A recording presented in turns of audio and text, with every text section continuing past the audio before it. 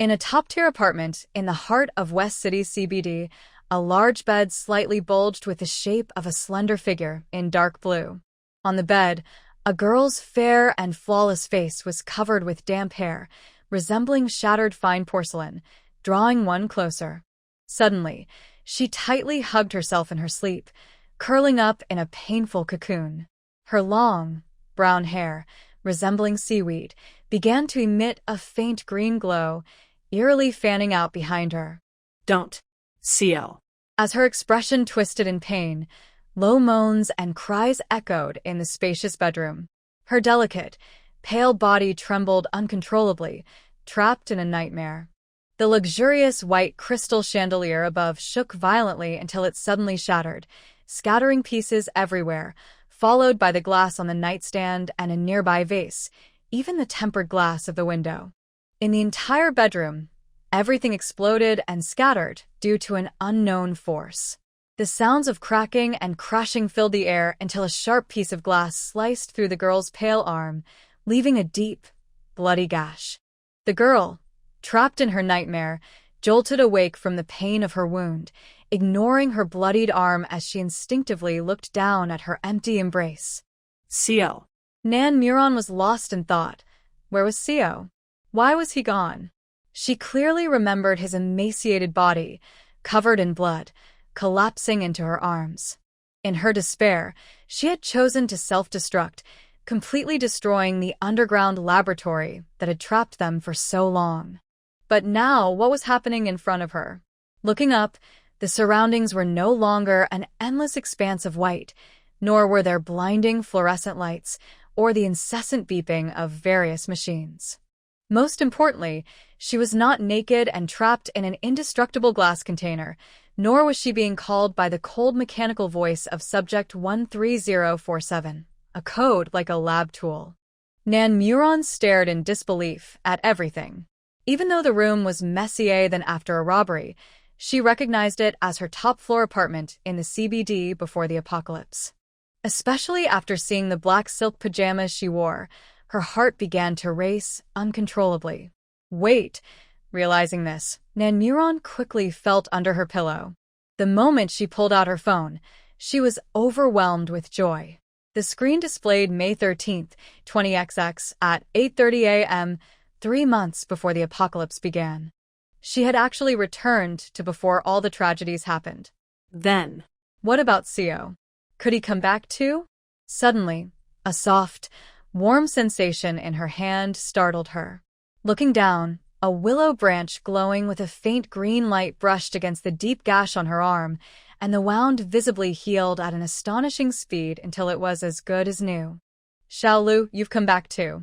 Nan Muron excitedly reached for the willow branch. In her past life, she awakened her wood-based abilities in the second year of the apocalypse. By chance, she met Xiaolu, a silly little willow who willingly became her contract plant even without understanding the levels of plant-based abilities. During the apocalypse, with her help, Xiaolu evolved into a level 7 mutated willow tree. 5 years of struggling to survive, Xiaolu had always been by her side, and even during her final self-destruction, it did not leave her. Xiaolu nodded obediently, wrapping around her wrist twice, its branches extending into a beautiful dark green tattoo, just like before. Nan Muron gently stroked the willow on her wrist, and suddenly, she found herself in a deep black space. This was the spatial ability she had activated after being injected with countless drugs in the underground laboratory. What was special about her space was its layout. It was not a white void or an endless expanse, but rather resembled a commercial building. She had previously estimated that the entire space, with 10 floors, covered about 250,000 square feet, roughly the total area of all the residential units in a medium-sized community. It matched the size of the largest shopping center in the Northwest, located in West City. Unfortunately, she had activated her spatial ability in the 4th year of the apocalypse and had been trapped in a small area of the perverse doctor's underground laboratory, missing the chance to stock up on supplies. So, the space had always been empty. Nan Muron smiled. Xuanwu, you're back too. Xuanwu was the name Seo had given her space. Although she knew Xuanwu wouldn't respond, She was happy it was still there. Stepping out of the space, the chaotic and ruined scene made Nan Muron frown as she stepped barefoot out of the almost completely destroyed bedroom. Looking at the situation inside, it seemed to be the result of her uncontrolled mental abilities. Once in the living room, Nan Muron immediately focused her mental energy, causing the water from the drink cabinet to fly towards her. She opened a bottle and took a big sip, feeling its sweetness. After some experimentation, Nan Muron understood her abilities better. Her mental ability had dropped from level 8 to early level 2, while her wit ability remained unchanged since awakening. The most surprising part was Xiaolu, which still retained its strength as a level 7 mutated plant. Although everything was strange, it was definitely a good thing. In the first 2 years before the apocalypse, a level 7 mutation was practically invincible, which was worth celebrating. With 3 months until the apocalypse, she now possessed strength that she hadn't achieved even after 2 years of it, which felt like a blessing from heaven. 3 months was plenty of time. To survive this life, she needed to plan carefully. Today was May 13th, and by August 15th, the first rain of the apocalypse would fall. That seemingly ordinary rain would last for 2 full months, growing heavier until the entire city became a vast ocean. The second rain that followed would be acid rain, causing mutations in humans, plants, and animals.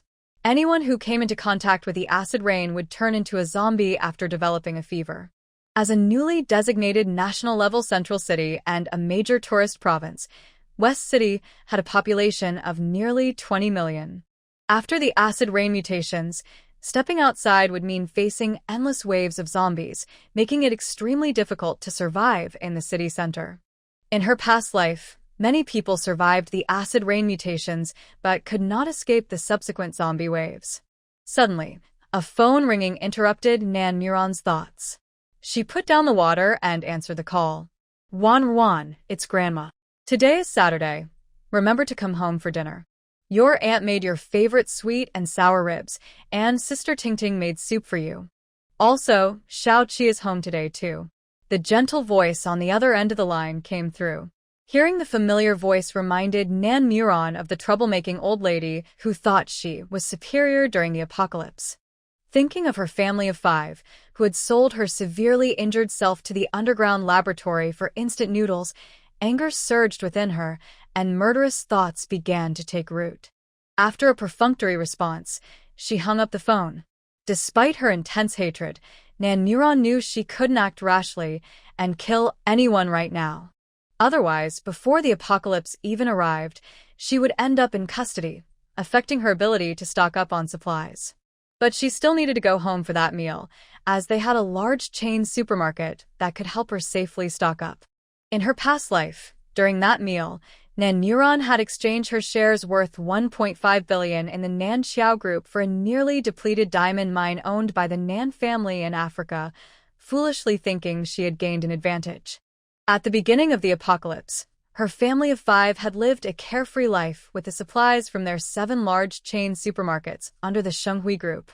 If it weren't for the sudden change in circumstances, with their villa area being flooded and their supplies being robbed by some gathered forces, they would never have come to look for her at the apartment.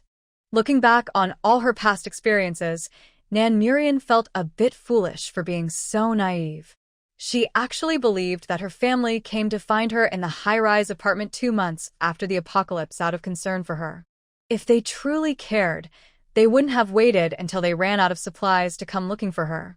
She couldn't help but mock herself. Ending up in a situation where she was manipulated to death was well-deserved. Over the years, the old lady and her uncle's family had been acting, putting on 2 faces, all for the sake of the Nan Xiao Group left by her parents. With the golden goose of Nan Xiao in their hands, they could maintain their wealth, something they could never earn on their own. Her cousin, Nan Muting, greeted her with a smile every day, hoping to secure her engagement with the Qi family. Only she, the big fool, gave up everything, believing in their blood ties. It was truly laughable. Thinking of all this, Nan Muron felt her breath become uneven. If these people had shown their ambitions earlier, it would have been better. Instead, They patiently played their roles for a full 10 years, fooling her sensitive and indifferent self. If she had another chance, she wouldn't let herself be blinded again. Not only that, but she also needed to settle old scores from her past life. The first thing to do was to quickly gain actual control over Shenghui, taking away their biggest support at the beginning of the apocalypse. Since she still had time before heading to the Nan family villa, she needed to focus on two important tasks. The first was to choose a suitable location to build her own safe house before the apocalypse arrived. The safe house had to be far from the core of the West City to avoid being disturbed by the zombie tide that could erupt after acid rain. She recalled a European-style villa near an underground laboratory that Ci mentioned in her past life. It seemed quite suitable and convenient for when he showed up. However, finding that place now would take some time, and she definitely wouldn't make it today. So she shifted her focus to the next task, stockpiling enough survival supplies. Stockpiling supplies required money. Nan Murian opened her bank accounts and saw she had less than 10 million available. It seemed like a lot, but it wasn't even enough to build a satisfactory safe house. She called Guo Fei. "Brother Fei, it's me, Murian." He sounded happy to hear her voice, especially when he heard her long-lost way of addressing him. "Murian, is something wrong? I need you to help me organize all my assets," Nan Murian said directly.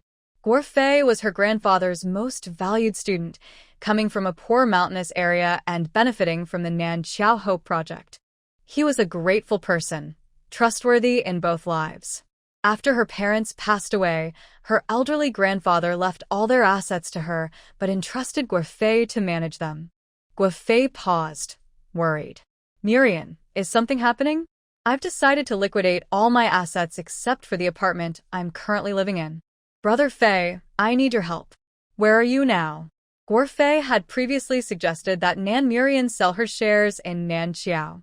The current management, including the Nan family, was too reckless, and the company was already crossing legal lines, likely leading to trouble. To avoid being dragged into their misdeeds, he had brought up the idea of liquidation several times. But Nan Murian had always hesitated due to the family's opposition. Now, she not only wanted to sell her shares but also handle other assets, which was unusual. Nan Murian felt a warmth in her heart. "Brother Fei, I'm at home. You don't need to worry about me." I understand what you said about Nan Chiao going off track. As for liquidating other assets, I'd rather convert the things my parents and grandfather left me into cash than let that family trick me out of them piece by piece. At least I can protect it." Hearing this, Guo Fei felt relieved. He had noticed that family was becoming increasingly restless, but had held back from saying anything, thinking Murian saw them as family. Now that she had come to this realization, it was good. "All right, but it will take some time. Brother Fei, it must all be processed within a month, even if it means selling at a loss," Nan Murian insisted. Guo Fei was silent for a moment before responding, "Okay." After hanging up, Nan Murian rushed to the fridge, looking at the abundance of food, her mouth watering. She took a bunch of it to her desk and sat down to continue her work. Considering the variety of supplies she needed to stockpile, she opened her computer, eating while making a list. Although she craved food, she didn't eat too quickly or too much, fearing a nervous reaction in her stomach. At the top of her list was Shenghui Group, owned by her uncle, which included 7 large chain supermarkets. With those supermarkets, along with their complete inventory and suppliers, she could stockpile the necessary supplies for the apocalypse at the best prices and in the safest way.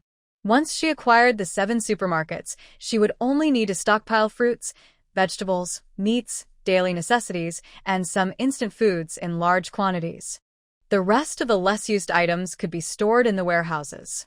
Moving the supermarket goods into her space would solve at least 70% of her supply needs, and it would be quite comprehensive. However, she still needed to stockpile comfortable clothing separately. Nan Murian pinpointed several outdoor, sports, and leisure brand warehouses, planning to buy up all the suitable sizes. She had to consider special clothing for extreme weather, including thermal wear, cool clothing, jackets, cotton clothes, and shoes for all seasons. Next, she needed to think about medicine. This wasn't difficult. The Chiao family used to own a pharmacy, and the connections were still there, with both traditional and Western medicines available. Common medications like cold medicine, cough syrup, fever reducers, anti-inflammatories, alcohol, iodine, gauze, and other essentials were sufficient. She could even obtain some through special channels. Of course, she would also need some basic surgical tools and instruments. After medicine, she considered electronics: TVs, refrigerators, washing machines, dishwashers, dryers, ovens, air fryers, air conditioners, heaters, fans, induction cookers, diesel generators, solar batteries, gasoline generators, flashlights, batteries, and even basic candles and lamp oil. Then there were various vegetable and fruit seeds and tree saplings, especially willow saplings. Anything she could think of needed to be stockpiled. She also needed coal, gas canisters, and wood. The second year of the apocalypse would bring 6 months of extreme cold, with temperatures dropping to -60 degrees. A large amount of coal would be needed for heating, and gas canisters would be necessary for cooking when electricity couldn't be used. She might not know how to cook, but it was better to be prepared. After listing these, she still needed various tents, portable tables and chairs, moisture-proof mats, sleeping bags, storage boxes, camp lights, power banks, gas stoves, gas canisters, large backpacks, and other items for outdoor survival. Finally, she added jet skis, kayaks, powered boats, and small snowboards, various essential transportation tools for specific environments during the apocalypse. The most important thing was weapons for survival in the apocalypse, which were impossible to obtain in the country. So, she planned to go abroad to find suppliers. Given their business style over the years, as long as she paid well, she should be able to buy plenty of good items. Besides, she had her space, so she didn't have to worry about bringing them back. As for RVs, off-road vehicles, and various large transportation tools, including diesel and gasoline, Nan Murian planned to stockpile a few and then stop. Once the apocalypse began, she could acquire them at no cost. In the early days of the apocalypse, survival supplies were crucial, and these items wouldn't be immediately looted. After completing her list, Nan Murian decided to take action. She first ordered 5,000 sets of supermarket shelves for easy storage in her space later. Next, she needed to solve her food supply issue. Having the supermarkets and all the raw materials was a guarantee, but it didn't solve her immediate eating problem. In the previous 5 years of the apocalypse, she had tried countless times, and her cooking was notoriously bad. So, she had a stockpile enough ready-to-eat food. Fortunately, the time in her space was frozen, effectively preserving the food, so she didn't have to worry about spoilage. At 22 years old, she planned as if she would live to 100. She needed to stockpile enough food for 78 years, 3 meals a day plus snacks, totaling 1,113,880 meals. Calculating a daily budget of 200, she estimated the total cost to be around 5.64 million, a number she mentally multiplied several times. After all, a meal at a top restaurant could cost as much as 10 days' worth of budget. However, with limited cash on hand, if she continued this way, she would run out in just 3 to 5 days. She needed to make money quickly. After realizing this, she opened her phone and began contacting her favorite restaurants on the ordering platform. She started with various cuisines and star-rated hotel banquets, followed by Sichuan, Cantonese, Hunan, Northeast, Shaanxi, Shanghai, Hong Kong-style dim sum, barbecue, hot pot, spicy soup, various noodles, rice noodles, dumplings, fried dough sticks. By the time she finished her tasks, it was nearly an hour past the usual time to head to the Nan family villa. Nan Morong didn't mind. The 5 members of that family had something important to do today and would likely wait for her patiently. Before leaving, she called a cleaning company to tidy up her bedroom. When she went downstairs, she noticed it was already dark. On her drive back to the Nan family villa, she suddenly realized that the villa they lived in was still under her name. The polite security guard opened the door for her, and her car drove straight into the villa area. Not far from the villa, her pet Xiaolu, who had been resting on her wrist, suddenly lifted its head and gently touched her hand. The 7th-level mutant Xiao Lu could understand human emotions and communicate with plants and trees within a 15-mile radius. It was familiar with the Nan family, so Nan Morong quickly understood that something was happening at the villa. She parked by the roadside, looked around, and took a small path that led to the back of the villa. Focusing her mental energy, she easily opened the back door. Tank, the dog she had just fed, noticed her entering and instinctively wanted to alert the people inside, but then he heard a familiar command, "Tank, stay." Hearing that familiar voice made Tank visibly happy. He quickly sat down obediently. Tank was a purebred German shepherd raised by Nan Morong. After more than 4 years, seeing him again, she hugged him tightly, her voice choked with emotion. "Tank, it's been so long. I missed you." In her past life, during the first year of the apocalypse, Tank had died protecting her from a mutated beast. What was even more despicable was that the Nan family had dug up his body and shared it with others behind her back. She only learned about this from Nan Mouting when she was abandoned for being useless. At that moment, she was filled with rage but had no power to avenge Tank. Feeling her sadness, Tank began to whimper softly. Nan Morong held his head and whispered, "You recognize my car, right?" Upon hearing her words, Tank tilted his head and blinked, showing a hint of cuteness despite being a large and fierce dog. But Nan Morong knew he understood. "After I take off the leash, don't make a sound. Follow the small path. Open the car door yourself and wait for me inside, okay?" She didn't plan to tell the Nan family that she was taking Tank away to avoid unnecessary trouble. Living in a high-rise apartment in a restricted area, she couldn't get a dog license. So, she had left Tank in the villa area for him to have space to move around. She had once naively thought that they would treat Tank well, but now she understood that they were scheming against her, so how could they treat her dog any better? After understanding her instructions, Tank's eyes lit up, as if he realized his owner was going to take him away from these bad people. Once freed from his leash, he licked her hand and ran toward the path without looking back. Seeing that he was heading in the right direction, Nan Morong moved closer to the back door of the villa. Suddenly, she heard a woman's suppressed cry and a man's heavy breathing. Surprised, she paused.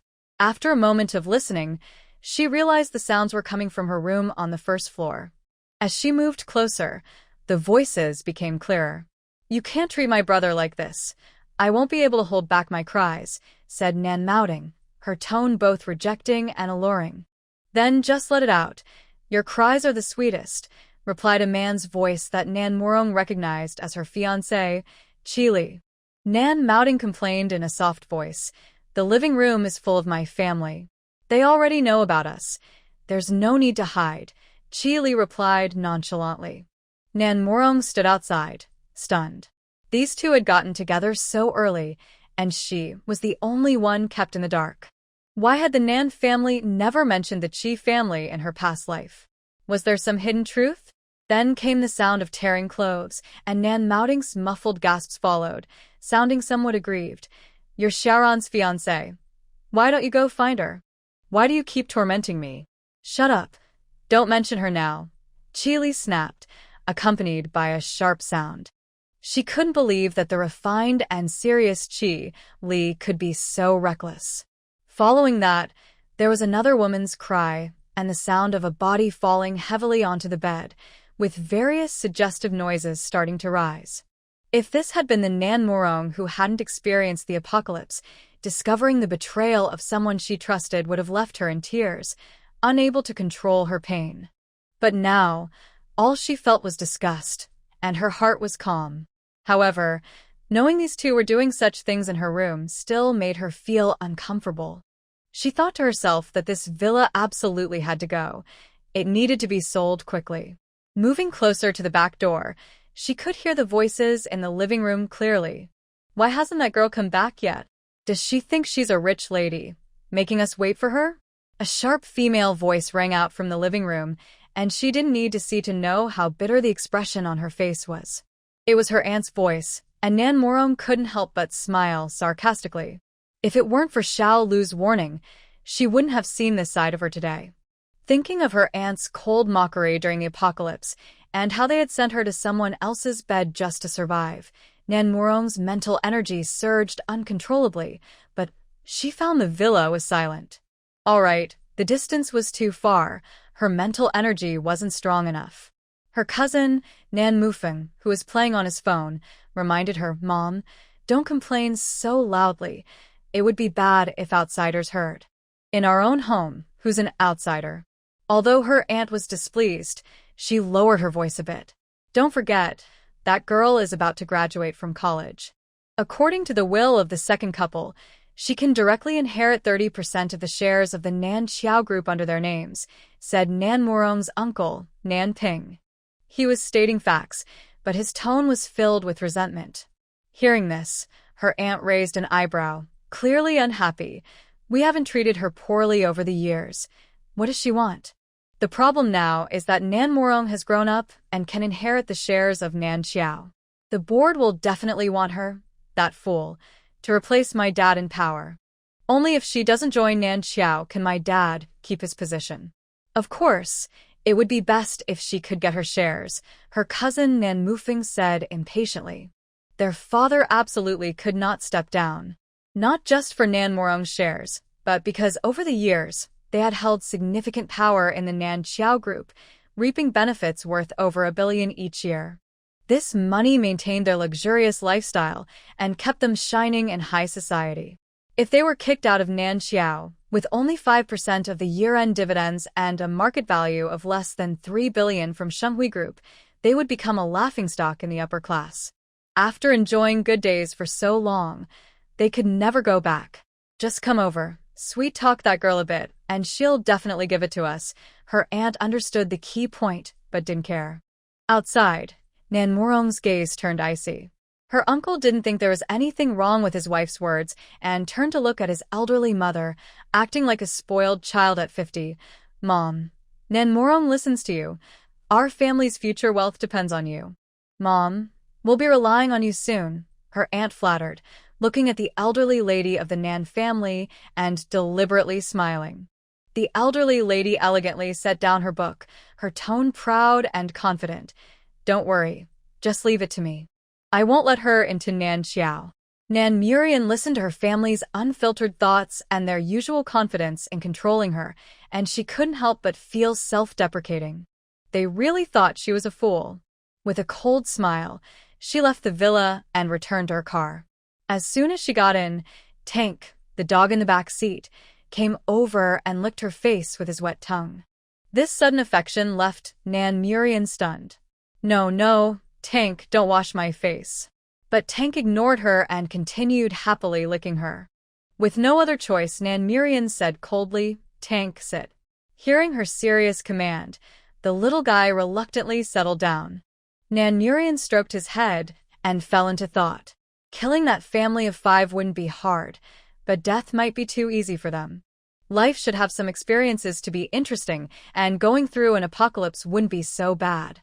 Realizing she could keep them alive until the end of the world, draining their hope and torturing them before dealing with them, Nan Murian began to consider other issues.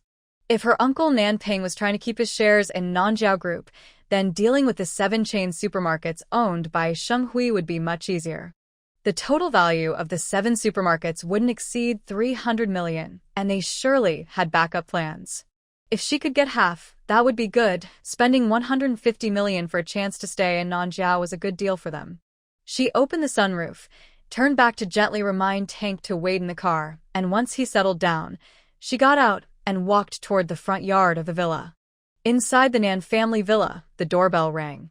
Nan Muting, who had just come out of her bedroom, straightened her clothes and exchanged a glance with her parents to ensure everything was fine before smiling and opening the door. "Rian, you're back. The food is ready and has been waiting for you for a while." Hearing this subtly passive-aggressive remark about her being late, Nan Murian ignored it. Looking at Nan Muting, who was all smiles and clinging to her arm, made Nan Murian feel a shiver down her spine. These two were moving a bit fast. They probably hadn't even showered yet. Gross. With that thought, she discreetly pulled her arm away from Nan Muting and even took a step back to distance herself.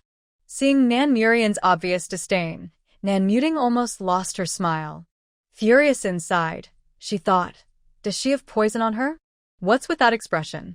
Rian is back, hurry up, dinner is ready. Grandma Nan, as always, was kind and gentle.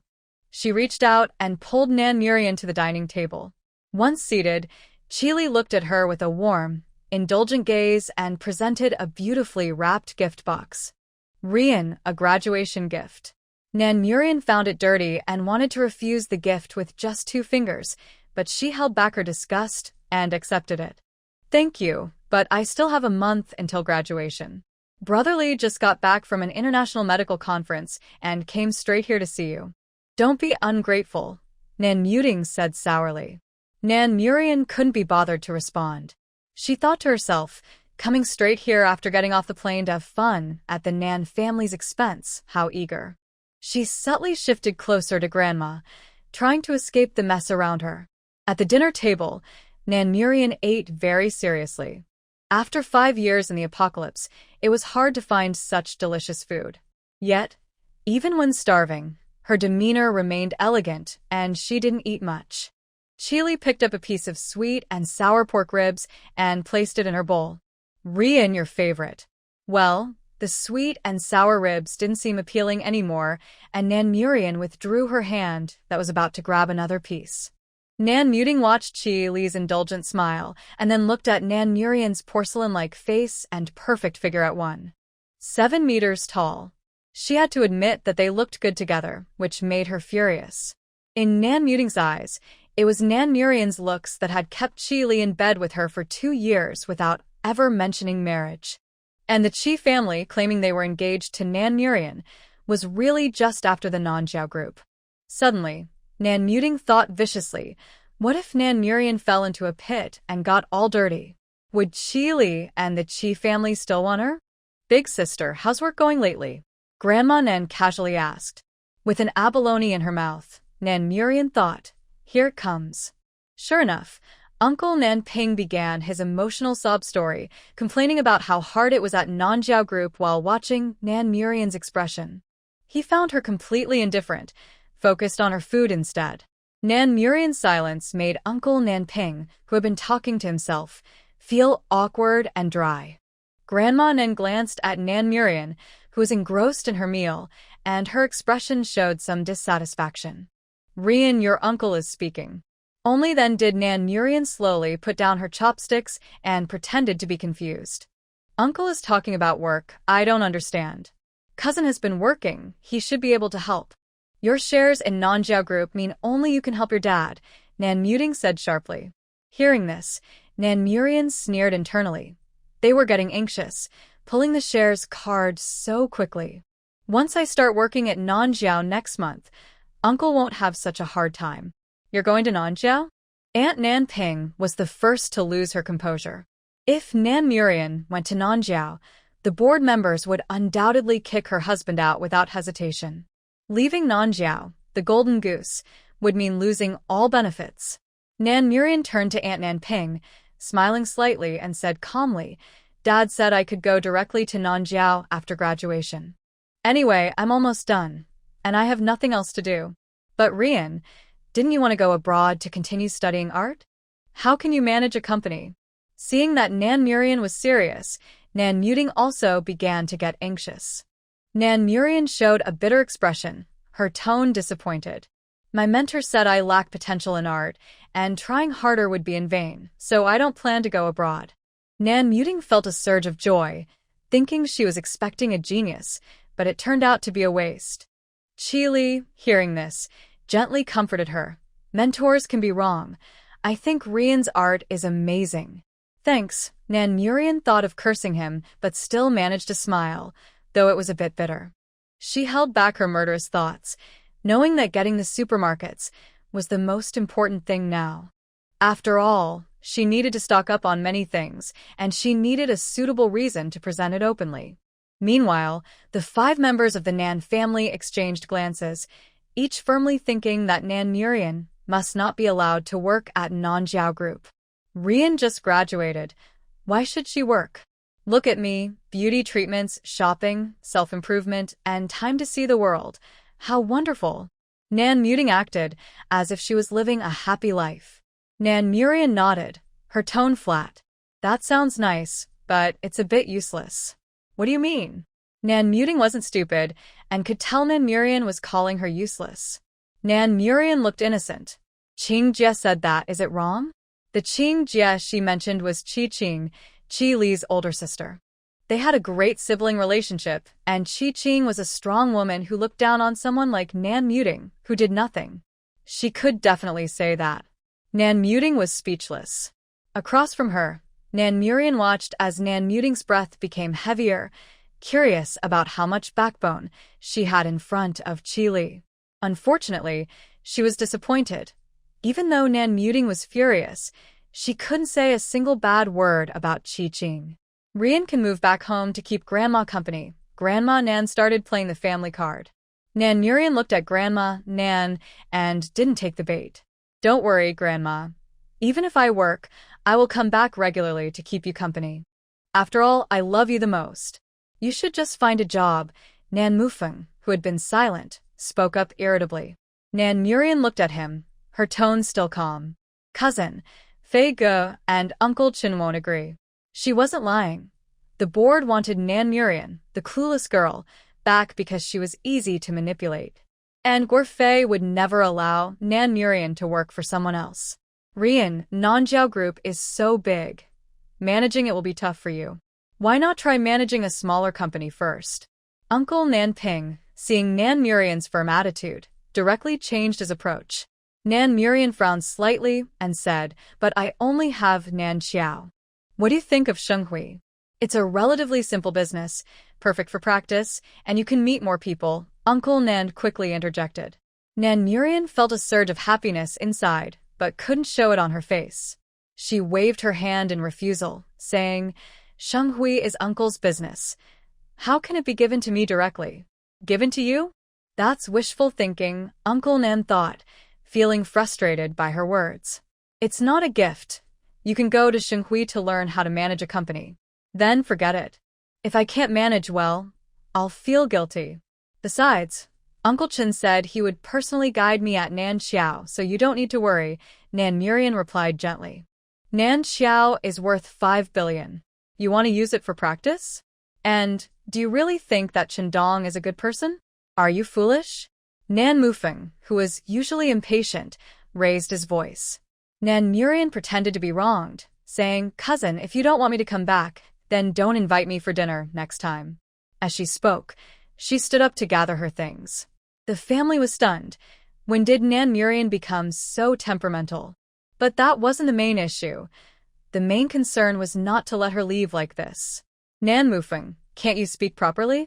Uncle Nan Ping scolded his son. Grandma Nan quickly reached out to pull Nan Murian back. Fenger apologized to Rian. Nan Mufeng wasn't foolish. He quickly backed down. I'm sorry. What are you apologizing for? Nan Murian stared at him, not blinking. Nan Murian, that's enough. Nan Mufeng, with a bad temper and a strong sense of pride, couldn't stand being questioned like that. Nan Murian sneered. I'm using my own things for practice. Even if I mess up, I will take responsibility.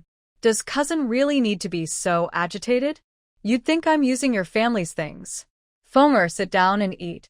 Rian isn't angry anymore. Let's eat nicely, Grandma Nan said, her tone cooling as she listened to Nan Murian. Cousin still hasn't apologized to me, Nan Murian insisted, refusing to let it go. Apologize, Uncle Nan Ping said through gritted teeth. Nan Mufeng, realizing he had no choice, complied and apologized. Only then did Nan Murian sit back down, but her first words were like thunder. I plan to try out Nan Xiao first. If it doesn't work out, I'll sell my shares in Nan Xiao. Sell it? The family was dumbfounded. Selling Nan Xiao, a golden asset? Was she out of her mind? Nan Xiao Group held hundreds of top patents. It was a treasure trove, and she planned to sell it? Was she not thinking straight? Rian, you can't say such things. Grandma Nan tried to control her tone. Nan Murian feigned confusion. Even if I sell Nan Xiao, Uncle can still work there. Besides, Nan Xiao was left to me by my parents. I'm about to graduate from college. Why can't I make my own decisions? Moreover, I plan to try managing it first and only sell if I really can't handle it. Rian, you can't joke about Nan Xiao like that.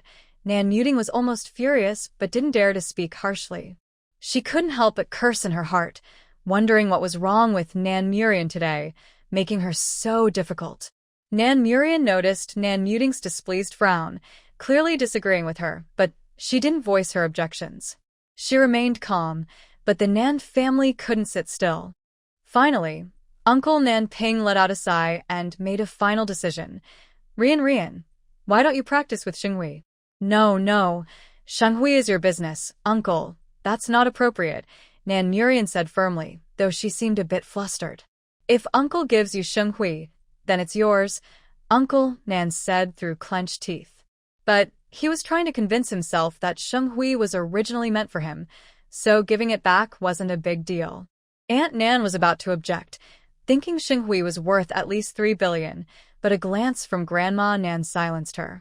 Grandma began to consider her son's words.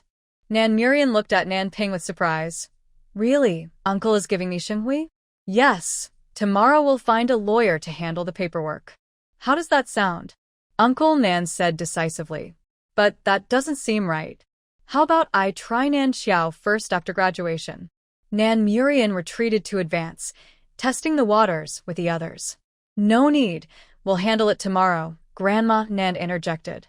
The 7 supermarkets were worth less than 3 billion, and giving Shenghui to Nan Murian left them with a lot of room to maneuver.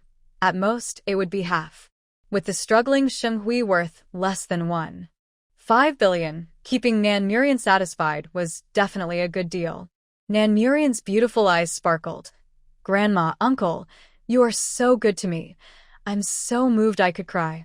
Seeing them hurriedly handing over their biggest support for survival, her gratitude was genuine. Silly girl, we're family. It's only right we treat you well. No need to cry, Grandma Nan said, though she felt a pang in her heart, her face still smiling warmly. Nan Murian nodded confidently. As long as Shenghui runs smoothly under my management for 6 months, I won't have to worry about selling Nan Xiao. Grandma Nan and Uncle Nan Ping were taken aback. 6 months of smooth operation meant they would have to be careful even if they tried to meddle. After dinner, the Nan family, as usual, urged Nan Murian to stay overnight, but she refused. No need. I accidentally made a mess in my apartment today, and I need to go back to clean up. I'll come back tomorrow morning. Though she didn't plan to stay, Nan Murian threw the graduation gift from Qi Li into a room on the first floor and also moved the safe hidden under the bed into her space. After saying goodbye to the Nan family, Qi Li left the villa with Nan Murian. As they reached the entrance, Qi Li suddenly asked, Rian, why do you want those 7 chain supermarkets? Nan Murian's heart skipped a beat, but she wasn't surprised. Qi Li was always clever and cunning, so it was normal for him to see through her plans. Taking a breath, she turned to look at him, her tone calm yet firm. The things of the Nan family are mine. What's wrong with taking back my own things? Rian, you don't need to be on guard with me. I'll help you with whatever you want, Qi Li said, looking at the radiant Nan Murian with a gentle tone. Nan Murian felt like she was being watched by a cold, venomous snake, sending chills down her spine. Suppressing the urge to slap him, she replied, Okay, I'll keep that in mind. We'll be family from now on. Helping you is only right, Qi Li said with a warm smile. Nan Murian couldn't stay a minute longer, thinking to herself that she wasn't a garbage collector. Then I'll head back now. Be safe on the road, Qi Li said gently. Nan Murian turned and drove away. Behind her, Qi Li watched the car disappear, a smirk on his face. When did the little rabbit turn into a little fox? He only just realized it today. It was quite interesting. As he turned to get into his car, he stumbled and fell face first to the ground, his nose bleeding and his glasses flying off. After cursing under his breath, he got up awkwardly, only to find his car had broken down. Looking at the chaotic, snowflake-filled car system, Qi Li's face darkened. Today was truly unlucky. On the other side, Nan Murian was feeling happy after a small revenge using her mental powers. The tank in the back seat was just as excited, curiously peering out the back window, admiring the neon lights on either side of the city. After finishing dinner at the Nan family villa, it was just 8:30 p.m. They smoothly exited the villa area and entered the main road of the city, where traffic was heavy. The area where she lived would only be worse. Nan Murian's heart raced, and she felt very irritated.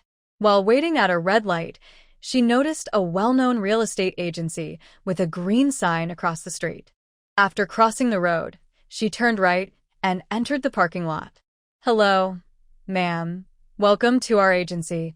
A young, handsome agent in professional attire greeted her warmly. When he saw Nan Murian's beauty, he was momentarily stunned.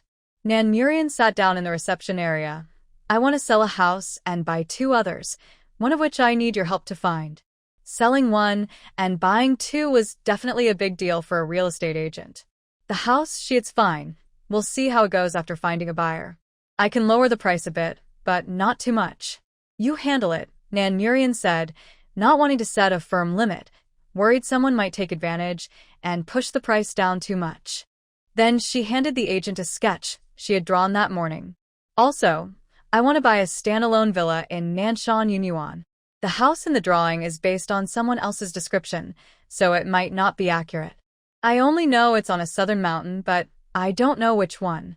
Although Nanshan Yunyuan focuses on luxury homes, it is located halfway up a mountain, far from the city, and has been selling poorly, so there are many available properties at low prices." The agent understood the situation and just needed to find suitable listings based on Nan Murian's request. However, the drawing was a bit unfamiliar. The agent took the sketch from Nan Murian and examined it closely. Even though it was a sketch, the artist's skill made all the details very clear. The drawing depicted a standalone villa on a mountainside, with one side against the mountain and the other near a steep cliff. The villa was 3 stories high, featuring a small protruding tower that gave it an old European castle feel, charming yet quite dilapidated. "I'm sorry, Ms. Nan, but I don't recognize this villa. I'll need to ask my colleagues for help," the agent said. Nan Murian nodded. "Okay, please notify me as soon as you find it." After signing all the sale authorization documents, Nan Murian left the agency and casually asked if there was a car rental nearby. "Turn left and walk 100 meters. You'll find the largest car rental chain in the West City," the agent replied with a smile. After renting a van at the rental agency, it was nearly 10 o'clock at night. The roads were still busy, but not congested.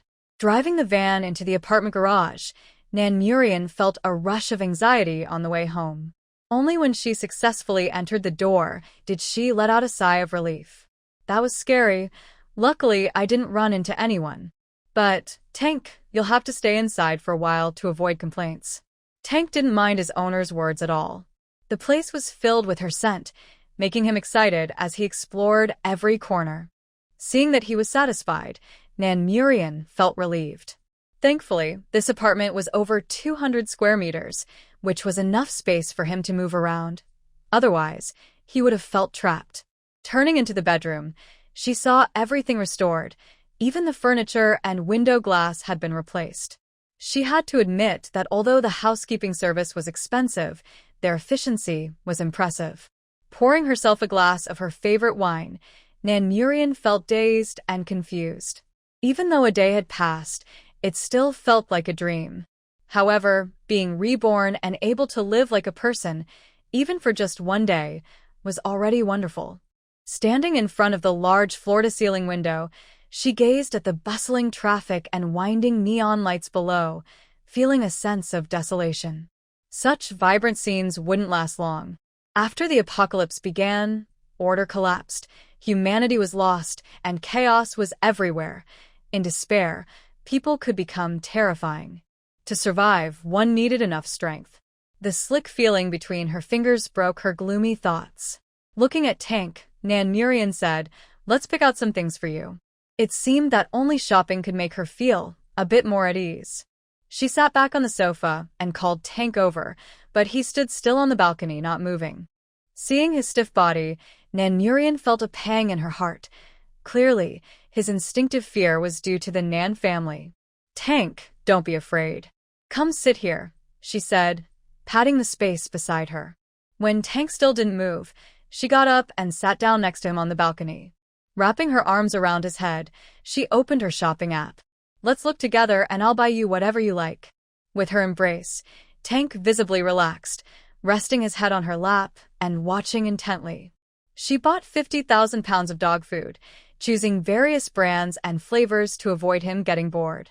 Freeze-dried food, special milk, all sorts of strange snacks, main course cans, treat cans, chew sticks, as well as lactoferrin, vitamins, and digestive health products. She bought them in amounts for 30 years.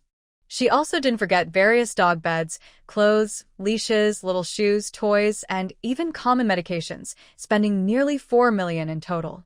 Tank, who had been excited at first, was now dozing off in her arms. Nan Murian held him without moving, leaning back against a soft cushion behind her and closing her eyes. Soon, her breathing became steady, clearly falling asleep. It wasn't that she didn't want to go back to bed. She just knew she wouldn't be able to sleep on something too soft. In her sleep, the scene before her transformed into a blinding white light. She was naked, covered in various sensors and tubes, surrounded by cold, emotionless voices. "Code 12089 is dead?" A woman's voice said coldly. "Yes, it has been sent to feed the vines." "This is code 13047. It has received 31 rounds of injections, and its vital signs are still stable," a man replied. For some reason, Nan Murian felt that this voice was familiar, as if she had heard it somewhere before. "There's another one that has received 100 rounds of injections, still stable. If it doesn't awaken its abilities and doesn't die, it's just a waste of resources. What's the use?" The woman's voice was laced with obvious disdain. The man chuckled softly, but said nothing. 15,000 lab rats, after 5 years. Only 10 survived, each one precious. Suddenly, the scene shifted. The secret of her ability to transfer life force between plants and animals was discovered by the lab staff, and countless researchers rushed to her location in excitement. She could only flee in panic with Xiaolu. At a critical moment, she didn't know what Ci did, but the entire underground lab was plunged into darkness. Ran, don't be afraid. I'll take you away." Even in the dark, Ci's deep, hoarse voice still made her feel safe.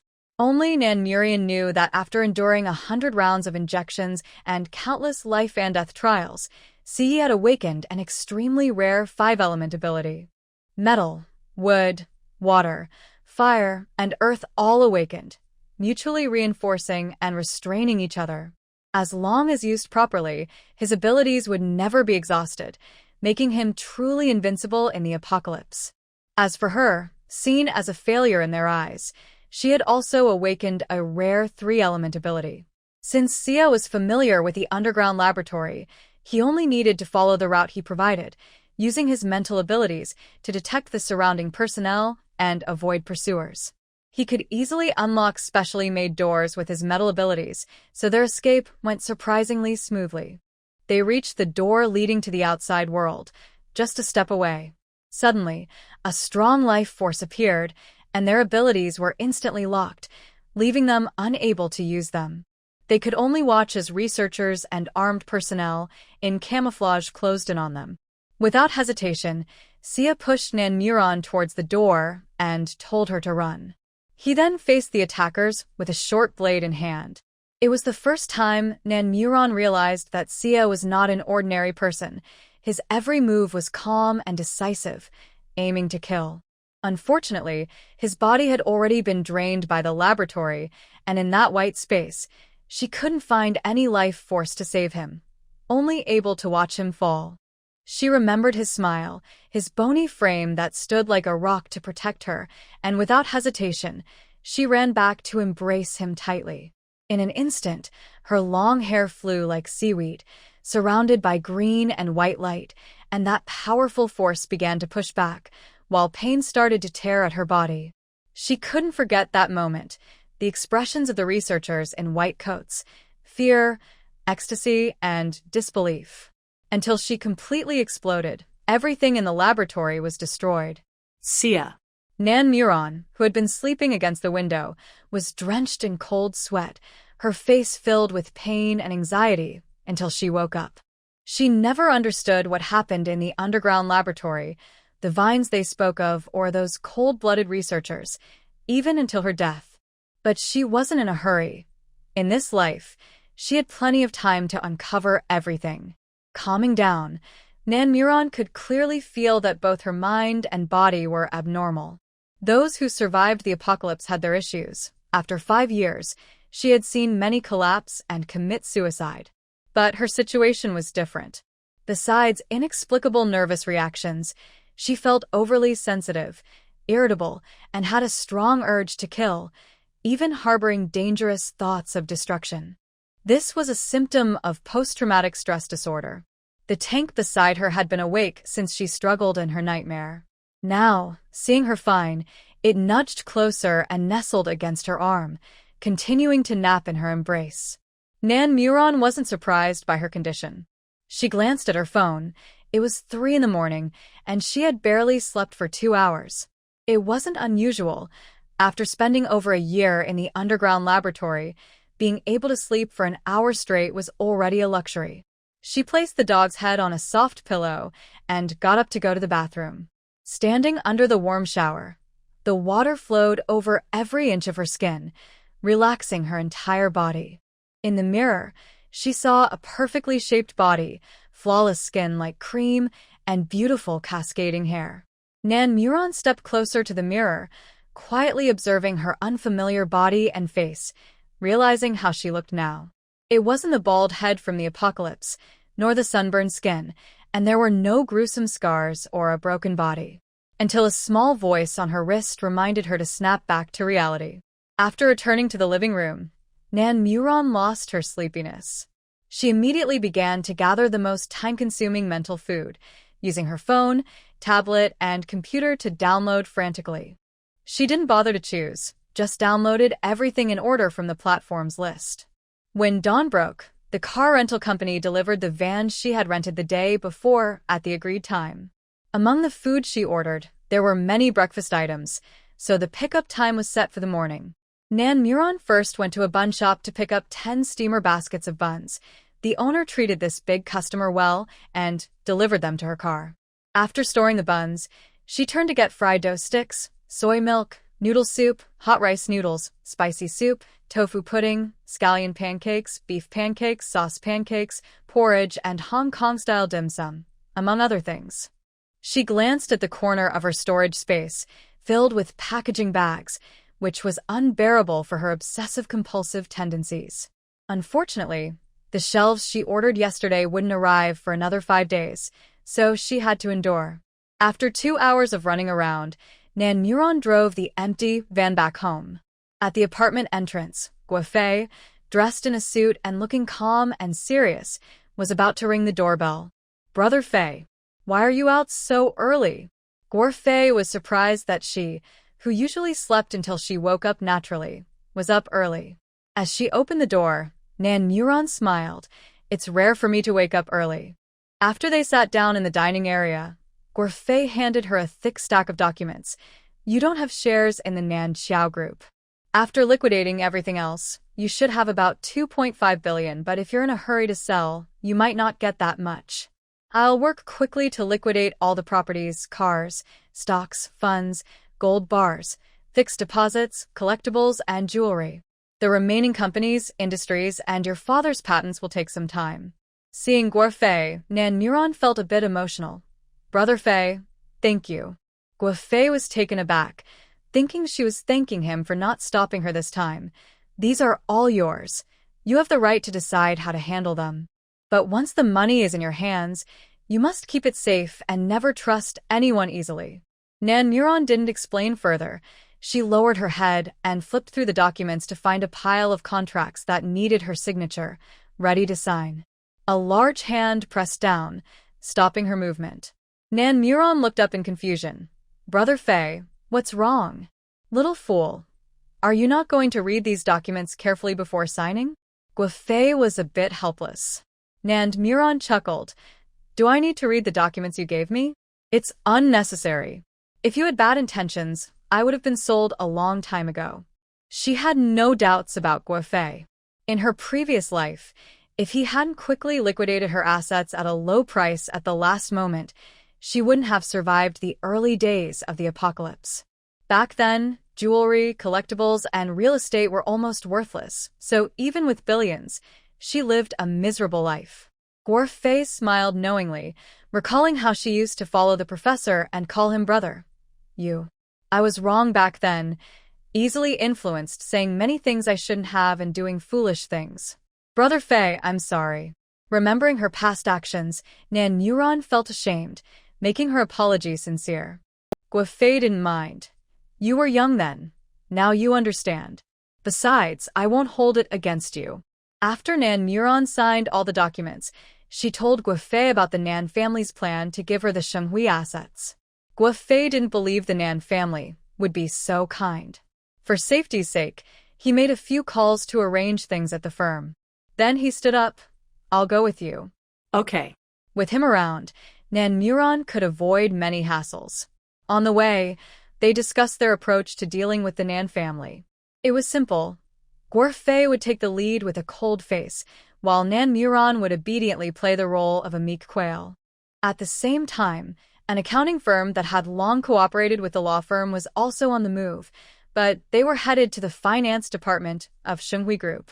After all, given that family's nature, it would be unusual if they didn't set a trap for Nan Muron. Guo could tolerate small traps, but not big ones. Upon arriving at the villa, both felt that the atmosphere inside was off. Nan Muron frowned, hoping nothing unexpected would happen at such a critical moment. Only when she saw her aunt approaching with a big smile did Nan Muron feel a bit relieved. It seemed the problem wasn't with this matter. She lightly tapped her right hand on Xiaoyou's position, signaling her to gather some friends to find out more information. Muron is here, come sit down, her aunt said warmly, but her expression changed when she saw Guo behind Nan Muron. If anyone in the Nan family disliked someone, it was Guo. If he hadn't been doggedly following Nan Muron all these years, they wouldn't have had to coax her so much. Guo had a firm grip on the assets of the second son and the Qiao family, and despite their threats and persuasion, nothing had worked. Guo knew he wasn't welcome in the Nan family, but there were too many people who disliked him for them to matter. He was there to get things done, and if emotions held no value, he didn't need to care about others' feelings. Seeing the documents prepared by the Nan family's lawyer, Nan Muron raised an eyebrow. They had clearly dug a pit overnight. Before she could speak, Guo took the documents and, after a quick glance, said seriously, "We need to wait." The Nan family's lawyer was no stranger to Guo, as he was well known in the legal field of Shisher, professional, calm, sharp, and capable. He understood that the tricks the Nan family had pulled together in one night were child's play compared to Guo.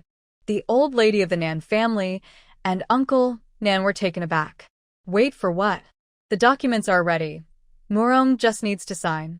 Before Muron takes over Shenghui, a financial audit must be done. We need to know if it's making a profit or a loss.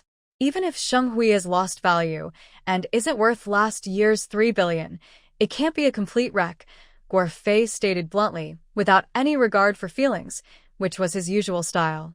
The representative lawyer for the Nan family remained silent.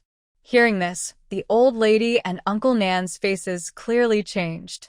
Guo was indeed difficult to deal with, no wonder the second son, and that old man from the Qiao family entrusted everything to him. But they had hired a lawyer too. Are you mute? Not saying a word? Uncle Nan looked at the lawyer. The lawyer felt wronged.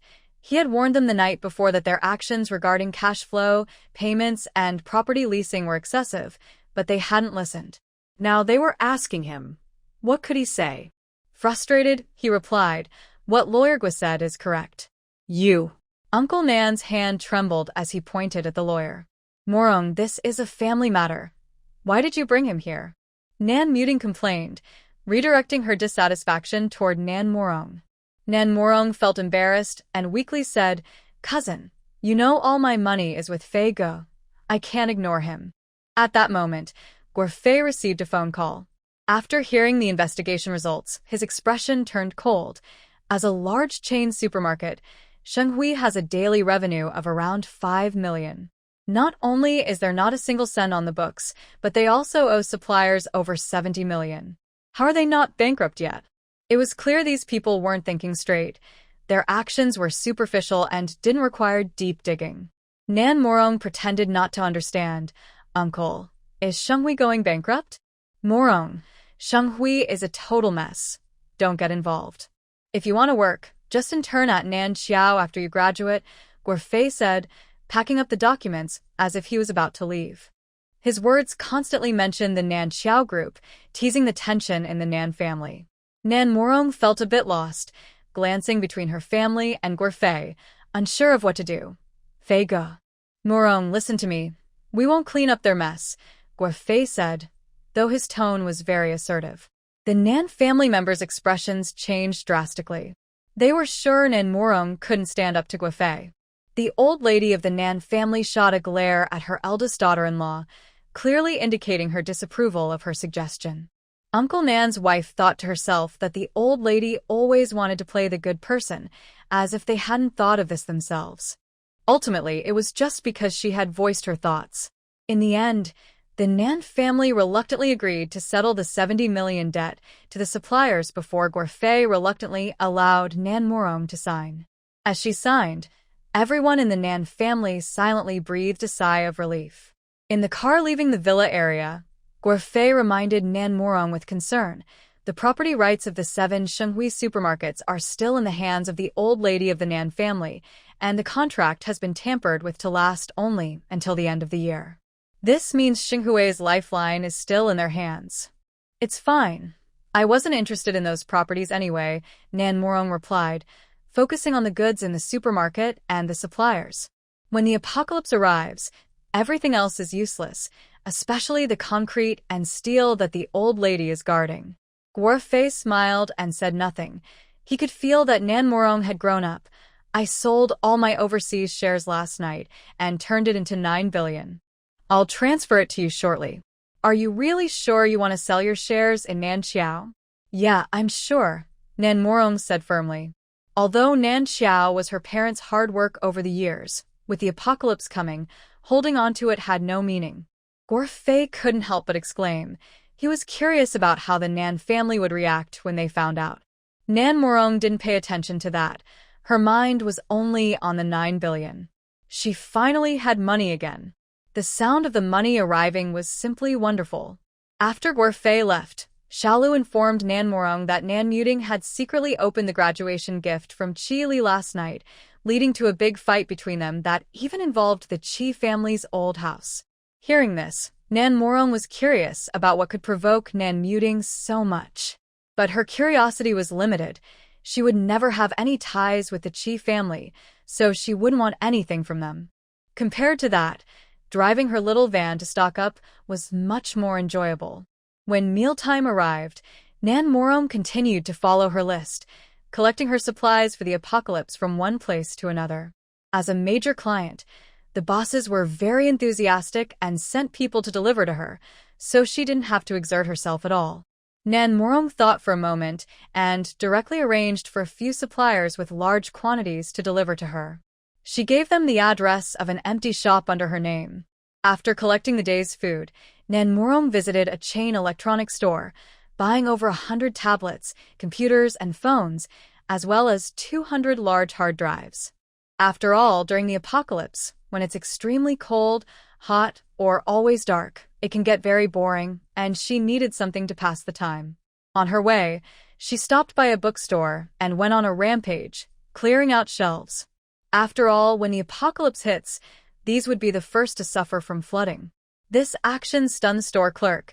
It was the first time she had seen someone buy books like that. Not long after she got home, she received a call from the agent saying that the old European-style villa had been found.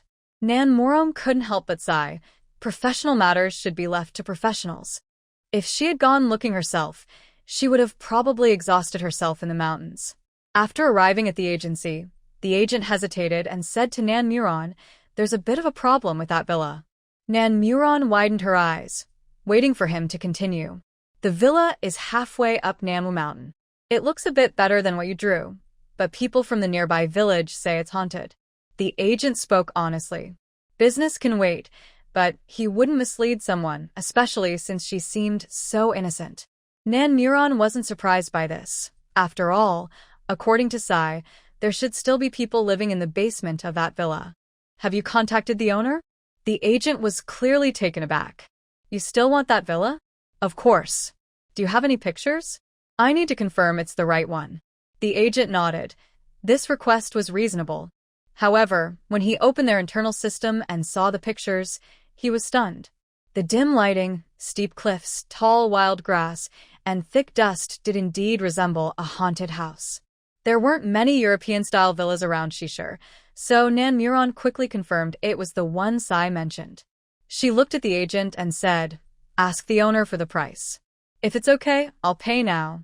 The agent wanted to advise her, but saw she truly didn't care, so he dropped the thought. He turned and called the villa owner. On the call, after hearing the quoted price, the agent didn't immediately tell Nan Muron. Instead, he confidently negotiated for a lower price. He carefully analyzed the market situation, using that rundown villa as an example, and reasoned with the owner for half an hour until they were almost angry. Watching the agent work hard, Nan Muron smiled. There are still good people in the world. The lowest price is 1.5 million, and they won't lower it at all. If it's any lower, they won't sell. The agent looked a bit embarrassed as he faced Nan Muron, as from his professional perspective, that house wasn't worth that much. But Nan Muron was very happy. No problem. I can sign and handle the paperwork now. Great. I'll arrange for the owner to come over. The agent was clearly excited.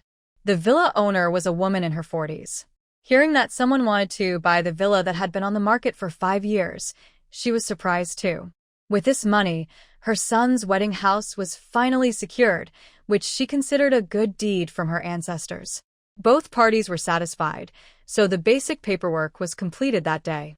Once the transfer was finalized, the villa would belong to Nan Muron. The agent mentioned that the transfer would take 5 to 7 days, and Nan Muron understood.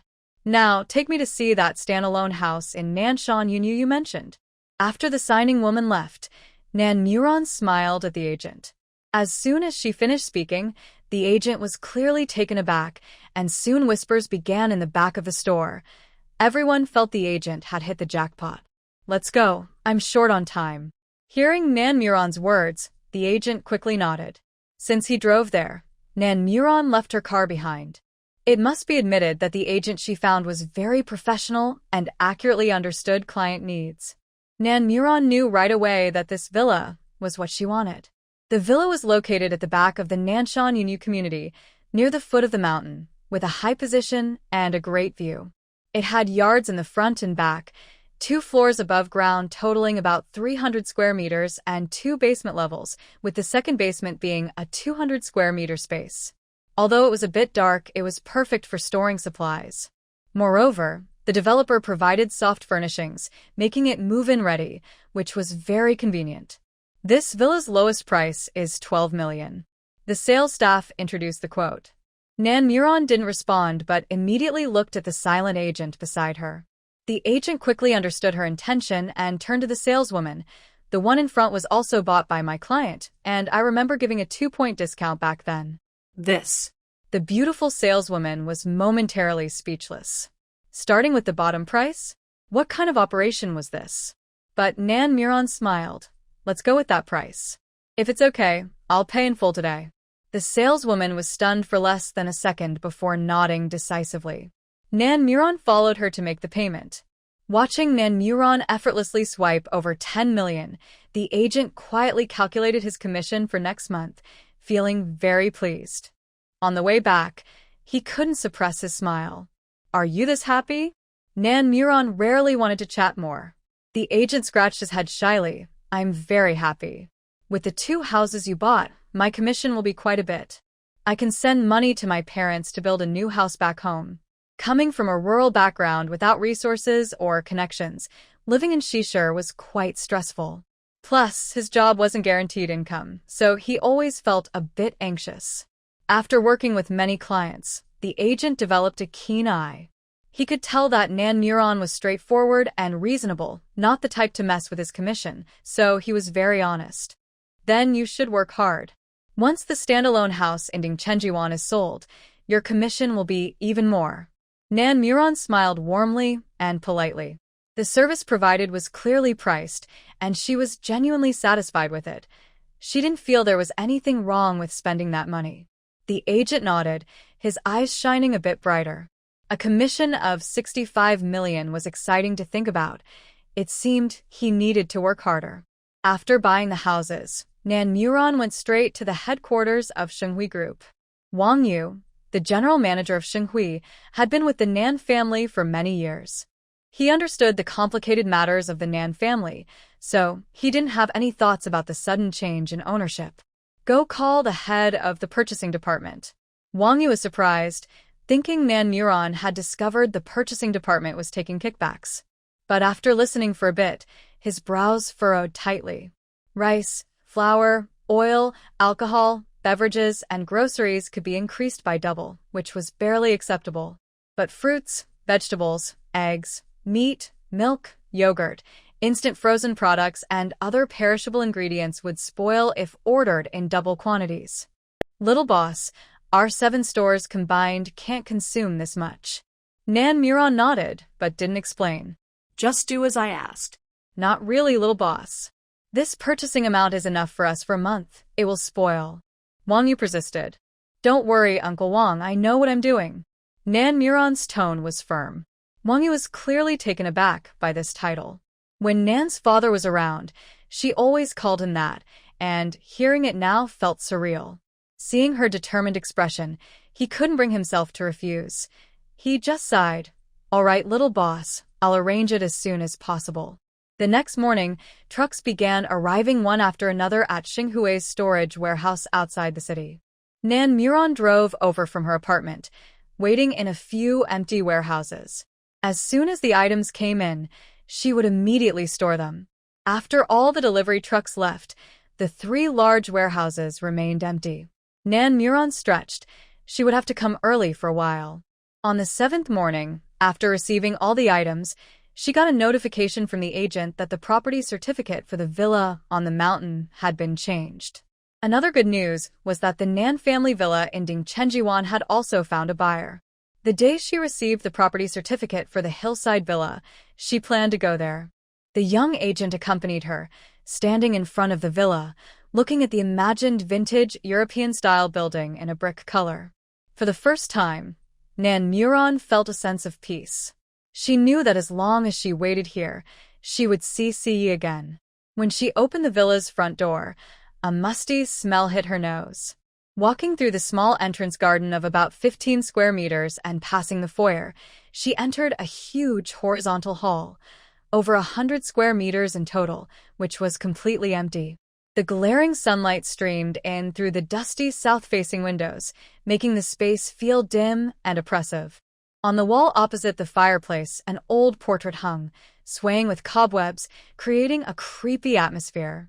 For some reason, the temperature inside the villa was very low, and a chilly breeze occasionally swept through, making her shiver.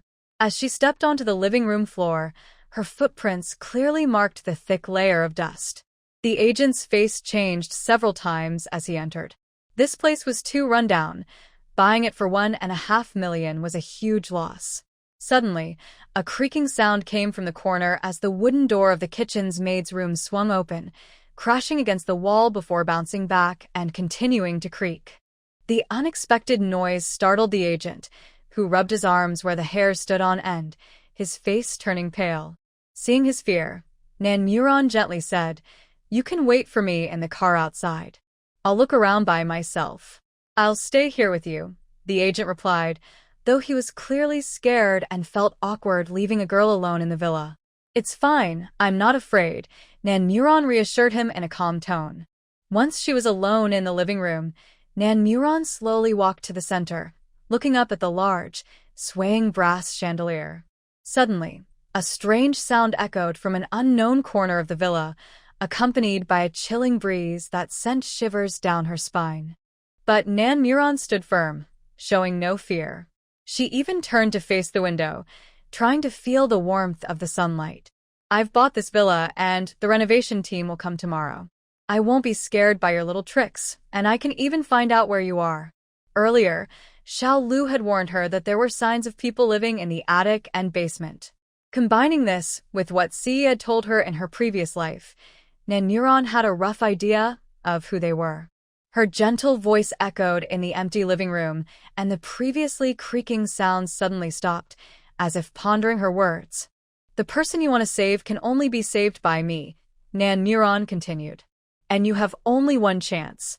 After a moment, a man appeared at the kitchen door. You say you can save her? Nanuron slowly turned around. The man was about 1.75 meters tall with a strong build. His military green outfit was somewhat worn and faded. His black hair was uneven, with the hair on the right side covering his eye, and a gruesome scar ran from his brow to his jaw, resembling a red centipede. In such a dim and eerie environment, a normal person would be terrified at first glance. Yes, I can save her, Nanuron replied, looking into his eyes. I'll give you my life to save her, the man said in a low, cold voice. He found this beautiful girl somewhat strange, but felt compelled to pay attention to her words. If she could truly save his wife, he was willing to pay any price. What Nanuron wanted was this promise. Deal. The man was named Jia Wu, once a member of a top-tier mercenary group. After his family was killed by enemies, he rushed back just in time to save his dying wife. Although he later avenged his family by destroying the enemy's gang, he could not bring his loved ones back to life. To avoid being hunted for life, he brought his wife to this territory of mercenaries and assassins, but without legal status, they could not live normally. So, for years, he had been hiding with his wife in this villa. Nanuron knew all this from her previous life, where Jia Wu had helped Si escape from the basement for the first time. Unfortunately, they were ultimately caught, and both lost their lives at the hands of superpowered beings in an underground laboratory. In this life, Nanuron was willing to help because Si had said Jia Wu was a real man. She also needed a trustworthy person to teach her how to fight, use firearms, and kill, and Jia Wu, with his background as an international top mercenary, was the best choice. Take her to the backyard grass, Nanuron said calmly. Jia Wu's expression changed slightly, his dark eyes filled with doubt. This girl seemed very familiar with everything in the villa. Nanuron smiled at him. I have a lot to do today, so hurry up. The backyard was less than 50 square meters, overgrown with weeds that were almost taller than a person. One wrong step could lead to a bottomless cliff. Nanuron spread a mat in the middle of the grass. Jia Wu laid the woman down. Perhaps because she had been lying in bed for too long, she was very small, and her beautiful face was devoid of color, looking as if she could shatter at any moment. Her condition is too serious. Today, I can only bring her back to consciousness.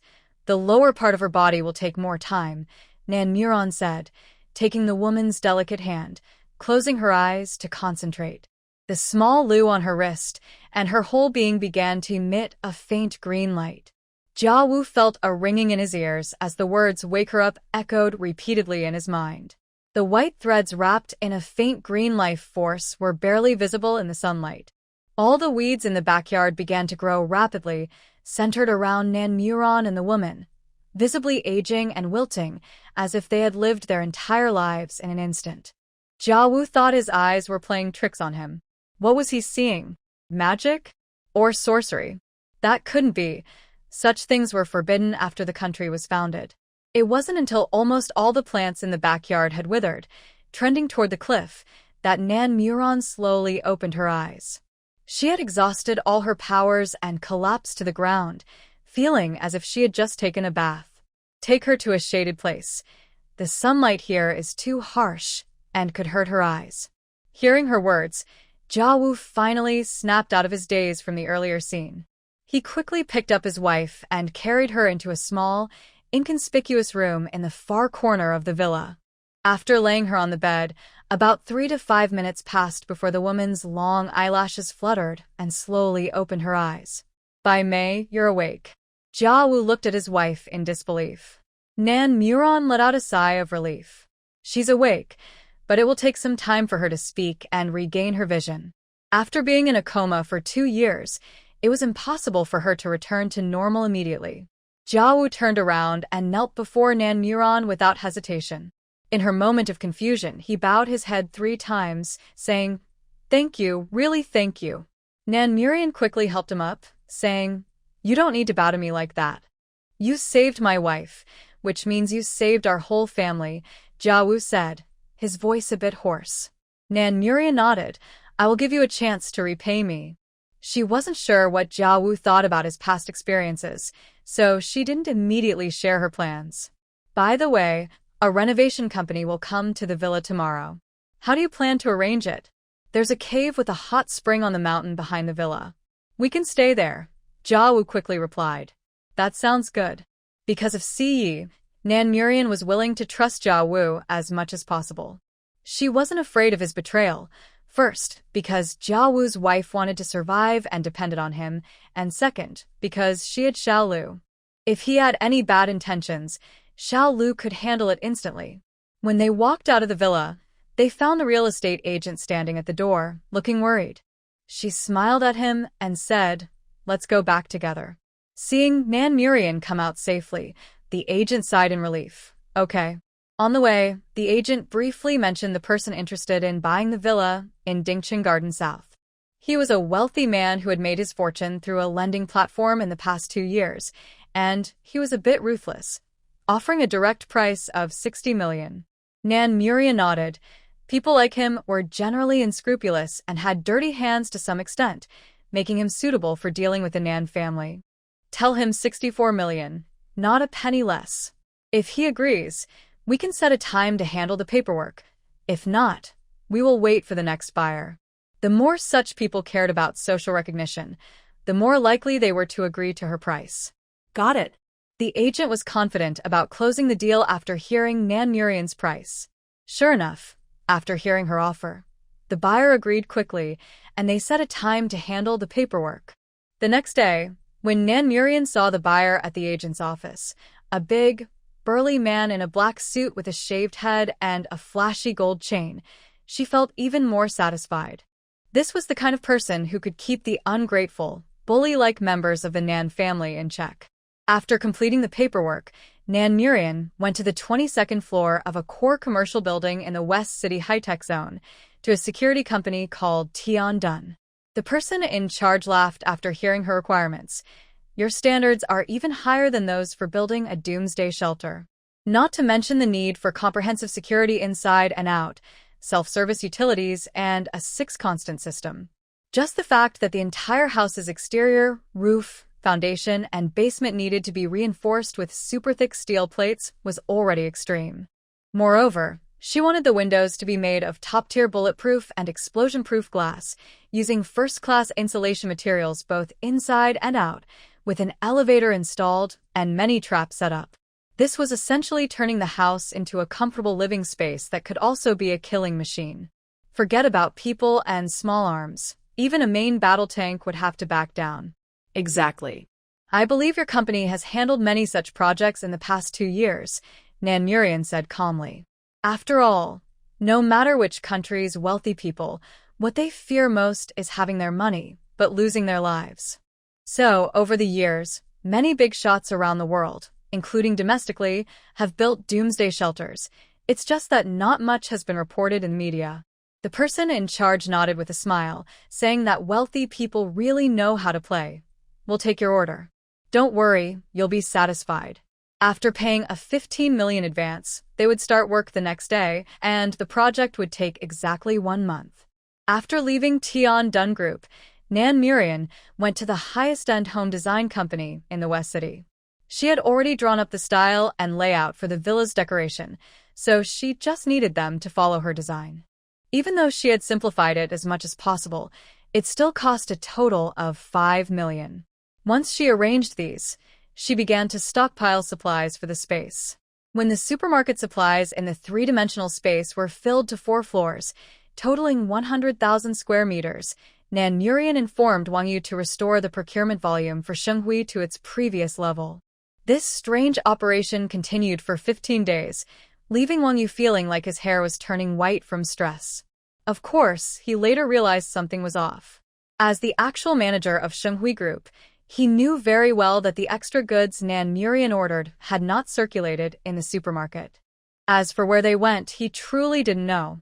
Moreover, he was aware that no one else would notice the issue because Shenghui's warehouses were large enough and suppliers frequently came and went. Wang Yu was a sensible person and naturally didn't ask too many questions. Instead, he specifically reminded the warehouse staff. In his view, as long as Shenghui Group could operate normally, his job was secure. After solving the supermarket supplies, when Nan Murian began to stockpile other items on her list, she was very glad she had secured Shenghui first. The suppliers below the supermarket were like precious treasures at such a critical time. Who would have thought that the rice seller could bring in a gas supplier, the fruit seller could turn around and sell saplings, the meat seller could find someone selling clothes, and the daily necessities seller was the same person as the outdoor supply seller. They could even dig up suppliers for jet skis, boats, coal, and oil. Looking at the list that had been nearly completed in less than half a month, Nan Murian had to admit that this world was a huge circle. Thanks to acquaintances, buying large quantities of supplies was as easy as making a phone call, and the prices were very favorable. Nan Murian found it convenient and comforting to stockpile supplies. However, after the crazy stockpiling, she was left with just over 1 billion. At this time, Nan Xiao stocks were sold for a total of 1.8 billion, clearly influenced by Guo Lu's involvement. Originally, Nan Murian planned to transfer the excess directly to Guofei, but thinking about the impending apocalypse, she realized giving him money wouldn't be useful, so she dropped that idea. After preparing everything on her end, Nan Murian began to think about her trip abroad. She had no problem with the language, but since she was going to buy dangerous items, she couldn't just shout about it on the street. Moreover, many of the things she wanted to buy there had purchasing restrictions. So, she needed someone familiar to introduce her, and that person had to have connections. After thinking hard, Nan Murian suddenly remembered Guofei, who had interacted with people there during a previous cross-border merger. No matter where you are, top lawyers usually have connections in both the legal and illegal worlds, which would definitely be useful for her. Going there for fun? Sounds good. I happen to have a friend there who speaks Chinese fluently, so it will be convenient for you, Guofei said without a doubt about Nan Murian's intentions, as she often traveled abroad for inspiration for her artwork. After sending the tank to Guofei for storage, Nan Murian felt relieved to buy her plane ticket and set off. On the plane, she suddenly remembered that in a few days it would be graduation day. She couldn't help but smile wryly, thinking that with the apocalypse approaching, what good would that diploma do? It was less practical than a pack of instant noodles. When she arrived, a tall, muscular guy with blue eyes and blonde hair named Ivan greeted her outside the airport. He had met Guofei while studying abroad and had over a year of friendship. Seeing Nan Murian, he was clearly surprised, exclaiming, "You're Guo's sister?" "Yes, I'll be troubling you for the next few days," Nan Murian replied happily upon hearing his fluent Chinese. When Ivan learned the purpose of her visit, he was a bit stunned. "Does your country really need these things?" "It's completely unnecessary." Nan Murian had to make up an excuse, saying she planned to go to Africa later and needed them for self-defense. She also had to ask him to keep it a secret from Guofei, even mentioning a few weapon models that were not allowed for private trade. Although Ivan wanted to refuse, he couldn't say a word against her beautiful eyes looking at him. So, Nan Murian smoothly connected with the largest arms dealer in the area.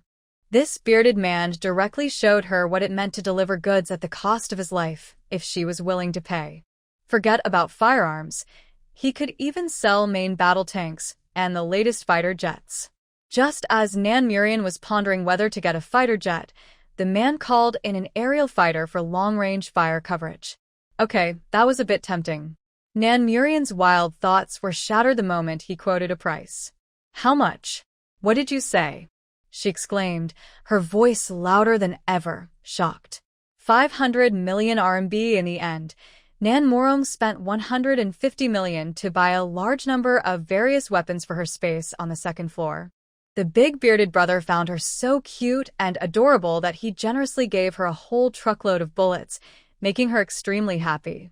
She kept bowing and thanking him, clearly making him even happier than she was. She also took the opportunity to gather some supplies, including 500 portions each of barbecue, cake, pancakes, pies, pierogi, beef strips, ham, chocolate, wafers, and milk.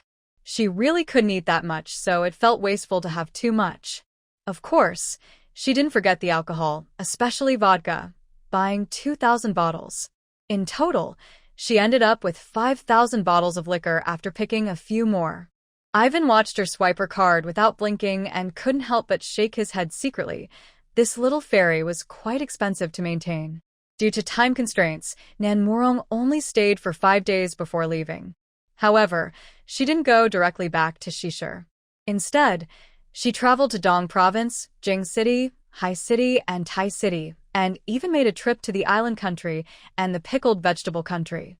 Her goal was clear: spend a few days in each place, buying everything she could, including prepared foods and local specialties. Especially in the island country and the pickled vegetable country, she went on a shopping spree, hoarding local specialties without any restrictions. She almost emptied their basic supplies, spending a total of 1.2 billion in just these two places. Of course, she considered a zero-cost purchase, but with the law being strict and security systems strong, one wrong move could lead to trouble. She didn't even believe herself when she thought about not letting the survivors starve in the apocalypse. This national grudge was ingrained in her blood. After all, she was her mother's precious daughter, which was understandable. By the time she returned home in Shishir, it had already been 20 days. After paying off the remaining balance for Tian Tun, she was left with just over 3 million. After dropping off her luggage, she first went to the Nan Mountain Cloud Villa. The only things that needed renovation were the doors, windows, basement, and some security facilities, which were relatively simple, so Tian Dun had already taken care of it. Looking at the hidden door at the basement entrance, Nan Morong immediately set to work creating a small mechanism lock and painted a landscape relief on the mechanism. The jade-white waterfall cascaded down, looking lifelike, flanked by cliffs and lush greenery. After admiring the wall painting, she turned and entered the hidden basement. She took out the shelves from her space and arranged them, then began placing supplies on the shelves. Anything she had in her space that could be stored long-term was neatly organized. In the end, she left one long section for children's toys and filled a whole shelf with baby formula and children's medicine. Finally, the last 3 rows of shelves were filled with large barrels of water, and she lined an entire wall with water. The 200-square-meter basement was packed with supplies, leaving just enough space for one person to pass between the shelves. After finishing all this, she went to check the villa kitchen, where 3 brand-new refrigerators were already working. However, she didn't put anything inside, as there was still over a month until the apocalypse, and putting things in too early could lead to spoilage. Once she was done, she went to pick up the tank and return to her apartment. Unfortunately, just 2 days later, an annoying person showed up at her door. After hiding the tank in her bedroom, Nan Morong opened the door for Nan Muting. "Rong, what have you been busy with lately?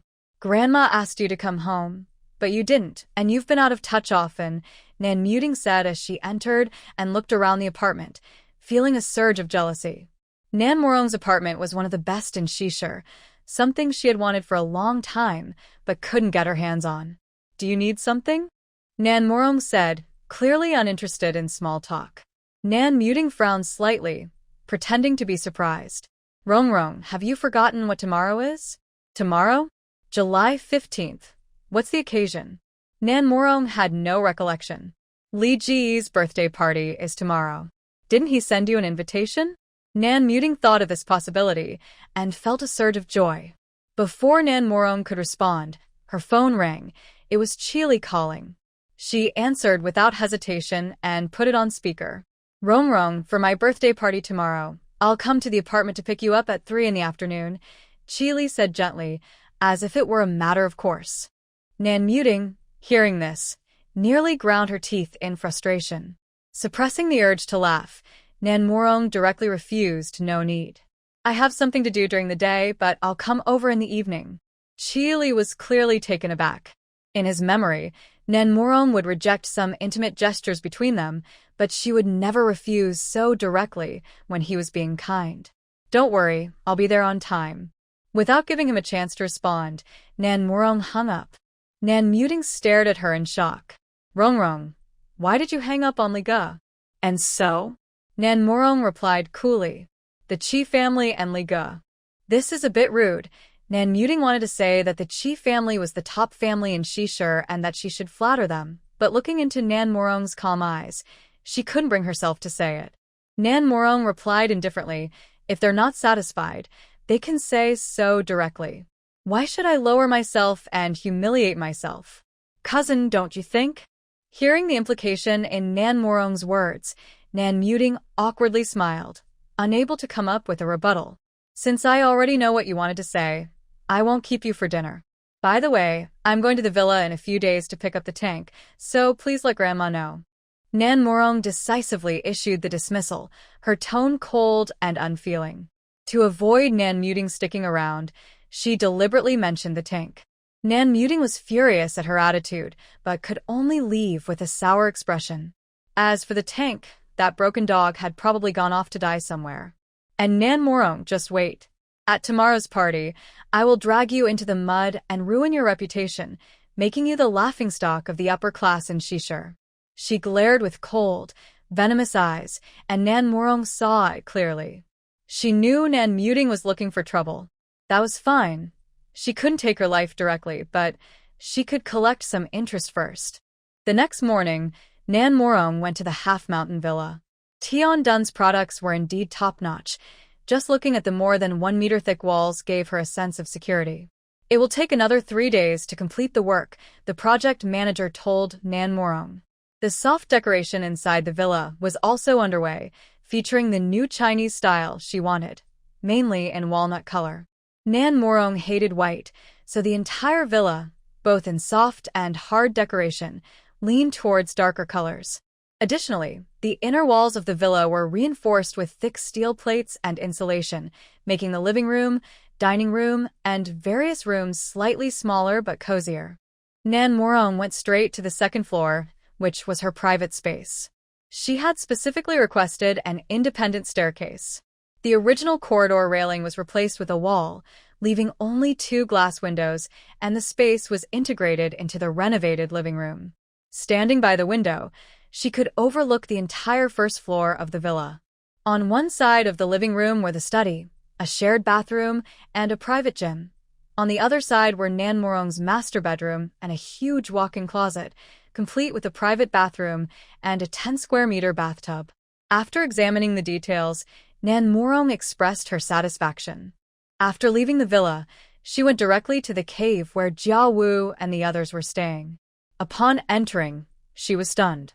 Today, Jia Wu was wearing a brand new army green casual outfit, and his uneven hair was neatly shaved. Even though the scar on his face was still there, he looked much fresher overall. At least he wouldn't scare people anymore. Are you not used to it?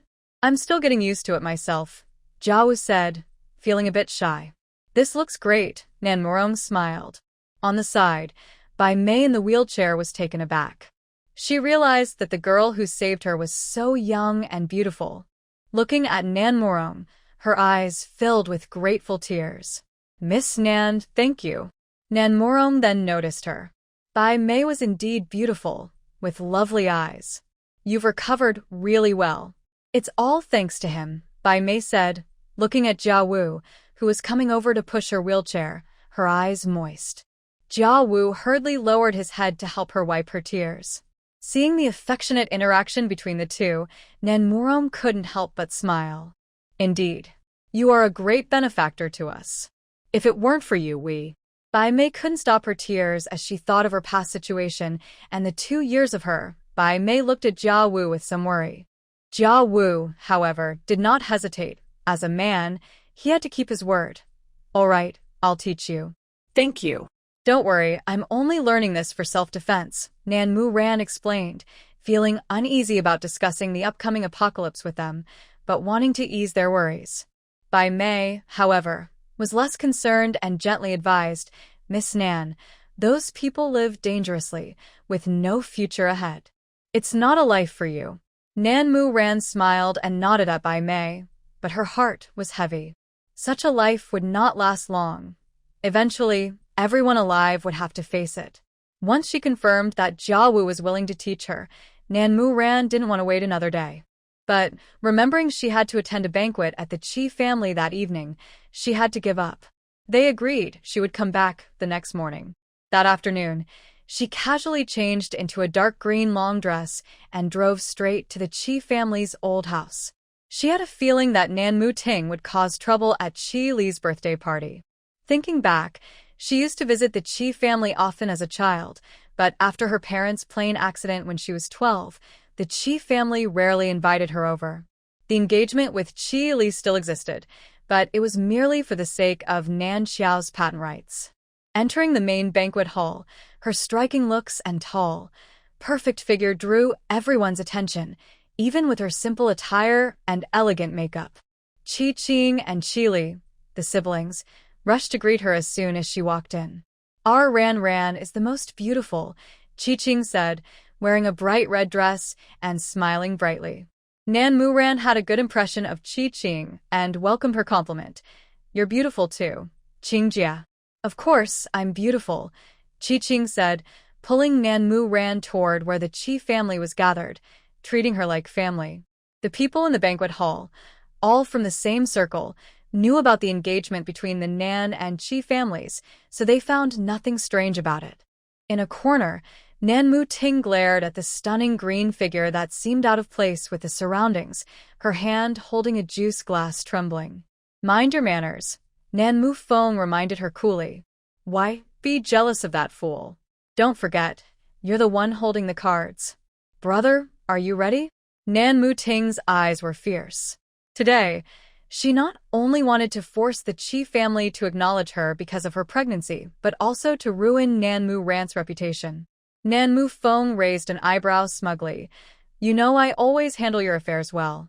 Tell the media to rush in without hesitation. Set up cameras and double the pay, Nan Mu Ting said, her poisonous gaze fixed on Nan Mu Ran. After receiving a positive response from Nan Mu Feng, Nan Mu Ting adjusted her smile and walked over with 2 glasses of fruit wine toward Nan Mu Ran. Ran Ran, let's have a drink together. Qi Qing scoffed, immediately mocking. Who needs you to greet people here? Don't forget who the host is. Nan Mu Ran gently tugged at Qi Qing. With a subtle shift of her mental energy, the 2 glasses of wine in Nan Mu Ting's hands swapped contents. Once she confirmed the drinks were switched, Nan Mu Ran reached out to take one. Okay. Nan Mu Ting smiled with delight as they clinked glasses and drank it all. Qing Jia, my grandmother is over there. Ran Ran has been busy lately and hasn't been home much. Grandma misses her, Nan Mu Ting said, using the Nan family matriarch as a cover. Nan Mu Ran understood her intentions and played along, walking with her to a corner at the back of the banquet hall. Weren't you going to find Grandma? She said, feigning confusion. Nan Mu Ting seemed to just realize. Don't you like peace and quiet? I made an excuse to bring you here. Suddenly, Nan Mu Ting felt something was off. Her head grew heavy and dizzy, and her body started to weaken before she collapsed. Tired? Then you can rest here for a bit before your planned show, Nan Mu Ran said slowly, standing up to return to the banquet hall. She scanned the room. The Nan family matriarch and the Nan Ping couple were present, but Nan Mu Feng was missing. It seemed he was behind this, having slipped away. Not long after Nan Mu Ran left, a man came over and picked up the unconscious Nan Mu Ting, carrying her toward the guest room behind the Qi family house. As everyone gathered at the center of the banquet to cut the cake, the media's phones suddenly received a message. There were scandalous news about the Nan family miscoming from the Qi family's guest room. The media exchanged glances, knowing this was the Qi family's old house, and even if there was big news, they had to consider the family's stance. But some unscrupulous media, driven by money, set up cameras and rushed toward the guest room, planning a live broadcast. Before anyone could react, screams echoed from the guest room not far behind. The Nan family miss, Nan Mu Ting, was seen naked with a notorious playboy from the West City on live camera. Some viewers who were watching the live stream quickly recorded it. In an instant, the Qi family, the Nan family, and the Zhuang family became the talk of the town in West City. Nan Muting's exquisite, fair body soon appeared in various gossip magazines. Since the incident happened at the Qi family, they had to provide an explanation. The banquet was forced to stop, and everyone except the 3 involved families discreetly left. The Qi family was currently led by the matriarch, a proud and strong woman. With such chaos in the Qi family house, she wouldn't let it slide easily. Sure enough, within half an hour, the details of the incident were thoroughly investigated. Qi Qing, not seeing the troublemaker Nan Mufeng, angrily approached Nan Muting and slapped her. "You shameless person! How could you do this in my family's house?" "Was it you, Nan Muran? Was it you?" Nan Muting ignored the sting on her face, her gaze fixed on the calm Nan Muran. Nan Muran looked at her, her tone calm. "What did I do? Did I arrange a meeting with young Master Zhuang, pay the media for a live broadcast, or slip something in your drink? Did you ruin me?" Nan Muting shouted, not understanding why she ended up drinking that wine, but she was sure it was related to Nan Muran. The contrast between Nan Muran's graceful demeanor and Nan Muting's frantic rage was striking. With a sigh, Nan Muran said sadly, "This outcome is just a result of your own making." "You little wretch, what are you saying?" The Nan family's aunt rushed forward, ready to hit Nan Muran. Qi Li, who had a grim expression, quickly pulled Nan Muran back, shielding her behind him. Realizing the situation, Qi Qing slapped Aunt Nan. "Do you think our Qi family is dead? You created this mess and still dare to act so arrogantly." Aunt Nan was stunned by the slap, losing her composure, and shouted sharply, "Qi Li, I am your future mother-in-law. How dare you treat me like this? Are you out of your mind? Even if Aunt Xiao has passed, you have no right to act like this. You're shameless," Qi Qing retorted. Qi Li looked at Aunt Nan with a cold gaze, wishing he could kill her. "I'll tell you, Ting Ting is carrying Qi Li's child, the first grandson of your Qi family." Aunt Nan's voice suddenly rose, shocking everyone from the Zhuang family standing nearby. The young master of the Zhuang family glanced at Qi Li, his disdain evident. This was worse than his own open affairs. A stir was created. The entire Qi family was stunned, with only Qi Qing looking confused. "You're talking nonsense. Qi Li, Qinger, be quiet," interrupted the usually silent matriarch of the Qi family. Qi Li immediately turned to see Nan Morong's reaction. Nan Morong smiled and looked at everyone in the hall, mocking, "It seems everyone here, except me and Sister Qing, already knows. Since you all know, let's make it clear today. From this day forward, I, Nan Morong, and Qi Li have completely severed our relationship. We will marry others." Without waiting for a response, she turned to leave. The young master of the Zhuang family's eyes lit up. This girl had guts. "Morong, don't go," the matriarch of the Qi family called out. "Morong." Qi Li also blocked her way. Nan Morong turned back helplessly, looking directly at the matriarch, the one with the most authority in the hall, intending to speak only to her. "Morong, you're still young and don't understand. Men can be confused, but they know where their heart should be," the usually high-handed matriarch said gently. Nan Morong sneered internally, but kept her expression calm. "So, does this mean our family's engagement continues? You can state any conditions. We of the Qi family will not refuse," the matriarch replied, seeing Nan Morong's tone soften. She regarded her with a bit more respect, realizing the girl was clever.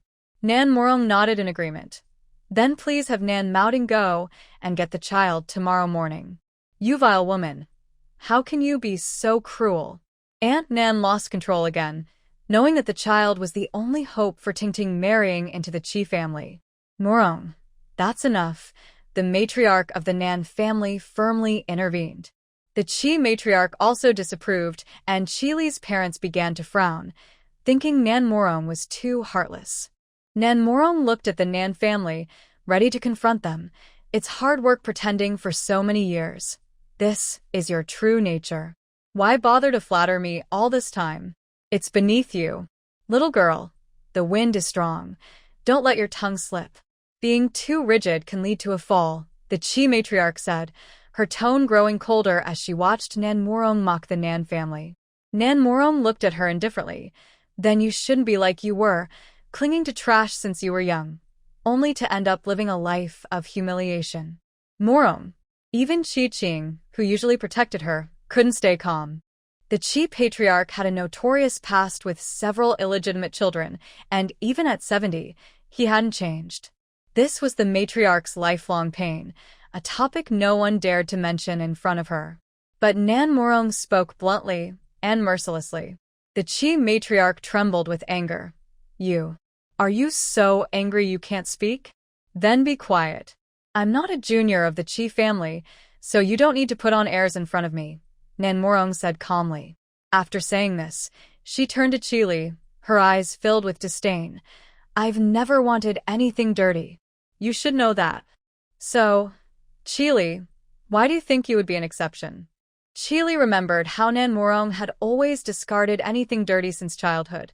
Old toys, clothes, dolls, and even as she grew up, jewelry, luxury goods, houses, and cars.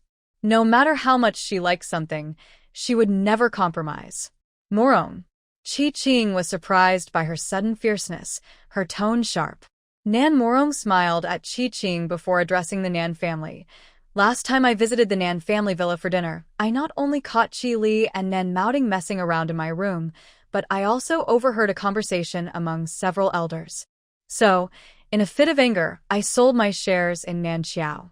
Sorry, everyone, but what your Nan family has been holding on to is now gone. What did you say? Aunt Nan exploded in anger, and the matriarch behind her fainted. Exactly what I mean. Nan Xiao is sold, and Shenghui belongs to me now. Everything that belonged to my parents has been returned, Nan Morong said calmly, watching the Nan family react. This time, no one stopped Aunt Nan from rushing at Nan Morong. However, unexpectedly, the seemingly gentle Nan Morong stepped back and swiftly slapped Aunt Nan hard. With all her strength, she knocked the tall Aunt Nan to the ground. Everyone was stunned. Was this really the soft-spoken Nan Morong? She was fierce. The young master of the Zhuang family looked at her with starry eyes. She was definitely his idol. I've tolerated you profiting from Nan Xiao all these years, but it seems you've forgotten who the real master is. Nan Ping, if you want to avoid spending the rest of your life in prison, behave yourself, Nan Morong said, looking at Nan Ping as if he were trash. She stood up, casually took a disposable wet towel from the table, wiped her reddened right hand, and tossed it aside. All right, let's end it here for today. Goodbye, everyone. With an elegant nod, she decisively turned to leave, and it took a long time for everyone in the hall to regain their senses. Even though the Chi family tried to suppress the news, many media outlets quickly caught wind of the story. The unscrupulous media that Nan Maoding found were eager to exploit the situation and shared the news online immediately. At Guofei's home, his wife Lin Jiejie stumbled upon a post about the incident while feeding their son in the middle of the night. Guofei, wake up. Morong is in trouble. Lin Jiejie urgently shook her husband. Guofei, who had just fallen asleep and was still a bit groggy, suddenly woke up at the mention of Nan Morong. Look at this post. Lin Jiejie handed him her phone.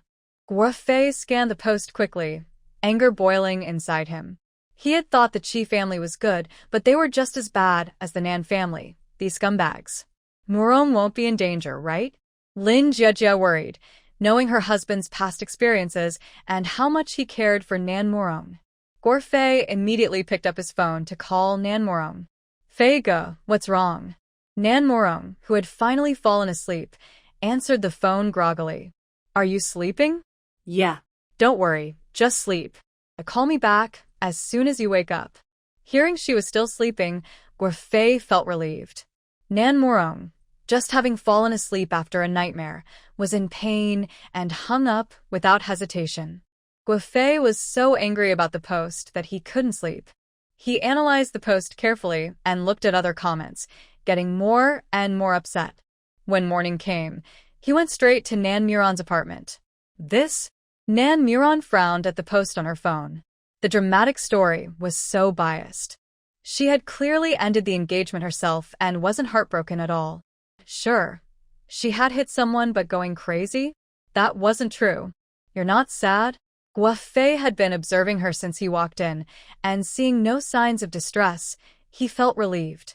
Nan Muron told him about what happened at the Nan family last time, wrinkling her nose in disgust as she said, "Dirty things shouldn't be kept." Guofei smiled, realizing why she seemed to have matured so quickly. "You're right. Our Ran is so beautiful. That trash Chi doesn't deserve you." "You're right, Brother Fei. By the way, how are Sister Jejia and Dudu?" Nan Muron quickly changed the subject. Talking about his wife and child softened Guofei's expression. After chatting for a while, he left for work. Nan Muron took Tank and headed straight for the villa in the hills. When Jia Wu saw Tank, he was clearly surprised. It looks like a military dog. My dad had someone buy it. It's a descendant of military dogs, but it was eliminated from the army because it was weak as a puppy, Nan Muron explained honestly. After patting Tank on the head, Jia Wu settled it next to Bai Mei, and they began their first lesson.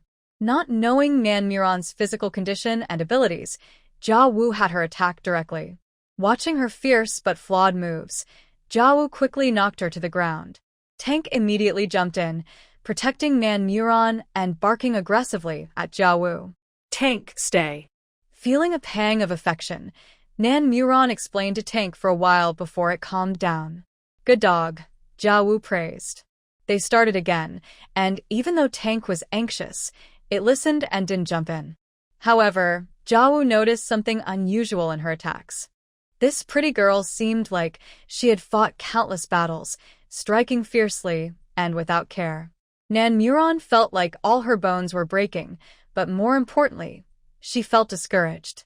In front of a true expert, her skills couldn't even match one move. It seemed she had been lucky in her past life during the apocalypse, or maybe there just weren't many top experts in this world. Bai Mei was also shocked by Jia Wu's strictness. Seeing Nan Muron's pained expression, she couldn't help but call out Miss Nan. Nan Muron didn't let the pain get to her. She quickly got back up and looked at Jia Wu again. Jia Wu nodded, ready to continue. Throughout the morning, Nan Muron either acted tough like a child in front of an adult or got knocked down with one move. Even with mats laid out, her fair skin was still covered in bruises, making onlookers gasp.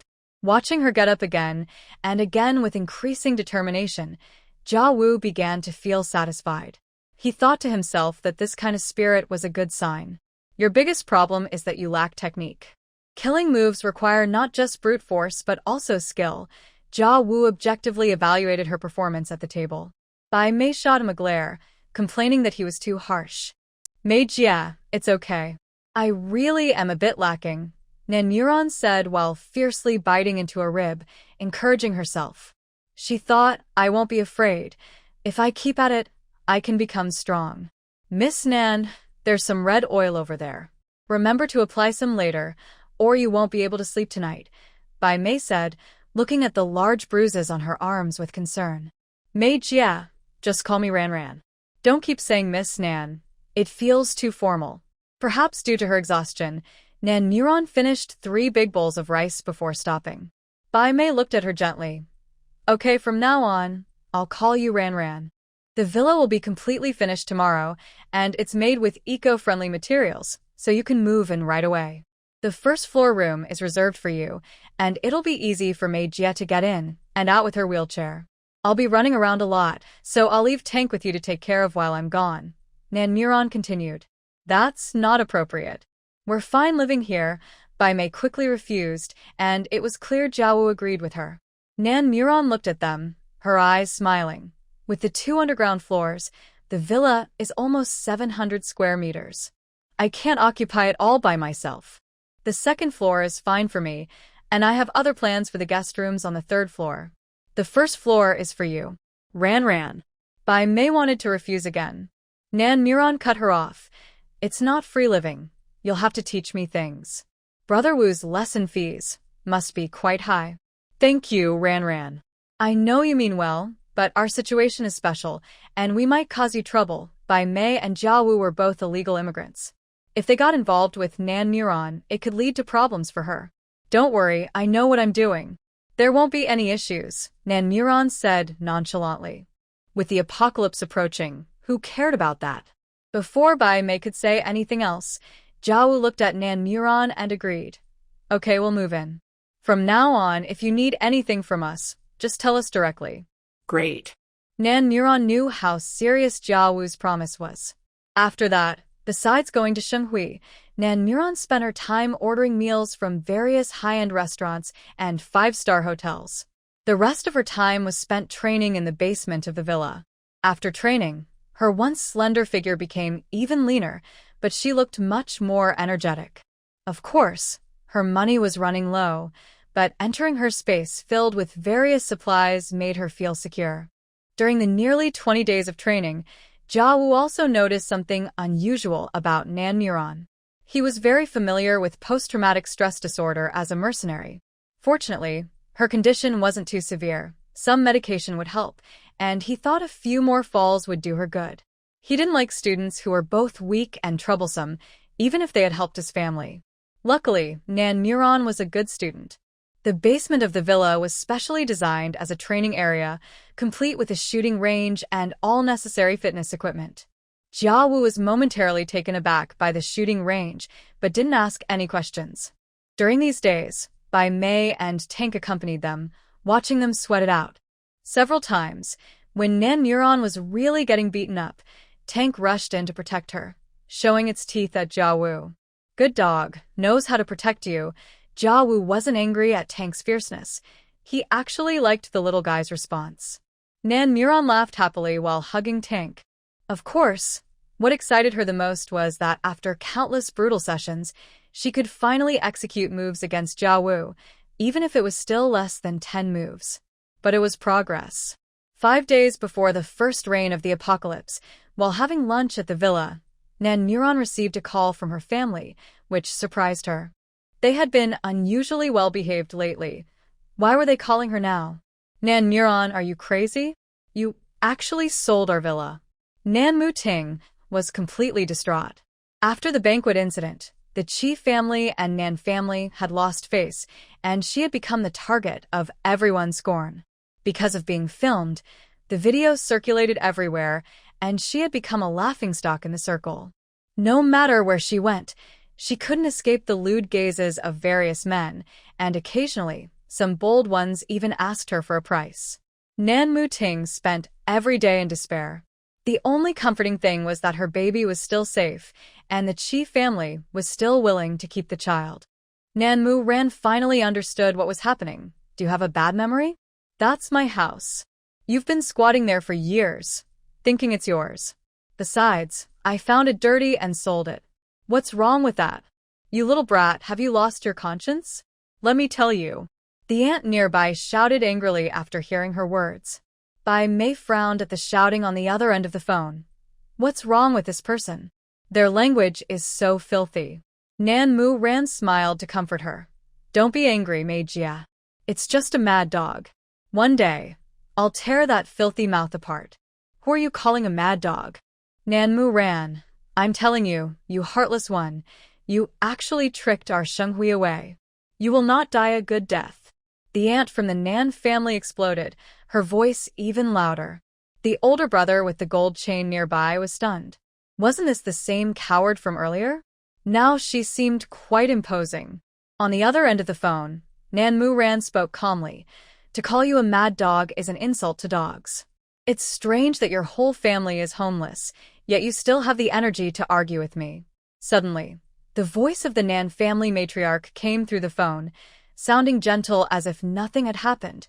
Ran, it's Grandma. Please come back quickly and tell these people that we won't sell the house, okay? Nan matriarch, have you been pretending to be kind for too long? Can't you take off the mask? Or did you just peel off the skin from one side of your face and stick it on the other?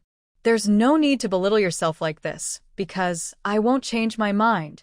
Nan Muran's tone was firm. Nan Muting was the first to react to Nan Muran's words. Grandma is calling you shameless. The older brother with the gold chain and his gang nearly laughed.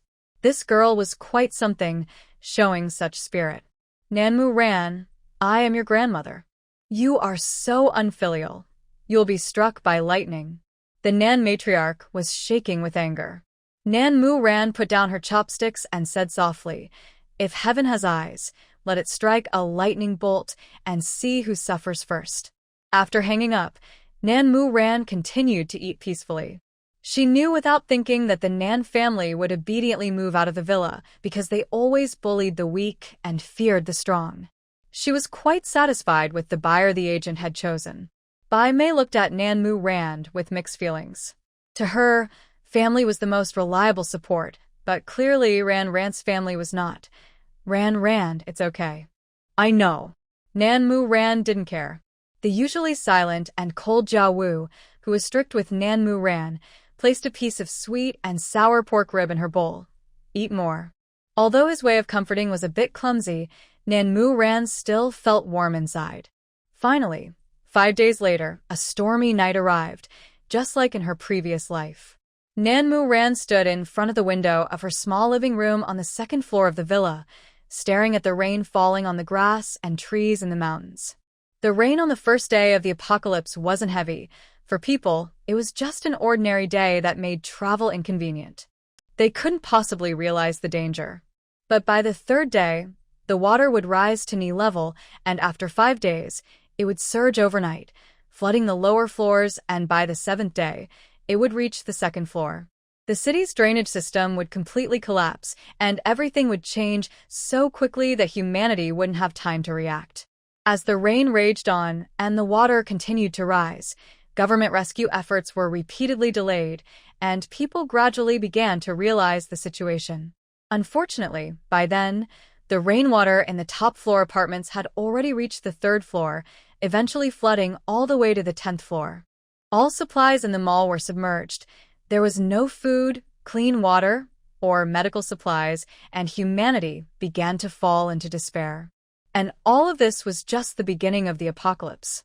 After 2 months of continuous rain, acid rain would soon follow.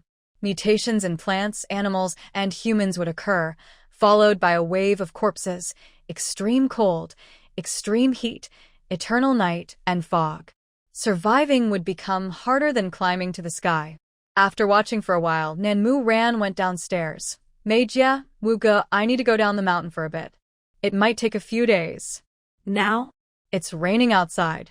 Bai Mei looked at her with some concern. It's fine, the rain isn't heavy. I'll stay in the top-floor apartment tonight and come back in a few days. Nanmu Ran replied with a smile. Then, be careful.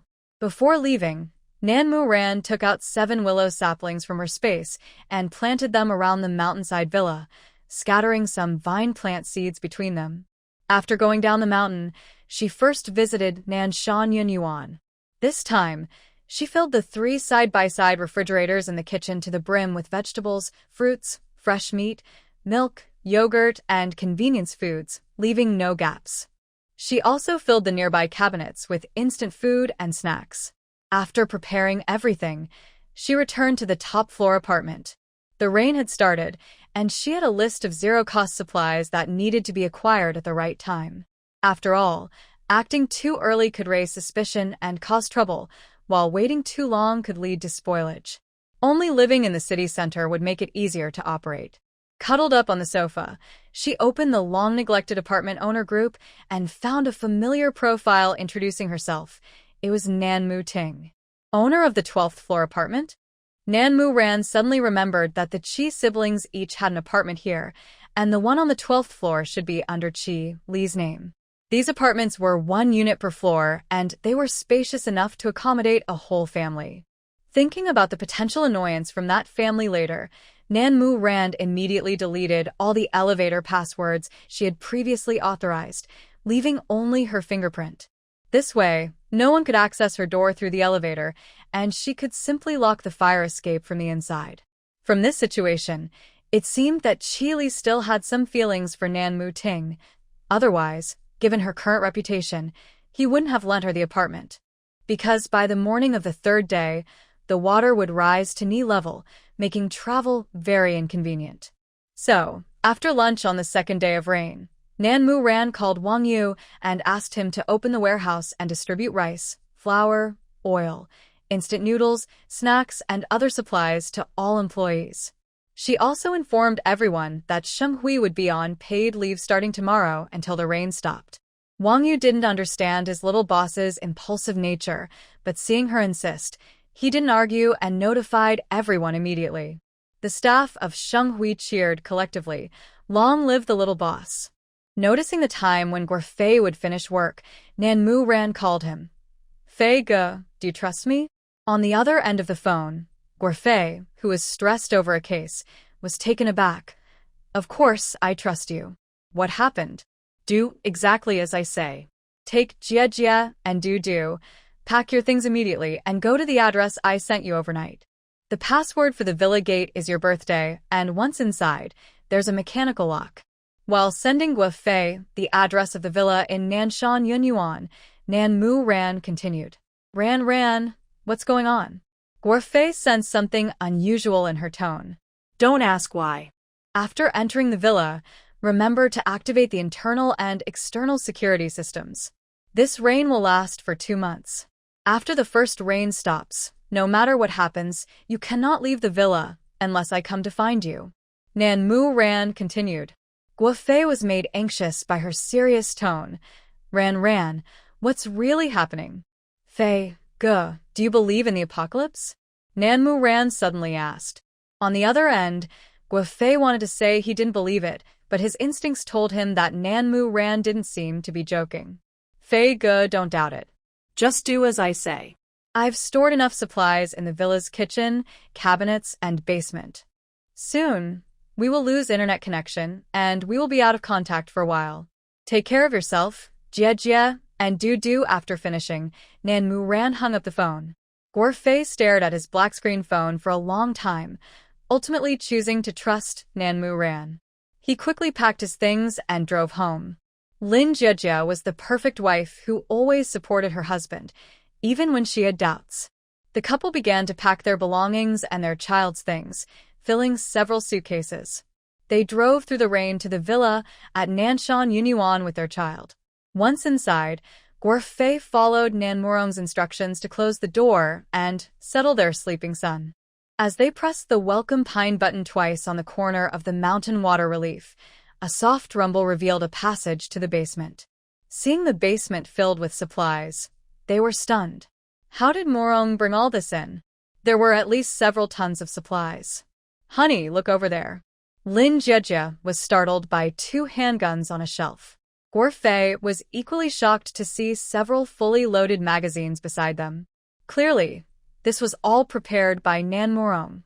Thinking about the apocalypse she mentioned, Guofei couldn't help but ponder deeply. As a lawyer, he understood the darker side of human nature better than most. He knew that if an apocalypse truly came, surviving the disasters would only be the first step. The ensuing human suffering would be the most terrifying part. Meanwhile, Nanmurong took advantage of the moonlight to act. Her goal was to gather the 7 supermarkets under Shenghui into her space. She couldn't move other items on her list today since the water would only rise to knee level tomorrow and the city wouldn't be paralyzed. People would still go to work as usual. If things went missing, they might call the police, which was why she gave all Shenghui employees a day off. Once inside the supermarket, she only collected items that couldn't be submerged or stored for long. Morong, why aren't you back yet? The rain is getting heavier, and it's unsafe outside, Bai Mei said anxiously on the phone. Nanmurong smiled warmly. Don't worry, Mei Jie. I'm at the apartment, and will be busy for about 5 days. I'll be back once I'm done. Stay safe and take care of yourself, Bai Mei urged. After hanging up, Nanmurong heard a faint sound from the corner. Cautiously, she listened and realized it sounded like a small animal. She turned on her flashlight and followed the sound. In a corner of the alley behind the supermarket, she found a small, gray kitten shivering in a pile of garbage. It looked to be about a month old. If she left it there, it would likely be dead by morning. Thinking quickly, Nanmurong picked up the little creature, which struggled in her hands. Don't be scared, little one. I'll take you home. She gently petted its head to calm it down. Seeing the mewing kitten melted her heart. Fine, She would keep it. Perhaps it was fate that they met before the apocalypse. The kitten seemed to relax in her warmth. Once in the car, Nanmurong took out a fluffy blue dog bed from her space and dried the kitten with a towel to prevent it from getting sick. A small kitten could easily fall ill from a cold. After returning to the apartment, she prepared some milk and food for the little one. Watching it eat hungrily, she couldn't resist poking its round belly, finding it irresistibly cute.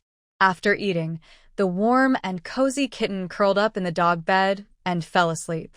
Since she didn't have cat litter, Nanmurong laid down some pet pads in the bed. On the morning of the third day of rain, the water began to rise. Worried, Wang Yu called Nanmurong to say he would send someone to check the supermarket, but she stopped him. After hanging up, she contacted the supplier from whom she bought dog food, asking for cat litter, cat food, and some kitten toys.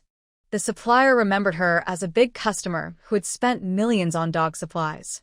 Even though the rain was knee-deep, they quickly accepted the order. They agreed to deliver 5,000 pounds of cat food, 20,000 pounds of cat litter, and many toys to Shenghui's warehouse that afternoon. After transferring 300,000, she had less than 10,000 left in her account. Although her money was gone, she felt more at ease. While napping on the couch, Nanmurong was awakened by the soft touch of the kitten. Recently, she had been sleeping better, with fewer nightmares.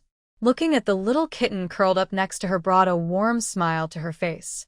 The little one was impressive, having run all the way from the balcony to find her. She poked its still round belly, thinking how adorable it was. Glancing outside at the knee-deep water and the people wading through it, she opened her social media to see what others were saying. Sure enough, people were already analyzing the unusual rain. Due to the country's vast size, weather forecasts were usually regional. Even in her city, there were often discrepancies between the north and south. But this time, the rain was nationwide, affecting everyone at once. After a blogger's post, someone studying abroad replied that it was also raining heavily where they were.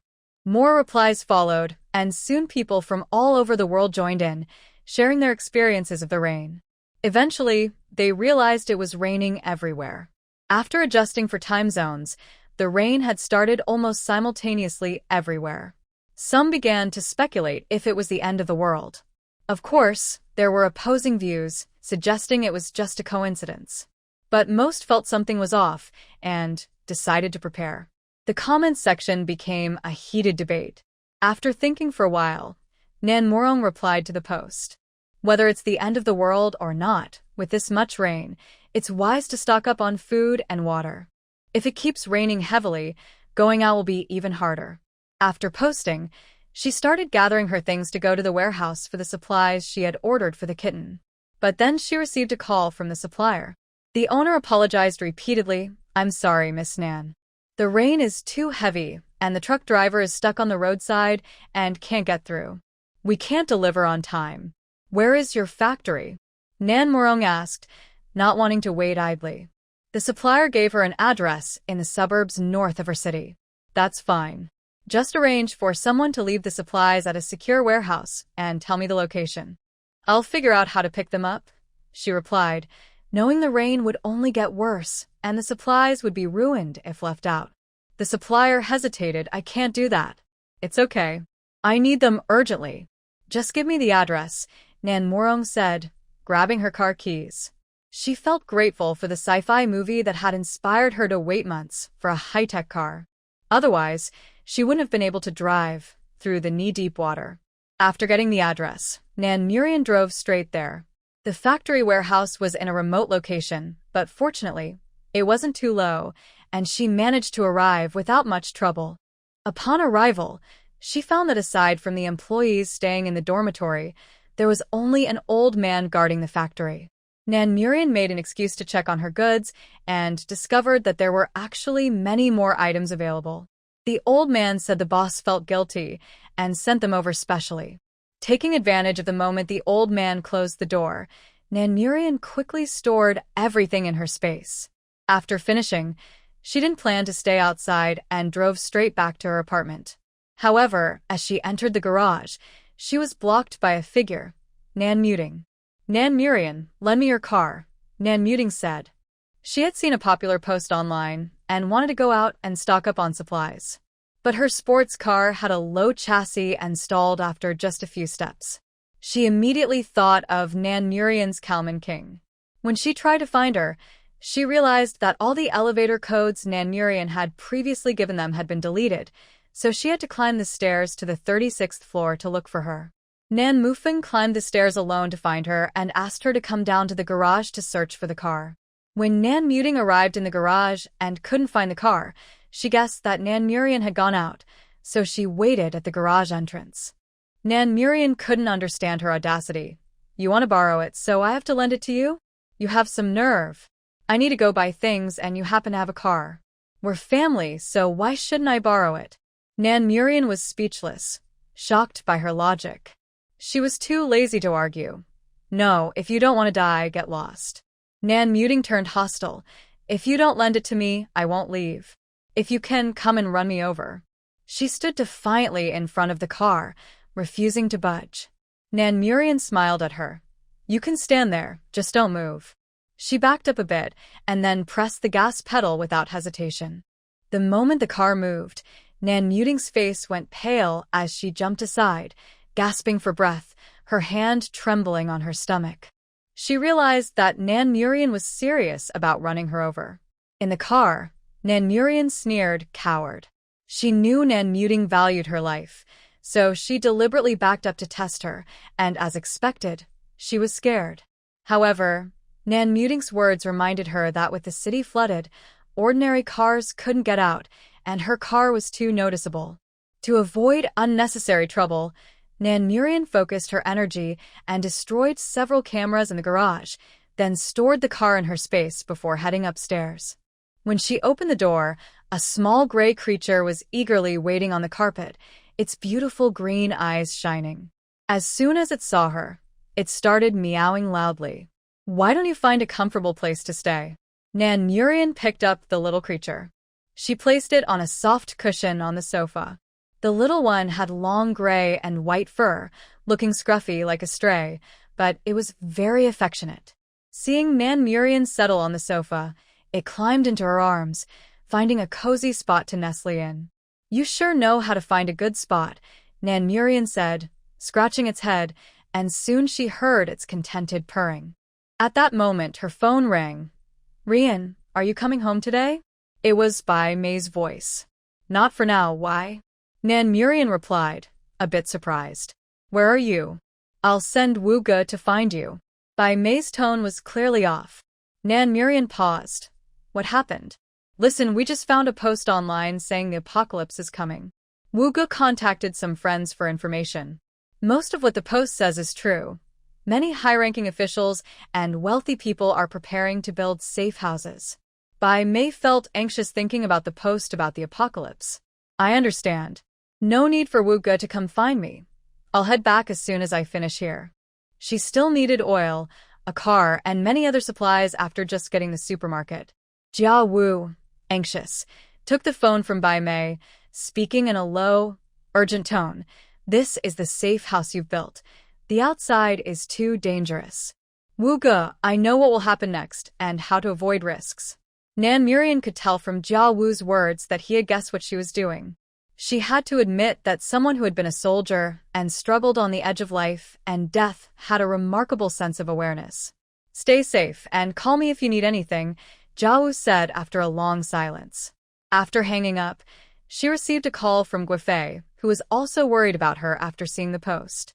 Don't worry, Fei Ge, I'm not in danger. The population in Nanshan Yungarden is low, so the risks are much less. Plus, a military base will be established there later. You can wait there safely. Nan Murian reminded Guifei after thinking it over. She had chosen Nanshan Yungarden because shortly after the zombie tide began, the military established a safe base there. She didn't know what challenges she would face in the future. As for Guifei and Lin Jiejie, they had a newborn baby, Dudu. Every action she took was a matter of life and death. Keeping them in the safest base in Huagua was the best choice. Guifei was silent for a long time, not asking how she knew these things, but he gently reminded her. Rian, make sure to take care of yourself. If it gets too dangerous, just come home. We're all here. Okay. On the fourth night of the apocalypse, the rain outside intensified. By 1 a.m., the water had risen to waist level, and the city's drainage system had completely collapsed. By the morning of the fifth day, the water would overflow the first floor of the apartment, and lower areas would be directly flooded up to the third floor. The entire city was in a standstill, and everyone inside began to struggle for survival. Nan Murian knew that the opportunity for zero-cost shopping she had been waiting for had arrived. Once again, she left the apartment building under the cover of night. Many neighborhoods had rainwater flooding into their rooms, and numerous ground-floor residents turned on their lights upon realizing it. In the dark, stormy night, the howling wind and rain mixed with curses filled the air. Nan Murian waded through the water to the street and, in a hidden spot, took out a jet ski from her space. The jet ski was loud, but the sound of the rain was louder, so she didn't have to worry about being heard. Her first stop was the ongoing Asian auto show. The business vehicles on the first floor had all been submerged. Waterlogged cars could be dangerous, so she avoided them. Instead, she went straight to the second floor to find the showstopper, the Predator, known as the most unstoppable vehicle. She had been eyeing it in magazines for a long time. After securing the Predator, she also spotted a Hummer H1 Black Panther nearby and didn't let it go. She also picked 3 regular off-road vehicles to store. Looking at the endless rows of cars, she felt a twinge of regret but knew there was no choice. After that, she headed to the RV section on the third floor, making sure to grab top-tier models like the Mercedes Arox and Earth Wanderer, along with a couple of smaller RVs. She violently broke into the safe storing the keys for the cars she selected and took them before exiting the auto show building. Next, she pulled out her phone and navigated to the nearest gas station based on her previous notes. Once she found a gas station, her little helper quickly located a spot with soil, digging down to find the buried oil tank. Then it expanded its body, cracking the soil and concrete above. Nan Murian reached down to grab the oil tank and stored it in her space. They visited 6 nearby gas stations in total. Since the gas stations in the city center had large supplies, they managed to collect nearly 450,000 liters of fuel.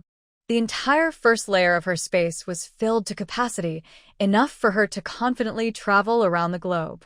The oil tank was 10 meters high, and the space managed to fit it in smoothly, giving Nan Murian a new understanding of her space's capabilities. It wasn't limited to the 5 or 6 meters she had imagined, but rather an unmeasurable height. This meant she could safely store more supplies in the future, stacking them up without worry. After collecting the essentials, Nan Murian headed to the nearest high-end shopping mall. She wasn't interested in other items, but high-end skincare products were definitely necessary. She almost collected them floor by floor, and when she saw some favorite brands of lingerie, sleepwear, and casual wear, she added those to her collection as well. As for various fashion items, bags, and accessories, they weren't really useful. But when she reached the watch counter, she on the 12th floor of the apartment, the Nan family anxiously watched the rain pouring down outside. After being driven out of their villa by a group of rough men, they had planned to stay in their old house. Unfortunately, after living a comfortable life, they found it hard to go back. After just 2 days, they complained about the small space and poor quality of the furniture and soundproofing. Finally, unable to bear it any longer, Nan Murian sought help from Chi Li and his family. Relying on her pregnancy, she managed to move into this top-tier apartment, but just as they were settling in, the rain hit. For the first few days, the family survived on takeout, but when they woke up to find that no delivery drivers were available, they realized they hadn't prepared any food. All they had were some leftover bread and instant noodles from Chile. When they saw posts about the apocalypse, they felt uneasy and decided to go out to stock up on supplies, only to find that the water outside had risen to their calves. Even business vans and regular SUVs were stalling in the water, and cars were stranded everywhere on the streets. It's all Nan Murian's fault for not lending us her car. Look how fast the water has risen. We have nothing to eat. Nan Murian complained, pressing her empty stomach. But you said Nan Murian went out driving. She must have food with her. Plus, she has Shenghui, Nan Mufeng suddenly said. Nan muting shot her brother an annoyed look. She wouldn't lend us her car. Do you really think she'll share her food? Nan Ping suggested. Why not ask in the apartment owners group if anyone has extra food to sell? Good idea, agreed Aunt Nan. Soon, someone in the group responded to their plea for help. It was a well-known food blogger who often received samples from brands for work and had a whole room full of supplies. Once the blogger's message was posted, the group became lively. The residents of the apartment, who were all well off, were generous in their offers. The blogger was also eager to take advantage of the situation, pricing her items very high, some even 7 or 8 times their usual cost. Are you crazy? You're selling synthetic steak at the price of top-grade beef? Someone in the group complained about her prices. No need for the influencer to explain. Soon someone spoke up. She's not forcing anyone to buy. If you don't want it, don't buy it. Exactly. We're not short on money. We're short on food. There should still be supermarkets open. Why don't we go out and buy some supplies while we can? Supermarkets are essential, and the government wouldn't close them all to avoid causing panic. At this point, it was still possible to buy many things outside. Unfortunately, the most valuable advice in the group was met with ridicule from others. She's just trying to help us, and you complain about the prices? How did someone like you end up living in this apartment? Nan Muting joined in the mockery, feeling superior. The food blogger, who also looked down on others, flattered Nan Muting and generously gave the Nan family several items. Nan Morong, who had been sleeping until noon, took out several types of Hong Kong-style dim sum from her space.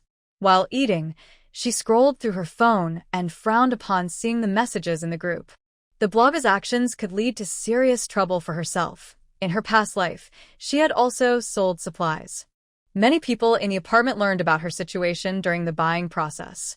As time passed and food became scarce, she became a target for robbery. That time, she not only lost her supplies but was also humiliated by the security team.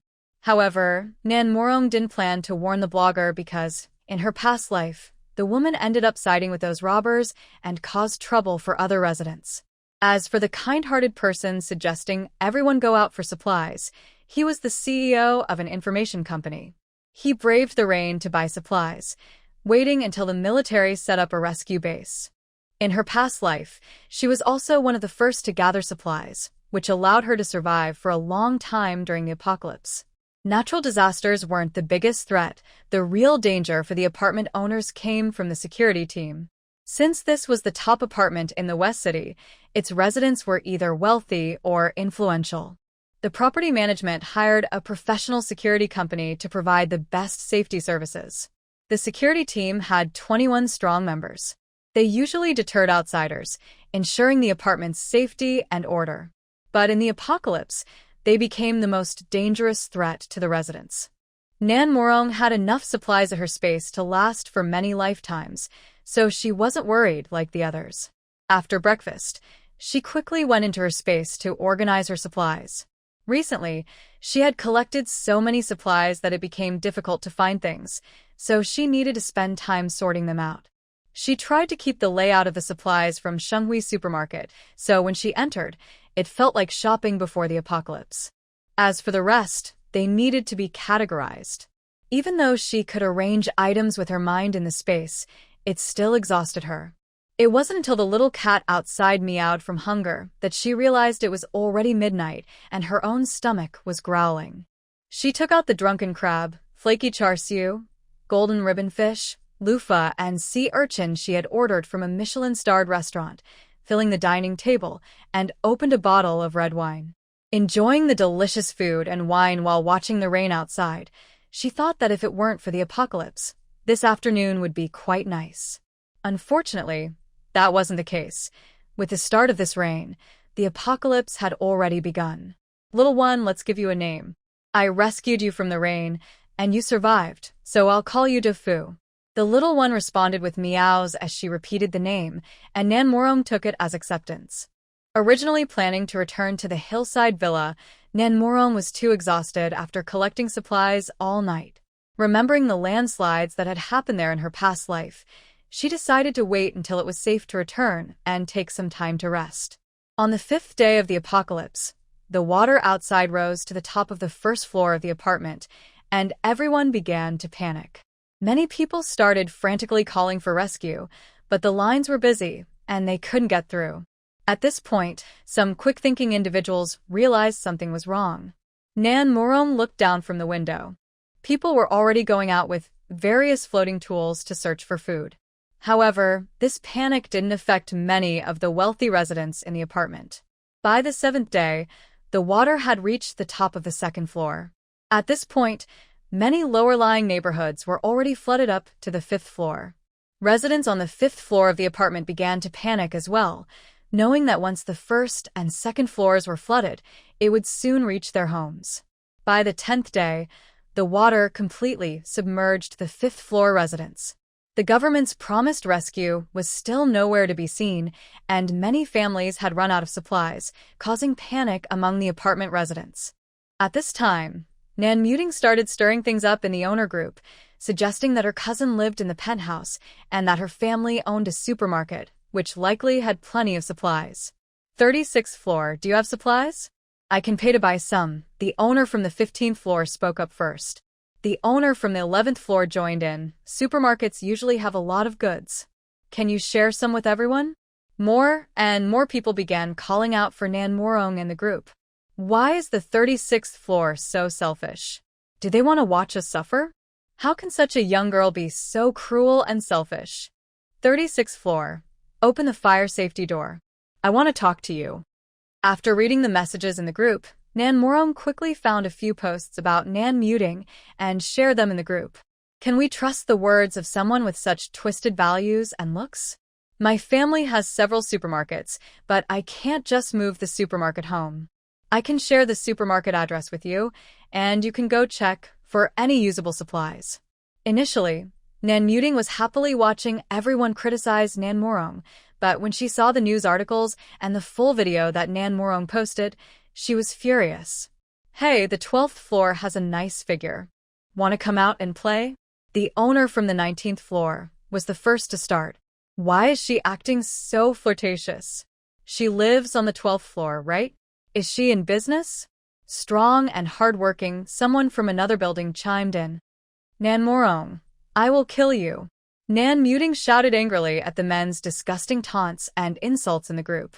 I'll go find her, Nan's aunt said, unable to calm down after seeing her daughter's distress. Old lady Nan coldly looked at her. Sit down and be quiet. Are you not embarrassed enough? Nan Morong was quite satisfied with the group's reaction. That night, the water level outside rose again, and the security team began to use the excuse of finding a place for the residents on the 5th floor to start their rounds. They split into small teams and entered each apartment building, moving through the fire escape to knock on every door. After some unknown conversation, some owners in the group began to express their gratitude. Some even shouted that unity is strength, and together they could overcome this hardship. But Nan Morong knew very well that the security team was using a seemingly reasonable excuse to investigate the situation of every household. Once this first step was completed, they would quickly approach the weaker residents when needed. Many were wary, so several households refused to open the door, including the head of the information company. Since Nan Morong had locked the fire safety door with chains from the inside, and the elevator security had no authority to come up, the security team could only knock on the safety door. Inside, Nan Morong was playing with Defu and ignored the knocking outside. The security team leader knocked for a long time without any response and, unable to force the door open at that moment, felt extremely frustrated after encountering several such situations. Captain, I know what's going on with the top floor, said a young security guard, excited and gossiping. What's going on? The owner of the penthouse is Miss Nan from the Nan family, the one from Nan Xiao Group. Her name is Nan Morong, and she's stunningly beautiful and very wealthy. This penthouse is over 200 square meters, and she lives alone, the young guard explained, clearly familiar with Nan Morong's situation since he had watched her on the elevator cameras during his shifts. Nan Morong, with Xiao Lu's help, heard everything clearly but didn't care. If the security team wanted to cause her trouble, she wanted to use these people to establish her authority. She had no intention of completely leaving the apartment until those from the Nan family and a few enemies from her past were dealt with. After a round of inquiries, the fifth-floor residents were arranged to temporarily stay in an empty apartment on the 21st floor with a security team and a few property staff. The 21st floor had no residents, the property management had keys, and since the apartment was fully furnished, it was livable. Sitting on the sofa, Nan Murom thought about the 21 strong men in the security team and fell silent. She didn't want to expose Xiao Lu at this time. But relying solely on herself was manageable for one or two, but if they all came at her together, she wouldn't stand a chance. She took out her gun from her space and checked it, feeling a bit frustrated. At such a critical moment, her gun wasn't functioning well. Nan Morong was a practical person. Since she lacked skills, she decided to learn. After all, every household still had some leftover food, and before complete despair set in, everyone was still hoping for government rescue, so they wouldn't directly break the law to rob. And the security team definitely wouldn't dare to cause trouble before social order collapsed. But this situation wouldn't last long. In another 20 days, exactly 1 month into the apocalypse, the first person would starve to death in this apartment. And that death would crush the last bit of hope, driving the entire community into madness. The weak and beautiful women would be the first to be abused, and some would start selling their bodies for food. Men would fight fiercely over food, even to the point of murder. Stronger individuals would rise, becoming cruel and oppressive, their beastly instincts magnified until this place turned into a heck on earth. In her past life, she had almost been violated while searching for supplies, and if it weren't for a kind-hearted security guard who intervened at a critical moment, she would have ended up as a plaything. After that incident, she would rather starve than go out again. For over 2 months, she survived on rainwater and half a meal a day. Even though she nearly starved to death, it was still the best outcome. Using these days for intense training, she aimed to become strong enough to eliminate all those scum. But it was unrealistic to rely solely on herself. She needed to go back and find Jia Wu. Just as she had gathered supplies and recovered from her fatigue, it was time to return. She packed Da Fu into her backpack, put on a raincoat, and took some protective measures before heading out into the night. She wasn't worried about safety in the apartment. During the renovation, her obsession with crime dramas made her feel like danger was everywhere. So, she replaced all the doors and windows with the highest security levels and even installed a top-notch security system. Without a key, even a locksmith couldn't open the apartment door. As for the walls around the main entrance, ridiculous. The apartment was advertised as a century-old residence when sold. The sales staff claimed the walls were sturdy enough to withstand small explosions, ensuring a high safety factor. And a state-owned enterprise wouldn't lie. Otherwise, how could they justify the price of 130,000 per square meter, which was 7 to 8 times higher than the average price in the Western city? In her previous life, the quality of the apartment door and security system had played a significant role in keeping her safe from capture. When she reached the ground floor, the water had already risen halfway up the 6th floor. It seemed unoccupied, which was good, as it meant she wouldn't be watched. Nan Murom climbed out through the window of the 6th floor stairwell, getting half-soaked. The cold rain made her shiver. She took out a jet ski from her space, rode it, and headed straight for Nanshan. The foot of Nanshan had turned into a vast ocean, and the water level would rise even higher. However, Nanshan Yungarden and the villas nearby were chosen based on her previous experience, so there shouldn't be any major issues. The mountain roads were severely collapsed, and small landslides were still occurring. Thankfully, she hadn't returned during the large collapse days ago, or she would have been buried. In this situation, she had to abandon her vehicle and walk, which was still quite difficult. Navigating through the dark forest, Nan Murom unleashed her plant-based abilities, sensing the surrounding vitality without any fear. She opened the villa door and changed out of her soaked shoes in the living room. To her surprise, Jia Wu was dressed in a raincoat, clearly planning to go out. Bai Mei beside him looked pale, her eyes red from crying. Seeing her enter, they both sighed in relief and approached her. Ran, why didn't you answer your phone? Bai Mei asked anxiously, looking at her unharmed. The usually indifferent Jia Wu also showed concern. Nan Morong quickly took out her phone from her backpack and saw the missed calls. Sorry for worrying you. The rain was too loud on the way back, and I didn't hear it. You're fine, that's good. Since you're back, don't go out again, Bai Mei said, having seen many alarming news reports online over the past few days. The fact that such a stunning girl was out there made her very worried, especially seeing her now all wet. Nan Morong smiled, but didn't agree with her. Jia Wu, on the side, understood Nan Morong's intentions. If you want to go out, that's fine. But you must train until seeing Bai Mei on the wheelchair with red eyes from worry, and Jia Wu standing beside her looking clearly anxious. Nan Morong's heart paused for a moment. Having experienced the apocalypse, she understood Jia Wu's thoughts well. Perhaps for the first time in years, besides Guofei, someone genuinely cared for her and shed tears, softening her heart a little. After taking Da Fu out of her backpack, she noticed that the once cheerful tank was clearly in a bad mood. Nan Morong realized it was jealous, so she squatted down, wet and apologetic, to explain her encounter with Da Fu to Tank. Bai Mei watched her animatedly comforting Tank and felt relieved. Why don't you make her something to eat? Jia Wu suddenly suggested. Having known each other for some time, he understood that Nan Morong was a pampered girl who was picky and couldn't cook. After being out for over a week, she surely hadn't eaten well. Bai Mei looked at her husband in surprise. You actually care about Ran now.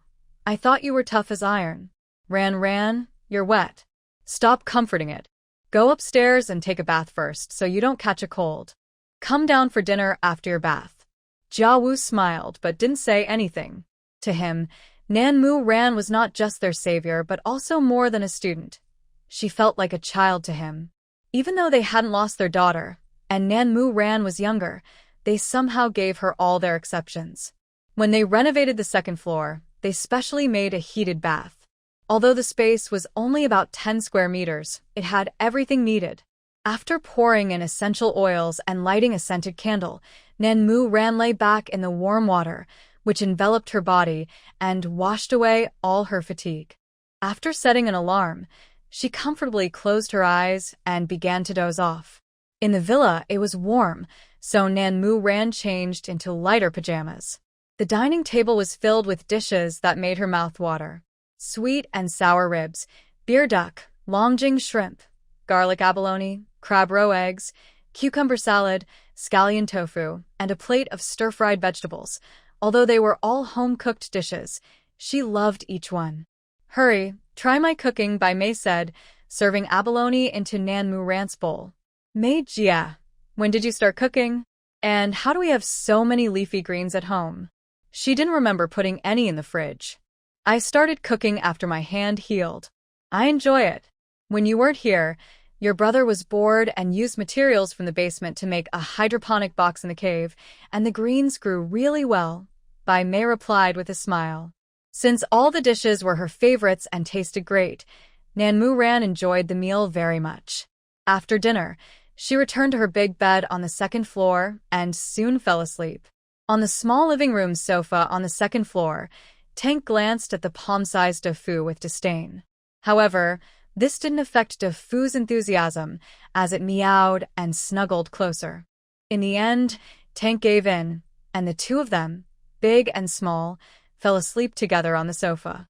Downstairs, Jia Wu was washing the dishes in the dishwasher while chatting with his wife. Honey, I feel like Ran has something on her mind, Bai Mei said, slightly frowning. Jia Wu nodded in agreement. She's someone who thinks ahead, so you don't need to worry too much. How can I not worry? If it weren't for Ran, I'd still be lying in bed waiting to die, and you'd be living a miserable life.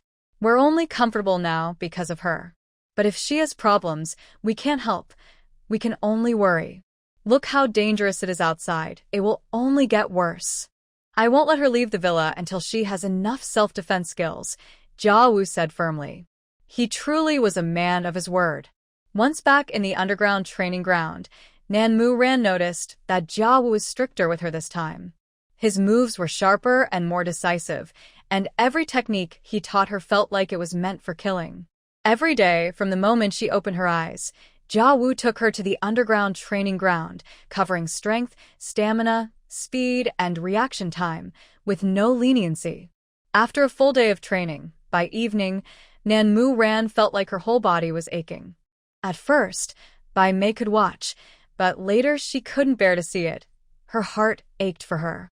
For a full 20 days, no matter how much Nan Mu Ran ate, she became increasingly lean due to the intense training. On this day, after exchanging over 50 moves with Jia Wu, she seized the opportunity when he was distracted and managed to throw him off for the first time. Did I do that? Nan Mu Ran looked at Jia Wu on the ground in disbelief. Good job, Jia Wu, usually stern, rarely praised her. Although Nan Mu Ran felt happy, she didn't let her guard down. That night, lying in bed and watching the increasingly fierce rain outside, she felt a sense of calm. By the timeline, the water in the apartment had already reached the 10th floor. Half a month into the apocalypse, just 5 days after she left, the security team began notifying homeowners that they would control supplies. They broke into several homes, and someone in the group said that the food blogger ended up as the security captain's lover, giving him supplies and even herself. Some called her an easy woman, while others expressed understanding. On the 20th day of the apocalypse, someone said that a male resident on the 5th floor living with the security team on the 21st floor had died, and the woman had gone completely insane. Everyone wasn't foolish. They could guess what had happened without needing to think too hard. But everyone was too busy with their own problems to step forward for justice. That was the last news about the apartment. Looking at the empty signal bars on her phone, Nan Mu Ran sighed. It seemed she needed to pass her assessment and get down the mountain quickly. The next day, when Jia Wu took Nan Mu Ran into the training ground as usual, they saw a row of various guns and matching magazines in the gun room. He didn't ask where they came from but picked up a Ruger 4 Malawian Quach's pistol. With your current strength, you need to learn these as support. If you use a gun well, your combat power can increase at least tenfold. Have you handled a gun before? Nan Mu Ran honestly replied, I've handled one at a civilian shooting range. Of course, she had also shot when buying a gun from a Russian, but she couldn't say that. To use a gun well, you first need to understand it, feel it, and even love it. Jia Wu began explaining the structure, characteristics, performance, and usage details of each gun. Only after Nan Mu Ran had a good understanding of firearms did Jia Wu take her to practice shooting. After explaining the shooting techniques, Jia Wu let her shoot freely. In the end, all 10 bullets hit the target, and Nan Mu Ran achieved an excellent score of 93 rings. Having experienced the apocalypse, Nan Mu Ran was not excited. She knew that this score in the shooting range did not truly represent her combat ability. Jia Wu was surprised. This level of skill came from a civilian shooting range, indicating that she had spent a lot of time practicing there. In the gun room, Nan Mu Ran had performed well in several rounds, so that afternoon, Jia Wu took her out of the villa. Due to the rain, during the first round of shooting at 25 meters, all 10 bullets missed the target. You can't hit anything at this distance. How will you have a chance against a skilled opponent? Jia Wu said sternly. Keep going, focus on the technique. Nan Mu Ran shot again, but her results were still disappointing. Jia Wu was not in a hurry. He repeatedly explained the techniques, teaching her how to judge wind speed and humidity's effects on the gun and bullets until she could hit the target even in the rain. In the following days, Nan Mu Ran practiced shooting in the mornings and learned to use a dagger for close combat in the afternoons. This close-quarters fighting style, with a short dagger, required high reflexes, speed, and skill, and it tested her mental toughness. For 35 days, Nan Mu Ran was completely cut off from the outside world, undergoing a transformation of both body and mind in her own space. Finally, Jia Wu agreed to let her leave the villa. Nan Mu Ran cheered with joy, but Bai Mei couldn't help but worry for her. She can easily handle 5 or 6 strong adult men now. If she uses a dagger and a gun, she can at least fight back. Jia Wu quietly reassured his wife. Bring Tank with you. I've trained him a lot these days, and he can help you if necessary, he said to Nan Mu Ran. Nan Mu Ran was taken aback. Train Tank? For over 30 days, from 6 in the morning until 10 at night, Jia Wu had been training her, leaving no time for Tank. "Brother Wu, have you not been sleeping well lately?" Nan Mu Ran felt a pang of sadness. It wasn't that she was strong, but that he was too exhausted. Tank has been working hard too. He now meets the standards of an excellent military dog and can do even better. "If you take him with you, we can feel more at ease," Jia Wu continued. Looking at the two of them, Nan Mu Ran couldn't refuse. But she needed to go down the mountain to deal with her enemies first. Before leaving, she filled all the refrigerators in the kitchen and left some supplies in the basement. Finally, she quickly grew the willow trees and vines she had planted earlier.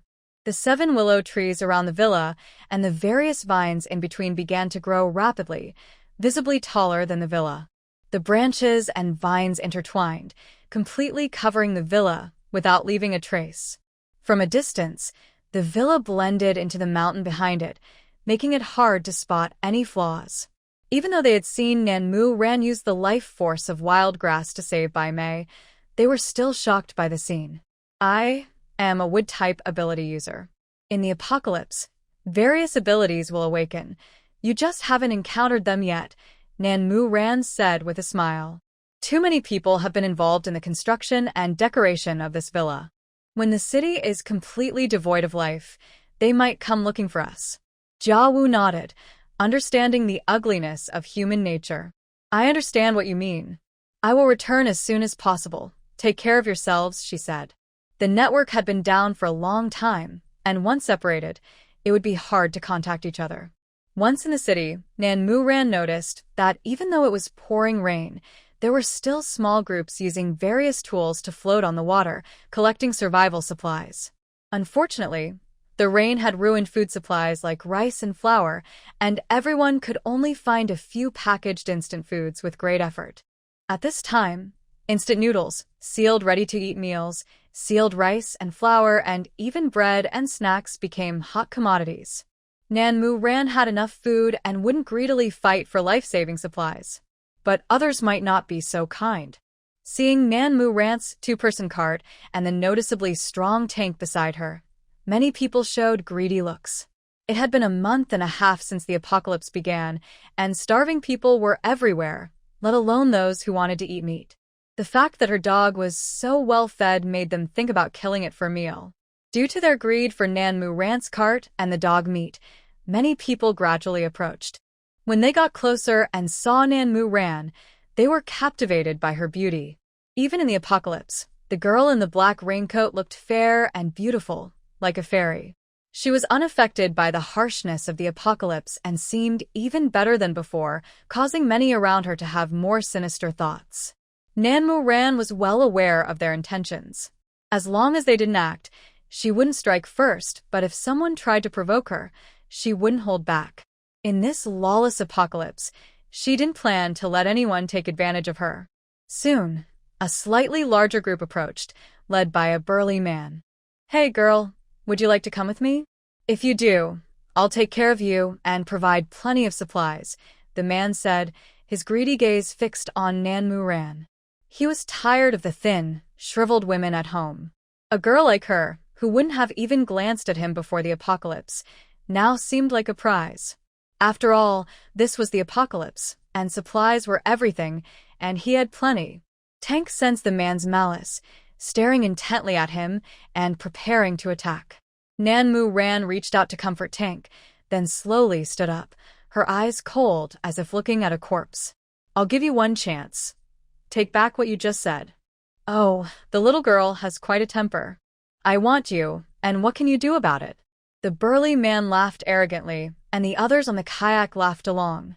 They didn't consider why, in such an apocalypse, she could maintain such a strong spirit and even take care of a dog. In the moment they were laughing, Nan Mu Ran suddenly produced a military dagger, leaped onto their kayak, and in an instant, slashed the leader's neck. Blood sprayed out. In a daze, the crowd watched as Nan Mu Ran calmly returned to her cart. Her ruthless action terrified everyone around her. The burly man, who had just been boasting, fell face first into the water, and the red blood spread on the surface, making everyone shudder. Nan Murian looked at the men on the boat with the burly man and asked, "He's dead. Are you going to take revenge for him?" Renovating. We just teamed up temporarily. We don't even know each other. We need to leave now. Don't kill me. The men in the kayak turned pale and started stuttering, trying to distance themselves from the man. Then hurry up and get lost. Nan Murian sat down, her tone cold. The group quickly tried to escape, only to find that their kayak was leaking. All 5 of them fell into the water, over 20 meters deep, and without knowing how to swim, they were doomed. Soon, 2 of them began to flail and cry for help, but no one in the crowd around them stepped forward to assist. Nan Murian coldly watched as the 2 were completely submerged, then turned and left without looking back. The people on the boat didn't understand why their kayak was leaking, but those who had been watching knew clearly. The little girl had punctured their kayak right after killing someone. Her speed was so fast that no one had time to react. In this apocalyptic world, those who survived were not fools. They understood that this seemingly harmless girl was someone they could not provoke. The crowd began to part, making way for Nan Murian. Tank sat on the kayak, his body straight and his head held high, clearly enjoying the attention. "Can't you be a bit more composed?" Nan Murian said, exasperated. The girl and the dog sped down to the apartment building. By now, the water had risen to the 10th floor of the building, and it hadn't risen for a whole week, bringing relief to everyone. Nan Murian took Tank and climbed through the window of the 11th floor fire escape. After a few steps, she heard a sharp voice from a middle-aged woman. "That old hag is still alive. She really has a strong will." It was her aunt's voice, and it was clear she was referring to the elderly matriarch of the Nan family. Nan Murian turned with Tank and entered the elevator area on the 12th floor. A sour, rotten smell hit her, nearly making her gag. The door to the 12th floor was wide open. In the corner of the elevator hall, a frail figure was curled up, barely alive. Upon seeing Nan Murian, the emaciated hand trembled as it reached out. "Rian." Rian. The elderly matriarch's eyes widened in excitement. "Save me, Grandma." Seeing Nan Murian standing still a short distance away, the old woman collapsed and struggled to crawl toward her. The family of 4 inside the room also came out. Looking at the 4 figures that had withered even more than before the apocalypse, Nan Murian couldn't help but sneer. In her past life, she had risked her life to search for supplies, and they hadn't lived so miserably. "Nan Murian, you're not dead," Nan Muting exclaimed, her voice high-pitched. Then she noticed Nan Murian's face, which was even more beautiful than before the apocalypse, with fair and rosy skin, and her jealousy grew wildly. Nan Murian glanced at them and replied flatly, "You're not dead either." "Rian." The elderly matriarch began to sob, as if mourning a family member. "Didn't you all claim to be filial sons and grandsons? Why treat the old lady like this?" Nan Murian's tone was mocking. Nan Mufeng glared at Nan Murian, his voice harsh. "You have no right to speak here."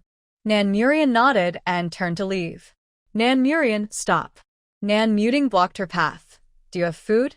"Yes, a lot." "So what?" Nan Murian smiled slightly. Nan Muting was thrilled. "Then give us some food." "Of course, but what do you have to trade with me? We raised you for 10 years. What's wrong with asking for some food?" Nan Murian's aunt rushed forward. Her once plump body was now thin and gaunt, and her face looked even more haggard. As she got closer, Nan Murian's fierce gaze frightened her into silence. Nan Murian coldly stared at her. "Do you remember I said I would tear your mouth apart one day?" "What do you mean?" Nan Murian's aunt began to panic. She had never seen this side of Nan Murian before. The look in her eyes was terrifying. Nan Murian pulled out a dagger. "It's time to make good on that promise." She grabbed her aunt by the collar, flipped her over, and kicked her behind the knees, forcing her to kneel. "Mom." "Nan Murian, stop it." "Wife." The 3 of them shouted, but only Nan Mufeng rushed forward, which was truly ironic. Without Nan Murian needing to act, Tank knocked Nan Mufeng to the ground and bared his teeth at him. Nan Murian pressed the dagger against her aunt's face and, without hesitation, sliced along her mouth, cutting through the right side of her face. The Nan family, including the elderly matriarch, were stunned by her actions, This cruel and bloodthirsty Nan Murian was terrifying. They didn't even react, as Tank had already been gone for a while. Nan Muting was so scared that she fell to the ground, no longer daring to look up. Like throwing away trash, Nan Murian tossed her aunt aside and looked at Tank. "Come back." Tank got up, leaving Nan Mufeng, who was pale and had wet himself, with a look of disdain. Nan Murian's aunt crawled toward the room, covering her face and screaming in pain, blood flowing through her fingers and pooling on the ground. Nan Ping, Nan Mufeng, and Nan Muting also crawled back into the room, not forgetting to tightly shut the door. Nan Murian slowly crouched down and looked at the elderly matriarch, who was so scared she couldn't move, and spoke softly, just like before. "Do you still want me to save you?" But now, she was no longer the gentle and easily manipulated Nan Murian. She resembled a cold-blooded killer, and the elderly matriarch shook her head in fear, her body stiff like a puppet. "I told you, the real family is inside that room." Looking at the filthy, disheveled elderly matriarch on the floor, Nan Murian's tone remained the same, but the mocking undertone was unmistakable. "Rian." As she and Tank reached the 13th floor, a voice called out to her from behind. Nan Murian turned to see Chili, her brows slightly furrowed. People she disliked always seemed to gather together. "Do you need something?" Hearing her emotionless tone, Chili was at a loss for words. "I'm glad to see you safe. There's no need for us to pretend everything is fine, because we have nothing to do with each other." Seeing his longing gaze, Nan Murian nearly lost her breakfast. If the previous Chili, who was 6 feet tall and always clean and gentle, had acted this way, she might have found him tolerable. But now, seeing a pale, skeletal figure gazing at her with longing, she just wanted to kick him. Pain flickered in Chi Li's eyes. He wanted to tell Nan Murian he regretted his actions, but looking at her cold and rejecting expression, he couldn't find the words. Yet he didn't want to give up on the beautiful Nan Murian. He wanted to get closer to her, to hold her in his arms. As Chi Li approached, Nan Mu Ran raised her foot without hesitation and kicked him hard in the stomach, saying, "Get lost, trash." Chi Li couldn't dodge in time and stumbled, falling to the ground with intense pain in his tailbone, turning his face pale and causing cold sweat to pour down. Fortunately, there was a wall a few steps behind him. If he had tumbled down the stairs, he might have lost his life in such a harsh environment. "You're really disgusting," Nan Mu Ran said as she turned to leave, not even bothering to give him a second glance. Chi Li watched her figure at the end of the stairs, feeling a strong hatred for the first time. They had been engaged since childhood. Although he had been with Nan Mu Ting, he now realized his mistakes. It was bad enough that Nan Mu Ran didn't appreciate how well he had treated her in the past, but now she was hurting him so ruthlessly. She really was despicable. Nan Mu Ran naturally didn't care about Chi Li's thoughts. Even if she knew, she wouldn't be surprised. Chi Li and the entire Chi family were selfish and self-serving. Although they couldn't let go of the child in Nan Mu Ting's womb, they knew that Nan Mu Ran was more valuable. When she reached the 36th floor, as expected, the fire safety door she had locked when leaving the top-floor apartment had been pried open. In the 20-square-meter elevator hall, there were sofas, bedding, clothes, and various daily necessities piled up, creating a strong, unpleasant smell due to the lack of ventilation. The front door of her home showed clear signs of being damaged. If it weren't for the sturdy door and lock, her home would have likely been invaded by residents from the lower floors. What was most infuriating was that a large pile of stinky garbage was blocking the entrance, clearly left by the person who pried open the door in frustration. After checking that no one was around, Nan Mu Ran waved her hand, using her psychic ability to throw everything at the entrance, including the garbage, into the stairwell behind her. Then she took out a lock and secured the fire safety door from the inside. It had been raining for a month and a half, and the water, electricity, and gas in the apartment building had all failed. The inside of the house was damp, with water droplets covering the walls. Even staying indoors felt extremely cold. Nan Mu Ran first turned on the backup generator in the storage room to restore power, then set the air conditioning to 30 degrees and activated the dehumidifier. She also turned on the vacuum robot, air purifier, and other appliances. Only then did she head to the bathroom. Luckily, being on the top floor meant the bathroom only had a slight odor, rather than a terrible stench. If she were on a lower floor, it could have been much worse. She opened the bathroom window for ventilation and pulled down the blinds. Then she took out hot water from the hot spring and filled the bathtub before lying down to enjoy a hot bath. After washing up, she changed into comfortable loungewear and put the bedding from the bed and cushions from the sofa into the dryer to remove moisture. These tasks were not something Nanmu Ran would typically do in this life, but during her previous life, she had done them countless times while hiding in the apartment for over 2 months. "Tank, let me dress you," Nanmu Ran said as she took out the clothes she had bought for Tank from her space. The red hoodie looked great on him. She also put on a thicker sweater, feeling a bit warmer. "Tank, I want to eat hot pot." On a rainy day like this, a super spicy beef hot pot was just perfect. Hearing about hot pot, Tank responded happily. Since following by Mei and Jia Wu, he had enjoyed warm meals and meat specially prepared for him, and the dog food in her space had not been touched since. "Hot pot is simple. I can make it." Nanmu Ran confidently took out a portable stove, a dual-flavor pot, 2 types of hot pot ingredients, 3 fresh and spicy beef, and a 5-liter bottle of mineral water. Then she started gathering vegetables from her space. She prepared 3 plates of marinated spicy beef, 3 plates of sliced beef, 2 plates of shrimp paste, 2 plates each of lamb rolls and beef rolls, fish balls, duck intestines, yellow throat, tripe, duck blood, firm tofu, crystal noodles, fried tofu skin, broccoli, a platter of assorted vegetables, and more. Finally, she didn't forget to grab some crispy meat, fragrant fried dough sticks, fried rice, and a fruit platter as accompaniments. The 2-meter-long dining table was filled to the brim with everything. Next came the drinks: orange juice, cola, Sprite, and tea, each in small cans, so there was no worry about waste. Since training with Jia Wu, Nanmu Ran had slimmed down a bit, but her appetite had increased more than 2-fold. Not only did she eat a lot, but she also got hungry quickly, sometimes needing to eat 5 meals a day.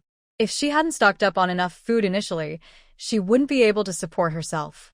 Plus, Tank was also a big eater, so there was no worry about leftovers. She poured the 2 types of hot pot ingredients into the water, the 3 fresh for Tank and the spicy for herself, then took out the dipping sauces she had prepared earlier. She liked sesame sauce, garlic sauce, and seafood sauce, so she laid them all out. After preparing everything, Nanmu Ran set up her portable TV at the edge of the dining table, plugged in the hard drive, and turned on Empresses in the Palace to continue watching. 1 person and 1 dog watched the drama while waiting for the water to boil. Nanmu Ran loved spicy food, while Tank couldn't eat it at all, so their meal was quite harmonious. The only downside was that Nanmu Ran had to play the role of a server for Tank, serving and fishing out food. "Tank, eat slowly, okay?" Tank lowered his head and bit into a thick slice of beef, remaining silent and clearly refusing to comply. Nanmu Ran sighed and obediently continued to serve him food. After they were full, 1 person and 1 dog snuggled up on the sofa, watching the finale on TV. Nanmu Ran said with a hint of regret, "It's over just like that." Tank was too lazy to respond.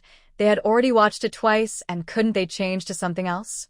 Nanmu Ran understood and grabbed the remote to continue with the next episode of Detective D. Renjia. While watching TV, she used her psychic ability to clean up the mess on the table and put it into the garbage bin in her space. Originally shocked by her ability to summon items out of thin air, Tank had now grown accustomed to her strange actions. Unfortunately, this cozy atmosphere didn't last long. There was a loud knocking sound coming from the fire escape, and just from the sound, it was clear that the person knocking was very agitated. Feeling a bit sleepy, Nanmu Ran guessed it was the person who had been living at the door before. Too lazy to deal with them, she thought they would leave after getting tired of knocking, so she continued lounging on the sofa. Unfortunately, she underestimated their determination. Half an hour passed, and they were still knocking, the sound getting louder, and more people were gathering in the hallway to watch. Reluctantly, she had to get up and open the door. As soon as the safety door opened, the crowd in the stairwell was clearly stunned. At the stairway stood a girl, beautiful with fair skin and long, wavy hair cascading down to her waist, captivating everyone around her. She wore a khaki sweater and ginger-colored pants, both new and clean, with a faint scent lingering. She stood there, motionless and somewhat indifferent, yet seemed to brighten the gloomy surroundings. "It was you who knocked." Nan Murian glanced at the crowd in the hallway, her gaze landing on the man at the front, still in the act of knocking. The woman beside him instinctively brushed her hair, feeling the roughness of her hands change her expression, adding jealousy to her look at Nan Murian. "So, what if it was my boyfriend who knocked? Why do you have the right to throw our things away? The space you occupy is something I paid for. What's wrong with what I did?" Nan Murian replied, her pretty brows showing impatience. "Even so, what's going on now? Everyone is struggling. If you won't help, at least don't throw away our means of survival." "That's just cruel," the woman said angrily. Nan Murian scoffed. "Cruel? If I were cruel, your things would be outside in the water, not in the stairwell. You should say I'm kind." What are you talking about? "The stuff may not be outside, but you threw in garbage too. Now it's a mess. How can we use it?" "Looking at you, you must have cleaned things to compensate us," the woman said, eyeing Nan Murian's new clothes, guessing she must have plenty of good things at home. Her words echoed the thoughts of everyone around. If this woman had resources, she should inform the security team to manage it. People often resent inequality. When they live in hardship, they can't accept others living comfortably. Especially among the younger women, their gazes were almost piercing through Nan Murian. Ignoring their emotions, Nan Murian mockingly looked at the woman in front of her. "Was that garbage with you? You didn't mind the dirt when you lived nearby, but now you act all precious? Stop talking nonsense and compensate us." The woman, insulted, began to speak more harshly. Others chimed in. "What a pretty girl, but why is she so mean? She should compensate them, right? We don't even know who cleaned this place up. Maybe she's hiding something shameful in her apartment?" Everyone speculated about Nan Murian with the worst intentions. With support from others, the woman felt justified. But then she noticed her boyfriend, clearly distracted by Nan Murian's beauty, and her anger flared. "Are you mute? Tell her to compensate us. What's wrong with you?" The man finally snapped back to reality and gently explained to Nan Murian, "Our things are really unusable now because of you. Get lost." Her single cold word was the response to his polite tone. "What's your attitude?" The woman reacted before the man could. Frustrated, Nan Murian kicked the man in the stomach. He stumbled back, lost his footing, and tumbled down the stairs. Everyone in the stairwell was startled by Nan Murian's sudden action. "You." The woman wanted to curse, but was intimidated by Nan Murian's cold gaze. "Shut up if you don't want to get hit." Nan Murian couldn't stand such clueless women. Why should she risk herself for someone so pathetic, filled with nonsense? The woman dared not speak, watching as Nan Murian closed the fire door again. "Don't just stand there. I'm in pain." The man's voice came from behind, prompting the woman to rush over to check on him. He was holding his backside, crying out in pain, feeling like his bones were shattered. "Go to the 13th floor and find a doctor," a woman in the crowd quietly suggested. In the Chi family's living room, Chili checked, a slight fracture in the pelvis and a sprained wrist. "Rest well, stand more and sit less. It'll take at least half a month to recover." Once they left, Chi-Ching came out.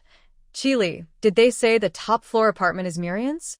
Chili paused while tidying up, his tone suddenly heavy and disappointed. "She came back at noon. Is she okay? Did you remind her about the security team?" Chi-Ching's face was worried for Nan Murian. The security team had become increasingly aggressive, and it was dangerous for a girl like her. Chili didn't respond and went back to his room.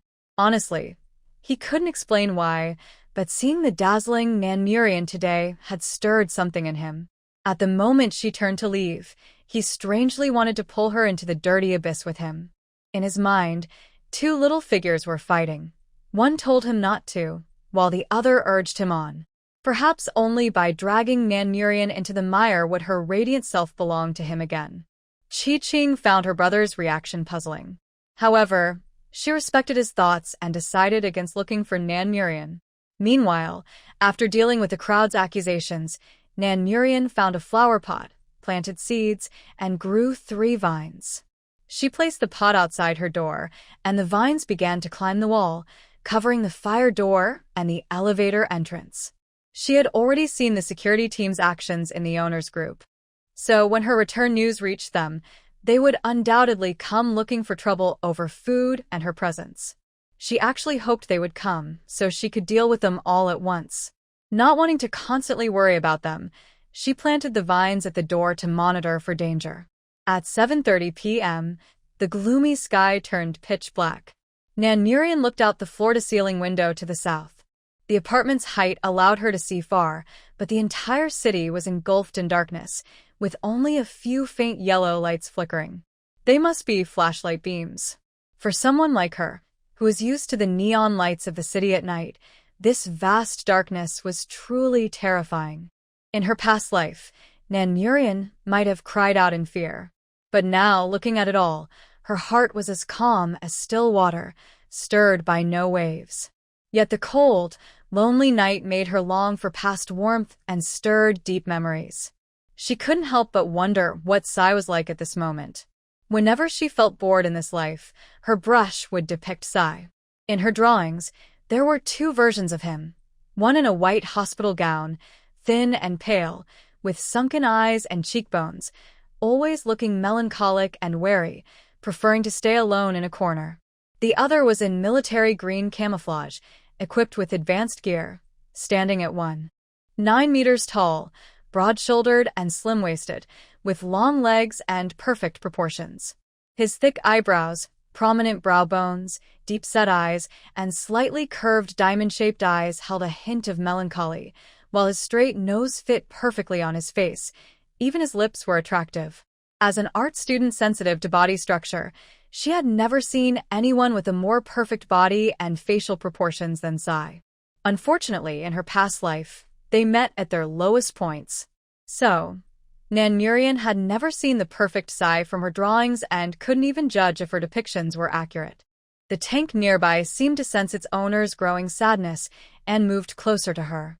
Noticing its approach, Nan Murian looked down and said, "Since we have some free time, how about we exercise together?" She pressed the button for the electric curtains, opened only a lamp by the sofa, and the large living room was dimly lit. While the tank was still confused, a wooden dagger suddenly appeared in Nan Murian's hand, and she attacked the tank from a tricky angle. In the faint light, the girl and the dog engaged in a back-and-forth confrontation, relying on their vision, reflexes, and judgment. One had to admit that Jia Wu had really trained the tank well. It was quick to react, fast in attack, and surprisingly, it had a fighting mindset. After an hour and a half, both the girl and the dog collapsed on the floor, exhausted. Although her room had electricity and could power all the lights, Nan Murian decided not to stand out in the dark night, so after a quick wash, she went to bed early. The tank obediently followed her back to the bedroom and settled into its cozy dog bed on the sofa. Lying on her soft bed, Nan Murian quickly fell asleep. The tank, feeling its owner's steady breathing, also fell asleep peacefully. In the middle of the night, the sleeping tank suddenly got alert and stood up. At the same time, Nan Murian also got out of bed. The girl and the dog quietly opened the bedroom door and tiptoed toward the front door. Hearing low voices outside, Nan Murian frowned. These people had found them so quickly. "Are you sure you can open this door?" "We've had many locksmiths say it's impossible," said the security team leader. "Don't worry, I can open bank vaults, so this door will be easy," replied an older voice, as if handling some tools. A younger voice proudly added, "My uncle is a famous locksmith in Southeast Asia. There's no lock he can't open. Captain, you can relax. Just thinking about it makes me excited. Did you see that woman in there? She's like a fairy. It must be fun to play with her," the security team leader said, getting excited. The others around him shared lewd and wild laughs. "And look at her. She clearly hasn't gone hungry. There must be a lot of supplies in that place," another voice chimed in. Xiao Lu lightly touched Nan Murian's arm. signaling her that there were 5 people outside, all from the apartment's security team. One older man was trying to pick the lock, and his tools looked special. It seemed the door wouldn't hold for long.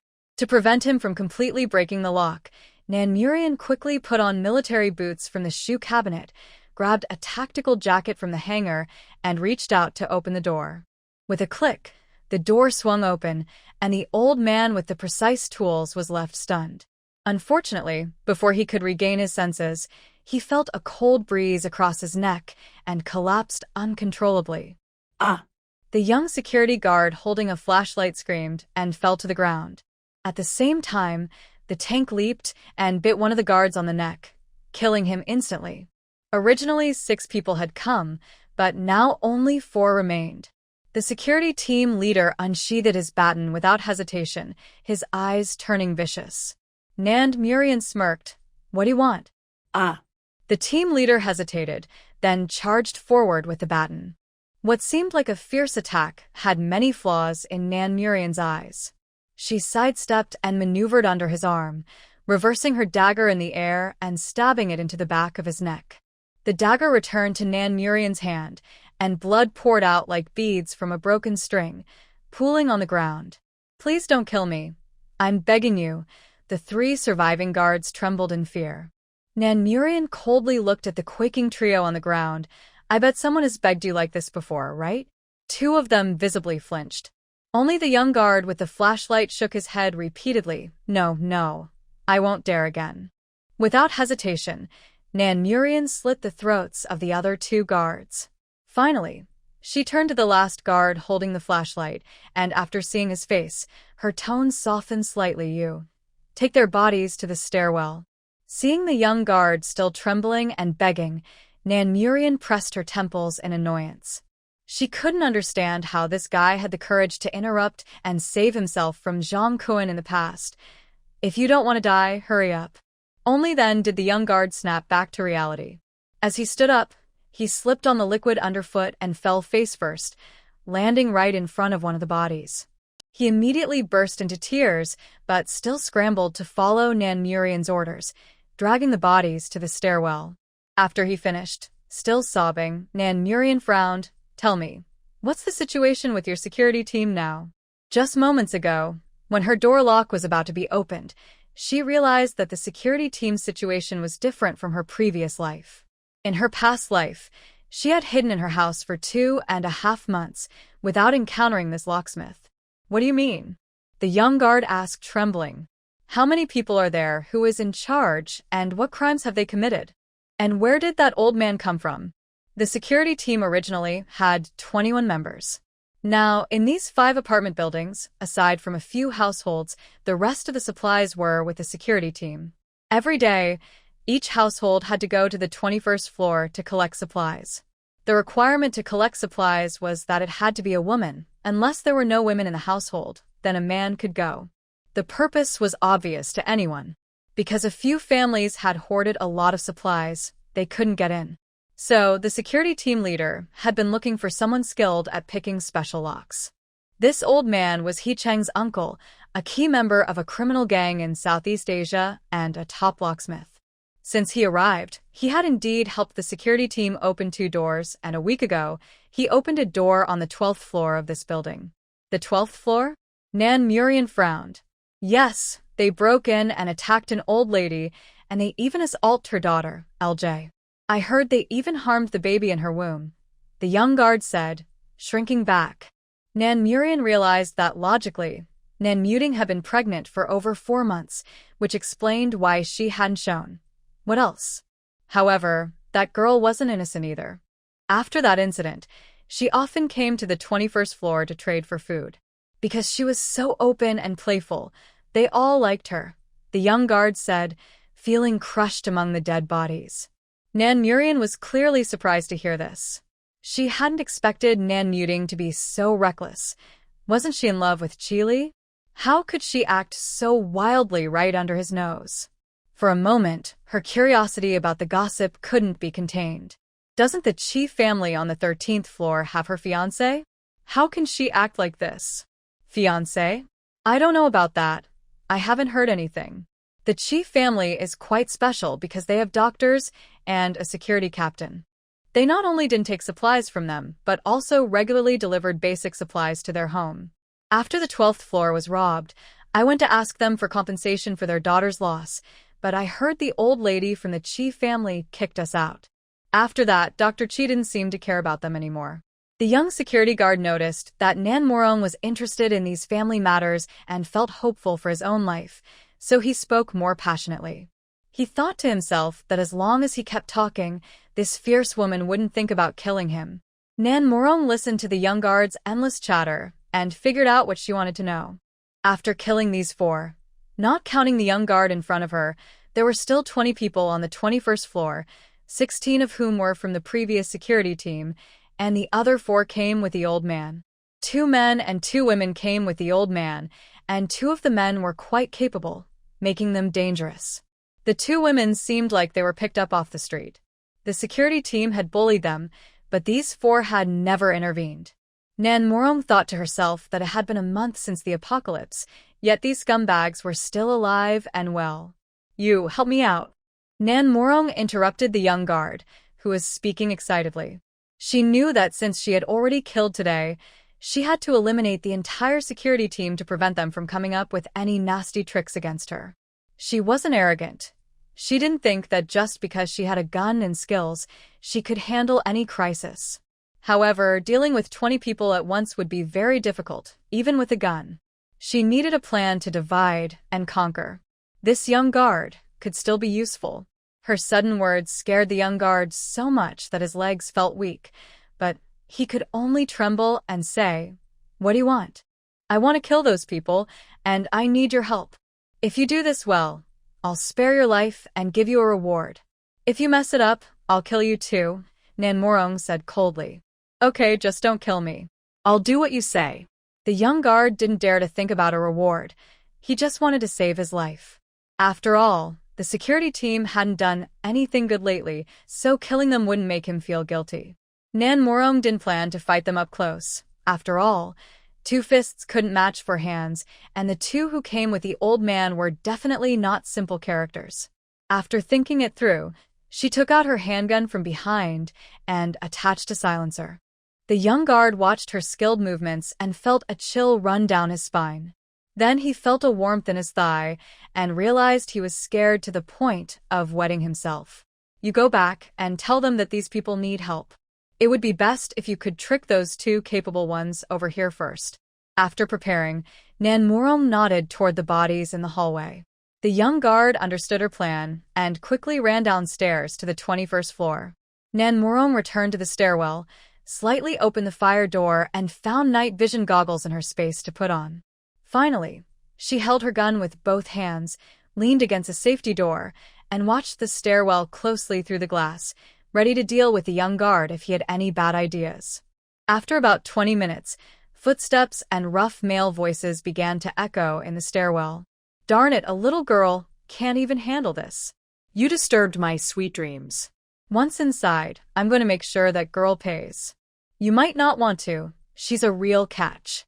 Hearing their crude words, the killing intent in Nan Morong's eyes grew stronger under the night vision goggles. As the group climbed the stairs, the leader tripped over a body that had been left in the hallway.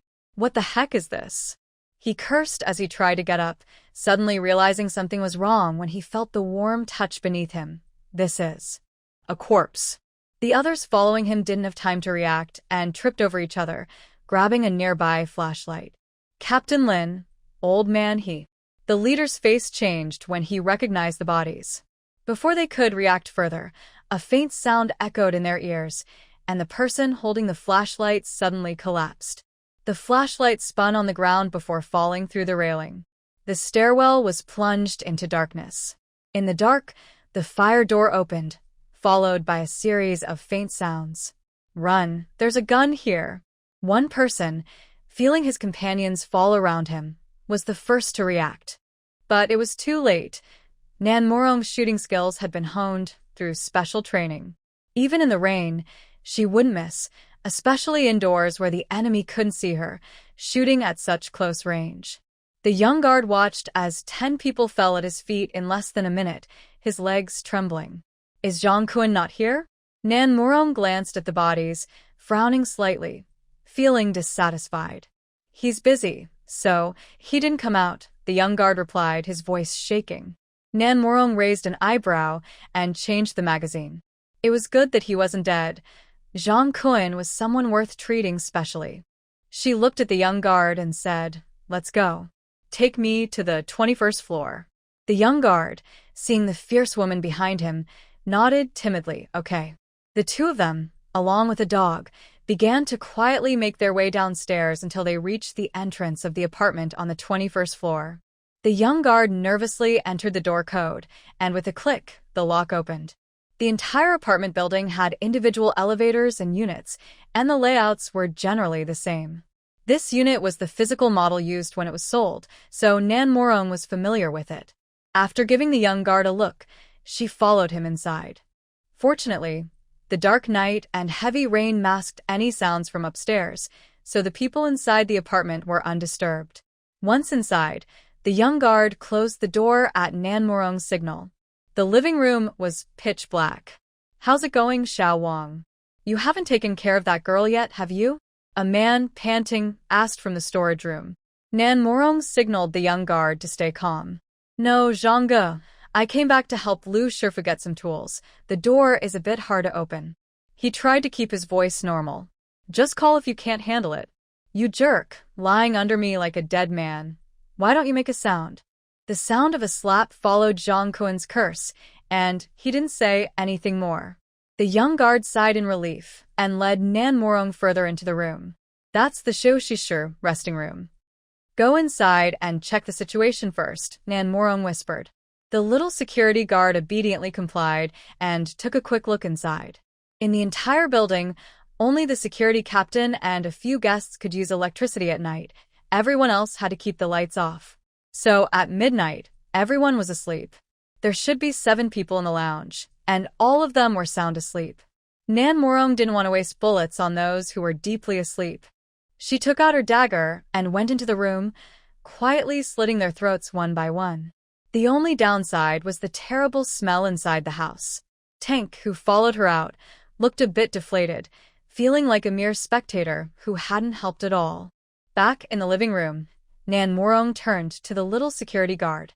"There are just those 2 women and Zhang Kun left," the little guard said, his voice trembling, but he honestly reported the situation to Nan Murong. Nan Murong wanted to find a place to sit in the living room, but the surroundings made her feel sick, so she gave up on that idea. Taking off her night vision goggles, she looked at the little guard and said, "Go turn on the living room lights." The little guard was clearly taken aback. "There are still people in the house." "I know, just go turn them on," Nan Murong instructed calmly. Seeing her insistence, the little guard went to the entrance and turned on the living room lights. The entire living room instantly brightened, but the originally tidy decor was now in disarray. Disposable cups were stuffed with cigarette butts, and the coffee table was littered with instant noodle boxes and food wrappers, along with used tissues. Nan Murong walked over to the floor-to-ceiling window, feeling disgusted, and waited in silence. "Who the heck is it? What's going on? Turn on the lights." Zhang Kuen's angry voice came from inside. Perhaps not hearing a reply from outside, he casually put on his underwear and stormed into the living room. When he saw the situation in the living room, he was clearly taken aback. A stunning woman in a gray-black tactical jacket stood by the floor-to-ceiling window. The girl had fair skin, a tall figure, and her hair was tied in a long ponytail. She wore casual black shorts that showed off her long, straight legs. What stood out were her boots, which were black military boots. The outfit was strange, but her beauty gave it a unique charm. Wow, where did this beauty come from? Zhang Kun, already lecherous, drooled at the sight of Nan Murong. "Kunke." The little security guard, noticing Nan Murong's expression, trembled as he reminded Zhang Kun. Zhang Kun finally noticed him. "Xiao Wang, is this the Miss Nan you mentioned from the top floor? She's definitely something special. You've done well this time. Don't worry, I'll double your supplies for this week." Hearing his dangerous words, the little guard felt weak in the knees. He regretted reminding him. Nan Morong shot a cold glance at the little guard but said nothing. Just that one look made the little guard feel like he was doomed. At that moment, a woman walked out from another room. She was the first to notice Nan Morong by the window, and her expression instantly changed. She unconsciously pushed out her chest and spoke harshly to Nan Morong. "Who are you? How did you get here?" Seeing Nan Morong standing silently, the woman scoffed and turned to Zhang Kun, saying, "Kun Ge, I advise you not to take this random woman seriously. Who knows where she's been?" "Shut up, you filthy easy woman," Zhang Kun said, glaring at Nan Morong, clearly annoyed by the woman's tone. Unable to tolerate their vulgar words, Nan Morong calmly said to Zhang Kun, "When you were committing your sins, did you ever think about how you would die?" Zhang Kun laughed as if he had heard a joke, looking at Nan Morong with a mocking grin. "Little girl, if you serve Kun Ge well, I'll take good care of you." The woman next to him also mocked Nan Morong. "Who do you think you are?" Without needing Nan Morong to speak, Tank, unable to hold back, began barking fiercely at the noisy woman. Zhang Kun finally noticed Tank sitting beside Nan Morong. Before he could react, Tank lunged at him after scaring the woman away. Zhang Kun quickly dodged to the side, narrowly avoiding Tank's fierce attack, but 3 bloody claw marks appeared on his face. "Darn you, looking for death," Zhang Kun cursed, now wary of Tank. After missing its first attack, Tank was surprised but didn't panic. It quickly adjusted its direction, barking loudly, ready for a second attack. Zhang Kun looked at the large German shepherd in front of him and felt a chill. He had encountered many dogs before, but this one was different. It was not only bigger and stronger than a typical German shepherd, but it was also more aggressive. Most importantly, it had a murderous aura. This was a dog that had undergone special training and could kill a person. Such a dog was comparable to military dogs and far more terrifying than ordinary police dogs. The woman, who had been mocking, turned pale with fear at the sight of Tank and, after glancing around the living room, chose to hide behind the little security guard. Seeing her actions, the little guard was furious, thinking, "Why are you scared? Am I not scared too?" At that moment, Tank leaped again, faster than before, this time aiming for Zhang Kun's neck with its fangs. Zhang Kun couldn't dodge in time, his face changing dramatically, and without hesitation, he fell to the ground and crawled forward, trying to escape into the nearby room. Tank tackled him from behind and bit down on his ear, without hesitation. Blood sprayed everywhere, and a heart-wrenching scream filled the air. Nan Morong stepped forward and kicked him unconscious. Her hard military boots struck him without holding back, causing blood to flow from the back of Zhang Kun's head. "Go find a chair and tie him up," Nan Morong instructed the little guard. The little guard hurriedly obeyed, first grabbing a chair from the dining table, then finding a toolbox and taking out some rope. He lifted Zhang Kun onto the chair and began tying him up tightly until he was sure it was secure. "Wake him up," Nan Morong continued, as Zhang Kun had almost assaulted her in her past life, so she wouldn't let him die easily. Some people deserve to suffer and die in despair. The little guard thought for a moment and went to the bathroom to grab an empty bucket. When he returned, the bucket was filled with rainwater. He then took a basin, filled it, and without hesitation, splashed it on Zhang Kun's face. Unfortunately, Zhang Kun didn't wake up, but suddenly, there was a knock at the door outside. "Go open the door.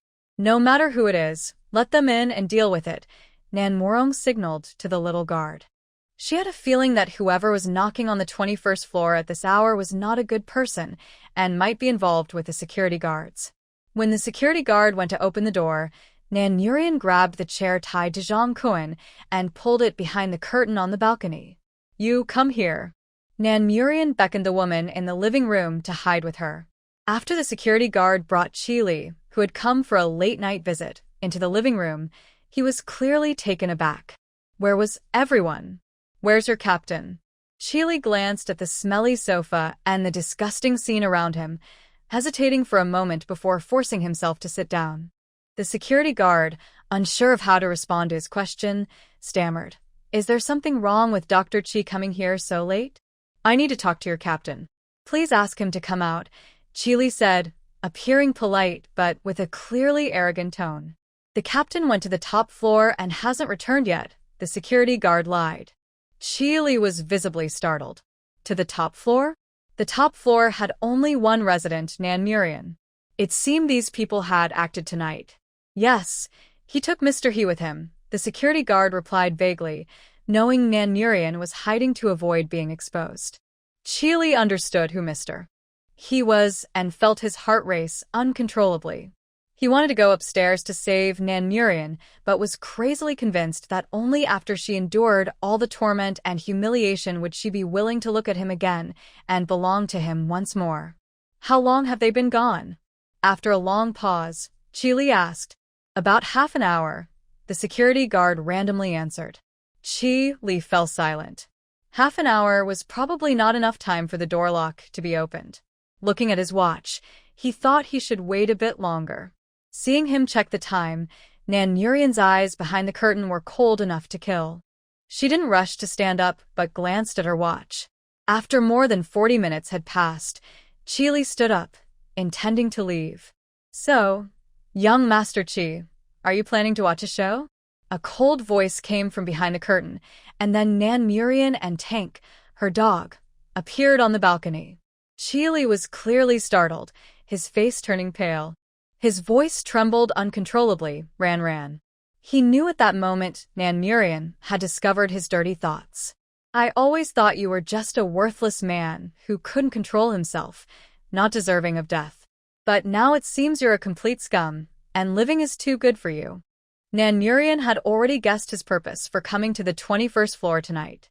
He was so malicious that he wanted the security team to ruin her first, then show up pretending to be a good person. Ran, let me explain, Chili hurriedly said. What is there to explain? To explain your purpose for coming here tonight, or your filthy thoughts. Nan Murian looked at him directly. Chili felt guilty under her gaze. He wanted to argue, but Nan Murian was no fool. We were engaged. I will take responsibility for you. Do you deserve it? Nan Murian retorted mockingly. I've realized my mistakes and have cut ties with Nan Muting. Why do you still hold on to past mistakes? Chili looked at her, anger burning in his chest. So, I should just let it go, and you can destroy me? Nan Murian stepped forward and slapped him hard across the face. Chili, weakened from long-term hunger and cold, fell to the ground, blood trickling from the corner of his mouth. Nan Murian. Chili howled like a wild beast, bloodied. Nan Murian stepped forward and kicked him in the stomach, causing him to curl up in pain. Ignoring his suffering, she struck him again and again, pouring all her strength into each blow, wishing to kill him right there. Suddenly, Tank began barking frantically behind her. Nan Murian turned to find that Zhang Kun had woken up without her noticing, and the ropes that had bound him were now undone. Zhang Kun was now swinging an ashtray towards her head. Just as the ashtray was about to hit her, Zhang Kun suddenly felt a sharp pain in his head. Tank lunged at him, protecting Nan Murian. Nan Murian drew her gun, and the shot rang out, severing Zhang Kun's hand that held the ashtray. Tank, are you okay? Nan Murian asked, using her psychic powers to stop Zhang Kun's movement, but the ashtray still grazed Tank. Tank barked in response. After confirming Tank was fine, Nan Murian turned her gun towards the trembling woman by the curtain, who was terrified. Please, let me go. I was wrong. I don't want to die. You could have lived, but now you deserve to die. Nan Murian pulled the trigger without hesitation, hitting the woman in the forehead, causing her to collapse. Initially, Nan Murian hadn't intended to kill this woman. Both women had been abused and imprisoned. They were just victims. But the moment she untied Zhang Kun, she sealed her fate, even if she was a pitiful woman. Ah! A woman's piercing scream echoed from behind. Turning around, Nan Murian saw a naked woman covered in bruises trembling in fear at the scene before her. Nan Murian frowned in displeasure. The terrified security guard rushed forward, covering the woman's mouth tightly. Sister Hong, please don't scream. While covering her mouth, he looked fearfully at Nan Murian. Miss Nan, please let Sister Hong go. She's also a victim and has never done anything wrong. Take her back to her room and keep her quiet, Nan Murian said, putting away her gun and drawing a knife as she approached the writhing Zhang Kun. You filthy woman, I tell you, if you kill me, you won't escape either, Zhang Kun shouted through the pain upon seeing the knife in her hand. Nan Murian smirked. You really don't think clearly, do you? If I can be here, do you think the others are far away? You killed them? Zhang Kun's eyes began to show fear. Don't kill me. I have a lot of supplies. Please don't kill me. He started to plead, seeing Nan Murian coldly toying with the knife without saying a word. Zhang Kun broke down in tears, begging until he began to curse. Are you sick? I gave you food and drink. I know where there are warehouses with plenty of supplies. Please let me go. You have to say something. I was wrong. Please let me go, I beg you. If you dare kill me, I will haunt you as a ghost. Seeing him nearly at his breaking point, Nan Murian calmly asked, Where is the warehouse? Zhang Kun was momentarily stunned but still answered honestly. In the old factory area on South City Navigation Road. It's a secret military cargo hold. Everyone there is dead. Nan Murian nodded, not doubting him, but she still gripped the knife and swiftly severed his manhood. Excruciating pain shot through Zhang Kun, and he lost the strength to curse, curling up into a ball and screaming in agony. Qili watched everything unfold, losing any desire to rekindle his relationship with Nan Murian. In his eyes, this woman, who could kill without blinking, was a devil. He began to drag his pained body towards the corner, trying to escape Nan Murian's gaze. South Mu ran, annoyed by Zhang Kun's loud screams, grabbed a towel and stuffed it into his mouth, saying, You're really noisy. The small security guard, who had calmed down Hong Jie before coming out, looked at the bloody scene in the living room and instinctively shrank into a corner, pretending he wasn't there. The tank turned to stare at Qili, who was frozen against the wall. South Mu ran squatted in front of Zhang Kun, playing with a dagger as she asked, Since the apocalypse began over a month ago, have your hands done anything good? Zhang Kun's eyes widened in terror at her words. South Mu ran enjoyed his fear, feeling her own agitation and bloodlust calm down in his terror. It seems you haven't done anything good at all. So, why keep your hands? To continue doing evil? South Mu ran plunged the dagger into the back of Zhang Kun's left hand. The immense pain shot through his body, but with his mouth stuffed, Zhang Kun could only moan in agony, unable to move. The right one is still fine, but that won't do. It needs to be symmetrical for perfection. South Mu ran quickly stabbed Zhang Kun's right hand. Watching his blood flow onto the floor, South Mu ran felt a strange satisfaction. The desire to torture grew, and she continued to stab his feet until she was finally exhausted.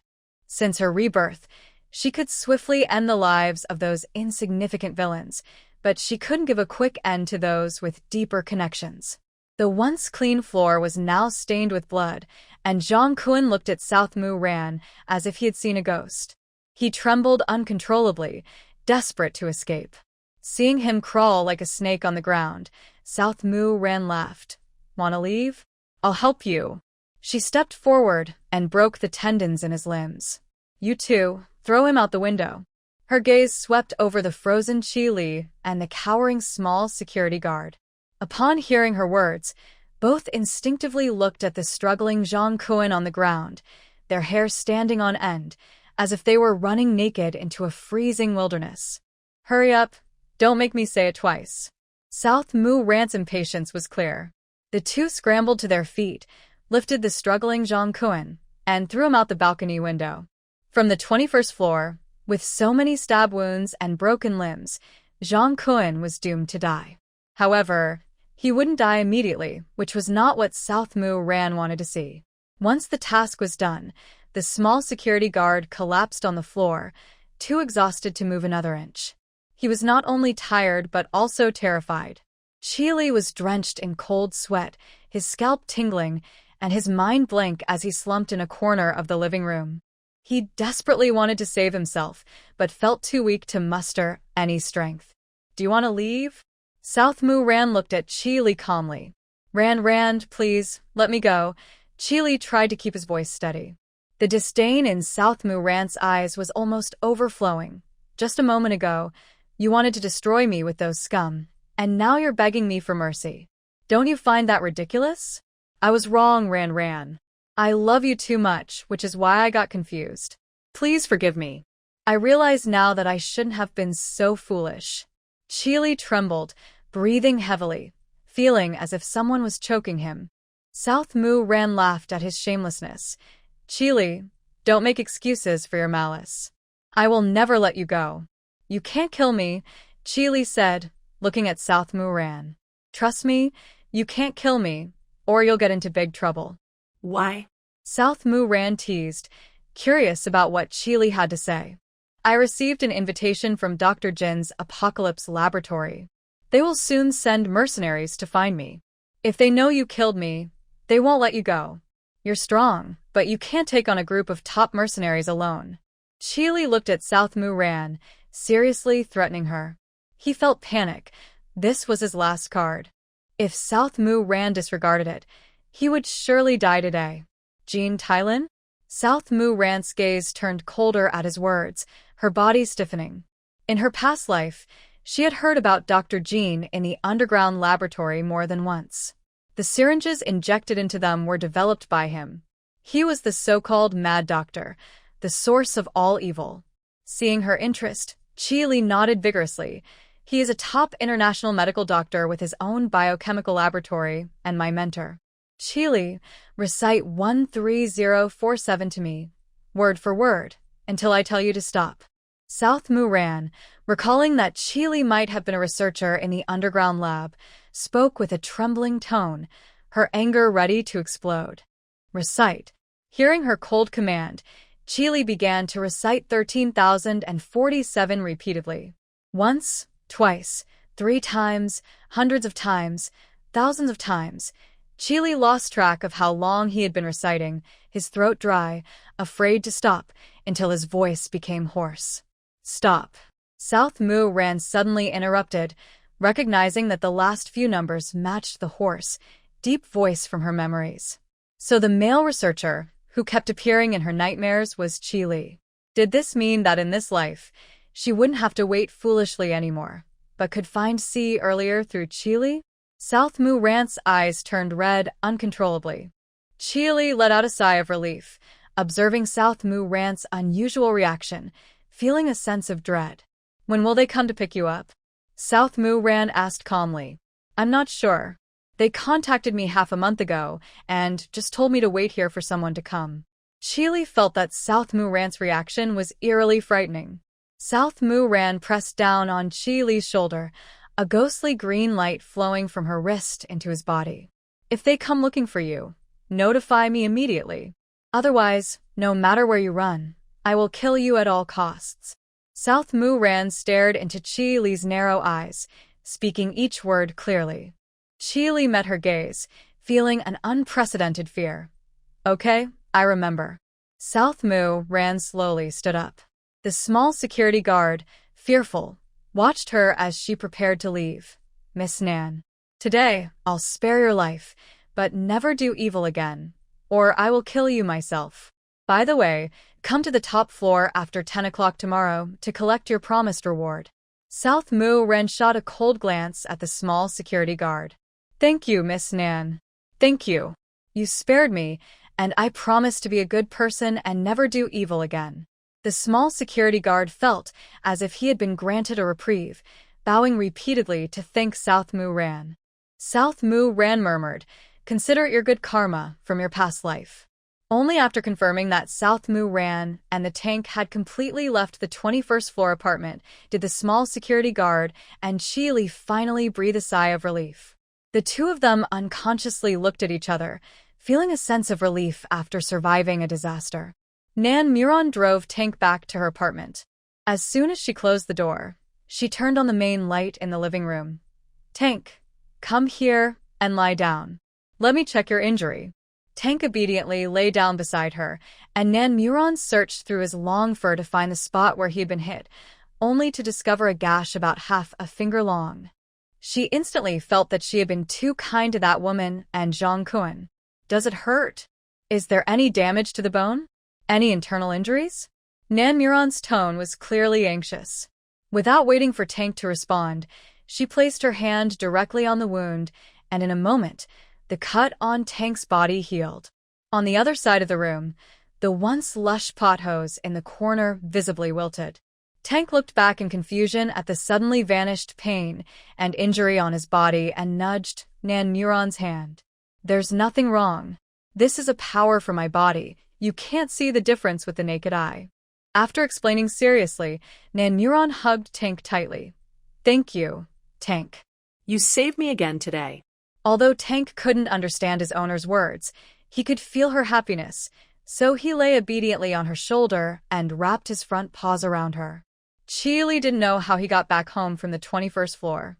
It wasn't until he lay back in bed that he realized he was still trembling uncontrollably. Images of Nan Muron's smile and her expression when she killed someone flashed uncontrollably in his mind, along with her unmistakable killing intent towards him. This version of Nan Muron felt very strange to him. When did she change? Chi couldn't help but think back to that stubborn girl in front of the Nan family villa, who firmly told him that everything in the Nan family belonged to her. Perhaps it was due to the excessive shock.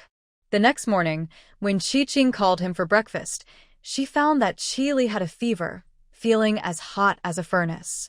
39.8 degrees. What should we do? We ran out of fever medicine last time. Chi's mother looked at her son, who was burning up, with a sad face, and said to her daughter beside her, Go out and look for some. What good does crying do? If the fever lasts too long, it could be fatal. The elderly matriarch of the Chi family was very anxious. After all, he was their only hope. Chi-Ching looked at her mother, who was wiping her tears, and felt soft-hearted. Mom, you take care of Chi. I'll go see if any neighbors have medicine.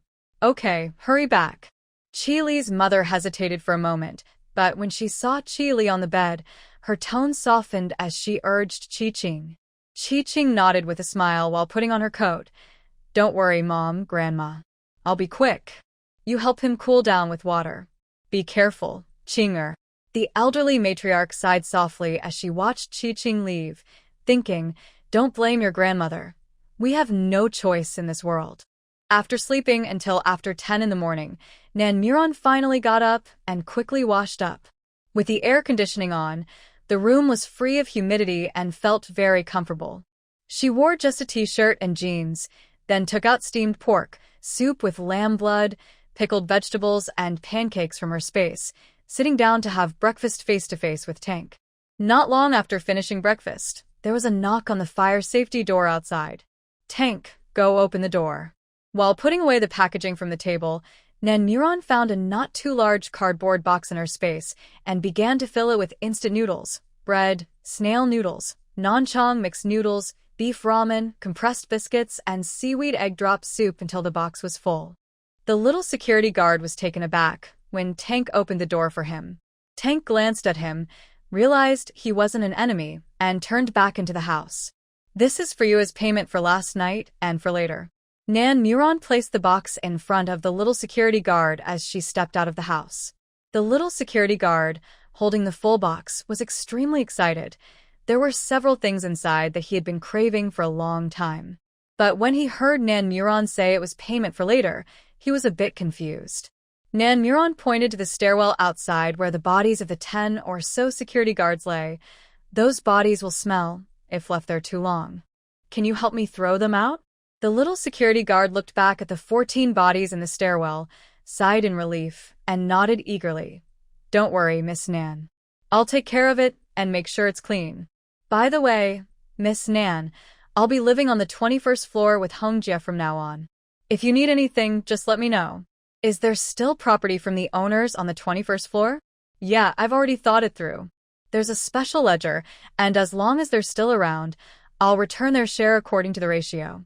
The little security guard knew he couldn't keep those things, so he had already considered what to do last night. Nan Muron nodded. That's a good plan. The little security guard felt a bit shy after being praised by his idol.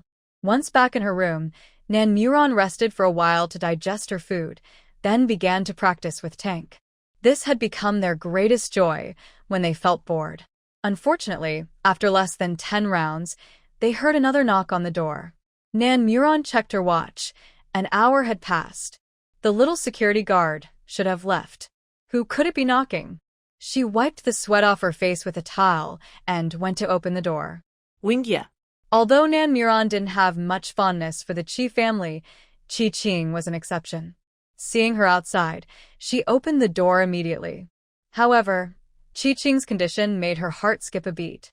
The once bright and proud Chi Ching had messy hair, fresh bruises on her face, and most importantly, her clothes were clearly torn. The skirt under her coat could no longer cover her body, revealing marks and blood on her legs. Just one glance, and Nan Muron knew what she had just gone through. Wan, do you have any fever medicine? Chi Li has a fever. I asked everyone in the building, but they lied to me, and Chi Ching's eyes were no longer bright, but filled with painful struggle. If it had been before yesterday, Nan Muron would never have given Chi Ching medicine. But now, Chi Li's condition directly affected her ability to find Ce. He absolutely could not die. Come in and change your clothes first. Seeing Chi Ching's state, Nan Muron softened her tone. Chi Ching was stunned by Nan Muron's attitude. She had been bullied all the way up, and every woman she encountered had called her names like Fox and Easy Woman, using filthy language. Nan Muron was the first to speak to her so calmly. Trying to stay strong all the way, she broke down at that moment. Wan, I have fever medicine. Come in and change your clothes. I'll get you the medicine. Nan Muron continued. Chi Ching followed Nan Muron into the house in a daze. Nan Muron first returned to her bedroom and brought a brand new set of casual clothes to the living room, handing them to Chi Ching.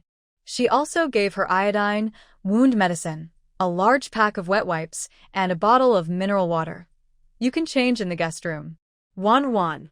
Looking at the calm Nan Muron in front of her, Chi Ching could no longer hold back her tears. Just moments ago, when that disgusting man from the 18th floor dragged her into the room and forcefully took her innocence, she didn't feel as weak as she did now, as if all her strength had been drained away. In the apocalypse, people must rely on themselves to survive, Nan Muron said to Chi Ching, her tone calm. Go change your clothes in the room. I'll find you some medicine for your fever. As Chi Ching entered the guest room, Nan Muron turned to the cabinet to find the fever and cold medicine she had kept in the apartment. After a moment, the sound of muffled crying from the guest room reached the living room. Nan Muron sighed softly, but didn't go in or try to comfort Chi Ching. After a long time, Chi Ching finally cleaned herself up and returned to the living room. Nan Muron handed her the medicine. Also, tell Chi Li that I saved him, because he's still useful to me. Don't try to play tricks on me, or I will take his life. Muron. Chi Ching was clearly startled by Nan Muron's words. Just tell him exactly what I said. Seeing that Nan Muron was unwilling to say more, Chi Ching nodded. Thank you, Muron. I'll make sure to deliver your message. You're welcome.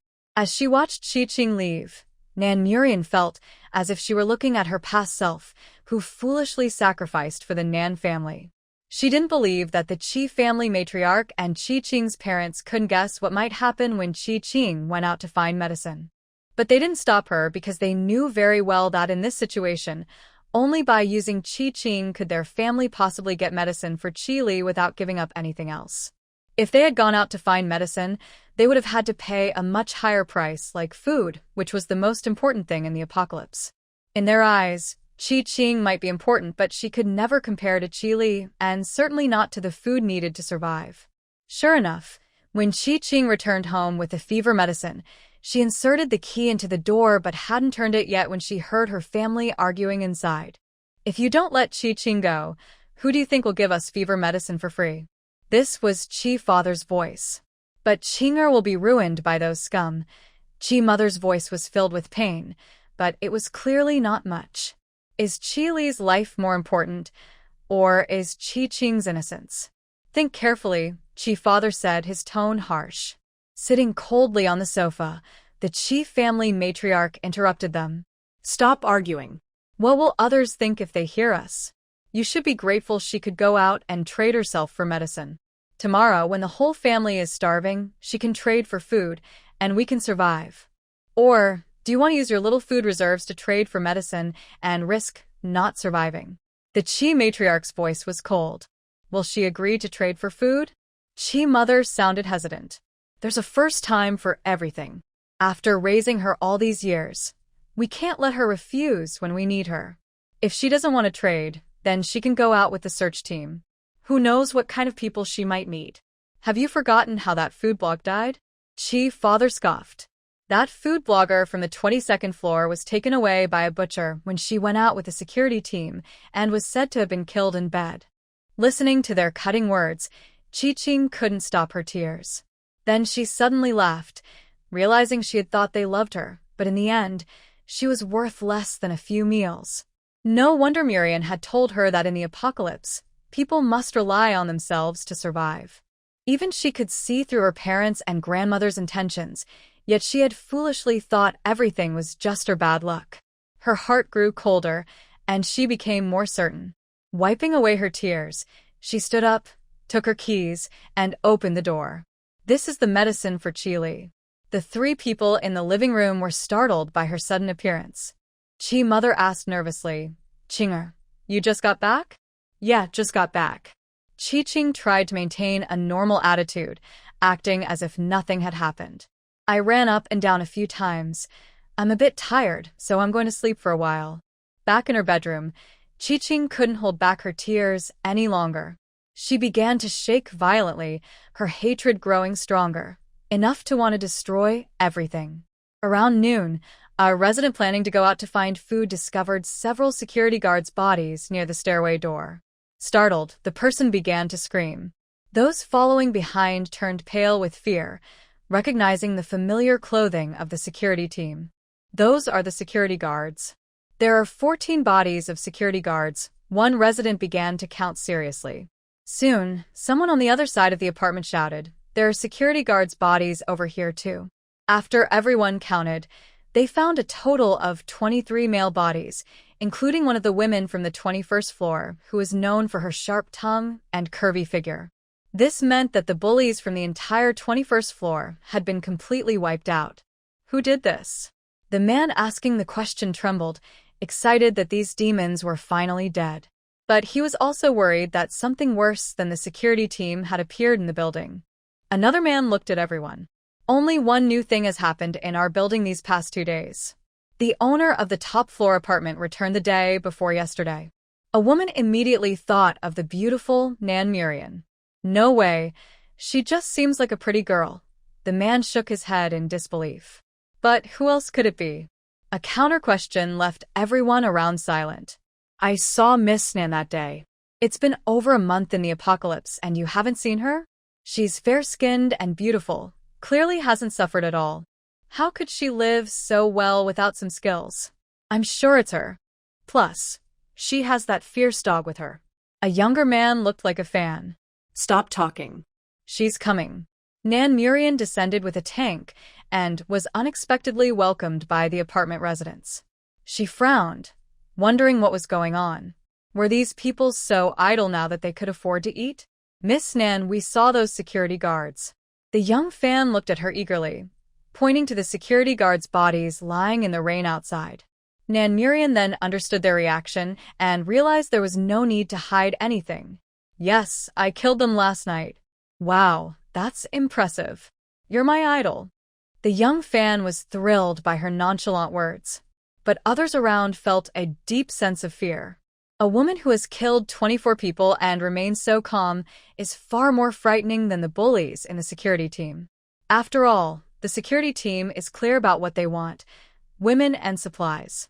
As long as they can get what they want, they won't go to extremes. But this beautiful girl, or rather, this woman, is powerful, cold-blooded, and most importantly, mysterious and unpredictable. In this environment, the unknown is the greatest fear. Idol, does this mean we will pay our protection fees to you from now on? The little fanboy feels no fear of the stunning beauty and instead finds her indifference even cooler. Nanmu Ran pulls out an inflatable raft from her backpack and starts inflating it in front of everyone. No need. The crowd looks at each other in confusion. No need for what? Nanmu Ran ignores their thoughts and directly takes the tank onto the raft. Last night, Zhang Kuan mentioned a military supply warehouse, and she wants to check it out.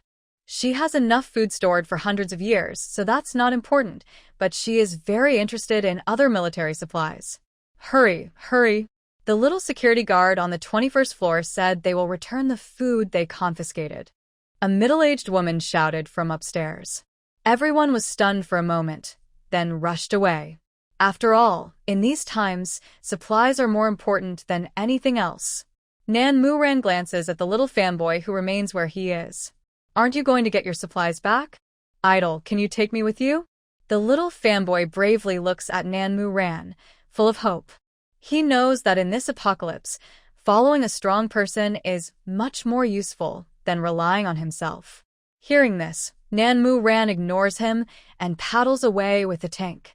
The little fanboy watches her leave, feeling regretful. Indeed, strong people tend to prefer solitude. The military warehouse Zhang Kuan mentioned is about 15 kilometers from the apartment. Paddling there on a raft would be too tiring. So, after leaving the community, Nanmu Ran finds a more hidden spot and switches to a small motorboat. It has been raining for almost 40 days, and the water level has risen over 20 meters. Only the taller buildings peak above the surface, making the city look like a vast ocean.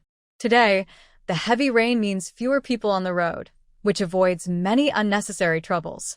However, when she arrives at the location, Nanmu Ran finds that the area, once filled with old warehouses, has turned into a silent lake with no signs. In this situation, she can only roughly judge the location based on the buildings above water, but to accurately find the military warehouse, she must dive underwater. After determining the location, Nanmu Ran hides the motorboat near the closest abandoned building. She changes into her diving suit and jumps into the water. Tank, stay on the boat and wait for me. I'll be back soon. Tank barks in response. Nanmu Ran pats Tank's head and dives underwater. The water level is nearly 30 meters now, but luckily she is well equipped. Otherwise, it would be impossible. Once she reaches the location, she starts searching for the warehouse Zhang Kuan mentioned. Suddenly, a large shadow flashes by, startling her. Although she didn't see it clearly, she suspects it might be a species that lives in the sea.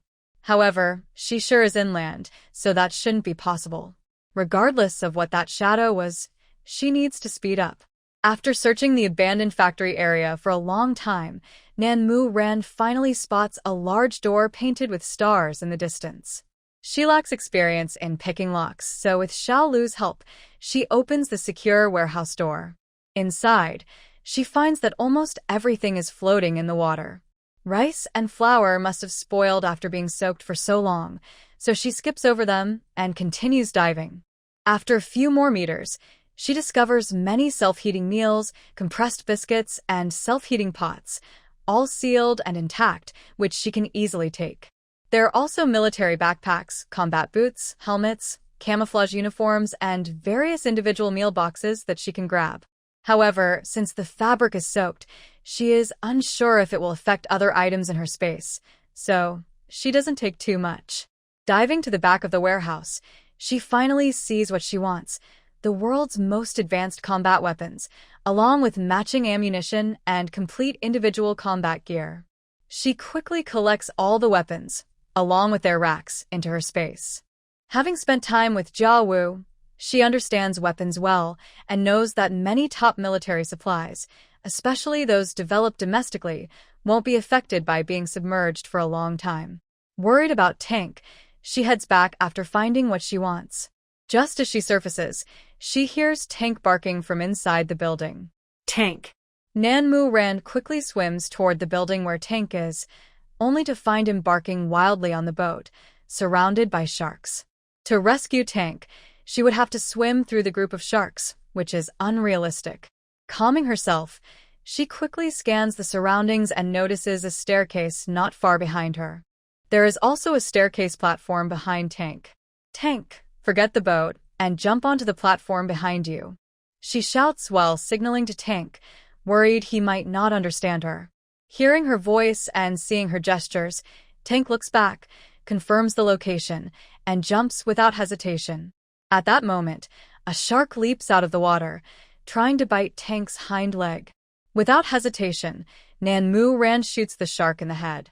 The shark falls back into the water, and Tank safely jumps onto the platform. "Tank, come around from above," Nanmu Ran continues. However, this sudden movement exposes her position, and the sharks quickly turn toward her. Nanmu Ran musters all her strength and swims toward the staircase without looking back, relieved that the distance isn't far. Just as she barely climbs up at the last moment, she feels the terrifying jaws of a shark snap close behind her. Leaning against the wall, watching the circling sharks, Nanmu Ran's mind goes blank with fear, and she starts gasping for air, feeling suffocated. It isn't until she hears Tank's barking that she snaps back to reality, quickly removing her heavy diving suit and storing it in her space. "Xiao Lu, I need your help to retrieve the boat." Nanmu Ran swims back around to the motorboat's location. Upon hearing her, Xiao Lu reaches out with a willow branch, pulling the boat forward until it is directly below the platform. Nanmu Ran reaches down to store the boat in her space.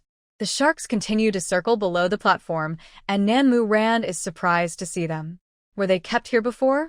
Before she can ponder the situation of the sharks in the building, Xiao Lu suddenly moves.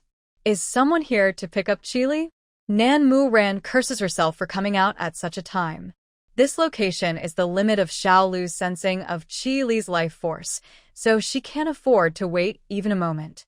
Naturally, Nanmu Ran didn't expect them to come for Qi Li in such terrible weather. But their actions now indicate that the underground laboratory has been activated much earlier than they had guessed in her previous life. A person and a dog quickly left the building and reached the platform outside. Nanmurian didn't think about being cautious. She immediately summoned a speedboat from her space. The speedboat headed straight for the apartment, taking less than 3 minutes. Suddenly, the little Lu on her wrist alerted her that Qi Li was approaching with someone in their direction. After thinking for a moment, Nanmurian moved west until she reached the main road, then hid in an abandoned building by the roadside. After waiting for about 10 minutes, she saw a speedboat speeding by. To avoid being discovered, she waited 3 more minutes before setting off. Guided by the little Lu, she and the dog followed the trail to the foot of Nan Mountain. The group eventually entered the Tsuishan Mountain in the southern part of the West City, where the main peak is 2,604 meters high. Across from it is the Nanshan Yunyuan Villa area, where the military plans to establish a secure base in the future. Fortunately, Nanmurian had climbed these southern mountains many times for inspiration, allowing her to identify her location based on the characteristics of different mountains. Seeing the speedboat hidden in the trees not far away, Nanmurian confirmed they had entered the mountains. She and the dog began to follow their trail, reaching halfway up the mountain. For Nanmurian, who had plant-based abilities, the jungle was her domain. With the level 7 mutated little Lu by her side, she felt no worry, even knowing that Qi Li was leading a complete mercenary team. Suddenly, the little Lu on her wrist moved slightly. Nanmurian paused, then quickly dropped to the ground and rolled behind a nearby tree. At the same moment, the trees behind her were hit by sniper bullets. Darn Qi Li, Nanmurian thought angrily, but she remained silent. In the jungle, being so far behind, there was no reason for them to discover her so quickly. The only possibility was that Qi Li, the scoundrel, had betrayed her and wanted to use these mercenaries to kill her and eliminate future threats. After missing 2 shots, the sniper on the other side looked at Qi Li with a cold gaze. "You just told us she was an ordinary girl?" Their reaction, alertness, and skills were no less than their own, yet she was called ordinary. Qi Li was also surprised by Nanmurian's agility. But since he had made his decision, there was no turning back. Otherwise, he would surely die. No matter who she is or how strong she is, your job is to kill her. Killing is a business. What does Dr. Qi plan to pay us? The mercenary team leader looked at Qi Li with a meaningful expression. Qi Li replied, You should know the purpose of Dr. Jin's underground laboratory. I am his chosen first assistant. Once his research succeeds, I will be the first to obtain the results. Deal. If Dr. Qi wants to live well, he must remember his promise today. They were always interested in Dr. Jin's gene drugs that could alter the human body, so they wouldn't refuse Qi Li's deal. After warning Qi Li, the leader signaled the team to split up, determined to kill the girl following them. On the other side of the jungle, four figures in camouflage gear were hiding from the rain in a sheltered spot. Due to a recent emergency rescue mission, their team had lost 2 members, and everyone's mood had been low. "Captain, that's the sound of a sniper rifle," said the baby-faced Chong, his expression changing. Sai, a tall man with a star-like appearance, also heard the gunfire. He stood up and listened in the direction of the sound. "I can tell what kind of gun it is."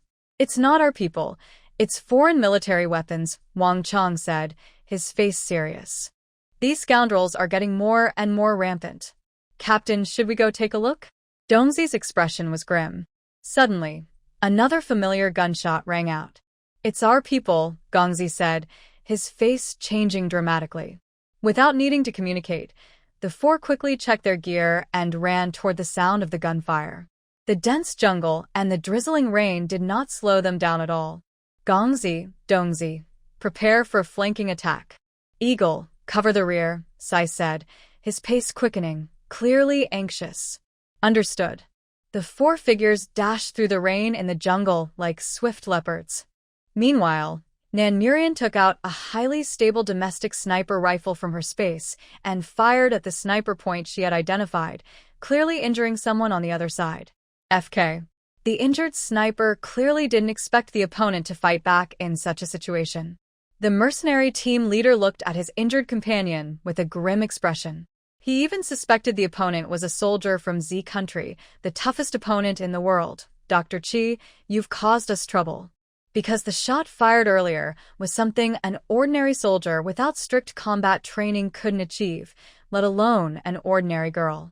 Similarly, with a partner injured, the mercenary leader felt murderous intent and began directing everyone to close in. Nan Murian shot several times, injuring 2 of them, but she also exposed herself. After being shot at twice, even without being hit, Nan Murian knew she had no chance of winning today if she relied solely on herself. If she let little Lu take action, it would make a lot of noise and no one within 200 to 300 meters could see. Fortunately, being deep in the mountains, as long as she dealt with these people completely, she wouldn't have to worry. Realizing this, she confidently extended her left hand toward the ground.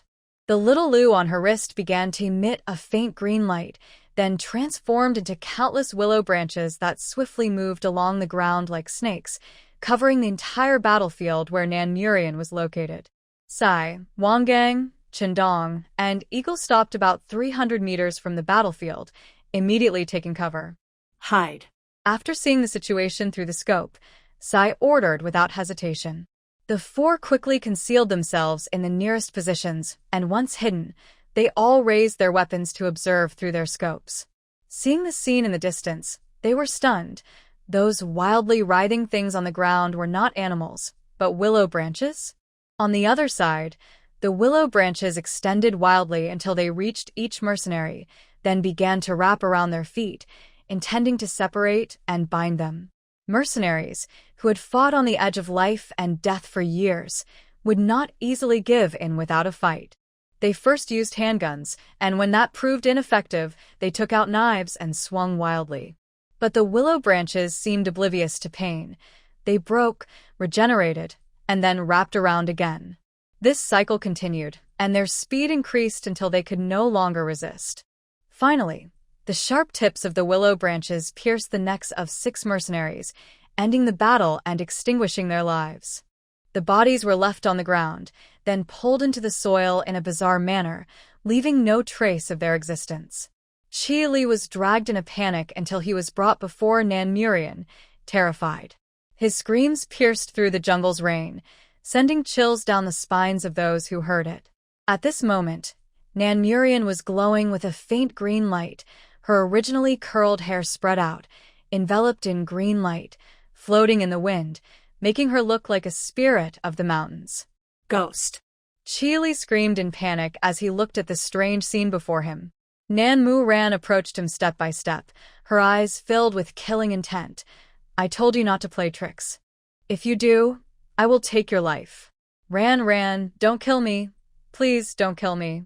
Qi struggled desperately against his restraints. In less than 3 days, he felt death closing in for the second time. This time, he had no bargaining chips. Do you really think I would let you go now? Nan Mu Ran's tone was colder than ever, the green glowing willow branch in her hand swaying gently like seaweed in water. 200 meters away, Siyi used binoculars to read Nan Mu Ran's lips, understanding every word she said. He glanced sideways at the 3 others beside him, who were eagerly watching through their scopes. The scene in front of them was indeed shocking, but these 3 were also quite bold. He couldn't figure out what kind of being that girl was. Clearly, she didn't allow anyone to know about her abnormalities. Once they realized the presence of the 4 of them, she would surely deal with them like she did with those mercenaries, leaving no trace behind. Gently tapping Wang Gang, who was closest to him, he signaled him about the danger ahead and instructed them to retreat immediately. The 4 of them began to back away carefully until they had retreated nearly 300 meters. Then they all turned and ran. That girl was too terrifying. Even against a fully armed elite mercenary team, they still felt some caution. Yet, in less than 5 minutes, she had disposed of the bodies effortlessly. With such combat power, they wouldn't stand a chance, so running was the smartest choice. Xiao Lu was fully focused on absorbing the bodies pulled into the ground by the willow branches, while Nan Mu Ran's attention was entirely on Qi. She didn't even notice the 4 lurking in the distance. I gave you a chance, Nan Mu Ran said coldly, looking at Qi. You want to find Dr. Jin's underground laboratory, right? I know where it is. I can take you there. It's not far, just in this mountain. Qi looked at Nan Mu Ran, his body limp.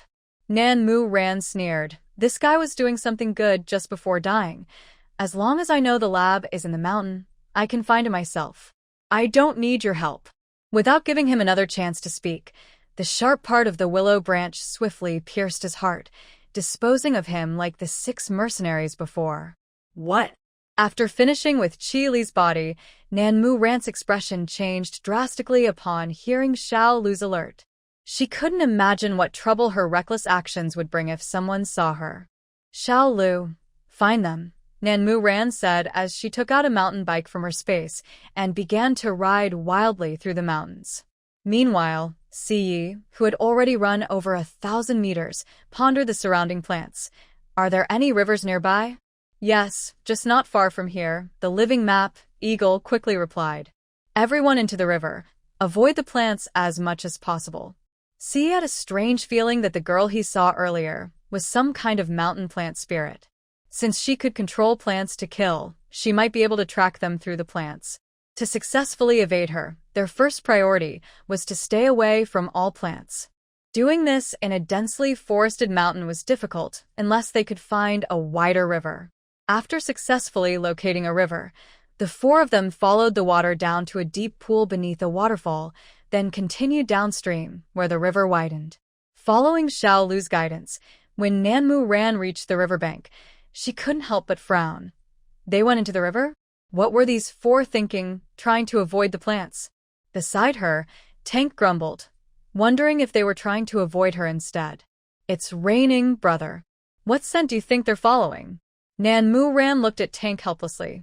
Xiao Lu informed Nan Mu Ran that the little grass said the other side consisted of 4 soldiers in camouflage, running like leopards, very fast.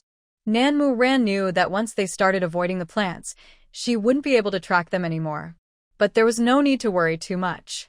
After all, it was just a chance encounter. They were strangers and might not meet again. If they encountered someone who recognized her, that would be a real problem. All right, let's go home. 1 person and 1 dog rode down the mountain on a motorcycle, then took a speedboat back to the apartment. There were only about 10 days left until the next acid rain, and to avoid the wave of corpses that followed the city, Nan Mu Ran couldn't stay in the top-floor apartment to face the acid rain. So she planned to return to the apartment to deal with the Nan family, then head back to the villa halfway up the mountain. As soon as she entered the apartment, she heard a gossiping voice from an aunt. That wealthy woman from the chief family on the 13th floor cried all afternoon today. She said her son was taken by some laboratory, and now her daughter has stolen all their food and is missing. Hearing this, Nan Mu Ran was stunned. Chi-Ching left. It seemed she must have realized the intentions of the Chi family members. Leaving was a decisive move, just like the Chi-Ching she remembered. However, the gossiping group, who had been enjoying their chat, were all shocked to see Nan Mu Ran and immediately ran upstairs, each returning to their homes. Nan Mu Ran felt a bit helpless. Was it really necessary to be this scared? So when she heard others gossiping, she discreetly stepped aside. That's when she learned that the little security guard had returned food to all the apartment owners, except for the Nan family. The Nan family had a big fight on the 21st floor, but since the little security guard had returned everything, they had to go find other owners. In this situation, who would give away food they had just received? The Nan family knew this well but was unwilling to accept it, so they turned back to the 21st floor to cause more trouble. In desperation, the little security guard firmly told all the owners that Nan Mu Ting had been coming to the 21st floor almost every day, taking away everyone's supplies. In an instant, the Nan family became the target of scorn in the entire building. Like a mole, everyone wanted to hit. As she reached the 12th floor, Nan Mu Ran heard strange noises coming from inside and paused. Then she saw the old lady from the Nan family had crawled to the stairway. Seeing Nan Mu Ran standing not far away, the old lady was in tears, but despite trying to speak several times, she couldn't make any sound. Behind her, the voice of the Nan family's aunt came. "What do you mean if we don't eat her? What will we do? The whole family is waiting to starve." The sound of a knife being sharpened accompanied her words. "Didn't you notice that the security guards' bodies outside have decreased? Do you think we're the only ones eating?"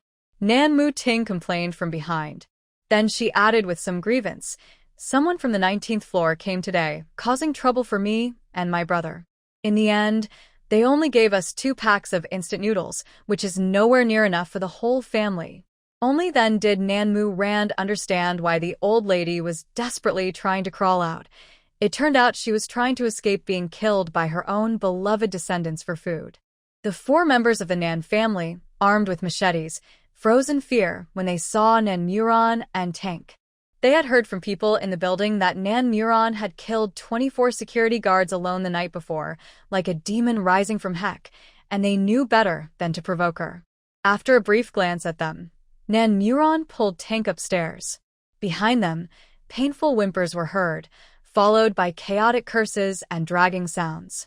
It had been nearly 2 months since the apocalypse began, and death had become the easiest punishment. Back in the apartment, Nan Muron sat on the sofa for a long time. Was this outcome cruel to the Nan family matriarch? Yes, it was very cruel, but she felt no hesitation or regret. Perhaps after struggling for so long in her past life, witnessing the decay of humanity and the betrayal of kin, her heart had turned to unyielding ice. She stood up and stored everything in her space. The entire top-floor apartment was now bare except for basic fixtures. Taking one last look at the home she had lived in for so long, she locked the door and headed straight for the 12th floor with Tank. As soon as the door to the 12th floor apartment opened from the outside, the 4 terrified members of the Nan family, who had been spiraling into madness, were struck with fear after the killings. They were met with the sight of Nan Muron in the living room. "Nan Muron, what do you want?" Nan Muting asked, her fear leaving her devoid of any other emotion. Nan Muron's gaze fell on the messy dining table behind them. By this time, the matriarch was already dead, her frail body dismembered. Her head remained, eyes wide open and bloodshot, as if unable to believe what had happened. This once proud matriarch had been brutally killed by her beloved descendants, ending in a state of eternal unrest. "Only one of you can survive," Nan Muron said, looking at the 4 members of the Nan family. She was curious to see how far these people would go against their own blood. "Are you crazy, Nan Muron?" The Nan family's aunt shouted. Nan Muron replied coolly, if you don't make a decision, I will ensure none of you survive. Nan Muron, you devil. Why are you doing this to us? Nan Muting was nearly losing her mind. Nan Muron was too tired to argue with her. Her tone as sharp as ice. Perhaps it's the grudges of several lifetimes. Now the countdown begins. 10, 9, 8, 7, 6. The 4 members of the Nan family exchanged glances, wanting to rush at this madwoman. Nan Muron's response to their thoughts was direct. She pulled out a handgun and toyed with it while continuing the countdown. Time's up. As Nan Muron finished speaking, the Nan family's aunt suddenly felt a knife pierce her abdomen. In disbelief, she looked at the blood pouring from the blade and then at her husband, whose eyes were also bloodshot. W.I. I'm sorry, dear. I need to survive, Nan Ping cried over his fallen wife, as if he hadn't just killed her. Mom, Dad, are you crazy? On the other side of the table, Nan Mufing never got to finish his sentence. A similar knife suddenly stabbed through his body, wielded by his beloved younger sister, Nan Muting. Seeing Nan Ping and his daughter act first, Nan Muron was not surprised. She had expected their selfishness towards her, but they showed no humanity even towards their own kin. Nan Muron smirked and stepped back, giving them space to fight. Nan Muting and Nan Ping exchanged a glance and rushed toward the nearest bedroom. However, as they approached, the bedroom door slammed shut, injuring their noses and locking them inside. This bizarre scene left them both in shock. Ah, there are ghosts. You, who are worse than beasts, are afraid of ghosts? Even ghosts would find that laughable, Nan Muron mocked. I already said, only one can survive. Nan Muting looked fearfully at Nan Muron. You're not Nan Muron, who are you? I am a demon, so you too should know you can't escape, Nan Muron reminded her coolly. Without needing a response from Nan Muting, Nan Ping made the first move, aiming his knife at Nan Muting without hesitation. Nan Muting jumped up, unleashing her full potential. Nan Ping, do you have no conscience? Without me bringing you supplies, you wouldn't be alive now. I'm sorry, daughter, but I want to live, Nan Ping replied coldly, his earlier tears gone. Someone like you doesn't deserve to live, Nan Muting scoffed, and they began to chase each other around the large dining table. They exchanged blows, enjoying the chase until they were both out of breath but still relentless. Bored, Nan Muron flicked her fingers, and Nan Ping suddenly collapsed, his legs giving way. Seeing this, Nan Muting rushed forward without hesitation, stabbing him in the back. As the knife plunged into his right chest just as he turned, Nan Muting laughed triumphantly. But her smile froze when she looked down and found Nan Ping's knife sticking out of her own abdomen. Watching Nan Muting struggle to sit up, Nan Muron kindly helped her. Nan Muting, you really are impressive. Don't worry, I keep my word. I won't kill you. Wan, save me, I need medicine. Nan Muting tried to grab Nan Muron's pants but failed. Nan Muron sneered, you should stay here with your family until you die. Leaving the apartment building, Nan Muron glanced back lightly, knowing she would never return. By the time she reached the mountainside villa, it was already midnight. As she parked the car, Tank started barking wildly. In the beam of the headlights, dark figures appeared in the pitch-black, rainy night. Inside the villa, Bai Mei, who had been watching the cameras, turned pale. Jia Wu, Wan is back. Without hesitation, Jia Wu, who was loading a gun, moved toward the door. The figures outside, still debating whether the villa was real, spotted Nan Muron getting out of the SUV not far away. Nan Muron used the headlights of the car to see the group in front of her. One of them, looking timid, was the manager from the renovation company responsible for the villa project. Brother Hao, that's her. She's the owner of the villa. If she's here, the villa must be nearby, the project manager exclaimed, as if he had found a lifeline upon seeing Nan Muron. A burly man turned to look in the direction he pointed. Upon seeing Nan Muron, his eyes lit up, and he lewdly began to tease. Oh, she's quite a pretty girl. At that moment, Jia Wu, who was inside the villa, also came out. The heavy sound of the villa's door closing startled Brother Hao and his group. "Brother Hao, look, it's that place," the renovation manager said excitedly. The person in charge from Tiandun Group said this is a top-level safe house. There must be endless food inside. Their greed grew with his words. A safe living environment and unlimited food were the ultimate luxuries in this apocalypse. Nan Murian coldly looked at the renovation manager. "Didn't Tiandun tell you that it's best not to come here? Otherwise, you'll lose your life. You too? You think you can kill us?" Brother Hao sneered, glancing at the slender Nan Murian and then at the strong Jia Wu by the villa's door, as if he had heard a great joke.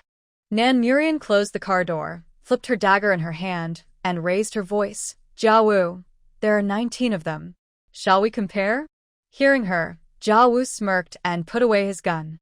"Xiao Lu, give us some light." Nan Murian lightly touched Xiao Lu. Instantly, the plants at several windows of the villa moved aside, illuminating the entire area in front of the villa. Brother Hao and his group were visibly excited to see the villa behind them.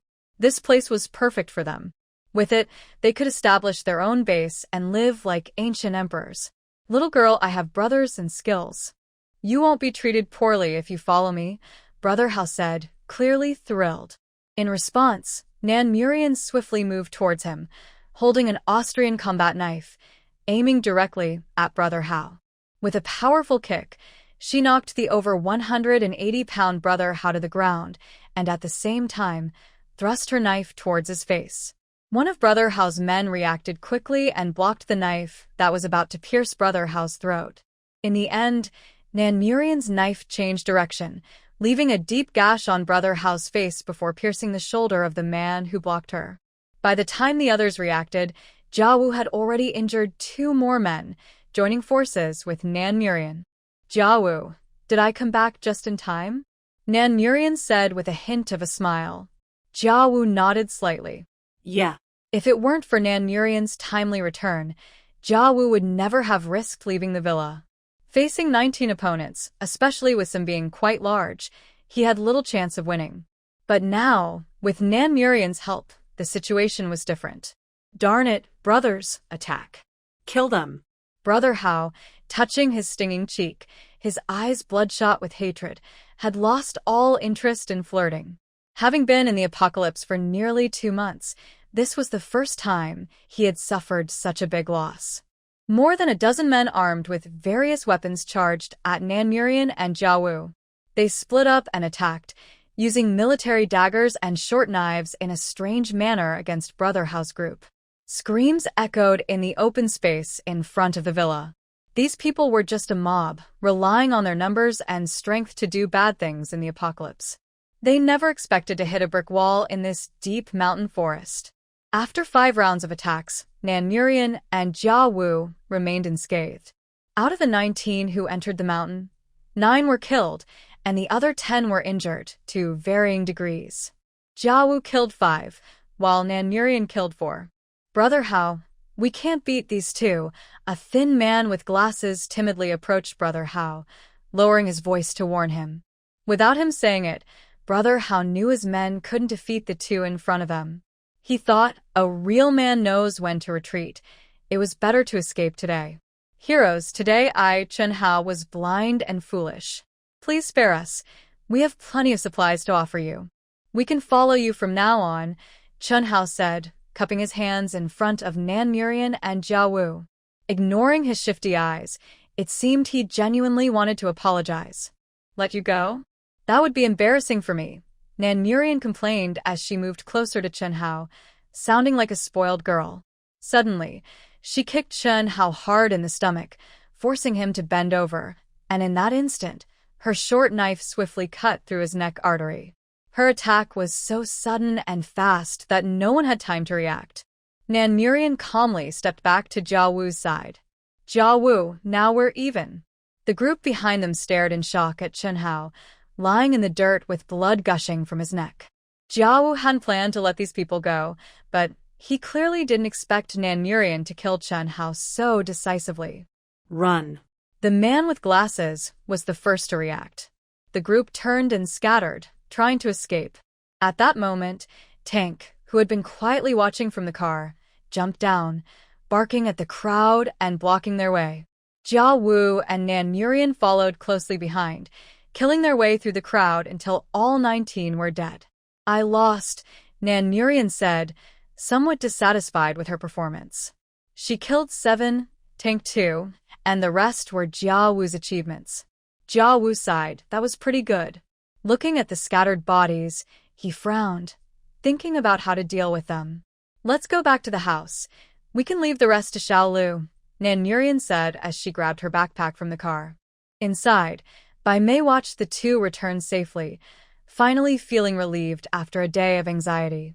As Nan Murian changed her shoes, she asked, did those people come over at night? A few leaders came by at noon and wandered around the mountain for a long time. To avoid trouble, we let them go down the mountain, but it didn't help us escape. Jia Wu recalled the day's events, feeling a bit anxious. Thank goodness you're back, Ran. My leg is not good, and I couldn't help it all. I could only watch and worry, Bai Mei said, unable to shake off her fear. Though she seemed weak, she had witnessed much violence and understood the darkness of human nature, so she didn't think it was wrong for Jia Wu and Nan Muran to kill those who tried to break into the villa. Nan Muran smiled and set down her backpack. Sister Mei, don't be scared. In the future, just stay safely inside the house. They can't get in. Bai Mei nodded in agreement. Initially, she and Jia Wu had planned to do just that, but with Nan Muran back, she felt that a girl like her would surely be scared facing so many people. Both of them were worried, so they didn't think about coordinating their actions. Instead, they rushed out to join her. Are you hungry? I'll go prepare dinner for you. After a tense day, Bai Mei and Jia Wu hadn't eaten at all. Nan Muran had only had breakfast, so once they calmed down, all three of them, including the greedy dog, were hungry. I'm hungry, Jia Wu and Nan Muran said in unison, their voices tinged with a hint of pitifulness. Tank, nearby, barked in agreement. Okay, everyone go wash up and change clothes.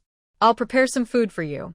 After enjoying a delicious meal of copper pot hot pot, the exhausted trio returned to their rooms for some much-needed rest. Nan Muran slept soundly until the next afternoon. The rain outside was still falling, but it had clearly lessened. The water in the city began to recede as the rainfall decreased. Everyone thought this was a sign of hope, but little did they know it was a precursor to something more terrifying. When she woke up, Tank and Fu were lying at the foot of her bed, keeping her company. When did you two sneak into my room? Nan Muran laughed, patting their heads. During the renovations, a dog door had been made at the entrance of the second floor, allowing these two little ones to come and go freely. After playing with the dog and cat for a while, Nan Muran got ready and went downstairs. In the living room, Bai Mei was watching TV. It seemed she had changed the channel, and Nan Muran raised an eyebrow when she heard the drama say, "What a big bed." Seeing her come down, Bai Mei quickly turned off the TV. Jia Wu, come eat. Since they had been stuck indoors with plenty of time, Bai Mei prepared a table full of Nan Muran's favorite home-cooked dishes. At the dinner table, while eating, Nan Muran handed a few sketches to Jia Wu. Brother Wu, can you help me check if you recognize these people? The sketches were of the 6 international mercenaries she had killed while tracking Qi Li on Chui Mountain. Scorpion, this is Black Ice's team. Where did you see them? Jia Wu asked, clearly worried. If this were before the apocalypse, these people would never have dared to show up here, but now, everything was out of control. Just a little while ago, they picked up someone I used to know from the apartment building. Black Ice? What is that? Jia Wu set down the sketches. Black Ice is a top international mercenary group. There are 29 members divided into 4 action teams and a 5-person liaison group. These people have no bottom line. They are known for their evil deeds and are very active on the dark web. I've heard that in recent years, they love to use various inhumane methods to gain power. The 6 people in your sketches are from a team called Scorpion. Nan Muran quickly caught the key point. They like to use inhumane methods to gain power? Yes. Behind Black Ice is a company called Blacklock, which is said to be involved in human trafficking worldwide for genetic experiments, Jia Wu added, seeing that Nan Muran was interested. Nan Muran's eyes lit up at his words. Brother Wu, after dinner, can you describe the appearances of the other members of Black Ice's teams? Describe? Jia Wu was a bit surprised. Yes, you described them, and I'll draw them. If she guessed correctly, the underground laboratory of Dr. Jean was built by this company called Black Lock. So, the people in camouflage responsible for external defense in the lab must have been from Black Ice. This time, she was determined to find every last one of them. Bai Mei frowned at Jia Wu's strange description, but when those characteristics transformed into vivid features on Nanmu Rant's paper, her eyes lit up. Jia Wu was equally surprised. Nanmu Rant's speed was faster than many sketch artists. I'm a professional in painting. It's not that strange.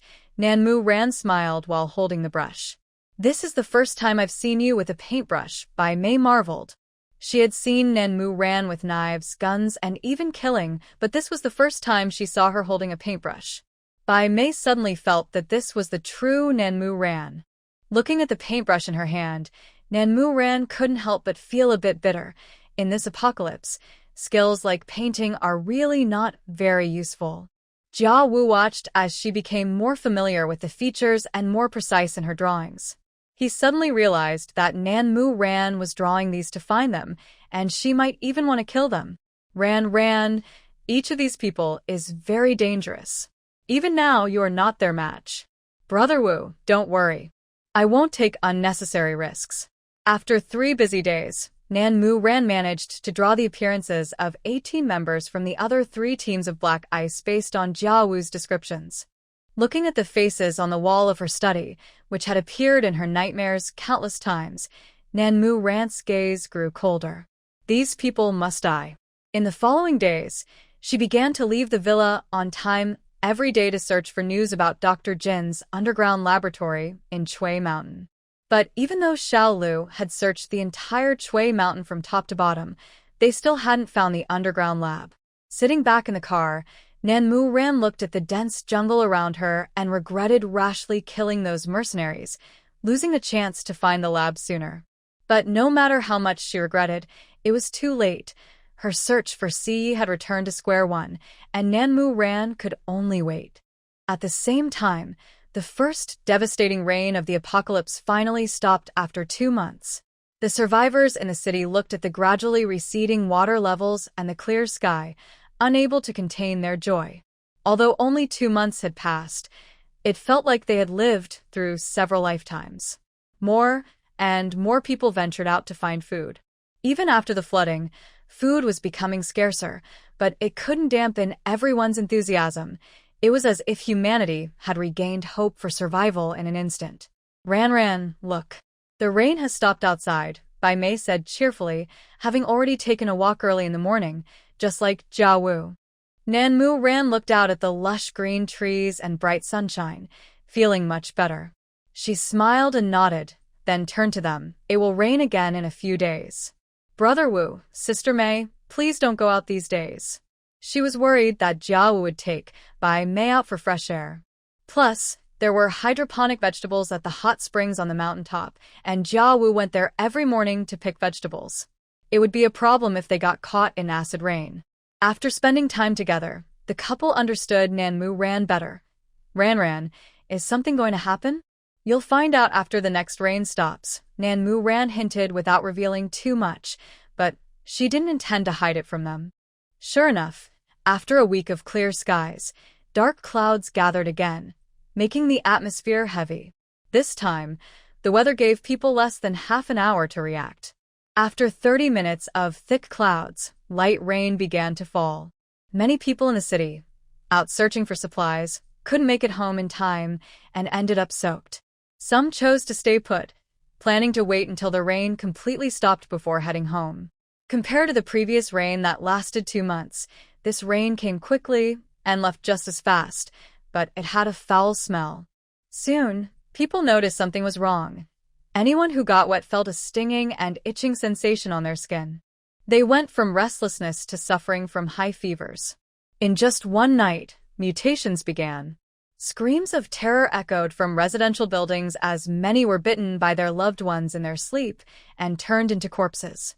Some families, unable to harm their mutated children, ended up getting hurt themselves and turned into corpses as well. After more than 2 months of food shortages, human losses were less than 10%. But this sudden acid rain mutation brought that number to over 50%. After the rain cleared, the city was plagued by waves of corpses. The living soon realized that those who had died and those who had been rained on had all turned into zombies. They had no souls, couldn't think, moved slowly, but could smell humans from a distance and were attracted to various loud noises. Anyone who survived, if bitten by a zombie and bled, would immediately mutate. Once they understood the situation, people began to try to face the harsh survival environment. On the 3rd day after the mutation, Nan Mu Ran felt a wild craving in her body, knowing it was a reaction to her abilities. With 3 types of powers, especially plant and psychic abilities, she had dropped from level 8 to early level 2, feeling out of place, just like her powers. Sensing the energy changes in this world, her abilities transformed into 3 hungry children, eager to grow and become strong. "Brother Wu, I need to go hunting," Nan Mu Ran said as she changed into a dark gray tracksuit and packed her bag to head out. "You should go with Ran Ran," Bai Mei said without hesitation from her wheelchair. "The villa is safe. As long as I don't go out, there won't be any danger. You can rest easy." Jia Wu understood that they couldn't hide forever, so despite his worries, he agreed, "No matter what happens when we come back, don't go out alone." "Don't worry," Bai Mei replied gently. The 3 of them, along with a dog, were ready to leave. However, just as they reached the door, DeFu jumped straight into Nan Mu Ran's arms, clearly wanting to go along. "You stay here with Sister Mei," Nan Mu Ran firmly refused the little guy's wish.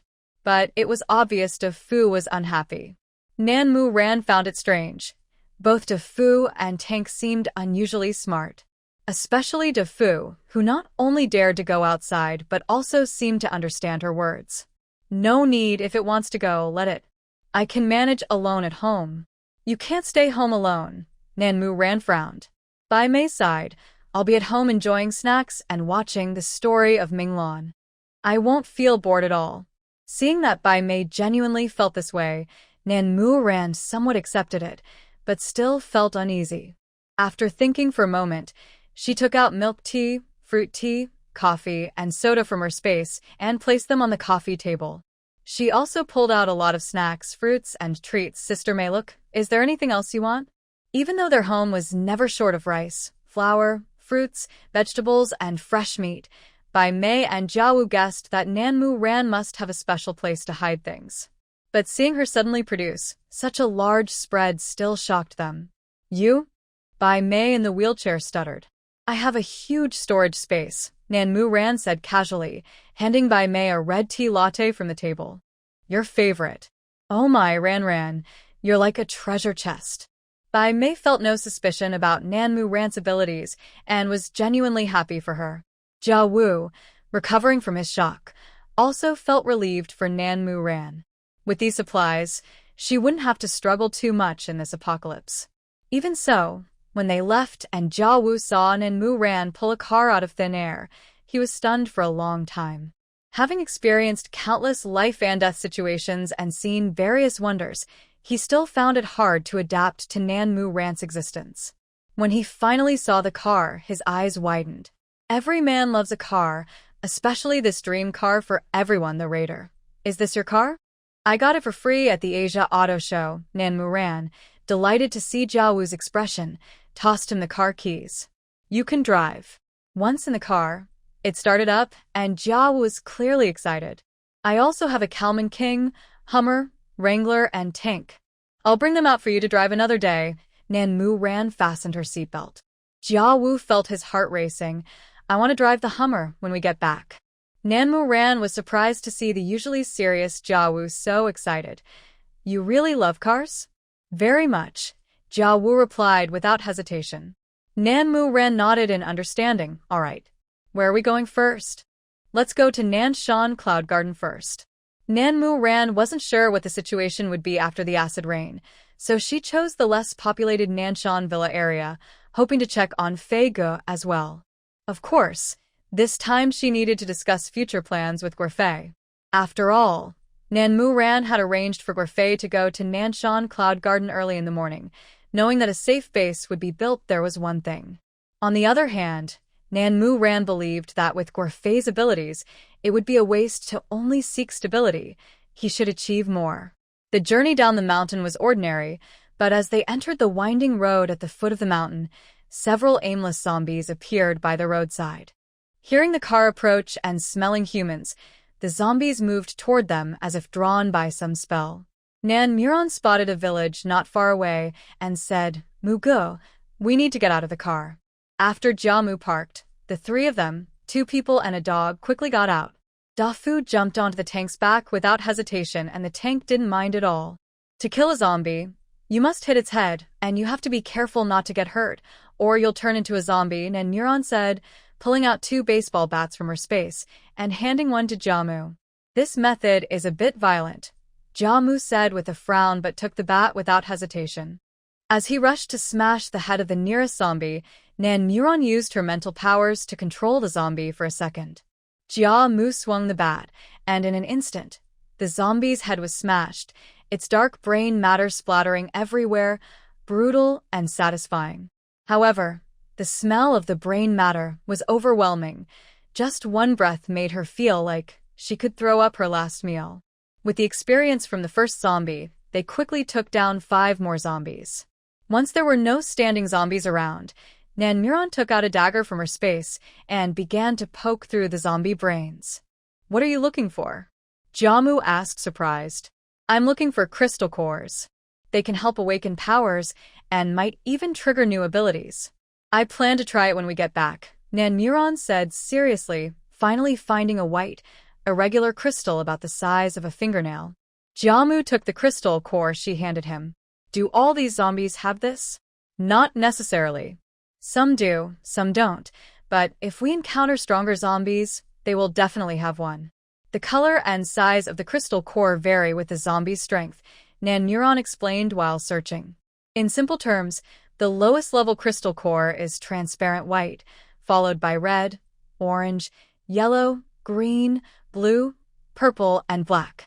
The further down the list, the more saturated the color, and the higher the level of the crystal core. Ability users are also limited by the level of the crystal cores they absorb. To level up, they must absorb higher-level cores. Cores of the same level can only enhance or replenish, not promote. After carefully searching 5 zombie heads, they found only 2 small crystal cores. "Are you not going to absorb them?" Jiamu asked, surprised to see Nan Muron casually put the cores in her backpack. "My powers are still at the initial level too. These won't help me." Jiamu paused, realizing he had overstepped by asking that question, feeling awkward. "If you use your powers against black ice, what are your chances of winning?" Jiamu finally asked, voicing his concern. Nan Muron smiled, knowing he was worried about her. "I didn't finish my earlier thought. I've not only seen scorpions, but I've also killed them." The car screeched to a halt on the winding mountain road. "With Xiao Lu's help, at this stage, no one can fight me. But I can't say what will happen later," Nan Muron honestly told Jiamu. Jiamu forced himself to calm down and restarted the car. After driving a few kilometers, they reached a village located along the mountain road. There were noticeably more zombies here, and a couple of them moved faster than the others. They got out of the car and instinctively split up to act. Jiamu continued to smash heads with a bat, while Nan Muron used her mental powers to control the zombies, then either smashed their heads or used willow branches to strangle them. Throughout the process, she didn't let Xiao Lu intervene, relying solely on her powers to manipulate the branches. As the noise and the presence of living people attracted more zombies, they quickly killed over 20 zombies. Nan Muron felt herself getting exhausted. Compared to her past self, who could easily take down zombies with Xiao Lu's help, being at the initial level 2 felt limiting. But that was okay. She just needed to level up faster. Without her powers, she had to resort to smashing heads directly, and they nearly cleared out all the zombies wandering near the mountain road. Afterward, they began searching through the brain matter for crystal cores. In the end, they collected 21 low-level crystal cores and 2 slightly reddish ones. During the process, Tank couldn't sit still and jumped in, using its sharp claws to slice off zombie heads. Surprisingly, Dafu, usually clumsy-looking, was very quick. Each time, it accurately jumped onto a zombie's head, but despite its sharp claws, it struggled to sever the heads. However, after a short while, when Dafu saw an neuron searching for crystal cores, it discovered something new. It's doing that. Jiamu watched in disbelief as Dafu jumped onto a zombie's head to dig for a crystal core. Nan Neuron was also stunned and immediately gave Dafu a thumbs up. You're amazing. Just be careful not to get hurt. Her current abilities weren't enough to dispel zombie poison, so she couldn't prevent mutations. Still, the behavior of Tank and Dafu was strange. Something must have happened to them that she didn't know about. Confused but unable to ask directly, she continued to ponder. After collecting all the crystal cores, they got back in the car and continued along the mountain road. After 40 minutes, they finally arrived at Nanshan Garden. At the entrance, a few zombies in security uniforms were wandering around. Nan Miron got out to handle them and manually lifted the barrier. Once inside the villa area, they occasionally encountered aimless, wandering zombies. If they looked particularly weak, they didn't bother wasting energy on them. The car drove up to the standalone villa where Guofei and the others were. "Hubby, there are people outside," Lin Jiejie said nervously, watching the car on the monitor and calling inside. They had been living here for almost 3 months, going from confusion to relief and now to anxiety. The couple and their son had endured a deep psychological struggle. Just yesterday, they saw zombies wandering outside, which made them even more anxious. In this state of constant tension and fear, the only comfort was that they still had enough food to eat. Nan Miron had left them detailed supplies, including dehydrated vegetables, self-heating pots, and concentrated fruit and vegetable juices. So even after so long in the apocalypse, the couple still managed to maintain a balanced diet. But the more secure they felt, the more they panicked, worrying about being targeted by others and the uncontrollable changes outside. During the heavy rain, they had encountered people trying to break in for food more than once. If it weren't for the 2 guns Nan Miron left behind, they didn't know what would have happened. "That's Ran," Guofei said, watching a girl in a gray tracksuit get out of the car, his tone clearly excited. Lin Jiejie recognized her. "It's Ranjan. She's lost some weight." As Nanmu Ranjan stepped out of the car, she hadn't even reached the villa's yard when the front door swung open. Guofei and Lin Jiejie stood excitedly at the door, watching her quietly. Ranjan. Seeing Nanmu Ranjan safe and sound made Guofei's eyes well up with emotion. "Brother Fei." Nanmu Ranjan rushed forward without hesitation and hugged the couple. "Are you both okay?" Lin Jiejie nodded repeatedly. "We're fine." "Ranjan. Thank you so much. If it weren't for you." She couldn't bear to think about what would have happened to their family of 3 without Nanmu Ranjan's preparations. "We don't need to say that between us. Come inside." The couple noticed Jiao Wu following Nanmu Ranjan and quickly invited them both in. After all, there were zombies wandering outside and it wasn't safe. In the villa's living room, there was a carefully built children's area, where Dudu had already learned to walk. "Dudu, call your aunt." Nanmu Ranjan felt very happy looking at the chubby little one. In her previous life, Dudu had a high fever and didn't survive the first heavy rain of the apocalypse, forever remaining at 1-year-old. "Ranjan, don't rush to play with him. First, have some hot tea to warm yourself up," Lin Jiejie said with a smile. It was already November, and the weather outside felt chilly after the autumn rain. Nanmu Ranjan sat back on the sofa and introduced Jiao Wu and Guofei to each other. She had heard that Jiao Wu had been teaching Nanmu Ranjan self-defense skills. Guofei and Lin Jiejie naturally thought that Nanmu Ranjan had survived the apocalypse because Jiao Wu had been protecting her. Feeling grateful, the couple became even more enthusiastic towards Jiao Wu. This made the usually cold Jiao Wu feel quite uncomfortable. "All right, don't worry about preparing. We can't stay long. You can't leave. You must stay for lunch." Lin Jiejie insisted firmly, not needing Guofei to say anything. Nanmu Ranjan nodded. "Okay, I actually have something to discuss with Brother Fei." Then I'll go cook. You all can chat. Lin Jiejia went to the kitchen to get busy. Since they were staying for lunch, Jiawu went outside to bring down the tank and a Fu from the car. Dudu, who had been playing alone in the children's area, finally found a new friend. To prevent the two little ones from hurting each other, Jiawu had to keep an eye on them. The chubby Dudu softened Jiawu's usually tough demeanor a bit. In the study on the first floor, Guofei looked at Nanmu Ranjan. Ranjan, do you have something to say? Brother Fei, what are your plans for the future? Given their relationship, Nanmu Ranjan didn't need to beat around the bush. Guofei was taken aback. What did she mean by future plans? In the apocalypse, social systems had completely collapsed and human malice was magnified. The harsh environment kept coming in waves. Surviving was already a blessing. What more could one expect? Nanmu Ranjan understood Guofei's thoughts. Brother Fei, Nanshan Yin Garden will establish a military base in the future.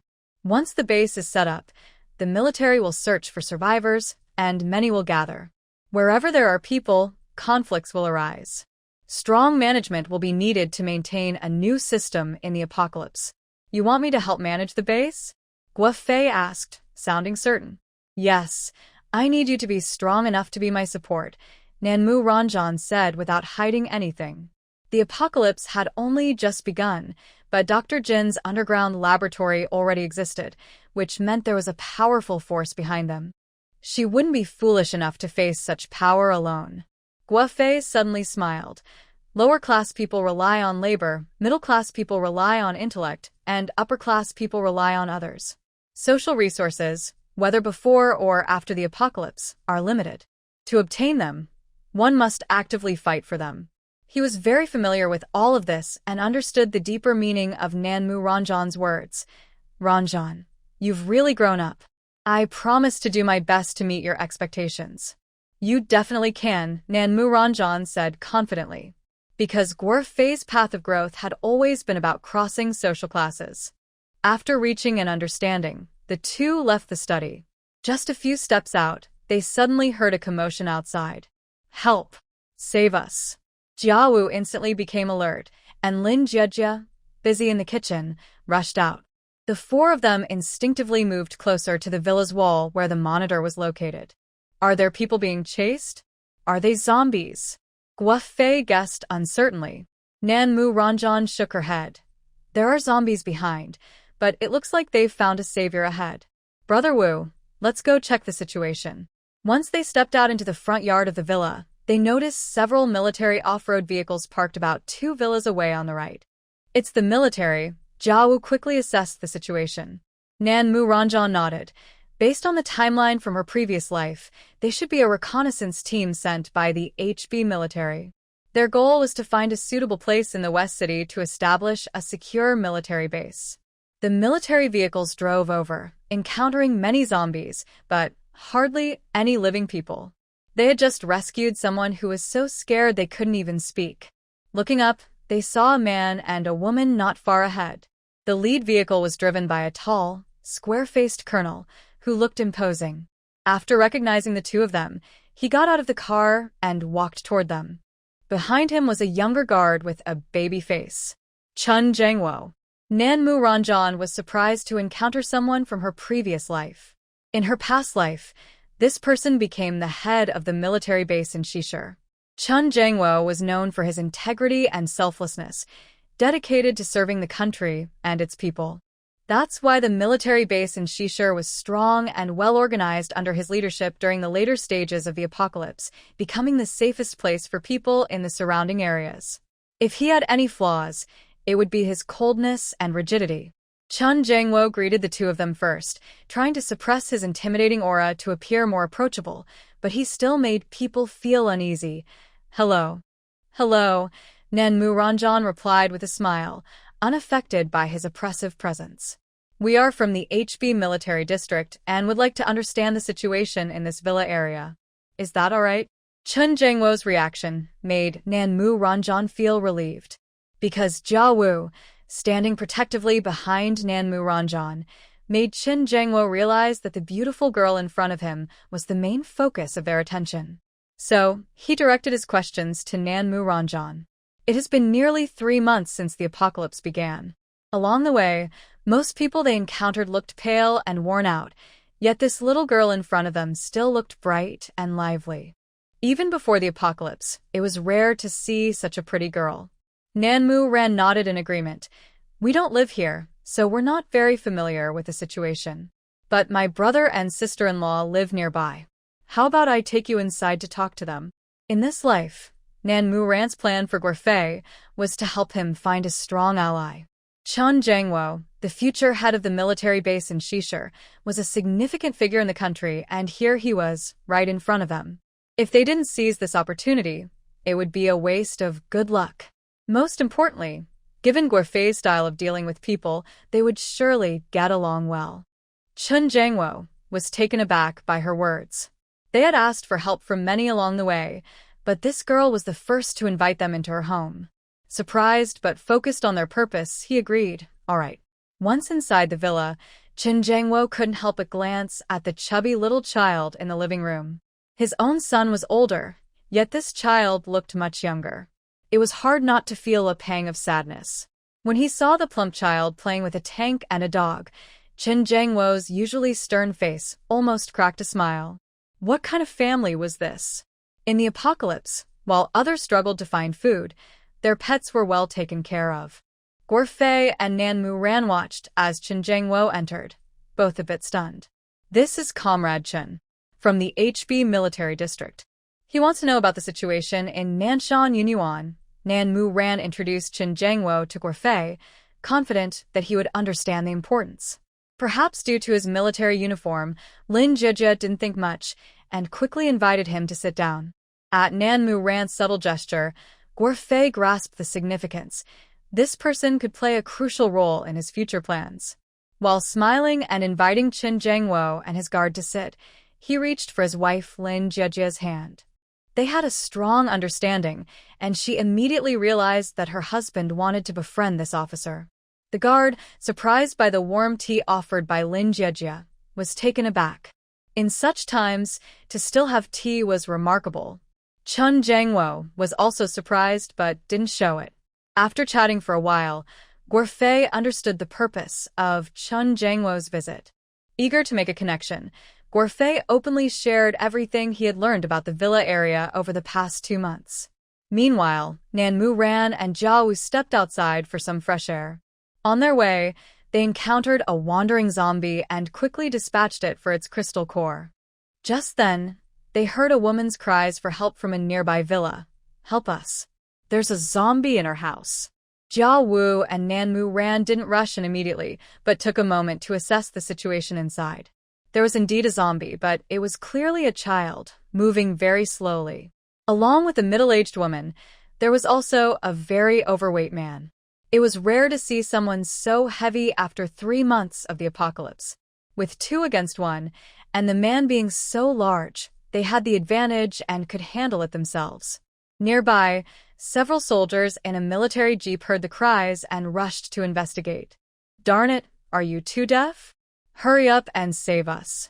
The man inside the villa shouted upon seeing Nanmu Ran and Jia Wu, who had just killed a zombie but were now hesitating. Nanmu Ran frowned at the man's rude tone. It was rare to see someone so demanding when asking for help. What a jerk. We're not going, Jia Wu replied calmly. Just then, several soldiers arrived and prepared to enter the villa to rescue the people inside. But Nanmu Ran stepped forward, blocking their path. He's shouting so loudly, he must have the strength to handle it himself. No need to rush in. Miss, the situation inside is very dangerous. You shouldn't stay here. Go home. It's not safe outside. The leading officer softened his tone upon seeing Nanmu Ran was a girl. Inside, the man noticed the approaching soldiers. Are you all dead? Can't you see I'm in danger? Do you know what it means to serve the people? I pay so many taxes every year to support a bunch of useless people. The soldiers felt their faces flush with anger, but didn't give up on rescuing the people inside. Do you really want to save someone like him? It's our duty, the leading officer replied firmly. Nanmu Ran nodded and stepped aside. But at that moment, the couple inside suddenly felt a splitting headache, and the man's arm, which had been holding off the zombie, went limp. The zombie seized the opportunity and bit the nearest man's neck. His scream was horrific, and the zombie then turned to attack the now weakened woman. Quick, save them. The leading officer rushed in, but the villa door was solid. In the end, they had to climb through a window. After dealing with the young zombie, they brought out the middle-aged woman who hadn't been bitten. However, once outside, the woman went wild, struggling. "My husband. Save my husband. Your husband has been bitten by a zombie and will soon turn," one soldier gently explained, wishing they could have dealt with the husband before he fully transformed. The woman exploded with rage. "You're talking nonsense. My husband was fine just a moment ago. Are you afraid of danger and don't want to save him? You're soldiers. How can you be so cold-hearted?" "It's not that we don't want to save him. It's that we can't," the leading officer clarified. "Soldiers who don't save lives. Come and see." The soldiers were at a loss, realizing they had made a mistake in trying to save someone like her. Suddenly, the villa door swung open. Nanmu Ran turned to the stunned woman on the ground, her voice icy. "Now that the zombie is dealt with, you can go in and save your husband yourself." Her action left the woman speechless and startled the soldiers nearby. "Hurry up." Seeing the woman frozen in shock, Nanmu Ran stepped forward and grabbed her collar, ready to push her back inside. The sudden lift terrified the woman, turning her pale as she cried and struggled. "I won't go. I won't save him. Let me go. I won't go in. I'll die." Nanmu Ran coldly dropped her back to the ground. The soldiers, finally coming to their senses, felt frustrated. They knew going back inside was a death sentence. The woman thrown to the ground glared at Nanmorong's back, wishing she could kill her. She had seen clearly inside the house. If Nanmorong hadn't blocked those soldiers, her husband wouldn't have been bitten by a zombie. Suddenly, she felt a gardening shovel behind her. Anger surged within her as she gripped the shovel tightly, charging at Nanmorong, shouting, "You should die." Everyone nearby gasped in shock as they watched the shovel fly toward Nanmorong's head. They couldn't react in time to save her. "Wanruan, kick back," shouted the soldier across from her urgently. Nanmorong instinctively kicked backward. The woman holding the shovel was sent flying, barely stopping before hitting a wall nearby. The pain in her abdomen nearly made her faint. Once she regained her senses, fear took over, and she began to cry loudly, trying to attract more attention. "The soldiers are going to kill me." The leading officer frowned deeply. Even in her state, she still caused trouble. "Miss, please stop shouting. We just saved you. How could we kill you?" "Exactly. Are you even reasonable?" A younger soldier felt wronged. "You all need to arrest her. I saw her deliberately delay the rescue, causing my husband's death. This is murder." The woman pointed angrily at Nanmorong. Since she couldn't take revenge herself, she thought getting Nanmorong arrested would suffice. The soldiers were dumbfounded. Arrest her? This isn't before the apocalypse. Besides, she hadn't done anything wrong. The soldiers aren't standing up for the common people. The woman cried out again when they didn't move. Nanmorong looked at the soldiers, who were in a difficult position, and said calmly, "Everyone, just go back to your vehicles. Let her cry here. It will attract the zombies coming our way." Hearing her words, the woman was terrified, choking and coughing violently, blood seeping from her mouth due to internal injuries. "This is the apocalypse. You can't just bully others with your morals. I give you two choices. Either go home quietly now, or I can help you end your life and free you from all pain." Nanmorong's gaze was cold as a short knife appeared in her hand. The woman trembled uncontrollably at the sight of Nanmorong's icy eyes and the silver blade. She immediately crawled back home, slamming the door behind her. The soldiers were stunned by how quickly that was resolved. But didn't she forget there was still someone in the house who was about to mutate? Thanks, the leading officer said to Nanmorong, feeling a bit embarrassed. Meanwhile, Chen Jiangwo and Guofei rushed out of the house after hearing the commotion. "Wanruan, are you hurt?" Guofei ran to Nanmorong, worried. The soldiers nearby were speechless. "Come on, a person who can kick someone away like that can't be hurt." "I'm fine. Have you finished talking?" Nan Morong noticed the strange looks around her and quickly changed the subject. Yeah, mostly. Just a few details left. Then Chen. Commander, Chen Jiangwo quickly interjected, worried she might call him comrade. It wasn't a big deal, but it felt odd at that moment. Nan Morong gestured for Chen Jiangwo to step aside from the crowd. Commander Chen, can I ask you about someone? I can't be sure, but you can ask. I'll do my best, Chen Jiangwo said, feeling more favorable toward her after chatting with Grefei. Nan Morong looked at Chen Jiangwo, suddenly feeling nervous. Do you know Siyi? Hearing Siyi's name from this pretty girl made Chen Jiangwo's pupils shrink in surprise. He was the commander of the Blood Wolf Special Forces, and Siyi led the Wolf Pack team, which was his sharpest weapon. How did this girl know Siyi? You know him, right? Nan Morong was a psychic. Even though Chen Jiangwo remained calm, he couldn't escape her keen perception. Seeing the excited look on her face, he hesitated to tell her the truth. Can I ask you a question first? Sure. How do you know Siyi? This was important to Chen Jiangwo. The existence of the Wolf Pack team was a top military secret, and each member was a secret weapon. This girl shouldn't know about them. Nan Morong answered without hesitation, I am his girlfriend. This was the line she had prepared before asking Chen Jiangwo. What? Now it was Chen Jiangwo who was unsettled. When did that quiet and cold guy get a girlfriend?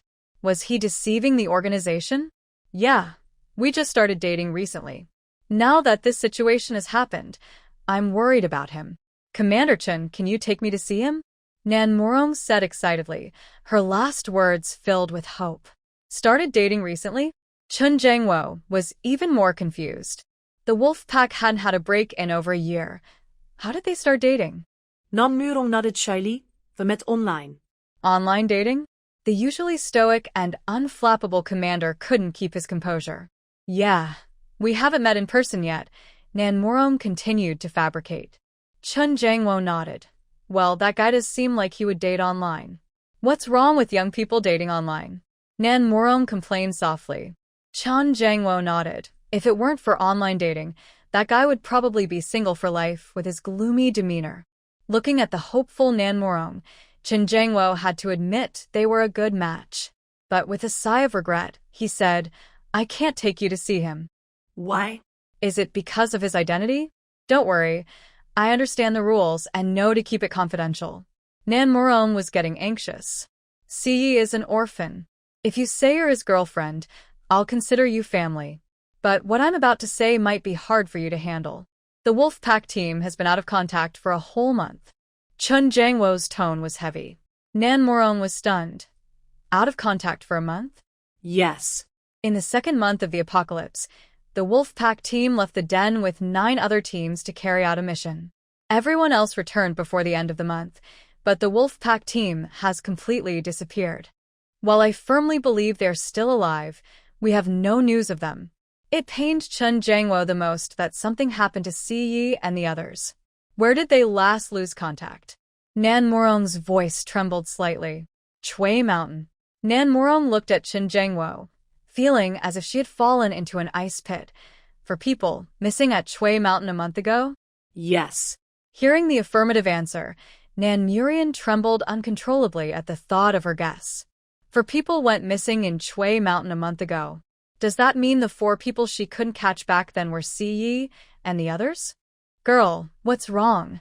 Chen Jiangwo was startled by Nan Murian's expression. It's nothing. Nan Murian felt as if she had fallen into an ancient ice cave. She knew that if Siyi and the others had disappeared at that time, they were likely captured and taken to Dr. Jin's underground lab. Thinking about the pain and despair they might be experiencing there made her heart ache. Without wasting any more time, Nan Murian looked at Jiao Wu nearby. Brother Wu, let's go straight to Shui Mountain. Ran. Nan Murian turned to Guofei. Brother Fei, please apologize to Sister Jejia for me. I won't be having dinner. I need to get to Shui Mountain as soon as possible. What happened? Guofei noticed Nan Murian's unusual behavior and became increasingly worried, quickly grabbing her. I need to find someone. Brother Fei, can you wait for my next visit for an explanation? Her tone was urgent. She didn't want to waste a second. Since encountering the Nan family, It was the first time Guerfei saw Nan Murian so flustered. Be careful. Okay.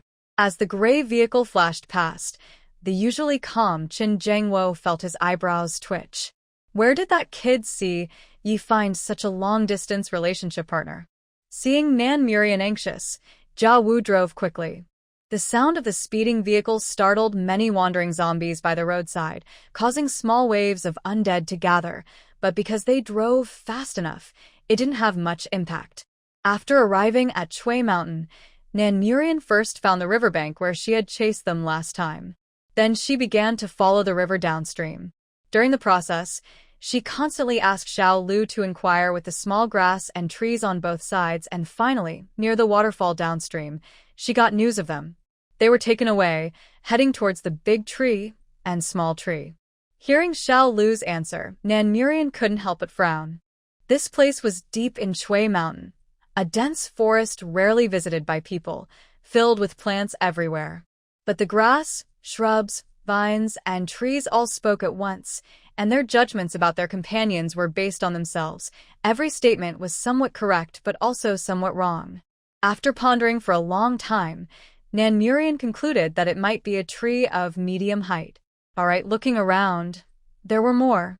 With no other choice, the two could only try to search deeper until they reached a place where the trees were so dense that they blocked out the sun. Ran, something feels off here. During his time as a mercenary, Jia Wu had entered tropical rainforests multiple times for missions. He could always sense the dangers in the jungle accurately. Nan Murian knew this too and began to release her mental power and plan abilities to sense any impending danger. Unfortunately, as a beginner in the second level of mental abilities, her sensing range was less than 100 meters. Within this distance, she could clearly see everything happening around her, but beyond that range, she was powerless against danger. Her second-level plant abilities were even weaker. She couldn't communicate with plants and could only control the tiniest plants to attack. To strengthen her attacks, she would need to contract with stronger mutated plants. However, not all mutated plants would follow their master like Xiao Lu. Many had backfired. The reason Nan Murian could attack zombies with plants was that she had Xiao Lu's help. Suddenly, snake-like vines began to appear around them, closing in from all directions. The speed increased as they approached. Nan Murian intended to use her abilities to attack the vines with Xiao Lu's help, but suddenly found that her powers seemed to have vanished completely. Ran, be careful. Jia Wu, seeing Nan Murian frozen, urgently reminded her. Snapping back to reality, Nan Murian immediately ran toward the large tree ahead and, using its strength, performed a flip to land on the back half of the vines. Without hesitation, she stabbed down with her dagger. After being attacked, the vines did not retaliate but instead retracted at an even faster speed than before. In an instant, everything around them returned to calm, as if nothing had happened. Exchanging glances, they quickly regrouped, becoming fully alert and not daring to let their guard down. Once attacked by mutated plants in the jungle, one could be injured or even lose their life. Plus, it was uncertain if it would attract other dangers. Xiao Lu, do you think it was that one? Nan Murian recalled the attack of the previous vine and her inexplicably vanished powers, asking Xiao Lu with uncertainty. The little vine on her wrist shook its head slightly, unsure. But it could confirm that the vine that attacked them had fled because it sensed its presence. That vine was at most level 3 and was no match for Xiao Lu. Nan Murian didn't think it was common for plants to make abilities disappear. After all, in her previous life, she had only seen it once in the underground lab. So this vine was likely the same one from the underground lab in her last life. Xiao Lu, find it. Following Xiao Lu's guidance, Nan Murian and Jia Wu headed east, walking less than 100 meters. Above them was a giant ancient tree that had withered, about the size of 4 people hugging it, with branches and flowers densely covering the ground. This is the spot. Nan Murian signaled Jia Wu to be on guard. She began to examine the surrounding plants when suddenly a small vine caught her attention. Although it was much smaller than the vine that attacked them, as a plant ability user, Nan Murian was confident she wouldn't mistake it. Her method of verification was simple. She used her plant abilities to absorb the vine's life force. As soon as the white thread touched the vine, it grew wildly over 10 meters in an instant, expanding rapidly, forcing Nanmurian and Jiawu to retreat. Watching the vine before her grow like a towering tree, Nanmurian was ready to attack at any moment but was stopped by Xiao Lu on her wrist. The little vine, glowing with a green light, quickly extended from Nanmurian's wrist, wrapping around the vine, circling it until it reached the top. Today is truly eye-opening. Jiawu couldn't help but exclaim, since knowing Nanmurian, he had seen too many unbelievable things. Nanmurian felt helpless. Could she say this was the first time she had seen such a situation in both her lives? Looking up at Xiao Lu and the vine, it seemed like they were flirting? Or perhaps just getting cozy. Anyway, it was quite strange. After a long time, Xiao Lu and the vine shrank at the same time. The vine returned to half a meter tall, and Xiao Lu was back on Nanmuran's wrist, transformed into a familiar willow branch tattoo. It says it has delicious fruits and thought we came to steal them. Nanmuran stared at the vine for a long time after hearing Xiaoyou's words. Délicieux fruits? That meant it had mutated fruits. This little guy was only half a meter tall, with just a few dozen leaves and 3 or 5 small white flowers. If it hadn't jumped out on its own, who would think it had fruits? Besides, it didn't look like it could grow fruits. The vine could clearly sense the human's disdain, feeling unwilling and determined to prove itself. Looking at the 2 white fruits glowing green in front of her, Nanmuran confirmed that this was the vine from the underground lab that had killed her and Sai. In an instant, Nanmuran pressed down on the vine's root, startling it, and the fruits fell to the ground. Suddenly, a short knife appeared in her right hand. Raren. Jiawu was shocked by her sudden change. The little willow on her wrist quickly tried to stop her. It is the vine from the underground lab. Nanmuran was filled with killing intent. She didn't care about the vine's special qualities. She only knew it had harmed Sai. She had no intention of letting go of anything that had hurt them in her past life. The little willow hurriedly informed Nanmuran. There were 2 such vines here. One had been growing around an ancient tree and had been dug up recently because it bore fruits. One has already been dug up? Nanmuran looked at the vine in her hand, which was nodding frantically, her tone skeptical. But she quickly realized that plants don't lie. However, she didn't release her grip on the vine's root and didn't put away the knife either. Can you sense the location of the other vine? I could before, but not now. Hearing Xiaoyou's words, Nanmuran wasn't surprised. Tell it to either come with me, or I'll dig up its root and burn it. Choose one. Vine. This human is too scary. I don't want to go with her. Xiao Lu, if your root is burned, can you still sprout? Vine, my root has fruits, and the fruits can grow new vines. Xiao Lu, but the new vines will be your offspring, not you. Raren is a really good human. You'll see if you follow her. Vine. The good human who wants to dig up my root and burn it doesn't seem right, does she? Xiao Lu. She thinks you are the vine that killed her and Sai, so of course, she wants to dig you up. I want to dig that vine's root too. Vine, but I don't want to leave here. Xiao Lu. Raren has a powerful life force. It's great for plants. If you follow her, you'll grow quickly. Plus, you won't have to worry about your fruits being stolen or someone digging up your root. Raren will help drive away the bad people. In the end, the vine, like Xiao Lu, obediently wrapped around Nanmuran's left arm. The vine twisted around Xiaoyou's shape, making the originally simple tattoo look more complex and beautiful. Nanmuran also received 9 fruits from the vine. As soon as the vine settled on Nanmuran's wrist, it comfortably stretched out, and the 2 small flowers that hadn't bloomed finally opened. Xiao Lu wasn't lying. This human really had a strong and beneficial life force for plants. Xiao Lu. Ask it if it has seen Sai and the others? But the silly vine had no idea. However, the vine did know the direction the people who took the other vine had left. Nanmuran and Jiawu continued deeper into the Emerald Mountain following the vine's directions. They ran until it was dark, but still found nothing. When they returned to the car, Nanmuran was terrifyingly silent, as if surrounded by a very low pressure. Raren, who are you looking for? Zhao gently pressed down on Nan Muron's shoulder, pulling her out of her gloomy mood. Nan Muron finally came to her senses. Seeing the worry in Zhao's eyes, she forced a smile but couldn't manage to laugh. I've been looking for someone very important to me.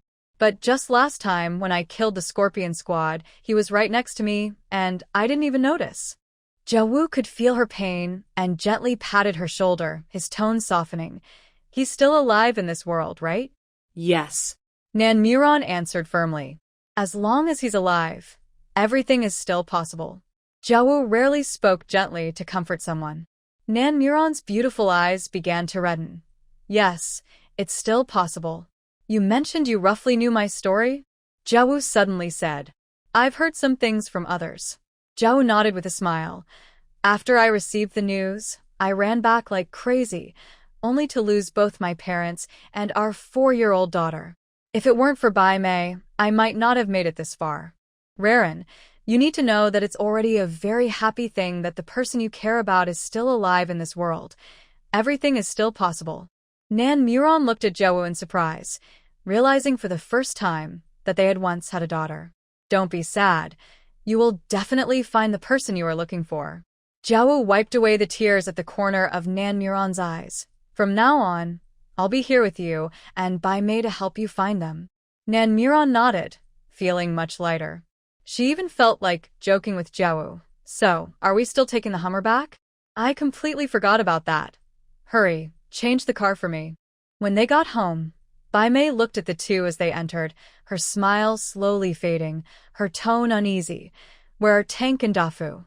Hearing this, the two were completely stunned, turning to see the empty space behind them. Nanshan Yunyuan. When they had stepped out for some fresh air, Tank and Dafu were playing with Dudu, and they had left in such a hurry that they completely forgot about the two little ones. After realizing this, Bai Mei sighed. You too. Should I go pick them up? Zhou glanced outside, feeling uneasy about the two little ones. Don't go, Brother Wu. The situation is complicated at night. It would be troublesome if you encounter a zombie wave on the way. Okay, then I'll cook for you. Bai Mei pushed her wheelchair toward the kitchen. Nan Muron quickly stopped her. Sister Mei, don't worry. I'll handle dinner today. You cook? Bai Mei clearly disagreed, remembering how Nan Muron had once boiled hot pot with cold water. Yes, just trust me with the menu. I will definitely satisfy your taste buds. Nan Muron was very confident about her supplies. Bai Mei and Zhou exchanged glances, already prepared to eat some dark cuisine. Let's make instant noodles, Zhou thought, as it seemed simple enough to eat even if it didn't turn out well. However, Nan Muron shook her head while pushing Bai Mei to the dining table. No, it needs to be more complicated. The more difficult, the better, ideally from a 5-star restaurant. How about a tomahawk steak, pork bagel, and black truffle abalone rice? Zhao blurted out his favorites. Bai Mei shot him a disapproving look, not worried that Muron might blow up the kitchen. To his surprise, Nan Muron nodded without hesitation. Moments later, 3 beautifully plated dishes, steaming hot, appeared on the table. Enjoy. Mei Jie, you can order too, Nan Muron said, looking at Bai Mei with anticipation. Braised cod, matsutake chicken soup, and white-cut chicken with Libyan ham and ice plant salad. Bai Mei hesitated while ordering, knowing these were top-tier dishes. Yet, Nan Muron accurately placed all 4 dishes on the table and continued, I want scallion oil crispy, oil-braised fresh bamboo shoots, and foie gras. I also want some Japanese cuisine. Zhao and Bai Mei were stunned at the lavish dinner spread before them. They had thought Nan Muron only had some snacks, but here were dishes from a 5-star restaurant, as if just served. Muron, where did these come from? Bai Mei asked, unsure how to phrase it. I stocked them in my space. It has a preservation function, so try them, Nan Muron said, picking up her chopsticks and starting to eat, confirming the taste was just as she remembered. Zhao and Bai Mei also enjoyed their meal. Muron, please don't let anyone know about this. And don't take out these foods casually. Save them for emergencies, Bai Mei advised with concern. I feel the same. Let's forget about it today, but we can't do this again, Zhou said, looking at Nan Muron seriously. Understanding their good intentions, Nan Muron nodded. Okay, I understand. As they began to eat, Zhou suddenly asked, "Is there a noise outside?" Nan Neuron focused and sensed its tank. Nanshan Yun Garden and Banshan Villa are nearly 60 miles apart. How did these two little ones get back? They hurried to open the door, and sure enough, Tank was outside, barking loudly at the villa, and when he saw Zhou open the door, both the cat and dog went even crazier. "Stop barking and come inside," Nan Neuron said, recognizing their unusual angry barks. Once inside, Tank dashed straight to the dining room and, upon seeing the food, his temper flared even more. He not only started barking wildly but also jumped around the house. Even the usually calm Fu began to whine at Nan Neuron. "Tank, seat." Unable to tolerate the noise any longer, Nan Neuron commanded coldly. Hearing the command, Tank instinctively obeyed and sat down, though his big eyes were filled with grievance. Fu, sitting obediently beside him, also looked unhappy. "I'm sorry, I know I was wrong. Can you forgive me?" Nan Neuron gently patted their heads. "As an apology, how about you both get chicken legs?" 2. Seeing they didn't move, she continued 3 or, at most 5. Woof. Meow. Nan Neuron quickly fetched their bowls and placed the chicken legs inside. Bai Mei and Zhao watched the scene, laughing helplessly. After dinner, Nan Neuron took out all the crystal cores she had collected that day, 47 white primary cores and 5 red secondary cores. There were also 9 vine fruits given by Xiao Bai, whom Nan Neuron named after the white flowers it bore. "What are these for?" Bai Mei asked, curious about the items on the table. "Brother Wu, I have an idea about awakening abilities. Do you want to try? It might be a bit painful." "Of course, I'm willing."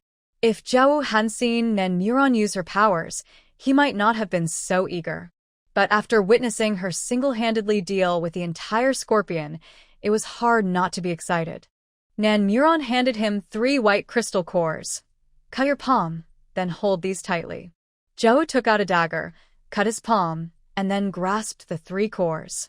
Nan Neuron reached out and held his hand. White threads glowed with a faint green light, continuously flowing into Zhao's body. He felt an extreme comfort throughout his body, revitalizing him completely. As time passed, Nan Neuron sensed her energy was running low. She thought for a moment and reached into the bag of crystals beside her. Using herself as a vessel, she absorbed energy and transformed it into vitality to send into Zhao's body. This way, she could enhance her own abilities while continuously supplying him with life force. She only stopped when all the crystal cores were fully absorbed. Feeling her significantly enhanced secondary ability, Nan Neuron sighed in relief and looked at Zhao Wu with anticipation. "Brother Wu, do you feel anything different in your body?" "Aside from the exhaustion from the day disappearing, I don't feel anything else," Zhao Wu replied, a bit disappointed. Nan Neuron felt helpless. She decided to abandon her idea. "You two shouldn't be discouraged. Maybe there are other ways," Bai Mei comforted them gently. At that moment, the little vine signaled to Nan Neuron, suggesting she try eating its fruit. "Eat its fruit?" Nan Neuron picked up the fruit from the table. "Enough pondering. Let's talk about it tomorrow. For now, you two should go wash up and sleep," Bai Mei said, taking the fruit from Nan Neuron's hand and placing it back on the table, urging the exhausted pair to rest. Nan Neuron nodded obediently, putting the vine fruit back in her space before heading upstairs to sleep. But after washing up, she couldn't fall asleep in bed. She turned on the bedside lamp and grabbed a sketchbook. Flipping through the pages filled with various drawings of Siyi, she felt a pang of sadness. "He clearly saw me. Why did he run away?" Suddenly, she froze, thinking maybe he was scared off by her methods of dealing with the Scorpion Squad. That seemed the most reasonable explanation. "Oh no, he must think I'm a monster." Sensing Nan Neuron's low mood, Tank and Fu, who had been curled up at her feet, came closer. "Do you know? I'm really sad today." I always thought I could control everything in this life, but it feels like fate is playing tricks on me," Nan Neuron said, hugging Tank's head and venting. What puzzled her most was that the location of Dr. Jin's underground lab was clearly in Chui Mountain, yet she couldn't find it. Even the plants in Shui Mountain seemed unaware of their whereabouts. How is that possible? As she pondered, feeling sleepy, she naturally drifted off to sleep, with only one thought remaining in her mind. She must become powerful at all costs. The first step to becoming powerful is to enhance her plant and psychic abilities as much as possible, which means she needs more high-level zombie cores. At the same time, she also needs strong helpers, and Jia Wu is the first one. Unfortunately, Jia Wu's ability awakening failed, so she has to try other methods. It seems that starting tomorrow, she not only needs to go out hunting to collect enough cores, but also needs to quickly head into the mountains to find more mutated plants. Ran, are you awake? Bai Mei's voice was very anxious from downstairs. Still half asleep in bed, Nanmu Ran felt a bit confused hearing the familiar call. Since she lived alone on the second floor of the villa and had a rather casual lifestyle, often staying up late, Jia Wu and Bai Mei on the first floor never called her. Hearing Bai Mei's urgent voice suddenly startled her awake, and she thought something was wrong. Without even putting on her slippers, she rushed downstairs. When she reached the stairs and saw Jia Wu standing in the middle of the living room looking dazed, she couldn't help but laugh. Jia Wu's hair had grown about 3 centimeters and was sticking up in all directions, making him look like a startled cat. The funniest part was that there was inexplicable white smoke coming from the top of his head, as if it had been burned. Ran, stop laughing for a moment. What's going on? Bai Mei found her husband's appearance both amusing and concerning. After finishing her laughter, Nanmu Ran said, "It looks like he has awakened his powers. And it's a very strong lightning ability." Jia Wu's eyes lit up at her words, forgetting his ridiculous appearance. Really? Focus on one spot and try again, Nanmu Ran encouraged him, feeling happy for him and even more excited for herself. If Jia Wu successfully awakened his powers, it meant her idea was feasible. Mastering the ability to help others awaken their powers would be enough for her to thrive in this apocalypse. Jia Wu concentrated and looked at the tissue box on the coffee table. Suddenly, the top tissue stood straight up for just a moment before falling back down. Nanmu Ran's eyes brightened. Try again, Wu Ge. Jia Wu focused again, and just then, a cute gray kitten named Da Fu entered his line of sight. Under the influence of his ability, the kitten's fur stood on end.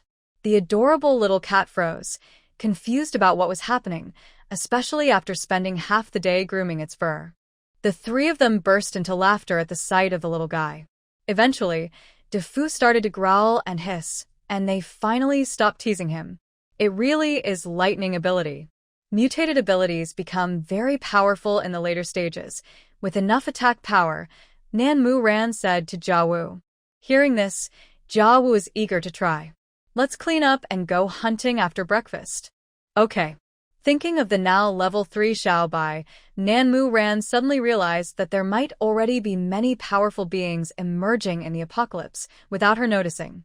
The most frightening part was Dr. Jin's underground laboratory. They had discovered mutated plants so early through the existence of mutated fruits. The opponents were strong, and she still needed to work hard. Mutated fruits, right? Xiao Bai gave her some fruits yesterday that she hadn't eaten yet. Nanmu Ran took out 3 fruits from her space, washed them in the kitchen, and handed one each to Jia Wu and Bai Mei. She also ate one for breakfast. Although she didn't know what effects it would have, mutated fruits were definitely good things. Otherwise, Xiao Bai wouldn't have suggested trying them after Jia Wu's failed awakening. But after eating the fruits, their plans to go hunting were completely ruined. First, Nanmu Ran felt unbearable stomach pain. Then Jia Wu, and finally Bai Mei also started to feel unwell. The 3 of them experienced pain all over their bodies, followed by a strange sensation of ice and fire, until they all fell into a deep sleep. Xiao Bai, are your fruits bad? Xiao Bai, my fruits are good, especially beneficial for humans, even better than the vine fruits. Xiao Lu, then what's wrong with them? Xiao Bai, I don't know. They might be fine soon. Xiao Lu, you really are a fool.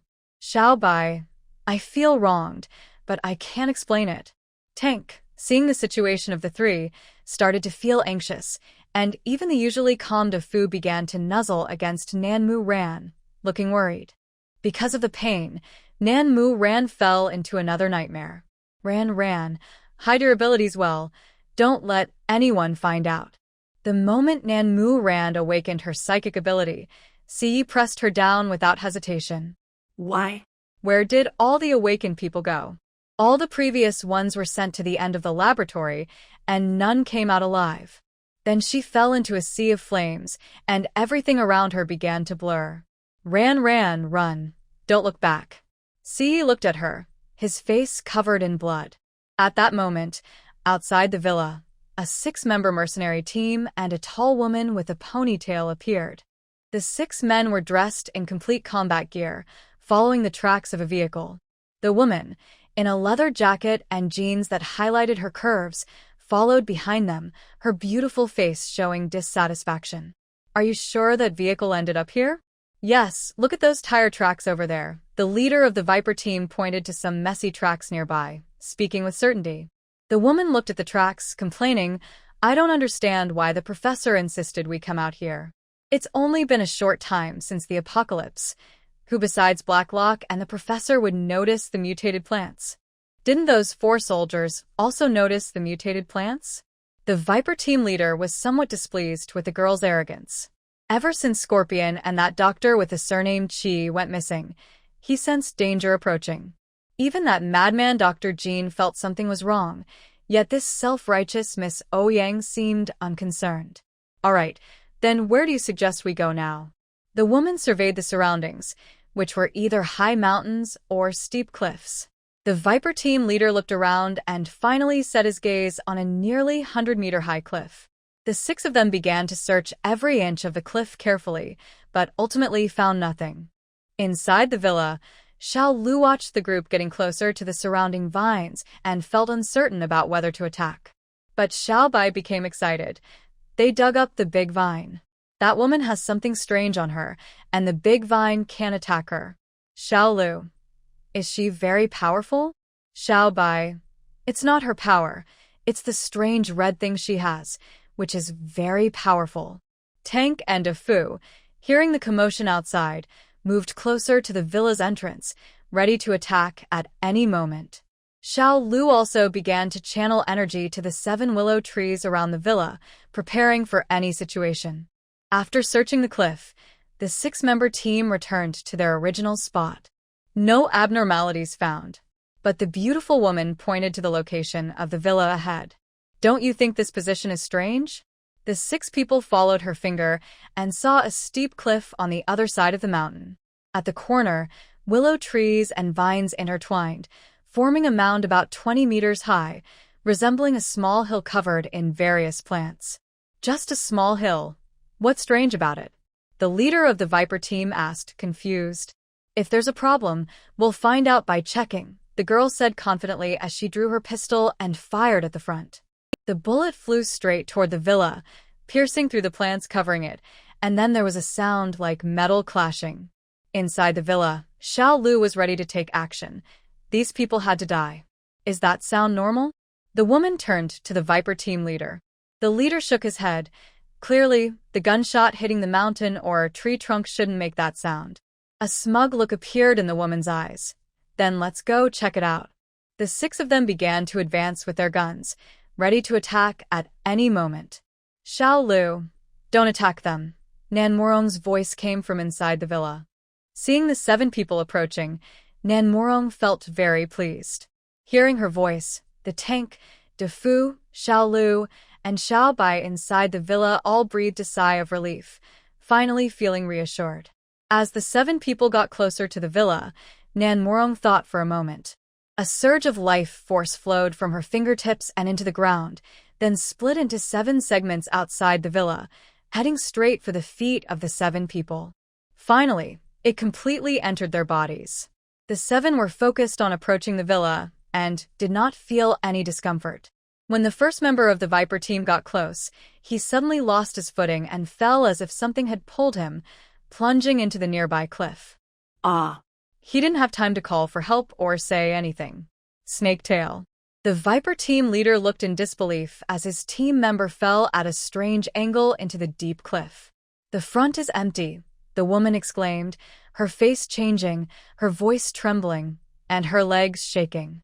At the same time, the other 5 members of the Viper team quickly moved the woman closer to the cliff, away from the other side of the cliff. The Viper team leader closed his eyes, not wanting to see his team suffer unnecessary losses, but he felt helpless. "Let's retreat," the woman said nervously, looking at the Viper team leader. "Miss Ouyang, you raised the question, and the suspicious situation has not been completely ruled out yet," the Viper team leader said deliberately. "The front is empty, can't you see? If you want to die, go ahead." "I won't," Ouyang said coldly, escaping the dangerous situation. The Viper team leader looked around, his tone somber. "We haven't received any news since tracking them here. What should we do next? What else can we do?" "Let's go back," Ouyang replied irritably. After they left, Nan Morong, now dressed in combat gear, was ready. She took 2 thin blankets from her room, first covering Jia Wu, then helping the obviously uncomfortable Bai Mei onto the sofa, covering her as well. Then she hurried toward the direction the 7 had gone. She was sure that following them would lead her to Dr. Jin's underground laboratory. With life force in those people's bodies, she didn't need to stay too close. As long as she was within 15 kilometers, she could sense them accurately. The group walked toward Shui Mountain but then descended into an abandoned industrial park at the foot of the western city outskirts. Zombies wandered along the sides of the road, but the people drove without any disturbance. Seeing their speed, Nanmorong took out a car from her space and followed them from 3 kilometers away. The industrial park they entered was vast, covering about 1,000 acres. Once inside, Nanmorong instinctively used her mental power to scan the surroundings. Wow. She was surprised to find her detection range had more than tripled. Last night, after absorbing 5 level 2 crystal cores, her mental abilities had reached mid-level 2, and her plant abilities hadn't changed. But after finishing a fruit from Xiaobai, her mental abilities jumped to early level 3. Even her plant abilities rose to mid-level 2. It was a huge surprise. She touched the small white fruit on her left wrist. "Not bad, Xiaobai." Feeling praised, Xiaobai felt very proud. "Xiaobai, my fruit is a good fruit, right?" "Xiaolu, yes, do you have more?" "Give some to Ran. "Xiaobai, I can only grow 9 a year. I gave all of them to Ran last time."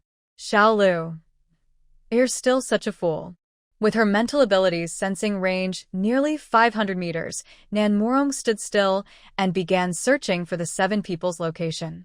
The woman named Ouyang entered the industrial park and first went to the innermost building, finally walking into the office on the 2nd floor's easternmost side. Inside the office sat a middle-aged man wearing glasses, not tall but exuding a strong presence. "Have you got results?" Ouyang casually sat down to the side. "No results?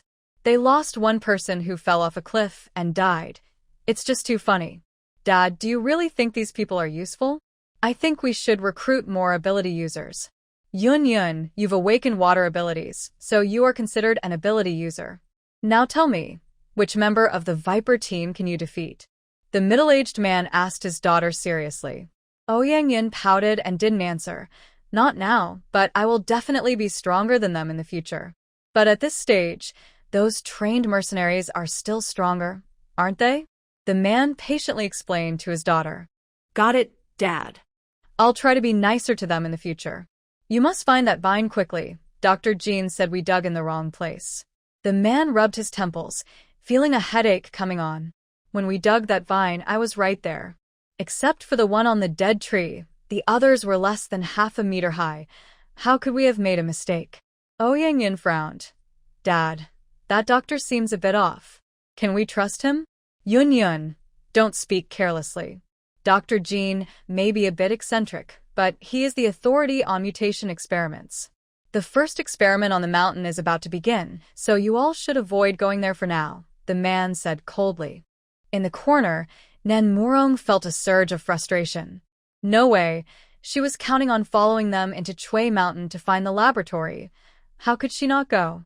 After thinking for a moment, she moved closer to the location of those people, then suddenly urged Xiao Lu and Xiao Bai to grow quickly, extending wildly along the ground. Everyone inside gathered in the large building at the back of the park. The 5-story building had only the bottom 3 floors as their activity area. On the first floor were the Snake team, responsible for perimeter security, along with 26 ability users of various ages. Nanmurian carefully observed their levels. 1 was at late stage 1, 3 at mid stage 1, and the rest were all at early stage 1. The gap between the levels of ability users was overwhelming. Their attack power increased exponentially, especially since mental abilities could easily defeat stronger opponents. So, for Nanmurian, these 26 ability users were just a group of ants. Plus, she had the level 7 Xiaolu and level 3 Xiaobai with her. The second floor housed some lab managers and researchers, while the third floor was the laboratory itself. The top 2 floors were completely abandoned, with a welded door blocking the stairs. This actually made it easier for Nanmurian. She thought for a moment and moved directly towards the building, heading to the center of the 4th floor. She continued to use her life force to help Xiaolu and Xiaobai grow until they completely covered the outer areas of the first 3 floors. The first to notice something strange were the Snake team on the 1st floor and the ability users and security personnel in the 7 nearby rooms. The writhing vines and branches on the windows looked like dark shadows in the light, eerie and terrifying. "Everyone, get ready." The Snake team leader immediately drew his gun, prepared to attack at any moment. The other 4 quickly put on their gear and stood guard. The 26 ability users from the other rooms also came out one by one, gathering towards the Snake team's position. "What's happening?" A younger boy looked around, clearly frightened. "Someone is attacking the park," an older man replied, his tone uncertain. "Who would be crazy enough to attack this place? Are they out of their minds? Can we finally show our skills?" A boy who had just awakened his wind ability sounded excited. Hearing the chatter among the ability users, the Snake team leader cursed inwardly, wondering where these fools came from. Couldn't they see the power outside? They could be wiped out in seconds. "Let's go upstairs to find Mr. Ouyang," the Snake team leader said quickly, signaling his team to head up. On the 2nd floor, Ouyang Yun and her father, Ouyang Feng, noticed the dark shadows on the window and quickly left their office, retreating to the hallway. Just then, the 5 members of the Snake team arrived. "Mr. Ouyang, someone is attacking the park." Just deal with them. "Why are you so nervous?" Ouyang Feng sounded displeased. This wasn't the first time the park had been attacked. Just a few days ago, they had dealt with several waves of small zombie hordes quickly using firearms. Why was the Snake team so panicked today? The Snake team leader spoke in a low, anxious tone. "Someone is controlling mutated plants, and their power is terrifying." As they spoke, the 26 ability users on the 1st floor were gripped by extreme fear at the sight before them. Snake-like branches and vines extended rapidly along the walls of the corridor, heading straight for the gathered ability users and security personnel. "Ah! How disgusting! What is that? Get away! Everyone stay calm. We are ability users." Some ability users, reminded by the men, began to use their powers to attack Xiaolu and Xiaobai. In the small space of the 1st floor corridor, water splashed here, a gust of wind blew there, and a small flame appeared. The chaotic mix of abilities was amusing, but disorganized. Unfortunately, their uncoordinated attacks only caused trouble. The water extinguished the small flames, and the wind blew in the wrong direction, soaking their own people. After all the commotion, their effective attacks barely tickled Xiaolu and Xiaobai. Instead, their provocative actions angered the 2. The branches and vines, spurred by life force, rapidly extended and ensnared the 3 closest ability users. The trapped ability users were horrified, unable to move. Before they could scream for help, the sharp tips of the branches pierced their necks, spraying blood everywhere, which was quickly absorbed by the vines. Even the bodies were quickly covered, leaving only a pile of white bones when the vines pulled away. This horrifying scene left the remaining 23 ability users in shock. "The vines are eating people. Run. Help." "Wah, I'm scared. I want to go home." The ability users and security personnel on the first floor were completely terrified, all rushing up the stairs in a panic. Xiaolu and Xiaobai followed joyfully behind them. After absorbing the blood of 3 ability users, their power visibly surged. Xiaobai even thought that if he drank more blood, he could break through to level 4 and become a mutated plant. The blood was hard to swallow, but growth was important. "Don't go crazy on me," Nan Murian said, sensing their unusual behavior. Her tone was stern as she withdrew some life force. As she pulled back the life force, the vines calmed down a bit, preventing them from growing too fast and going completely out of control. Being plants, they didn't understand right from wrong. They just knew they mustn't anger Nan Murian. So, for the time being, they only dared to chase after people and no longer attacked recklessly. On the second floor, Ouyang Feng looked at the terrified ability users with dissatisfaction. This was the ability army they had worked so hard to train, but they were just a bunch of rabble with no real combat power. "Those vines are eating people? And drinking their blood. Mr. Ouyang, please save us." Before he could make sense of their panicked words, he saw the writhing branches and vines growing wildly behind them. The last 4 ability users, who had fallen behind, were already ensnared in midair. Under Nan Murian's orders, Xiaobai and Xiaolu, despite their hunger for blood, could only obediently compress the space of their captives, confronting the weak humans instead of directly killing them. "Everyone, get ready." The snake team leader's face changed dramatically. Everyone quickly raised their guns, aiming at the surrounding writhing vines and branches. In the visible area, the small Lu glowed with a ghostly green light while the small Bai glowed white, intertwining beautifully. If it weren't for the fear, one might even find them beautiful.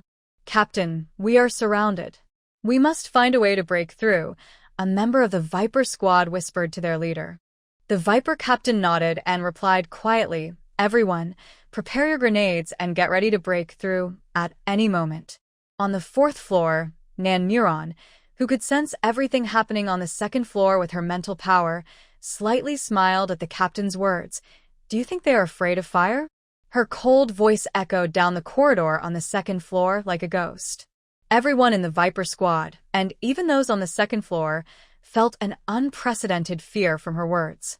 First, the Viper squad had spoken in such low tones that even those nearby might not have heard them, yet she had clearly heard. Second, if these mutated plants were truly not afraid of fire, they would be completely trapped here with no way out. "Who are you, and what do you want?" Ouyang steadied her trembling hand, her mind racing. She still had 2 vials of plant suppressants and needed to find the right moment to help the Viper squad escape. Otherwise, everyone would die here today. Nan Murian sighed slightly. "To be honest, I want to ask you the same question. I am Ouyang, and this is a safe base established by my family. I advise you to leave immediately, or else." Ouyang was interrupted by Ouyang Feng beside her. He stepped forward, speaking gently. "I am Ouyang Feng, the one with the most authority here. Perhaps we can sit down and talk." Facing this unexpectedly powerful opponent, Ouyang Feng felt not only unease and fear, but also a strong desire. He couldn't help but imagine how his family could break free from the control of the Black Lock if he could harness such power. At that moment, Nan Murian had already descended to the 3rd floor laboratory. She turned on the lab lights and looked around. The blue and white decor and endless bright lights made it a truly unpleasant place. On both sides of the lab, glass containers held various plant slices and colored plant extracts. It seemed this place mainly researched mutated plants. "The thing at the front has a lot of energy fluctuations," Xiao Lu reminded Nan Murian at the right moment. Nan Murian focused her mental power on the safe. Inside, she found several sizes of mutated fruits, totaling 18. On the lower shelf, there were even hundreds of zombie crystal cores. Most excitingly, there were 5 orange cores, which were the level 3 cores she needed. She immediately took out her gun and forcefully broke the lock. First, she extracted 3 level 3 cores for the hungry Xiao Bai to absorb. Then she took a handful of low-level cores to replenish Xiao Lu's energy. Afterward, she stored the remaining fruits and cores in her space. Xiao Bai, already on the verge of a breakthrough, suddenly burst forth with dazzling white light after absorbing the 3 level 3 cores. Xiao Bai, what is this? It's amazing. Xiao Lu, these are crystal cores. Ran said they can help us break through quickly. Xiao Bai, this is much more effective than for humans. Xiao Lu, isn't it great to follow Ran? Xiao Bai, yes. Nan Muron felt Xiao Bai was about to break through after it absorbed the blood of an ability user, so she let it absorb most of the level 3 cores first. Indeed, Xiao Bai's performance did not disappoint her. Are you still there? Ouyang Feng looked at the vines suddenly glowing white around him, his tone increasingly anxious. Nan Muron remained silent, instead starting to examine various syringes in the lab, along with the experimental records and computer files nearby. After a long pause, she asked, "Are you conducting genetic experiments?" Hearing her cold, icy voice again made Ouyang Feng's heart tremble.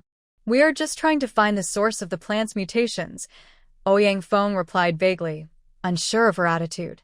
Nan Muron sneered, "And then what? Do you want to experiment on living people with plant mutations?"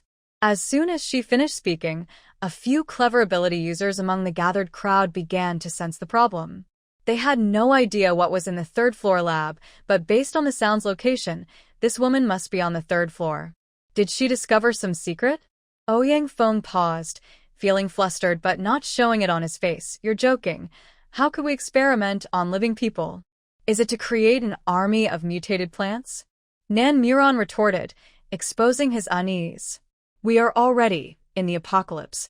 For humanity to survive, we must strengthen ourselves. Researching mutated plants to find ways for humans to become stronger is beneficial for future development," Ouyang Feng tried to persuade her. Listening to his contradictory statements, Nan Muron scoffed. Suddenly, while examining various medications, she heard Xiao Lu's urgent shout. Ran, Xiao Bai said that red one is the terrifying thing for plants." Nan Muron picked up a red vial from a pile of finished reagents. "Does this thing suppress plant abilities?" Xiao Lu quickly helped separate a long mutated willow branch. Nan Muron poured a little of the red solution onto the branch, and the originally dark green glow surrounding it noticeably faded. "It seems to have an effect. This good thing must not be missed." She waved her hand, collecting everything in the lab into her space. The once tidy and well-equipped 3rd floor lab instantly turned into an empty shell. Once again, an eerie silence fell, causing everyone in the 2nd floor corridor to look at the nearby plants with new panic. "Dad, she might be a terrifying plant ability user, and she has successfully bound mutated plants," Ouyang Yun speculated, glancing at the swaying Xiao Lu and Xiao Bai. In the underground lab, Dr. Jean had also proposed this idea, but unfortunately, no awakened plant ability user had succeeded so far. Ouyang Feng looked at his daughter. "Can you tell what level of ability user she is?" Dr. Jean guessed that to bind mutated plants, one must be level 3 or higher. This woman's level must be even higher. Ouyang Yun's voice trembled slightly. For the first time since the apocalypse, she felt the threat of death. "Friend, what do you want? Just say it, and I will try to meet your demands." The usually cunning Ouyang Feng was also uncertain about her intentions. Her strength was too overwhelming, and her behavior was oddly unsettling. He understood that if he angered her today, it would be difficult for everyone to escape unscathed. Nan Muron let out a breath, her tone laced with a hint of bloodlust. "I want your lives." As soon as she finished speaking, her left hand suddenly released a stronger life force.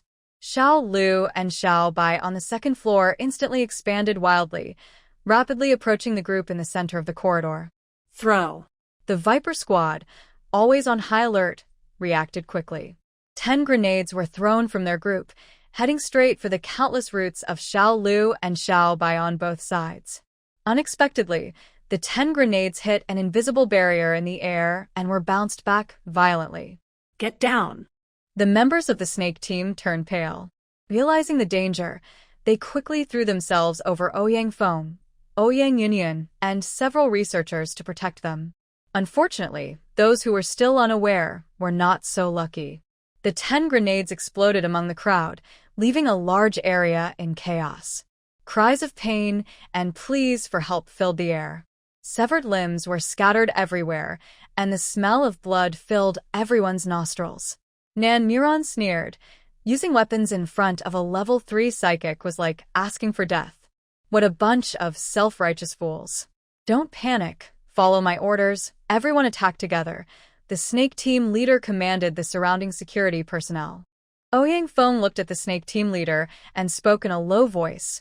Yunyan has the suppressants. Break through the window at the end of the corridor and take a few key researchers with you. The Snake Team leader understood that Ouyang Feng's command meant everyone else in the building was to be abandoned. Understood. He signaled to his team, and they began to retreat toward the second-floor window.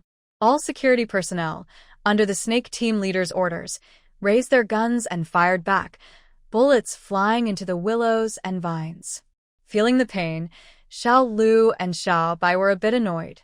Nan Muron directly enhanced her life force output. Xiao Lu, Xiao Bai, kill all the armed personnel. To the astonishment of those on the second floor, the willows and vines seemed to have a mind of their own, targeting all the armed security personnel and piercing through their necks.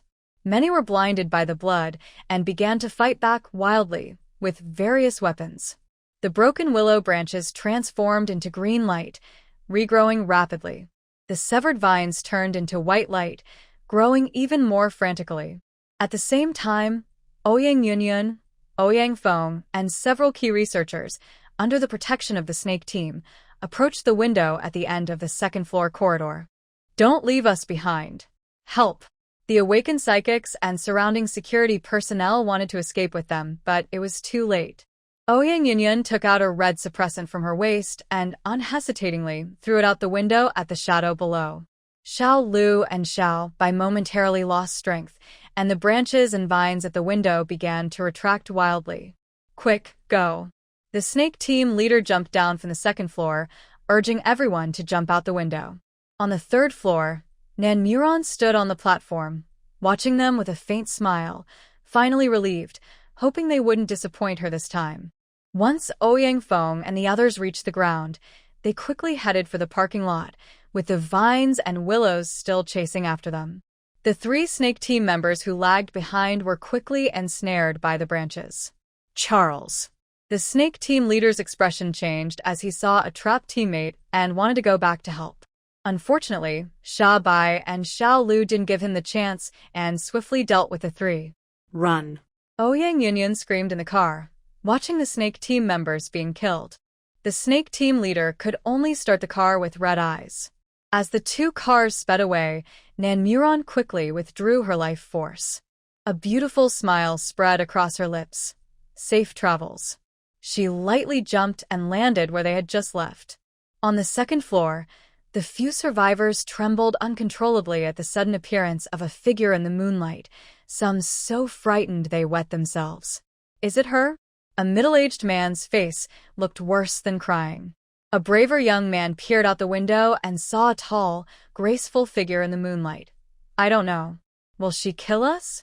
A girl cried out, terrified of dying. She had come here to get food to save her mother. Nan Muron ignored the terrified survivors above and left the compound. Ahead, Ouyang Feng and his group drove on the highway, with hordes of zombies appearing. If this continues, we won't reach the city center shelter and will be completely overwhelmed by the zombies, the Snake Team leader said anxiously. Dad, we can't go to the city center. Let's go back to the underground lab, Ouyang Yunyan said, feeling like she was going crazy as more and more zombies gathered outside. Ouyang Feng nodded and made the final decision. Back to the underground lab. At least with its defenses, no one could break in. Seeing the car change direction, Nan Muron couldn't help but smile. She took out an off-road vehicle from her space and began to chase after them toward Chui Mountain. Once they entered Chui Mountain, they drove to a spot halfway up the mountain, then hid the car in a secret cave and started walking deeper into the rarely visited areas of Chui Mountain. Because there were Snake Team members ahead, Nan Muron didn't dare to follow too closely and could only track them with her psychic power. At this moment, she was incredibly grateful for the hundreds of crystal cores from the lab, Without enough cores to replenish her energy, her powers wouldn't have lasted this long. After walking for over 3 hours, Nanmuron was stunned by what she saw. Was that snow beneath her feet? It wasn't even October yet, and the only place in the southern mountains of Shishir that could have snow at this time was Taishan. This was definitely not Shui Mountain. Nanmuron realized why she couldn't find the underground lab after searching Shui Mountain multiple times. It wasn't there at all. To avoid losing track due to any hidden mechanisms, she instinctively moved closer to the front. What did you say? It was Ouyang Feng's voice. A cold, indifferent female voice responded. The 4 soldiers from the HB military district escaped. The military's newly established safe base is at Nanshan Yunyuan. We must find them quickly. Otherwise, the consequences will be unimaginable. How long have they been gone? Ouyang Feng asked anxiously, even more so than when Nanmuron destroyed the lab. Over an hour. All psychics and 2 teams from Black Ice have been dispatched to search, but there are no results yet. You take a few researchers back to the lab. The rest of us will search. We must bring them back. If they're alive, we want to see them. If they're dead, we must bring back their bodies, Ouyang Feng said sternly. Nanmuron felt happy at their words. Sieno and the others had already escaped. Initially planning to follow the pursuers to find them and rescue them along the way, she discovered that the lab personnel had split into several groups. She tried to use her psychic powers to trace Sieno's escape route but found nothing. After several attempts, she still couldn't determine the direction they took after leaving the lab, so she had to follow the trajectory of her previous life. Thus, she needed to return to the villa on the mountainside quickly to avoid missing them. Once she realized this, Nanmuron rushed down the winding mountain road, sprinting toward the villa. Along the way, she hoped to encounter them, but unfortunately, she was disappointed. On the other side, there were 4 people: Siyi, Chendong, Wang Chong, and Eagle. Taking advantage of the weekly supply transport, they escaped from the underground laboratory. After passing through the last door of the lab, they quickly hid in the nearby dense jungle. How long have we been locked up by those jerks? It's already snowing. Chong looked at his frozen, red feet, feeling quite angry. Darn it, wearing this white hospital gown is bad enough, but I don't even have shoes. If it weren't for the thick calluses from all these years of hardship, my feet would be ruined. About 2 months, I think, Chendong said, pondering the time, but unsure. Siyi observed the growth of the trees around them to accurately judge the time and their location. 1 month and 3 days. It's not even winter yet. Not winter? Captain, look at how thick the snow is. It's not winter? Chong rubbed his arms, shivering from the cold. This is the highest peak of the Tai Mountain south of the West City. There can be snow even in July and August, especially since winter is approaching. Siyi quickly determined their direction using the nearby trees. We need to keep heading east. Captain, don't you think it's strange how those guys chasing us can find us no matter where we hide? Eagle, usually quiet, couldn't help but frown. Siyi nodded. He also found their pursuers strange. The experiences in the underground lab over the past month had given him a new understanding of this apocalypse. So, we need to escape their pursuit quickly and find a suitable place to set an ambush. In this situation, they could only escape successfully by dealing with their pursuers. Dealing with these trackers was like facing military dogs that remember your scent and chase you relentlessly. Escaping was the first step, hiding was the second, but the most important was the third step: find them and take them out. I agree. Let's wipe them out, Chong said, filled with hatred and raising both hands in agreement. After the ambush, we should head towards the South Mountain. There should be a safe base built there. Siyi exhaled a puff of mist, unable to suppress a shiver. Chendong and Chong both laughed. It turned out the captain was cold too. They thought a cool, confident man like him wouldn't mind the cold. Am I made of iron? Wearing something so thin in this temperature? Of course I'm cold. Siyi glanced at the two, knowing what they were thinking. Suddenly, faint footsteps were heard not far away, and the group had to continue running east. Behind them, the centipede squad watched the rapidly moving Red on the tracker, cursing in frustration. 4 freezing HG soldiers, barefoot, We're moving quickly through the perilous jungle. Get that level 2 psychic from the lab to join us. The Centipede squad leader had a new understanding of the strength of the four and didn't plan to confront them directly. Against a psychic, any expert would face only one outcome: complete annihilation. As the four moved quickly eastward, Chendong suddenly frowned. "Captain, do you think that girl we saw in Chui Mountain is connected to the underground lab? Are you stupid? Didn't you see how she killed those people?" Chang, who was closest, immediately shot him down. Chendong snapped back to reality. Right. That girl had killed members of the Black Ice Group. Back then, we were shocked to see her kill. Now, I wish she had destroyed that lab too. C couldn't help but laugh. Have you thought about it? What if one of our pursuers is like her? Captain, stop it with the bad luck talk. Only someone who can save us should be like that. Chendong quickly waved his hands to stop him. C looked at them, the corners of his mouth slightly upturned, enjoying the banter, but he said nothing. He didn't tell them that his sixth sense told him there must be a psychic among their pursuers, and it was likely a powerful one. It might not be as strong as the girl they had seen, but it would be more than enough to deal with the four of them. Eagle looked at Siyi, his expression serious, and whispered, "Captain, is this situation going to get tough? Every challenge can be overcome. As long as we don't back down, we will succeed," Siyi said, his lips showing a hint of relief. They were warriors from Heck, always walking the line between life and death, and they could fill a book with their wills. This time was just like countless times before. The usually steady Eagle also smiled. Life and death together. Life and death together. They were each other's strongest support and never felt alone. As long as they faced enemies, they would never give up. Even if they had only one breath left or a single bullet, they would fire it. Meanwhile, Nan Mu Ran returned to the hillside villa at dusk. Seeing her safe and sound, Jia Wu and Bai Mei both sighed in relief. Even Tank and A Fu seemed much happier. Ran, you're finally back. After sitting down, Nan Mu Ran immediately had Xiao Lu release energy to ensure everything within 10 kilometers around the villa was under her control. "I feel like my powers have improved a lot since this morning," Jia Wu said excitedly.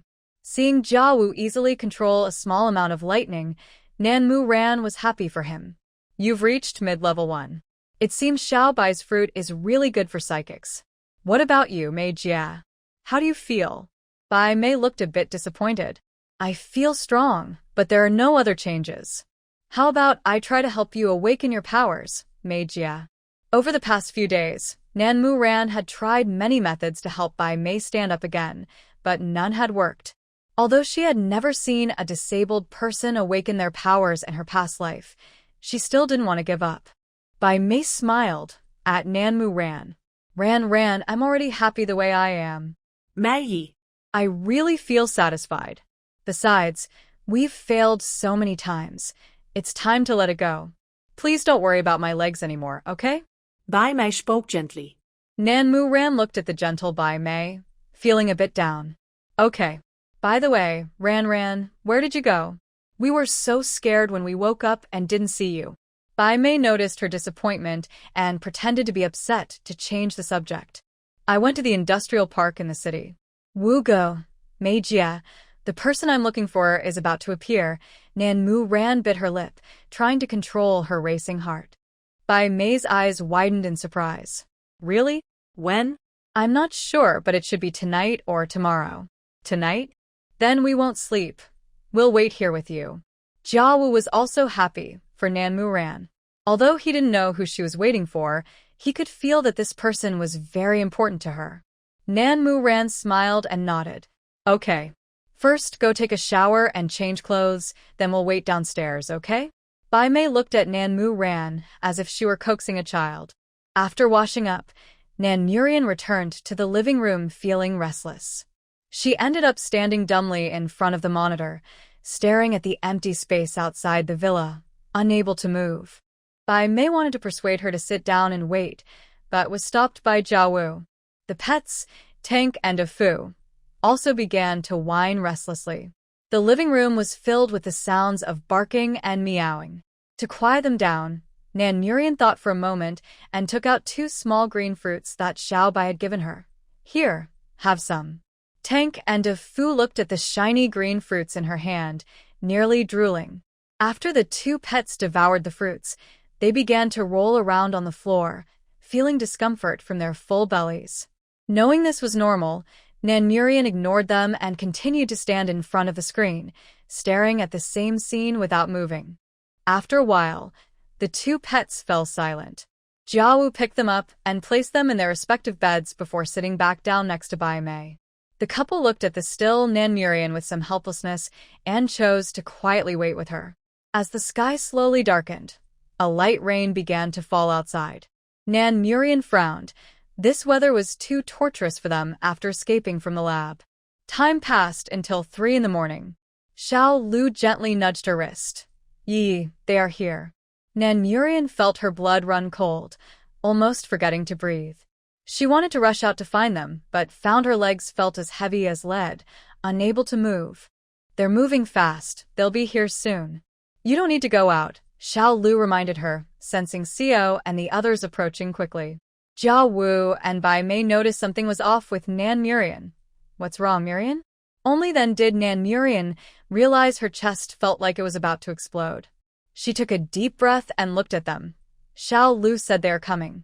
Should we go out to find them? Jia Wu quickly stood up. Xiao Lu said they will be here soon. Let's wait a bit longer. Meanwhile, Xiao and his group were rapidly approaching the mountainside villa. How far, Eagle? Chundong asked, looking at the dark surroundings, feeling uneasy.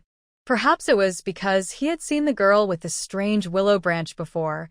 He felt something was off about this forest. About 6,000 meters left.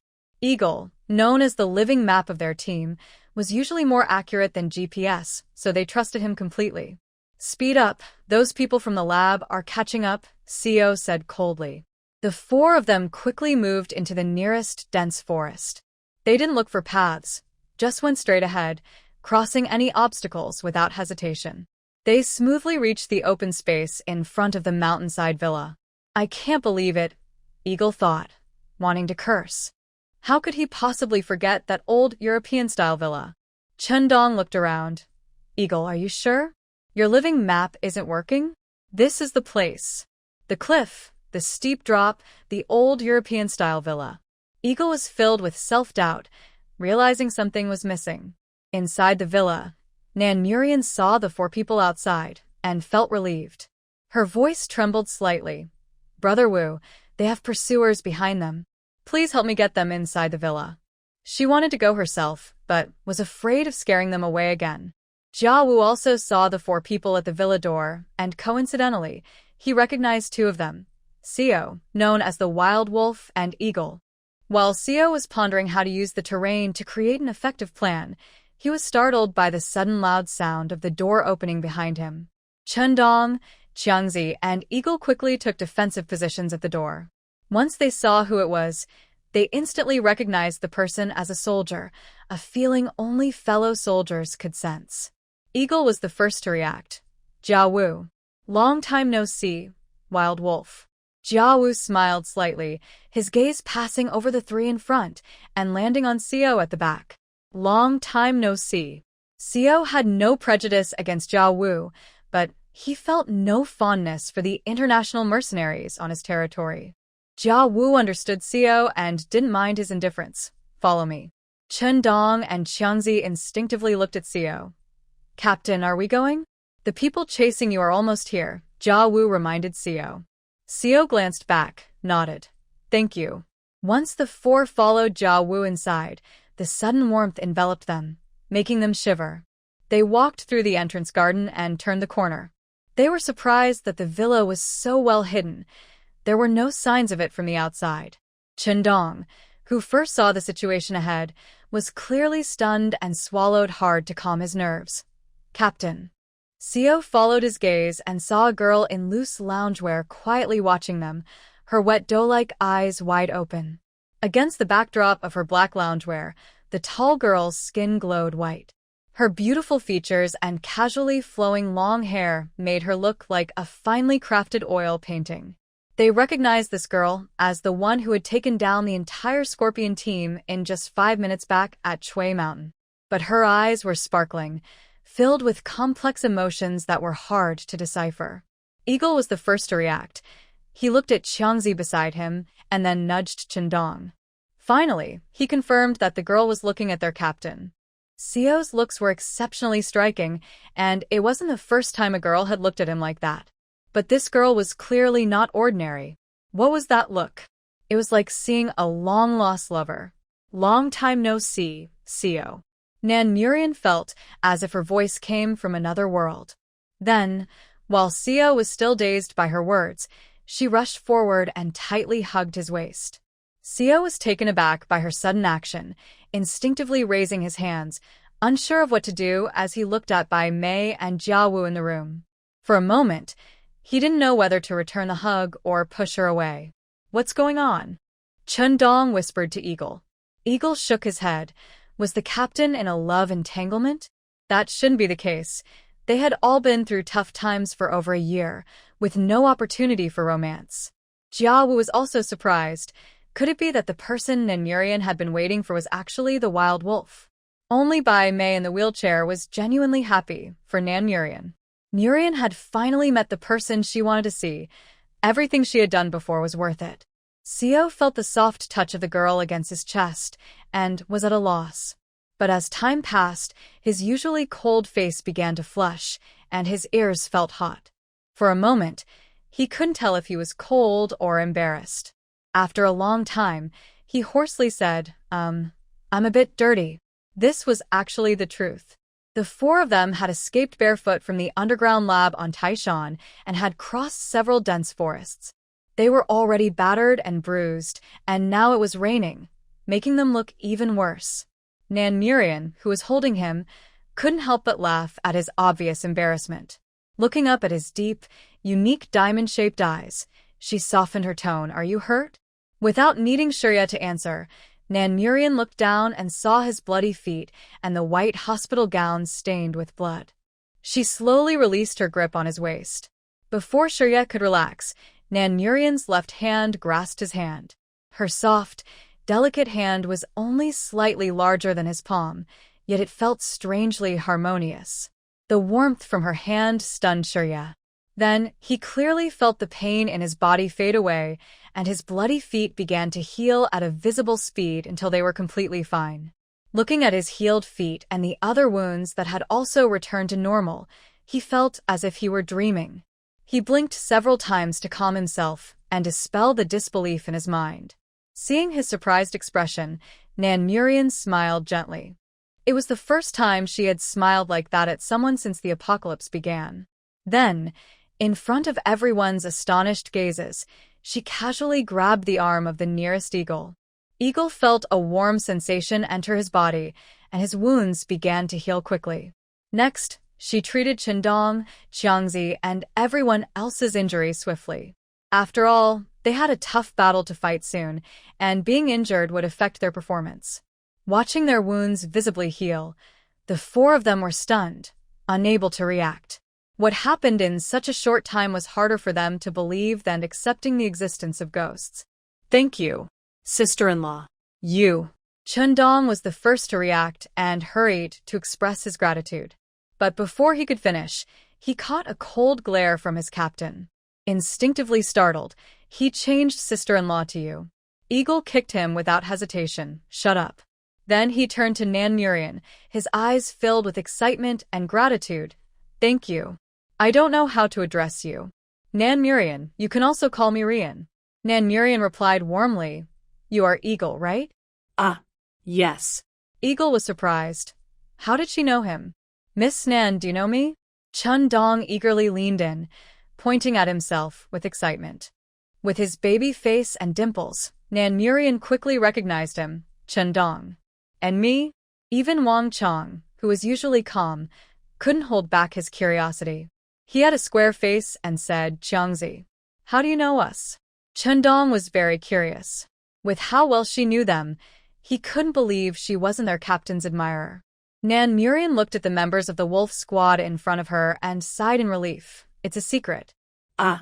They didn't expect such an answer. There are rooms on the third floor with fitting clothes. Do you want to eat first or wash up and change? Nan Murian asked them gently. Seeing she didn't want to say more, they wisely chose not to ask further. Shurya looked at Nan Murian. Let's change clothes first. Okay. When they reached the third floor, the four of them were stunned again. Besides the living room in the middle, there were exactly 4 rooms. The largest room had a closet filled with various sizes of men's clothing, and strangely, there were also complete sets of combat gear. Why does this feel so strange? Captain, did you know Miss Nan before? Even the usually carefree Chen Dong was unsettled. Shurya looked at the perfectly fitting clothes in the closet and felt confused.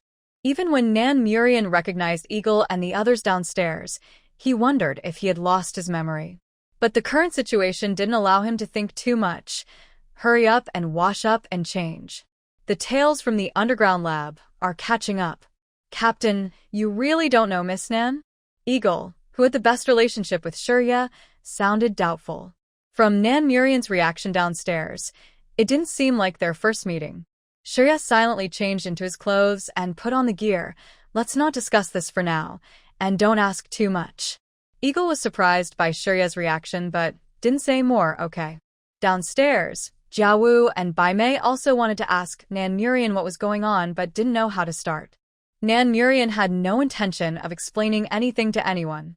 After all, she didn't plan to tell anyone about her past experiences except for Shurya. At that moment, Tank and Dafu, who had been unconscious for a long time, finally woke up. Stretching and feeling the changes in their bodies, the 2 little ones excitedly circled around Nan Murian. Why are you so happy? Nan Murian looked at the 2 little ones rubbing against her with a bit of helplessness. Tank barked at her, then tilted his head in thought, jumped off the sofa, and made an impressive leap that almost crossed the entire living room. How did you jump so far? Jiawu was clearly taken aback. It was more than twice the distance of a normal military dog. And you jump higher too. Nan Murian's gaze paused. At the same time, Dafu stretched his front paws out to Nan Murian, showing her his paws. Upon closer inspection, his originally sharp claws seemed to have a hidden extending power. Did these 2 little guys mutate? Nan Murian picked up Dafu and noticed a faint blue light in his originally dark green eyes. Tank's eyes also glimmered with a golden light. They really mutated. Nan Murian smiled and rubbed their heads. Great job, Dafu and Tank. Her praise earned a bark from Tank, and Dafu started meowing beside them. Just as Shurya, who had finished cleaning up, saw the cat and dog playing with Nan Murian on the sofa, he felt the scene was very warm. The 2 little ones, who had been playing in Nan Murian's arms, suddenly became alert when they sensed a strange presence in the villa. They quickly turned around, focusing intently on the 4 people on the stairs, their backs arched, ready to attack at any moment. Chen Dong and Xiangzi, who were at the front of the stairs, felt a bit helpless since they were indeed outsiders. Tank, Dafu, come back, Nan Murian said gently to the 2 little ones, but they seemed not to hear her and didn't move at all. Come back immediately, she said again, her tone a bit more serious. The 2 little ones turned to look at their owner, uncertain, their round, cute eyes clearly asking questions. Nan Murian blinked her big, watery eyes to communicate with them, her tone softening. Be good, or I'll have Xiao Lu throw you back to your room. Do you believe me? Hearing this, the 2 quickly returned to the sofa, sitting on either side of her as if nothing had happened. Bai Mei couldn't help but exclaim, they're almost like spirits. Si looked at the soft and cute Nan Murian on the sofa, momentarily lost in thought. Haven't I seen her somewhere before? Rian, there's someone. Jia Wu suddenly pointed to a side screen. The few people standing in the living room quickly moved closer to the 4 large monitors on the wall. The front screen clearly showed an open area in front of the villa. In that open space, 10 people appeared one after another from the direction Si Yi and the others had come. 9 of them wore complete combat gear, armed with firearms, looking very alert. The other person was a man about 1.7 meters tall, with a slightly thin build. He wore a black and gray professional climbing suit and looked unremarkable, the kind of person you wouldn't notice in a crowd. But Nan Murian in the villa was immediately drawn to him. She didn't expect that in this life, the underground laboratory would reveal a level 2 psychic ability user so early on. And it was clear that he had combat experience. He has found us. As Nan Murian spoke, the thin man in the climbing suit fixed his gaze on the villa. The corners of his drooping eyes began to squeeze together, forming bloodthirsty petals at the corners. His voice, like a demon rising from heck, sent chills down their spines. "I found you." Seeing the terrifying expression on the man, Sia's first reaction was to take everyone out to fight. "We must go out and deal with them." "Not yet," Nan Murian stopped him. "You can't do anything without dealing with this psychic ability user." "Psychic ability user?" The eagle looked confused. Nan Murian nodded, her smile still on her lips, making it hard to read her thoughts. "I won't act just yet. Let you feel the pressure from a psychic ability user." The others frowned, not understanding her words. Outside the villa, after the man finished speaking, he began to use his psychic power to probe everything ahead, and the result surprised him. Besides the 4 fleeing HG soldiers, there were 3 people and 2 animals present. At the same time, the 9 mercenaries quickly approached the villa with their guns. Nan Murian slightly turned her left hand, releasing a barely noticeable life force. "Xiaolu, pull back all the branches and vines covering the outside of the villa." Suddenly, the moving branches and vines outside startled the 9 fully armed soldiers, resembling a giant creature writhing quickly. Only the level 2 psychic man remained still, watching the strange scene with curiosity. The moment the vines completely dispersed, the entire villa was fully exposed to everyone's view. Nan Murian and her group also moved to the window. During the renovation, they had replaced the half-moon and radius windows in the living room with full bulletproof glass. So at this moment, there was only a clear bulletproof glass separating them from the enemy, and both sides could see each other clearly. The man outside smiled wider, then suddenly fixed his gaze on the people inside the villa. "Ah!" Chen Dong, standing at the front, was the first to cry out in pain, clutching his head tightly. Then came Wang Chong, the eagle, Jia Wu, and Si. Due to the man's overwhelming psychic pressure, they felt such a headache that they could barely stand. Only Nan Murian calmly watched the man's actions unaffected. After successfully attacking in the first round, the man saw the girl across from him, paused for a moment, and began to lock eyes with Nan Murian. Nan Murian's lips curled into a slight, barely noticeable smile, as she had been waiting for this moment. The most intense kill in the confrontation between psychic ability users occurs in the instant of eye contact. In that moment of eye contact, Nan Murian unleashed her powerful psychic force without holding back, charging straight into the man's brain. Then she continuously poured in psychic pressure, and almost instantly, the once confident man's had exploded in a spray of blood. When he fell, his head was no longer there, leaving only a neck the size of a bowl, blood gushing out. Not only the mercenaries outside, but even Si Yi and the others inside the villa were shocked by the sudden bloody scene. Yet Nan Murian merely turned back and said to Si Yi and the others, "Now you can go out." Jia Wu let out a sigh of relief and followed the 4 out of the villa. Meanwhile, Nan Murian remained motionless at the window, watching everything happening outside. She watched as Si disarmed the opponent and shot him. She watched as the eagle's dagger cut through the opponent's neck. She observed their bloody battle without any intention of intervening. In the previous life, in this villa, Chendong, Qiangzi, the eagle, Jia Wu, and Bai Mei all died in this battle. So, in this life, they must take action to avenge their tragic deaths from the last life. "Dongzi, be careful," the eagle exclaimed as a mercenary aimed his gun at Chendong's head, panic-stricken. Everyone's expression changed due to the sudden turn of events, but there was no time to help. They could only watch as the bullet fired, momentarily suspended in the air before changing direction and shooting straight into the mercenary's forehead. As they saw the mercenary fall, Si looked in disbelief at Nan Murian, who stood quietly inside the villa. Nan Murian immediately sensed his gaze, tilted her head slightly, and returned a flawless smile. For the first time, Yi and the others felt how terrifying a psychic ability user in the apocalypse could be. Facing someone like Nan Murian, even the strongest soldier had no chance of winning. With the loss of a powerful psychic ability user and Nan Murian's overwhelming presence backing the four leaders and Jia Wu, the outcome of this battle was almost certain. "Just throw the bodies off the cliff," the eagle said, looking at the bloody corpses. Yi instinctively glanced at Nan Murian, who stood quietly inside. Then countless vines extended across the open space in front of the villa, sweeping away all the bodies one by one. Once everything was finished, the vines surrounded the entire villa tightly again, leaving no gaps.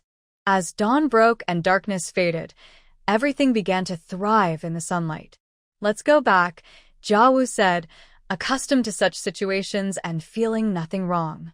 The others suppressed their shock and nodded silently. At that moment, Yi had countless questions in his mind that he wanted to ask Nan Murian, but he didn't know where to start. "Is there anything you want to eat? I can prepare something for you."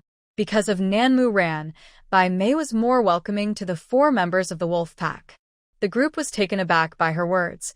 In this world, just having enough to eat was already a blessing, so why would she ask what they wanted? At that moment, Chen Dong and Chang Zi's stomachs growled loudly, making everyone in the room laugh. After escaping the underground lab and spending a night on the run, it was understandable that they were so hungry. "I'll prepare something simple. You all should rest for a bit," Bai Mei said with a gentle smile. The best she could do now was cook and tidy up, and she would do her best. "We can help." Chen Dong, Chang Zi, and Laoing immediately stood up. Bai Mei frowned slightly and refused. "You all have been through a lot and are tired. Just go wash up first." She found it hard to accept that they could go from killing to cooking. Nan Mu-ran took over Bai Mei's wheelchair. "Then I'll trouble you, Sister Mei." Once the two reached the kitchen, Nan Mu-ran took out a variety of dishes from her space. Boiled meat slices, spicy beef lung slices, mapo tofu, braised pork, and many more. "You haven't slept all night. Just steam some rice and make a simple soup. Otherwise, it will be too much work," she suggested. Bai Mei understood that Nan Mu-ran meant well and didn't oppose her. Jia Wu, who had just entered, saw Nan Mu-ran's actions and understood her intentions. "You should rest too. I'll handle the plating." Only then did Nan Mu-ran return to the living room on the second floor. Standing all night had made her quite tired. She sank into the oversized lazy sofa, not wanting to move at all. Beside her, Tank and Fu were also feeling sleepy, snuggling up next to her with droopy eyes. Suddenly, there was a knock at the door. The two little ones, who had been dozing off, instantly woke up and looked alertly at the door on the second floor. Nan Mu-ran smiled, not worried at all. She knew it had to be Yi. "Tanks, go open the door," she said while getting up and grabbing 2 bottles of water from the nearby cabinet, signaling for Tank to open the door. When Yi saw Tank open the door, he was clearly surprised. This dog was special. The layout of the second floor of the villa was similar to the third floor, but had a completely different style. Instead of cold, hard walnut wood, there were light brown cloudwood sofas, soft and comfortable, with a touch of design and craftsmanship. There was a small leisure area with a long table and a washing area, and the cabinet against the wall was filled with drinks. At a glance, it seemed to have famous brands from all over the world. Looking out through the huge floor-to-ceiling window in the living room, one could even see the misty mountains below the cliff, beautiful like a living giant landscape painting. One had to admit that the owner of this place was someone who truly enjoyed life. "Isn't it nice?" Nan Mu-ran smiled at Yi, handing him the water. Yi instinctively smiled slightly. "Yeah, sit down." Nan Mu-ran looked at Yi, who was both familiar and unfamiliar to her, still smiling gently. "Did you know I would come find you?" Yi asked as he took the water from her hand and sat down. Nan Mu-ran leaned back comfortably on the sofa. "If you didn't come, it wouldn't be you." Yi paused at her words. "Did we know each other before? Are you unsure?" Nan Mu-ran couldn't help but laugh. She didn't expect such a resolute and serious person like Yi to doubt his own memory. "I was sure at first. Except for that time at Chui Mountain, This is the first time I've seen you. But now I'm a bit uncertain. From the moment he walked in and saw Nanmu Ran, Si was sure that the girl in front of him had no intention of deceiving him. This judgment came from his rigorous training as a Special Forces soldier and his keen intuition. Nanmu Ran got up and brought out her thick sketchbook from the bedroom, handing it to him. Si was surprised as he opened it. The first page showed a man curled up in a corner, bald, wearing a white hospital gown, tall and skinny. The person in the drawing looked so frail, with deeply sunken features, making him appear somewhat eerie. But Si recognized him. It was himself. This. Keep looking, Nanmu Ran said with a smile, her eyes encouraging. On the next page, a girl appeared beside the man. She was also bald, with a scar between her brows that marred her pretty eyebrows. But Si recognized those big, wet eyes. The girl was Nanmu Ran. As he flipped through, there were many drawings of the man. Sometimes he stood in the sunlight with a hint of a smile. Other times he looked cold and numb. There were also drawings of the girl, whose expression changed from fierce to calm, and finally to a bit vacant. Further along, there was a drawing of the man pulling the girl, both looking terrified and anxious, as if they were trying to escape, but ultimately failed. In the last drawing, the man was covered in blood, standing in a sea of flames, while everything around the girl was shattered, including the girl herself. As he continued, Si recognized the person in the drawings too well. It was him at that moment, or perhaps more like himself before entering the underground lab. I was so happy to see you today because I drew the real you, Nanmu Ran said, looking at the drawing of Si in Special Forces gear, feeling a sense of relief. Si stared at the sketchbook in his hands, then looked at Nanmu Ran in disbelief. This is us? It is us, just not the us now. Nanmu Ran looked at him, her tone serious, her eyes gradually reddening. If nothing had changed, we should have met in the underground lab in the 4th year of the apocalypse, in our most tragic and desperate forms. Si understood every word she said but couldn't comprehend it fully. His mind buzzed, overwhelmed by an unreal feeling he couldn't shake off. After a long time, he finally found his voice. What about me in the end? Nanmu Ran looked at him, tears streaming down her face. Just like in the drawing, you died in battle. What about you? Si flipped to the drawing of destruction, his tone slightly anxious. What does this drawing mean? I came back to before everything happened. Nanmu Ran hesitated, her voice choked with emotion. For the first time in his 26 years of life, Si felt lost and confused. Then, do you believe me? Nanmu Ran didn't care about his feelings anymore. She just looked at him intently and suddenly spoke. Sino looked into Nanmurian's eyes, filled with sparkling stars, and after a long pause, he somewhat conceded, I can't fully believe it logically, but deep down, I feel what you're saying is true. Nanmurian's eyes filled with tears. That's enough.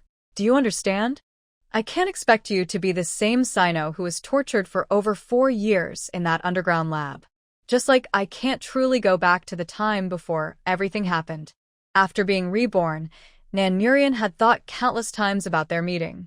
But she never stubbornly believed that this time, Sino should be exactly like the one she first met. Hearing her words of acceptance, Sino felt a twinge of pain in his heart.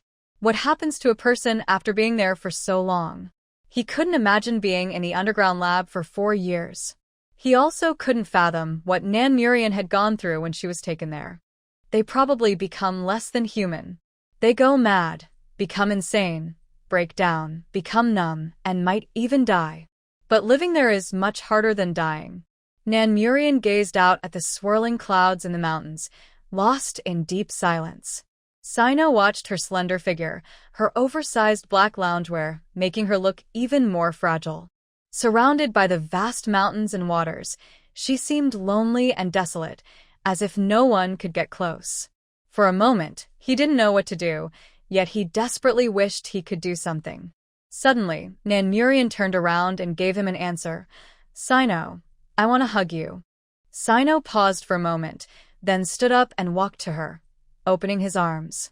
Without hesitation, Nanmurian embraced him.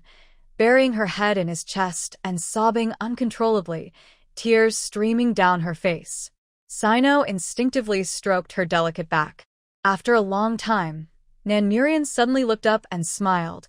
Fortunately, this time, everything is still on time. Sino looked at her, not fully understanding her words. I've been trying to find you since the first day I came back, but in the end, waiting here was the most useful. Nan Murian smiled at him. Sino suddenly realized something. You knew I would be here? Yes, you told me many things back then, including this villa and the battle you just experienced outside. And in the end, they all died, including Jia Wu and his wife by May. Nan Murian confirmed Sino's guess. Sino's mind went blank upon hearing her words. He knew clearly that if Nan Murian hadn't been there today, the outcome could have been exactly as she described.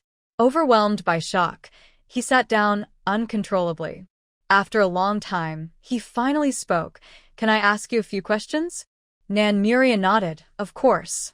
You said the man from the lab today is a level 2 psychic ability user? This was Sino's first desire to understand this new apocalypse. Yes, psychic ability users are rare in the apocalypse, but they are the strongest. A level 2 psychic user, if used properly, can even kill a level 3 user. And you? I'm a triple ability user. Plant, psychic, and spatial. My plant ability is currently at level 2 mid-stage, psychic at level 3 early stage, and spatial? Xuanwu is a bit special. It hasn't changed since it appeared. I don't know how to judge its level, but it should be quite powerful. After all, in her past life, she had seen many spatial ability users, but had never heard of one with a capacity greater than Xuanwu. Xuanwu? Sino thought the name sounded nice. You named it that. I also have 2 contract plants, one called Xiao Lu and the other Xiao Bai. Xiao Lu is a level 7 mutated plant, and Xiao Bai just reached level 4 yesterday. Nan Murian extended her left hand towards Sino. On her fair, slender wrist was a beautiful tattoo, resembling willow branches intertwined with vines and several lovely white flowers. Suddenly, the tattoo emitted a green and white glow. The glowing Xiao Lu even extended a branch to gently touch Sino's hand. Sino frowned slightly, sensing something strange. They have the power to transcend this world, don't they? Yes, Xiao Lu has been with me in the underground lab. So it knows you too. Nan Murian had no intention of hiding this. Nan Murian, have you thought about the fact that I'm no longer the person you initially knew? This means that many of my choices will change this time. Sino looked at her, expressing his deepest concern. Nan Murian instantly understood his words. At this moment, Sino was still, at his core, a soldier. He was no different from the soldiers she had met who wished to save the world. He still held the faith and responsibility deeply etched in his bones. What they did was something Nan Murian would never do, but she respected and understood it. However, now that this person was Sino, who was very important to her, disappointment was natural. But proud as she was, Nan Murian would never force anyone to walk through life with her. If you want to leave, I won't stop you, but it's best not to do it now. Ordinary soldiers without awakened abilities are still very strong in the early apocalypse. But once zombies, plants, and animals start mutating, you will become the weakest warriors and cannon fodder in every battle. Nan Murian looked at Sino quietly, her words cold and cruel. Sino fell silent, having to admit that Nan Murian was speaking the truth. They had once been the strongest in the military, considering themselves warriors. But in the apocalypse, someone like Nan Murian, who once needed their protection, could easily wipe out their entire team in an instant. It was a hard truth to accept, but one that had to be faced. How can I become stronger quickly? Sino looked at Nan Murian with determination. I can try to help you awaken your abilities. Once you truly become stronger, then you can decide where to go from there. Nan Murian sighed softly, feeling both regret and sorrow. If they ultimately decided to leave, the bond forged over 2 lifetimes would inevitably part ways. For Nan Murian, the only consolation was that Sino was still alive. The scenes that had tormented her in nightmares had not yet come to pass. Sino looked at Nan Murian's back, a hidden desire in his heart. What about us before? We should be the brightest light in each other's dark lives in our past life. Unfortunately, we were too messy when we met, and just surviving was already difficult. Some things, once said, would only feel unnecessary. Nan Murian honestly shared everything from her past with Sino. C nodded in agreement. He knew that in such a situation, no matter what feelings arose in his heart, he could never express them. Ran, it's time to eat, came by May's gentle voice from downstairs. The two of them went down together. When the others downstairs saw them walking together, they were clearly surprised. Chun Dong and the others exchanged glances, their teasing looks unmistakable. They had said they didn't know the girl, yet here they were, already a couple. It seemed that looks really mattered. However, before they could make any teasing remarks, they were distracted by the lavish spread being set on the dining table. What's going on? Was this still the apocalypse? How could such a rich meal appear? There was not only rice and meat, but also green leafy vegetables. Even the usually composed eagle couldn't help but swallow hard. Come on, sit down. Why are you just standing there? Bai Mei smiled and invited them. Once they sat down, everyone felt a bit awkward looking at the food. It wasn't that they didn't want to eat, but they felt too shy. They couldn't help but think, will this meal finish off all the supplies from their home? Eat. Looking won't fill you up, Nan Mu Ran said, picking up her chopsticks and placing a piece of slightly leaner red-braised pork into Sia's bowl. Si was clearly taken aback because this was his favorite dish, and she even knew he preferred it a bit lean. The rich aroma of the dish mixed with the fragrance of rice filled the air, and the hungry group couldn't resist any longer. They enjoyed the most sumptuous meal since the apocalypse, and it felt amazing. Meanwhile, in the Taishan underground laboratory, an unprecedented panic set in. The plant laboratory in the industrial park suddenly came under attack, resulting in heavy losses of both personnel and supplies, and even several important data sets were lost. Ouyang Feng, along with Ouyang Yun and others, had just managed to return safely to Taishan when they faced the issue of experimental tools escaping. Moreover, Si Yi and his group had complicated identities that needed to be retrieved. As a result, all security personnel from the laboratory were mobilized, spending a day and night searching the mountain. Yet they found nothing. After counting all the returning personnel, Ouyang Feng's bad feeling intensified. The centipede squad that had chased after the escapees was completely missing, and only 2 members of the Viper squad along with a guide had returned. The most alarming part was that they had lost a level 2 psychic ability user, the strongest existence cultivated in the underground laboratory since the apocalypse had vanished without a trace. Dr. Jean, who was conducting experiments, brightened at Ouyang Feng's words, completely unfazed by the situation he described. Instead, he became ecstatic. Are you saying that someone stronger than Yu Tao has appeared? A level 2 psychic ability user being killed couldn't have been done by an ordinary person.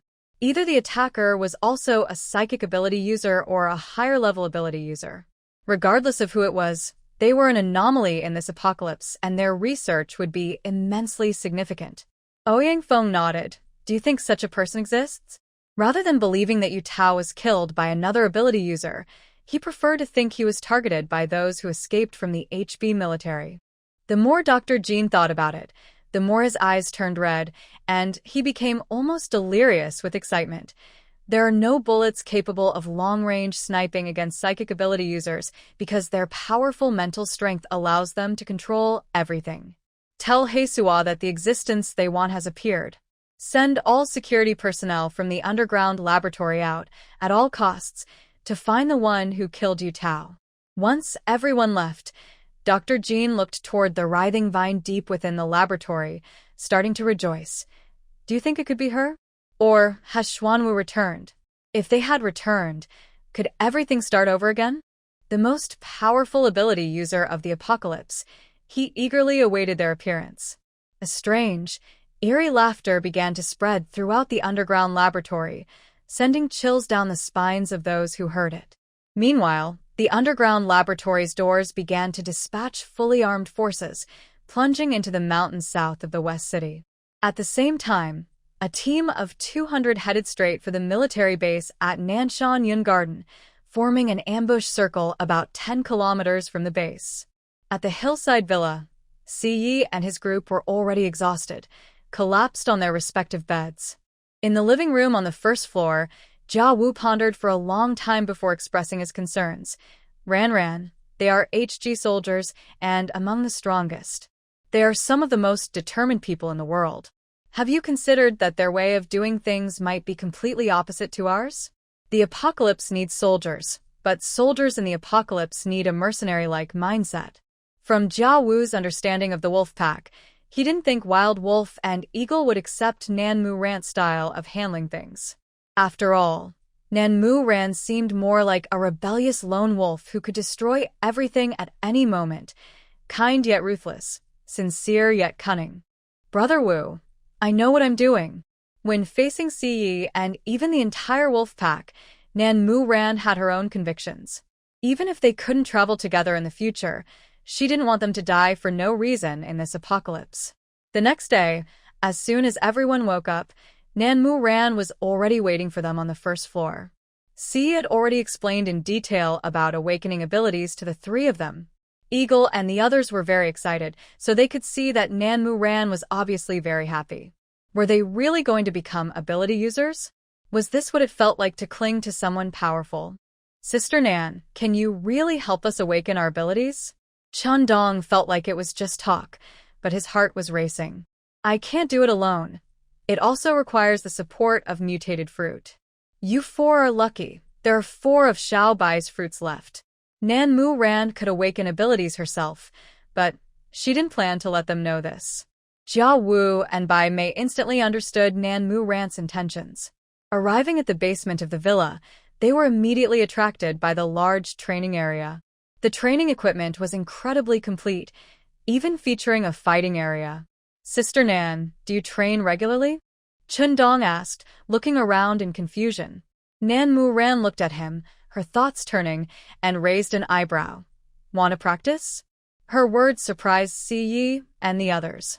In their eyes, Nan Mu Ran was a powerful ability user, but definitely not someone who would engage in direct combat. It sounded like they had misunderstood her. Let's give it a try. I also want to know how well I've trained, Nan Mu Ran said, already flipping into the fighting area. As she took off her outer jacket, the perfect muscle lines on her slender arms were fully revealed. Nan Mu Ran's fair skin and stunning looks, combined with her slim figure, made them overlook that she wasn't just an ordinary girl. She was a lean figure forged from sweat and strength. The eagle couldn't help but look at Sia, surprised. Is he a fighter? Go ahead, Sia noticed, and gave Chundong a knowing glance. As Chundong climbed into the fighting area, he hesitated in front of the stunningly beautiful Nan Murong. Sister Nan, maybe we should skip this. If you don't give it your all today, you won't have a chance to awaken your powers, Nan Murong said seriously. She was eager to know how much of a gap there was between her and these truly strong opponents. The helplessness of losing her powers in her past life was something she would never want to experience again. Really, Sister Nan? Chun Dong felt a bit overwhelmed, regretting his earlier question. Nan Murong looked at him firmly. I never joke around, and don't try to deceive a mental power user. Knowing he had no choice, Chun Dong still glanced nervously at Sia, who was watching from the sidelines. Although Sia didn't understand why Nan Murong was so determined, he chose to support her. With his captain's approval, Chun Dong quickly got into the zone. Without hesitation, he threw a punch at Nan Murong. To everyone's surprise, Nan Murong faced Chun Dong's full-force punch without any intention of dodging. Instead, she met it head-on. Oh! Xiangzi winced at the sight. Sia's eyebrows twitched as he watched. After their powers collided, both sustained some noticeable minor injuries. However, this round of fighting made Chun Dong realize that Nan Murong was not an easy opponent. She had undergone rigorous combat training and had plenty of real combat experience, making her attacks quick, agile, and powerful. The two spun rapidly on the fighting stage, trying to exploit each other's defensive gaps to knock the other down. The onlookers noticed that Nan Murong was more agile than Chun Dong in speed and matched him in strength. Chundong's only chance of winning lay in his practical combat skills honed through countless life-and-death training sessions. Abilities can change a person's physique. In a head-to-head clash, my stamina is not necessarily worse than yours, Nanmorong said as she charged forward, striking quickly and fiercely. After over 20 rounds, those watching couldn't help but feel anxious for Chundong. Nanmorong's fighting style was ruthless, using many forbidden moves. Unfortunately, her combat experience was still lacking. In the end, the match concluded with Chundong sweeping her down with one leg. Though he won, it was a hard-fought victory.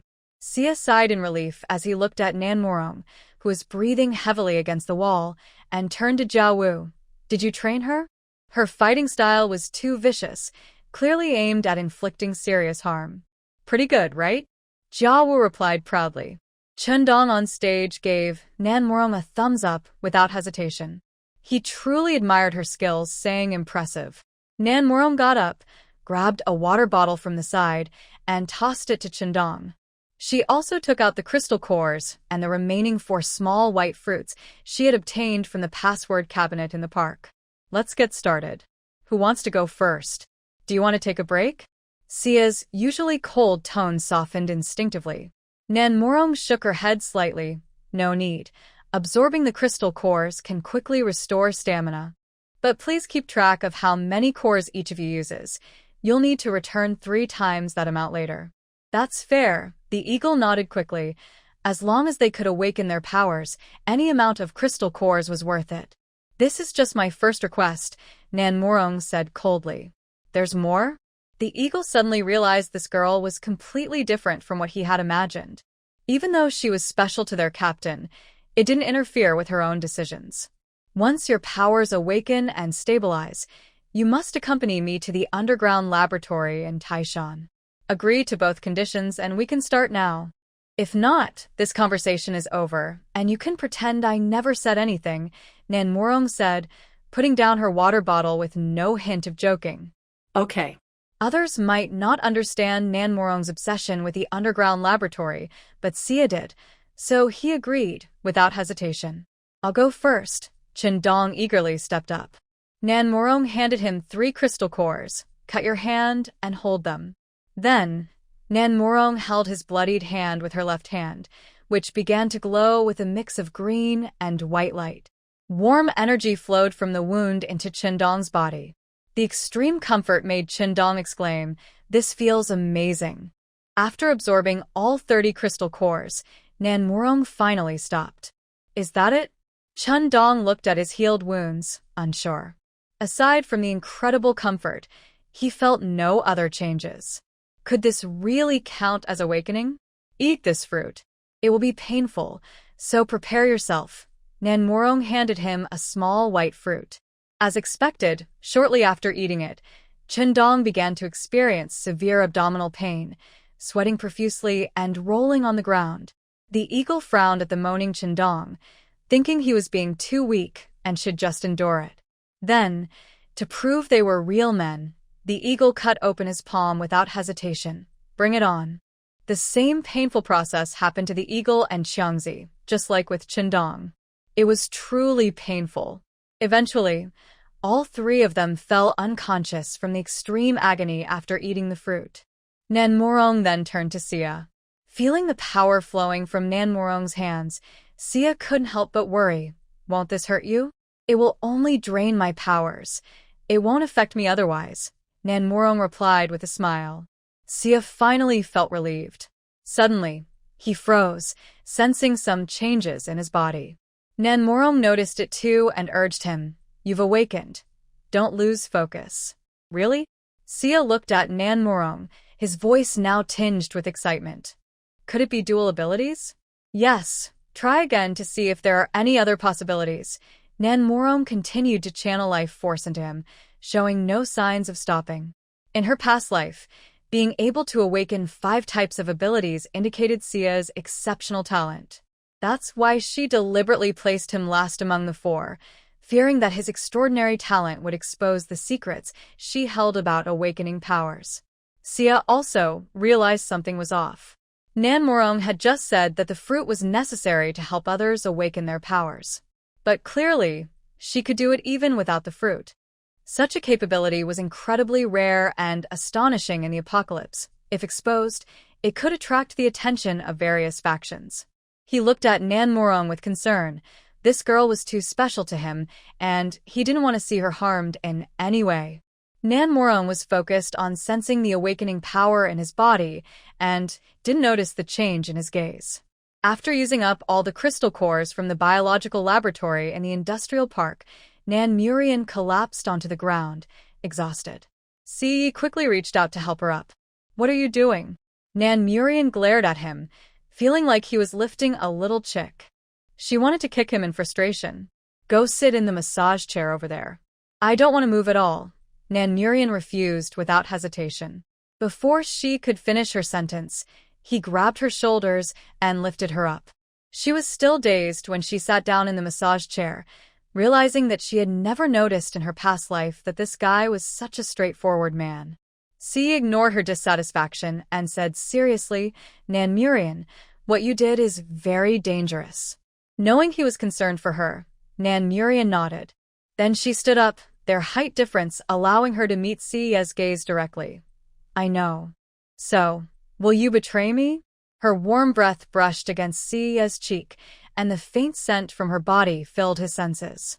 His heart raced uncontrollably, and his mind went blank. Of course not. Seeing his ears gradually turn red, Nan Murian couldn't help but laugh. Was he really this innocent? She had to admit that the country had managed him well. "Then, that's settled. Eat that fruit. It will help improve your abilities," Nan Murian said, even stuttering a bit. Si, blushing easily, looked like a tall, awkward guy as he took the fruit and stuffed it into his mouth, cheeks bulging as he devoured it. "You." Before Nan Murian could finish her sentence, he choked and had to awkwardly drink water. Watching him struggle, she cleared her throat several times to hold back her laughter. Jiawu quietly stepped back. It was hard for him to see Si, who was so clumsy, as the fierce wolf who could take on 10 men in the African battlefield. Finally, after the entire wolf squad had suffered and fallen asleep, Nan Murian turned to Jiawu and said, "They'll probably sleep for a long time. Let's head upstairs." When they returned to the living room on the first floor, Xiao Lu suddenly reminded Nan Murian that an armed mercenary team was approaching the villa. "Do they have any special markings?" Jiawu asked. He had dealt with the traces on the road yesterday, and it didn't make sense for them to be pursuing so closely unless they had special means. But in this apocalypse, many tracking methods were no longer effective. How were they managing to do this? The 10 people from the laboratory disappeared around here, so it's not surprising they are chasing us, Nan Murian said, focusing on the surveillance screen. She didn't plan to confront the underground laboratory directly at this moment, knowing that the connections behind it were more complicated than she imagined. This realization started when she encountered Ouyang Foam, an S-level official. Before the apocalypse, the Nan Xiao group and the Qi family treated him with great respect. But in the underground laboratory, he was just a manager of an external biological lab. This showed how significant the situation was. A whole platoon? How could there be so many? Jiawu was clearly surprised as he watched 36 fully armed soldiers appear one after another. Nan Murian frowned. Could the underground laboratory really have this many people? If Ouyang Foam wasn't foolish, besides sending troops to search the mountains, he would also send more people to block Si and the others at Nanshan Yun Garden to prevent alerting the military base. With 2 or even 3 groups, having so many fully armed soldiers meant the underground laboratory's forces were at least equivalent to a company. This number was not something foreign mercenaries could easily muster, even in the apocalypse. As she thought, the soldiers on the screen began a thorough search of the area. The more Nan Murian thought about it, the angrier she became, finally laughing in frustration. This villa has really had a rough fate since it was built. In over 3 months of the apocalypse, this was already the 3rd wave of pursuers at their doorstep. 1 wave a month, they were being quite considerate. What should we do? Jiawu started to be on guard. But Nan Murian poured 2 glasses of wine and handed one to him. If they don't find the villa, they won't do anything. If they do find it, we can only deal with them all. This villa should be a peaceful place, but if others insist otherwise, it will become a deadly trap for intruders. So they are not searching for us, but for their own doom? Jia Wu understood her thinking and took a sip of the wine. The taste was surprisingly good. He instinctively looked closer, Macallan. The price was also quite nice. This is trouble. They have 3 military dogs, Jia Wu said, putting down his glass and rushing to the screen. After the team searched, 3 men appeared, each with a military dog. Nan Murian frowned slightly as she looked at the dogs. Brother Wu, whose scent are they tracking? It can't be from the wolf squad. It must be their own people, Jia Wu said, feeling a headache at the thought of the 3 military dogs. If they took them out, it would alert others, but if they didn't, they would just keep circling and be discovered. I'll try to see if I can control them. Nan Murian concentrated and began to exert mental pressure to push them back. The 3 military dogs outside sensed the sudden mental pressure and started barking wildly, but they showed no signs of retreating or changing direction. Well, it seemed human mental abilities couldn't control these little guys after all. At the same time, Tank behind her started barking loudly, and even the adorable De Fu joined in, clearly getting aggressive. About 3 minutes later, are they giving up and not barking anymore? Jia Wu watched the screen as the 3 military dogs suddenly lay flat on the ground, ears drooping, completely still. Nan Murian noticed the change and glanced at the 2 little ones beside her, who looked quite pleased. It seemed that only beings of the same kind could exert such a level of pressure. Good job, little ones, Jia Wu said, reaching out to pet Tank and De Fu. Tank, can you keep those 3? Nan Murian stroked Tank, coming up with a bold idea.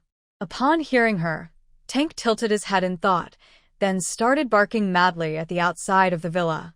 The 3 military dogs, which had been leashed, suddenly broke free and dashed into the nearby dense forest. Oh my, if it weren't for the soundproofing, you would have led them right in. Nan Murian felt her eardrums were about to burst.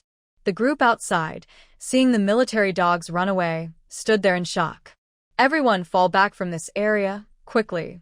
The team leader, who had wanted to search further, made a quick decision. He had been a trainer and knew very well that each military dog had undergone strict training, even more so than the selection of soldiers. They were not afraid of sacrifice. So, if they could scare off the military dogs, it wasn't just about hiding the crisis. It might indicate an existence beyond human understanding in the apocalypse. In this situation, a safe retreat was the wisest choice. Watching the group in camouflage gradually move away, Nan Murian let out a silent sigh of relief. Tonight, I'll give you both an extra chicken leg, 5 in total. Tank and Da Fu jumped up happily at her words. Brother Mu, what do you think of those 3 military dogs? Nan Murian looked at Jia Mu, her eyes filled with calculation. You want to recruit military dogs? Jia Mu looked at Nan Murian, somewhat puzzled by her plan. People are too complicated. Dogs are simpler, Nan Murian stated plainly. She wanted the hillside villa to be in a safe environment, which meant she had to completely control the area from the foot of the mountain, and right now, she had too few people to work with. If Tank could control the military dogs after mutating, using enough dogs to fully dominate the entire hillside would be the best choice.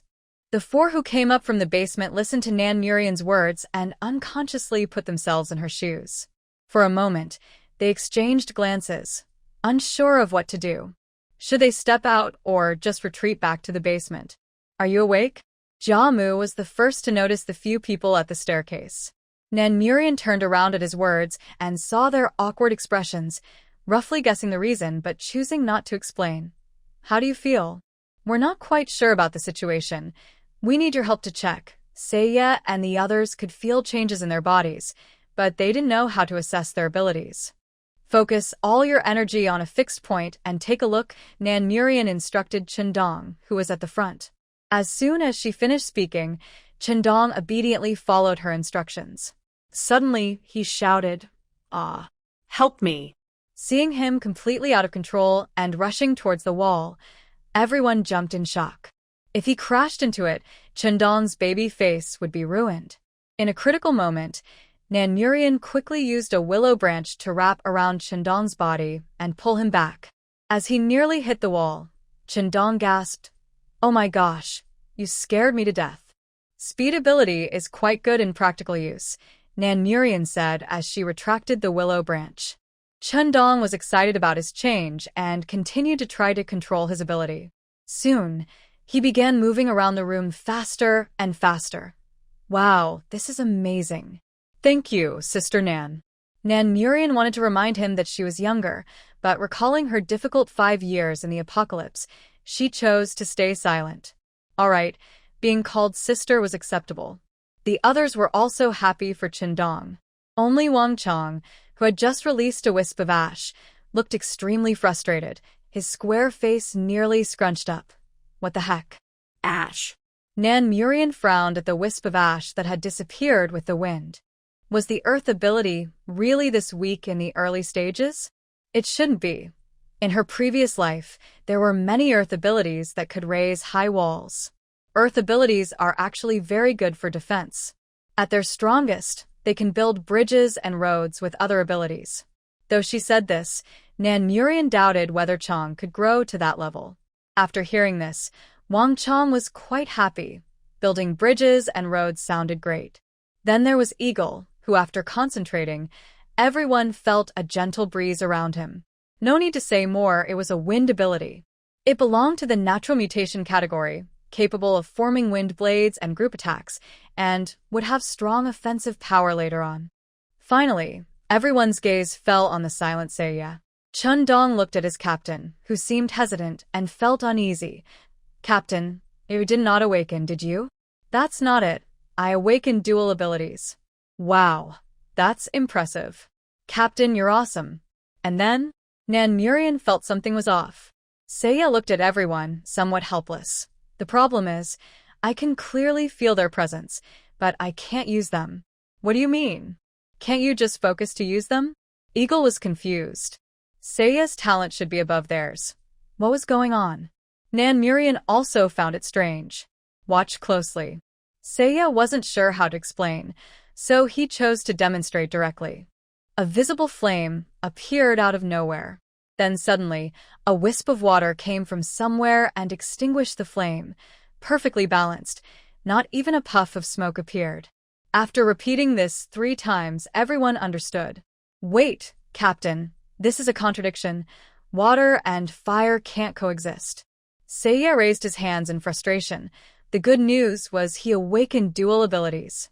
The bad news was that one was water and the other was fire, and they were fighting each other. You need to first feel the power of both abilities in your body, distinguish their differences, and then use them. It's not hard, just practice a few more times, Nan Murian said, not worried.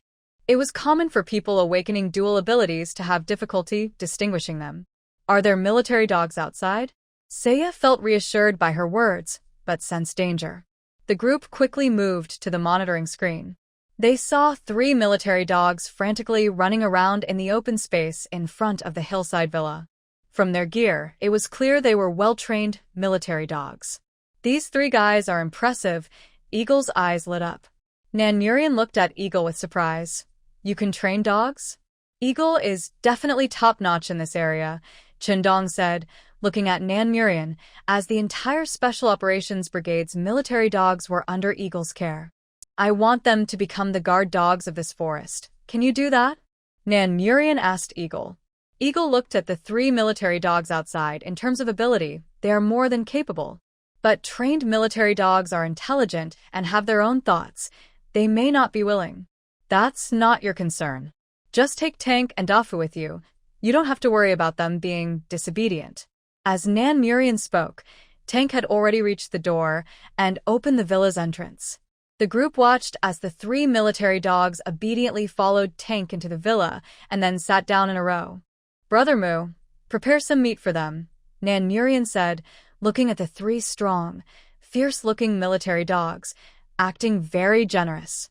Seeing the dog food and meat in front of them, the 3 military dogs' eyes clearly lit up. Since the apocalypse, it wasn't just humans who suffered. Dogs also had trouble finding food and water. "It should be fine now," Eagle said. watching them devour the food, feeling a bit emotional. They were indeed won over by the food. In the following time, the group began to train their abilities while also helping to train the 3 military dogs. Nan Murian also started to take Jiamu around the entire hillside, aiming to eliminate the dangers posed by mutated plants in the mountains. Can we join you today? Once Seiya and the others became proficient in their abilities, they wanted to help with something.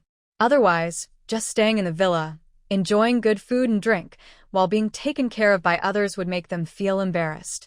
Nan Murian understood their thoughts and wanted to see how well they had trained their abilities in the past few days. Today, we're going hunting. You all need to work hard. You owe me so many crystal cores. Okay, I'll definitely kill zombies today and collect crystal cores for Sister Nan. All the crystal cores I find today will be a gift for you, Sister Nan. When we return to the base, the ones we find will count as repayment, and I promise to repay you double then, Qindong said grandly. Eagle and Xiangzi beside him agreed with his idea. They had stayed in the villa for several days, and Nan Murian had helped them a lot. Just training the military dogs and returning some used crystal cores couldn't repay her kindness. So, even when they returned to the army, they would help her whenever they could. However, Zhao next to them suddenly paused at their words. After more than a week together, they had never mentioned wanting to leave. Nan Murian had never brought it up, and Zhao thought they would stay. At the back, Sia heard their conversation and instinctively looked at the silent Nan Murian. He couldn't explain why, but he felt a bit guilty. Nan Murian simply smiled slightly. All right, then today you can consider it free labor for me. No problem, it's the least we can do, Eagle replied with a smile. The group quickly packed their military backpacks, grabbed their weapons, and took some self-heating food from the cabinet to prepare to head down the mountain. When Qindong and the others saw the car in front of them, they were stunned. Sister Nan, is this your car? Yes. But this is a Kalman King. Even Wang Chong, who usually spoke the least, became excited. I loved its design after being influenced by sci-fi movies, so I bought it. This was the only car Nan Murian felt comfortable taking out from her space. Qindong touched the sleek surface of the car, captivated. A car worth 14 million. Sister Nan, was your family very wealthy before? Not bad. Have you heard of the Nan Xiao Group? The Nan Xiao Group is one of the top companies in the Northwest. Who hasn't heard of it? Nan. Is it your family? Yes, my mother's surname is Xiao. Nan Xiao was founded by her and my father. But why are you so excited? In this apocalypse, money is as worthless as paper. Paper might even be more valuable. That's true, Qindong agreed. All right, enough with the awe. Let's get in the car and go. Can I drive? Qindong asked, filled with excitement. Nan Murian tossed him the keys. Get in, and let's go. By the way, Sister Nan, where are we headed? After starting the car, Qindong felt a rush of excitement. The zombies are too concentrated in the city, with waves of them of various sizes. We'll head down the mountain to some vacation resorts and school districts on the outskirts of the southern suburbs. On the way, Nan Murian began explaining the levels of zombies and the crystal cores. They arrived at the commercial street on the outskirts of the Southern District University City. The street, located outside the university, was filled with wandering zombies after the acid rain. The aimless zombies quickly approached after sensing the group's presence. Shall we just attack? Qindong looked eager. Sia thought for a moment. Let's split up and avoid headshots. Use your abilities as much as possible. After hearing Sia's words, Qindong rushed into the zombie crowd with a dagger, taking down the low-level zombies almost instantly with his speed ability. Sia also used his fire ability to ignite the heads of several nearby zombies. On the other side, Wang Chong initially tried to throw dirt but quickly lost patience and went in with his knife for headshots. Eagle was in a similar situation, but in between headshots, he attempted to use his wind ability to control the zombies' movements. Zhou pulled out a baseball bat. Nan Murian watched them fight and took out a dagger from her space, confidently following behind to collect crystal cores. Xiaolu and Xiaobai occasionally extended their vines to help her gather cores. In less than 3 minutes, they had killed about 30 zombies when Sia called for a stop. The 4 of them, along with Zhao, began to coordinate their actions. Sia's water ability combined with Jiaowu's lightning ability was explosive. The wind ability paired with the earth ability didn't produce strong attacks, but it was highly effective. Once they added Qindong's speed ability, the situation changed completely. One scattered dirt while the other blew it toward the zombies, altering their movement direction. Then, Qindong rushed in from behind, swiftly taking down all the zombies. Nan Murian also activated Xiaolu and Xiaobai's many vines to collect the zombies' heads from a distance, threading them like candied hawthorns. They moved deeper into the commercial street, rapidly collecting zombies. About 500 meters in, everyone sensed something was off. Rian, something feels wrong here. Jiaowu and Sia both stopped attacking and instinctively stepped back, guarding Nan Murian. Logically, they should be in the most central part of the commercial street, where the number of zombies would be the highest. Yet, there were fewer zombies here than at the entrance. There must be others fighting zombies too. It's not strange, Qindong said, not finding it odd. After all, this was the apocalypse, and with zombies everywhere, survivors had to face them to gather supplies. The slow-moving zombies were not hard to handle, so it wasn't surprising that some had been defeated. Eagle ignored him, thinking who would parachute into the core area to fight zombies. Let's scout ahead. Sia decided to move forward. Don't go. I'll check it out, Nan Murian said, concentrating her mental energy to search the surroundings. The adjacent street had few zombies, but the shops on both sides showed no abnormalities, except for a few convenience stores that had been completely cleared out. Continuing to the next street, there were several hotels and clothing and cosmetic stores, but again, no unusual activity. Finally, they reached a supermarket in the center of the street. The situation changed there. The supermarket had 3 floors, and all the valuable food and supplies on the first floor had been taken. The second floor was nearly the same. On the third floor, they saw over 10 men with various homemade weapons. One particularly muscular man seemed to have awakened a strength-based ability. The men were gathered around playing mahjong, warming themselves by a fire pit, with smoke filling the small space. In a room behind them, resembling a warehouse, several young girls were tied up. The girls looked dazed, each in tattered clothes and covered in wounds. Such scenes were all too common in the apocalypse. Nan Murian sighed and continued her search. Suddenly, she noticed many zombies gathering at the edge of the commercial street. The gathering of zombies was just outside the range of their investigation, making it hard to understand the reason for the gathering. It's beyond my sensing range. We need to go 2 blocks east, Nan Murian said, looking at the others as she started walking toward the zombie gathering. What's happening? C noticed Nan Murian's reaction and sensed something was off. All the zombies on the 3 streets to the east are gathering in one place. This is very unusual, Nan Murian replied, her gaze serious. It could be dangerous. Don't worry, I'll go with you, C said, following her. After walking 2 blocks east, they stopped under a supermarket where people were on the upper floor. All the surrounding zombies had left, and even the presence of the few people couldn't attract them anymore. Nan Murian focused on exploring the reason for the sudden gathering of zombies. The gathering point was the library on the university campus. 5 second-level zombies surrounded the library from different directions, emitting unique signals to call each other. This call caused zombies within a 3-kilometer radius of the library to rush toward that location. At the center was a fully armed Special Forces team of 12. They were fighting back with firearms, protecting 5 people of different ages who looked like researchers. The reason they didn't hear gunfire was that they had silencers on their weapons. It seemed the military had realized that zombies were sensitive to sound. If they encountered ordinary zombies, this approach would be effective and even clever.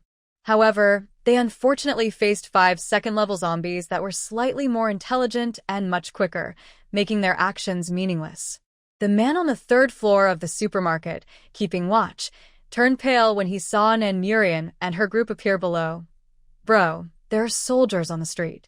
The group playing mahjong immediately changed their expressions and put down their tiles. They felt some fear facing such a strong government force. Soldiers. There are 6 soldiers, including 1 woman, a chubby man said as he moved to the window, pulling up the blinds to see what was happening below. Hearing the men's conversation, the girl locked in the storage room, looking dazed, seemed to see hope. With soldiers arriving, did that mean they were saved? A man with awakened powers quickly moved to the window. After seeing the situation outside, he turned to the man next to him and said, "Keep an eye on them. Don't make any noise." He understood that although he had awakened powers and could handle 5 or 6 ordinary people, these soldiers were clearly not ordinary. They looked stronger than regular soldiers and exuded a strong sense of pressure. And there were exactly 6 of them, making them seem like a special forces team. Facing them, he feared that even his group of over 10 would struggle to win. Help! A girl with a ponytail realized this was their only chance for rescue and stood up to call for help, rushing toward the window. Another girl quickly followed, shouting for help. They couldn't back down in the face of their only hope. A man with power quickly approached the storage room and slapped the girl with all his strength. The girl was left dizzy, her face swollen, and blood trickled from her mouth. Another man kicked her back into the storage room and slapped the guard. "Darn it, you useless fool. You can't even keep an eye on a woman." The slapped man could only bow and apologize while hurriedly closing the storage door. Inside, the man began to punch and kick the 2 girls who were calling for help. "Darn, you must be tired of living." After being hit repeatedly, the 2 girls collapsed on the ground, unable to control themselves. The man continued to kick them hard. The other girls were terrified, huddling together and starting to cry. 5 of them watched helplessly as the 2 girls who had called for help were beaten, too scared to move for fear of attracting the same fate. It wasn't until the 2 girls could no longer make a sound from the pain that the man spat and stopped. "I heard a woman's cry for help," said Shenghui, whose hearing was always sharp. Nan Murian glanced at the supermarket. On the 3rd floor, there are 16 men with homemade weapons controlling 7 girls. What you heard were the cries of those 2 girls. What? Chundong's expression changed first. His immediate reaction was to rush upstairs to save them. But Nan Murian continued, 400 meters ahead. In the library of the school, there is a 12-member special forces team protecting several researchers. They are being attacked by 5 second-level zombies. The surrounding zombies are gathering because of the call from the mutated zombies. Eagle and Wang Chong looked at C simultaneously. "Captain." Nan Murian remained silent. Knowing they wanted to rescue people, there are at least 1,000 zombies gathered around. Your powers can barely handle 2 second-level zombies. But there are 5 second-level zombies on the other side, along with over 1,000 ordinary zombies. But we have to save them, Chundong insisted without hesitation. "Can you help us by telling us more about the situation inside the library?" C asked Nan Murian, making a decision.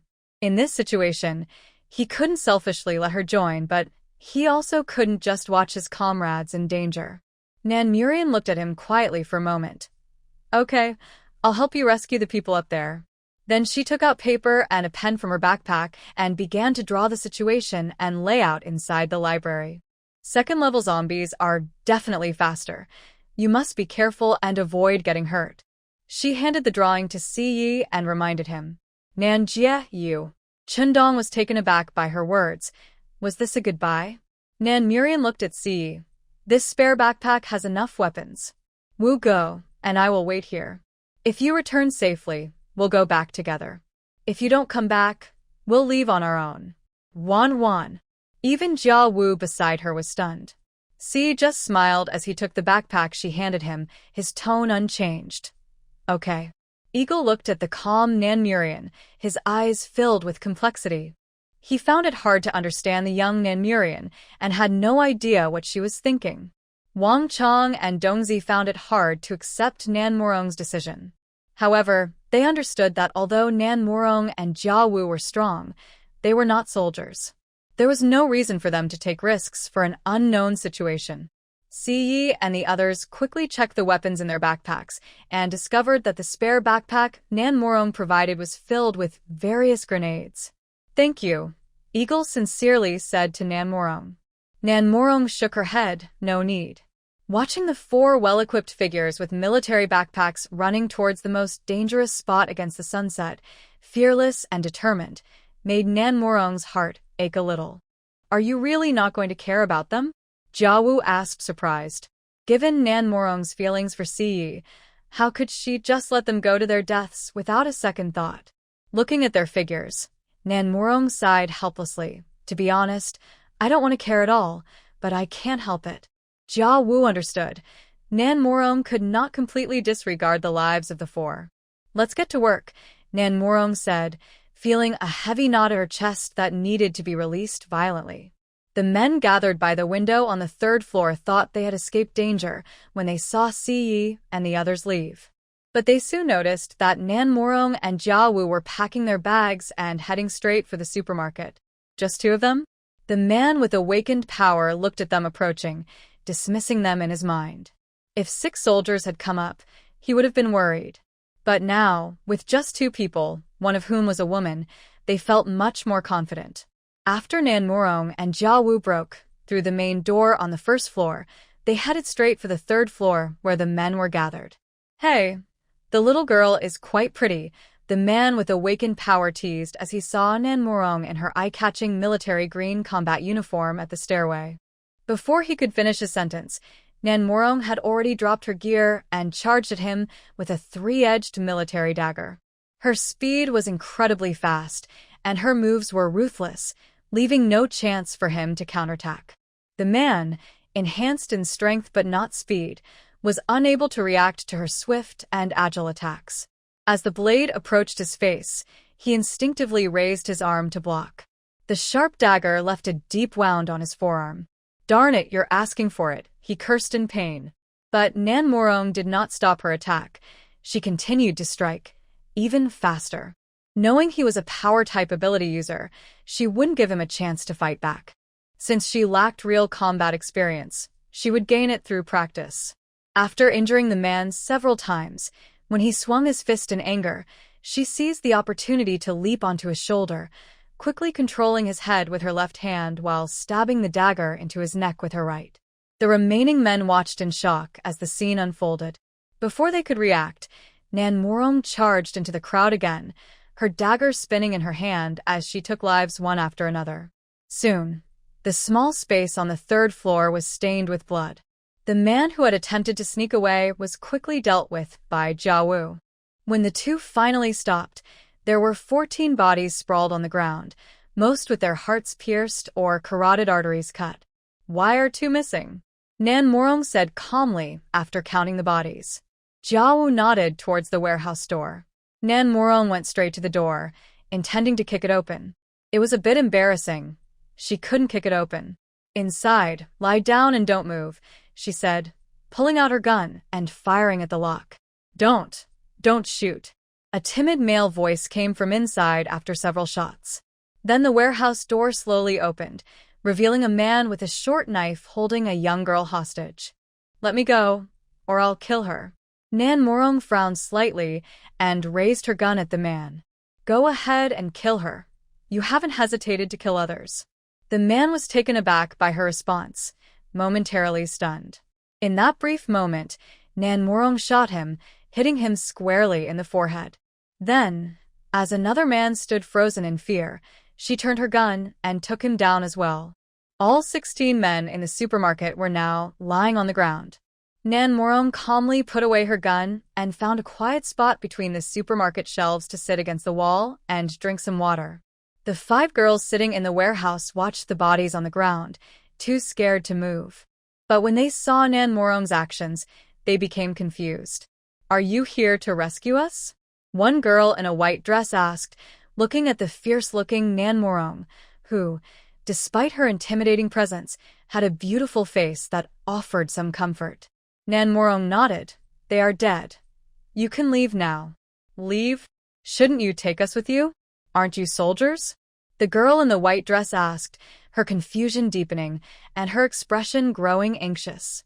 Nan Morong replied coolly, there is a military-established safe base on the other side of Nanshan. You can go there yourselves. We can't, and we are too scared. There's so many zombies on the way. You are so capable. Why can't you take us with you? The girl in the white dress's eyes began to redden, her vulnerability shining through. The other girls quickly nodded in agreement, looking fearful. Nan Morong stood up, her tone growing colder. If you can't even muster the hope to survive, you might as well wait here to die. Her words were too harsh and resolute, leaving the 5 girls stunned. As Nan Morong prepared to leave, she glanced at them and suddenly noticed 2 injured girls curled up in pain at the back of the warehouse. Were they the ones who called for help? Yes, the girl in the white dress answered honestly, unsure of the question's intent. After receiving confirmation, Nan Morong walked into the room, helped the 2 injured girls sit up, and took out water, bread, and medicine from her backpack to give to them. "Thank you," said the girl with a ponytail, the one who had called for help earlier. Despite her injuries, she quickly expressed her gratitude. The other girl also thanked her, looking at the beautiful Nan Morong with shining eyes. Though they were badly hurt, they felt a sense of relief at being rescued. The girl with a ponytail looked at Nan Morong and said, "My name is Lining. Thank you for saving us. Also about that safe base you mentioned, where is it in Nanshan? Our phones are dead, and we don't know the way." "It's okay, we won't trouble you. They have a car on the first floor and I can drive too." Seeing that Nan Morong didn't respond, another girl quickly pointed to the body on the ground and explained. For those who had the courage to save themselves, Nan Morong was willing to help. "After you get on the mountain road ahead, keep driving east. At the 3rd big intersection, turn up the mountain and keep going and you'll see the safe zone. Don't leave tonight. Wait until tomorrow morning." "Thank you," the 2 girls said, their faces brightening as they hurried to express their gratitude. Nan Morong took out some painkillers and handed them to the girls. "I wish you a safe journey." Thank you. "Mugo, we need to head that way," Nan Morong said, standing up with a hint of urgency in her voice. Xiao Lu informed Nan Morong that Si Yi and the others were surrounded by mutated zombies. Xiao Bai was protecting their group, but it wouldn't hold for long. When Si Yi and his team got close to the zombie horde, they planned to break through from the outside. However, they found all 5 mutated zombies attacking the library directly, and the people inside had no chance to escape with just their firearms. With no other choice, the 4 of them had to fight their way in to join the people inside, and then find a way to escape. Surprisingly, getting in was easy, but by the time they wanted to get out, the entire library was surrounded tightly. "Wolf, you take the expert and go ahead. Our team will hold the rear," said Lu Jun, the captain of the Legion Special Forces, his face covered in blood, already thinking about sacrificing himself. Si glanced at him, dissatisfied. "No time for nonsense. The only way is to fight our way out, or no one will escape. Eagle, Dongzi, clear the path in front. Hound, keep your people on the flanks, and everyone else protect the professors. Let's break out together." Got it. Lu Jun, codenamed Hound, quickly arranged their team's action plan. They moved out through the back door of the library, trying to break free from the zombie encirclement. But once outside, they found the number of zombies gathering outside was increasing, relentless and fearless. They lost count of how many zombies they had killed, but still couldn't break through. "That zombie has special abilities," Chen Dong exclaimed, startled by the ice blade flying toward them. "How can even zombies have powers?" "Captain, we can't get out," Eagle said, looking at the endless horde of zombies, feeling a headache coming on. Dongzi felt his speed ability was already drained. "Wolf, let's retreat," Lu Jun said, moving closer to Si. Si's cold eyes fixed on 3 clearly agile mutated zombies not far away. "Do you think we can still retreat?" As he spoke, the 3 mutated zombies launched an attack on their group simultaneously, with ice blades, wind blasts, and vines striking at them almost at the same time. Everyone began to shoot back at the incoming attacks but had no way to avoid them. Just as they were about to get hurt, a white-green vine shot out from Si's right hand, quickly thickening to the size of an arm, wrapping around them in a circle, repeatedly circling until it formed a wall of vines, protecting everyone in the center. It blocked all the attacks from the mutated zombies. "Xiao Bai," Si said, looking at the white flowers on the vine, somewhat in disbelief. "It's Sister Nan, Chendong and the others sighed in relief. They were very familiar with this vine. The 12 members of the Legion's special forces stared at the strange vine in front of them, speechless in shock. Dongzi, what's going on? A Legion team member familiar with Chendong asked, eyes wide with excitement. Chendong felt relieved but started to boast. I won't tell you what's going on, but we're definitely saved today. The professors were even more curious about Xiaobai. What kind of vine is this? Can you recognize it? It looks like a clematis, one professor said, trying to get closer to Xiaobai for a better look, but was startled by the zombies trying to attack from outside. Wolf, what's happening? Lu Jun, codenamed Hound, looked around curiously at the circular wall of vines protecting them. Si didn't answer, but kept his gaze fixed on a spot ahead. Seeing him lost in thought, Lu Jun followed his gaze. They saw a beautiful girl in camouflage, with 2 braids, cutting through the dense zombie crowd, killing them left and right. Surrounding her were countless willow branches glowing with a faint green light. Wherever she went, the branches seemed to have a mind of their own, attacking the zombies' heads. The thick, disgusting zombie brains began to explode in the air. The girl fought her way toward the 3 mutated zombies that had attacked them earlier. Then, almost instantly, she managed to blow the heads off the 3 mutated zombies one by one. The willow branches behind her quickly collected the crystals that had exploded from the zombies.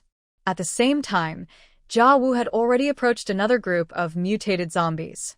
The battle between a second-level mutated zombie and a second-level early-stage ability user had no suspense, as zombies weren't very smart. By the time Jia Wu finished, Nanmurong had also dealt with a psychic mutated zombie on the other side. After they joined forces, they moved closer to Si Yi and the others, protected by Xiaobai. Sister Nan, you're here. Chun Dong exclaimed excitedly as Nanmurong entered Xiaobai's protective circle. Nanmurong didn't speak and directly asked Si Yi, do you still have strength? Of course, just tell us what to do. I'll control the zombies along the way to stop. You just need to go up and shoot their heads, don't use guns. Okay. Si agreed, and quickly communicated with Lu Jun. Once ready, Xia Bai and Xiao Lu took turns clearing a safe path through the zombies. The zombies trapped inside the circle were quickly controlled by Nanmurong's psychic ability, rendering them motionless, allowing Si Yi and his team to shoot their heads. After 10 rounds, Xiao Lu and Xia Bai led the group to the outer edge of the zombie encirclement.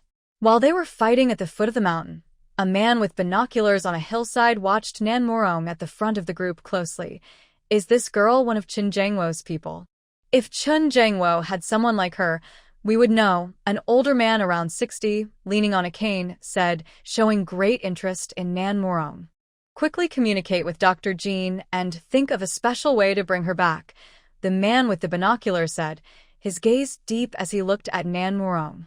The old man smiled. This girl will always be under our watch. There's no need to rush. After the group left the school grounds, they gradually approached the commercial street. Nanmurong used the branches of Xiaobai and Xiaolu to block the zombies that were frantically following their scent. You all need to leave here. Si was clearly taken aback by her words. Feeling exhausted, Nanmurong's tone became impatient. Why are you still dazed? Let them go. Hound, take your people back. Eagle, Qiangzi, Chendong, protect all the professors and retreat from the commercial street. Pick up the pace. Si noticed her struggle, and his voice grew anxious. In this situation, keeping them there would only slow them down. Once the entire sword team left with a few researchers in their vehicle, Nanmurong took out her off-road vehicle from her space. Muga, start the car and plan the route to leave. Avoid the first 2 commercial streets. Okay. Jiamu quickly got in and started the engine. He understood that Nanmurong didn't want the vehicle close to the front commercial street for the safety of the girls inside the supermarket. As soon as she got in the car, Nanmurong felt her last bit of energy fade away. The moment Jiamu pressed the gas pedal, the off-road vehicle sped away. At the same time, Xiaolu and Xiaobai returned to Nanmurong's wrist. The large group of zombies that had broken free from Xiaolu and Xiaobai's blockade were drawn to the sound of the vehicle and began to chase after it. Once the car was far enough away and the sound faded, The zombies started to wander aimlessly again. Sitting in the back seat, Nan Muron sighed with relief as she watched the zombies retreat.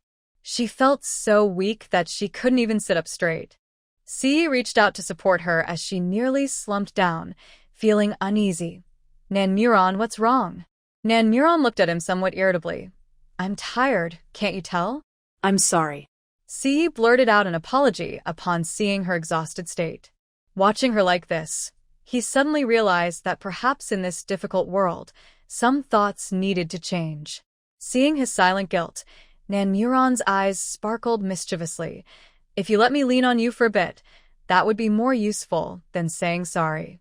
C hesitated for a moment, his gaze flickering, and finally, he helped her up and wrapped her in his arms. Nan Muron settled into a more comfortable position and murmured, "Don't make me get up. I'm just too tired." It wasn't just her plant and psychic abilities that were completely drained. Even Xiaolu and Xiaobai were exhausted. This battle had truly taken everything out of them. This feeling of vulnerability, without the ability to protect herself, was something she had never experienced since her rebirth, and she vowed it would not happen again. After driving along the winding mountain road for over 10 kilometers, Jiamu spotted Lu Jun and his group waiting by the roadside. It's getting dark. We should find a safe house ahead. Lu Jun communicated with Jiamu respectfully. Everyone's lives had been saved by them today, and they should find a chance to express their gratitude. Jiamu glanced back at the already sleeping Nan Muron. Knowing that taking her away from the main group wasn't the best choice, he agreed. You lead the way. The three vehicles lined up and traveled along the mountain road. Occasionally, a few scattered zombies appeared, but there was no need for Jiamu to intervene. The Special Forces team in front handled them. Suddenly, Jiamu spoke up. Wolf, you know? This is the first time I've seen Wan so disheveled since I met her. C looked at Jiamu with a complicated expression. Just say it. I don't know what you've been through together, and I don't care. I just hope that in this man-eating apocalypse, Wan and our family can live well. She can risk her life for what she wants to do, and we will always be with her. But she should never risk her life for anyone else's ideal. I understand. For the first time in 26 years of controlling everything, C felt lost. Jiamu recognized C as concerns and understood his difficulties. Wolf, no matter who you were or what beliefs you held, in this apocalypse, everything has changed. For yourself and for those who care about you, it's time to make a decision. C stared at the sleeping Nan Muron, lost in thought because of Jiamu's words. The military safe house was located at the foot of the mountain in a resort. There were many resorts at the foot of the mountain, each with its own characteristics. Unfortunately, after 3 months of the apocalypse, the once charming places had become desolate. Fortunately, the resort was elevated, and the responsible personnel had already cleaned it up, making things easier. The moment the car stopped, Nan Muron, who had been leaning on Ce, suddenly woke up. Glancing at the unfamiliar surroundings, she asked in confusion, "Why aren't we going back to the villa? The commercial street is too far from the villa, and traveling at night is too complicated. This is a military safe house, and it has firepower coverage within a 2-kilometer radius, so it's safer." Ce explained from behind her. Nan Muron nodded. Zombies had sharper hearing at night. With mutated zombies starting to appear and her abilities fully exhausted, finding a safe shelter was indeed the best option. When it was time to assign rooms, Jiamu directly requested a suite. Although there were only 2 suites, no one expressed dissatisfaction. Everyone clearly understood that if it weren't for Nan Muron, none of them would have made it out alive today. Wan, you stay in the room and I'll stay in the living room. Okay. Nan Muron quickly agreed as she set down her backpack. The suite had a living room with a long sofa, coffee table, and cabinet. The TV and refrigerator were no longer usable, and the entire power system only powered the lights, which were specially replaced incandescent bulbs. Inside, there was a bed, a cabinet, and a single sofa. Nan Muron took out her sheets and blankets from her space and tidied up the room before returning to the living room for dinner. Let's eat self-heating hot pot.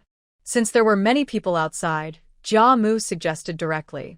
Nan Muron nodded and took out a row of self-heating hot pots, 8 flavors in total. Jia Mu smiled helplessly, knowing she couldn't stand even a little inconvenience. He helped her open all the packages and add water with a smile. He also prepared chopsticks and disposable bowls. All right, just wait and enjoy. When the hot pot was ready, Nan Muron, feeling very hungry, ate quickly. In the cold weather, she was sweating from her nose. Jiamu smiled and took out some wet wipes from his backpack, placing them next to her. Wan, did you notice the researchers that the Special Forces protected today? Nan Murian suddenly remembered those people. I noticed them. They seem to be related to plant research, and they are very interested in Xiaobai and Xiaolu. This is not good for you, Jia Wu said seriously, looking at Nan Murian. Nan Murian paused, gripping her chopsticks tightly. She understood what Jia Wu meant. Today, she had used all her strength to rescue those people, and such power was too noticeable now. She feared that Ouyang Feng and the spies from the underground lab had already noticed. After a long sigh, she said, "Let's eat first." While they were eating, there was a knock at the door. Jia Wu put down his chopsticks and got up to open the door, revealing a somewhat flustered Sai standing outside with a large pile of food. Perfect timing. Come in and eat with us, Jia Wu said, letting him in. Nan Murian glanced at the pile in Sai's hands and felt a bit tempted. Is there any preserved meat rice? She had tried various types and flavors of self-heating meals and loved the preserved meat rice the most. Yes, Sai quickly found the preserved meat rice and handed it to her. So, the two of them turned into 3 for dinner. After finishing the meal, Nan Murian noticed Sai's silence and smiled. Why do you feel sorry? Her direct question caught Sai off guard, and he finally replied, because my reckless decision put you in danger. Sai, do you really understand the apocalypse? Or do you truly understand the hearts of people in this world? Look around you. What you hold on to, is it still the same as it was at the beginning? Nan Murian's bright eyes seemed to see right through him. Sai looked into her eyes. Can I say I don't know? Nan Murian nodded, without surprise. Of course. But the collapse of belief often happens in an instant. Sai, I risked everything to save you today, out of past friendship and respect. So even if it costs my life, it's my choice and you don't need to feel sorry. But this kind of behavior will only happen once. Jia Wu sighed in relief upon hearing Nan Murian's words. He was genuinely worried that she would repeatedly take risks because of Sai's presence. Thank you, Sai said, feeling relieved after hearing her words. His suffocating guilt finally eased. I'm tired. I'm going to sleep. You two can talk, Nan Murian said with a smile. Once her door was closed, Sai and Jia Wu exchanged glances and began to clean up the messy table. Soon, everyone who had experienced several terrifying battles began to fall asleep one by one. Eagle looked at Sai, who was wide awake on the other bed. Can't sleep? A bit, Sai replied, sitting up. What did you say to Miss Nan earlier? Sai smiled but did not answer. Just sleep. We need to head back to the base early tomorrow. Honestly, I didn't expect Miss Nan to come to our rescue today, Eagle said, lying back down. She is more decisive than we thought, but she also has her own principles. You didn't expect it either, did you? Were you thinking about whether you left anything out in your will? Sai glanced at him. I didn't have a will. Look at the dense crowd of zombies outside. Who could have won?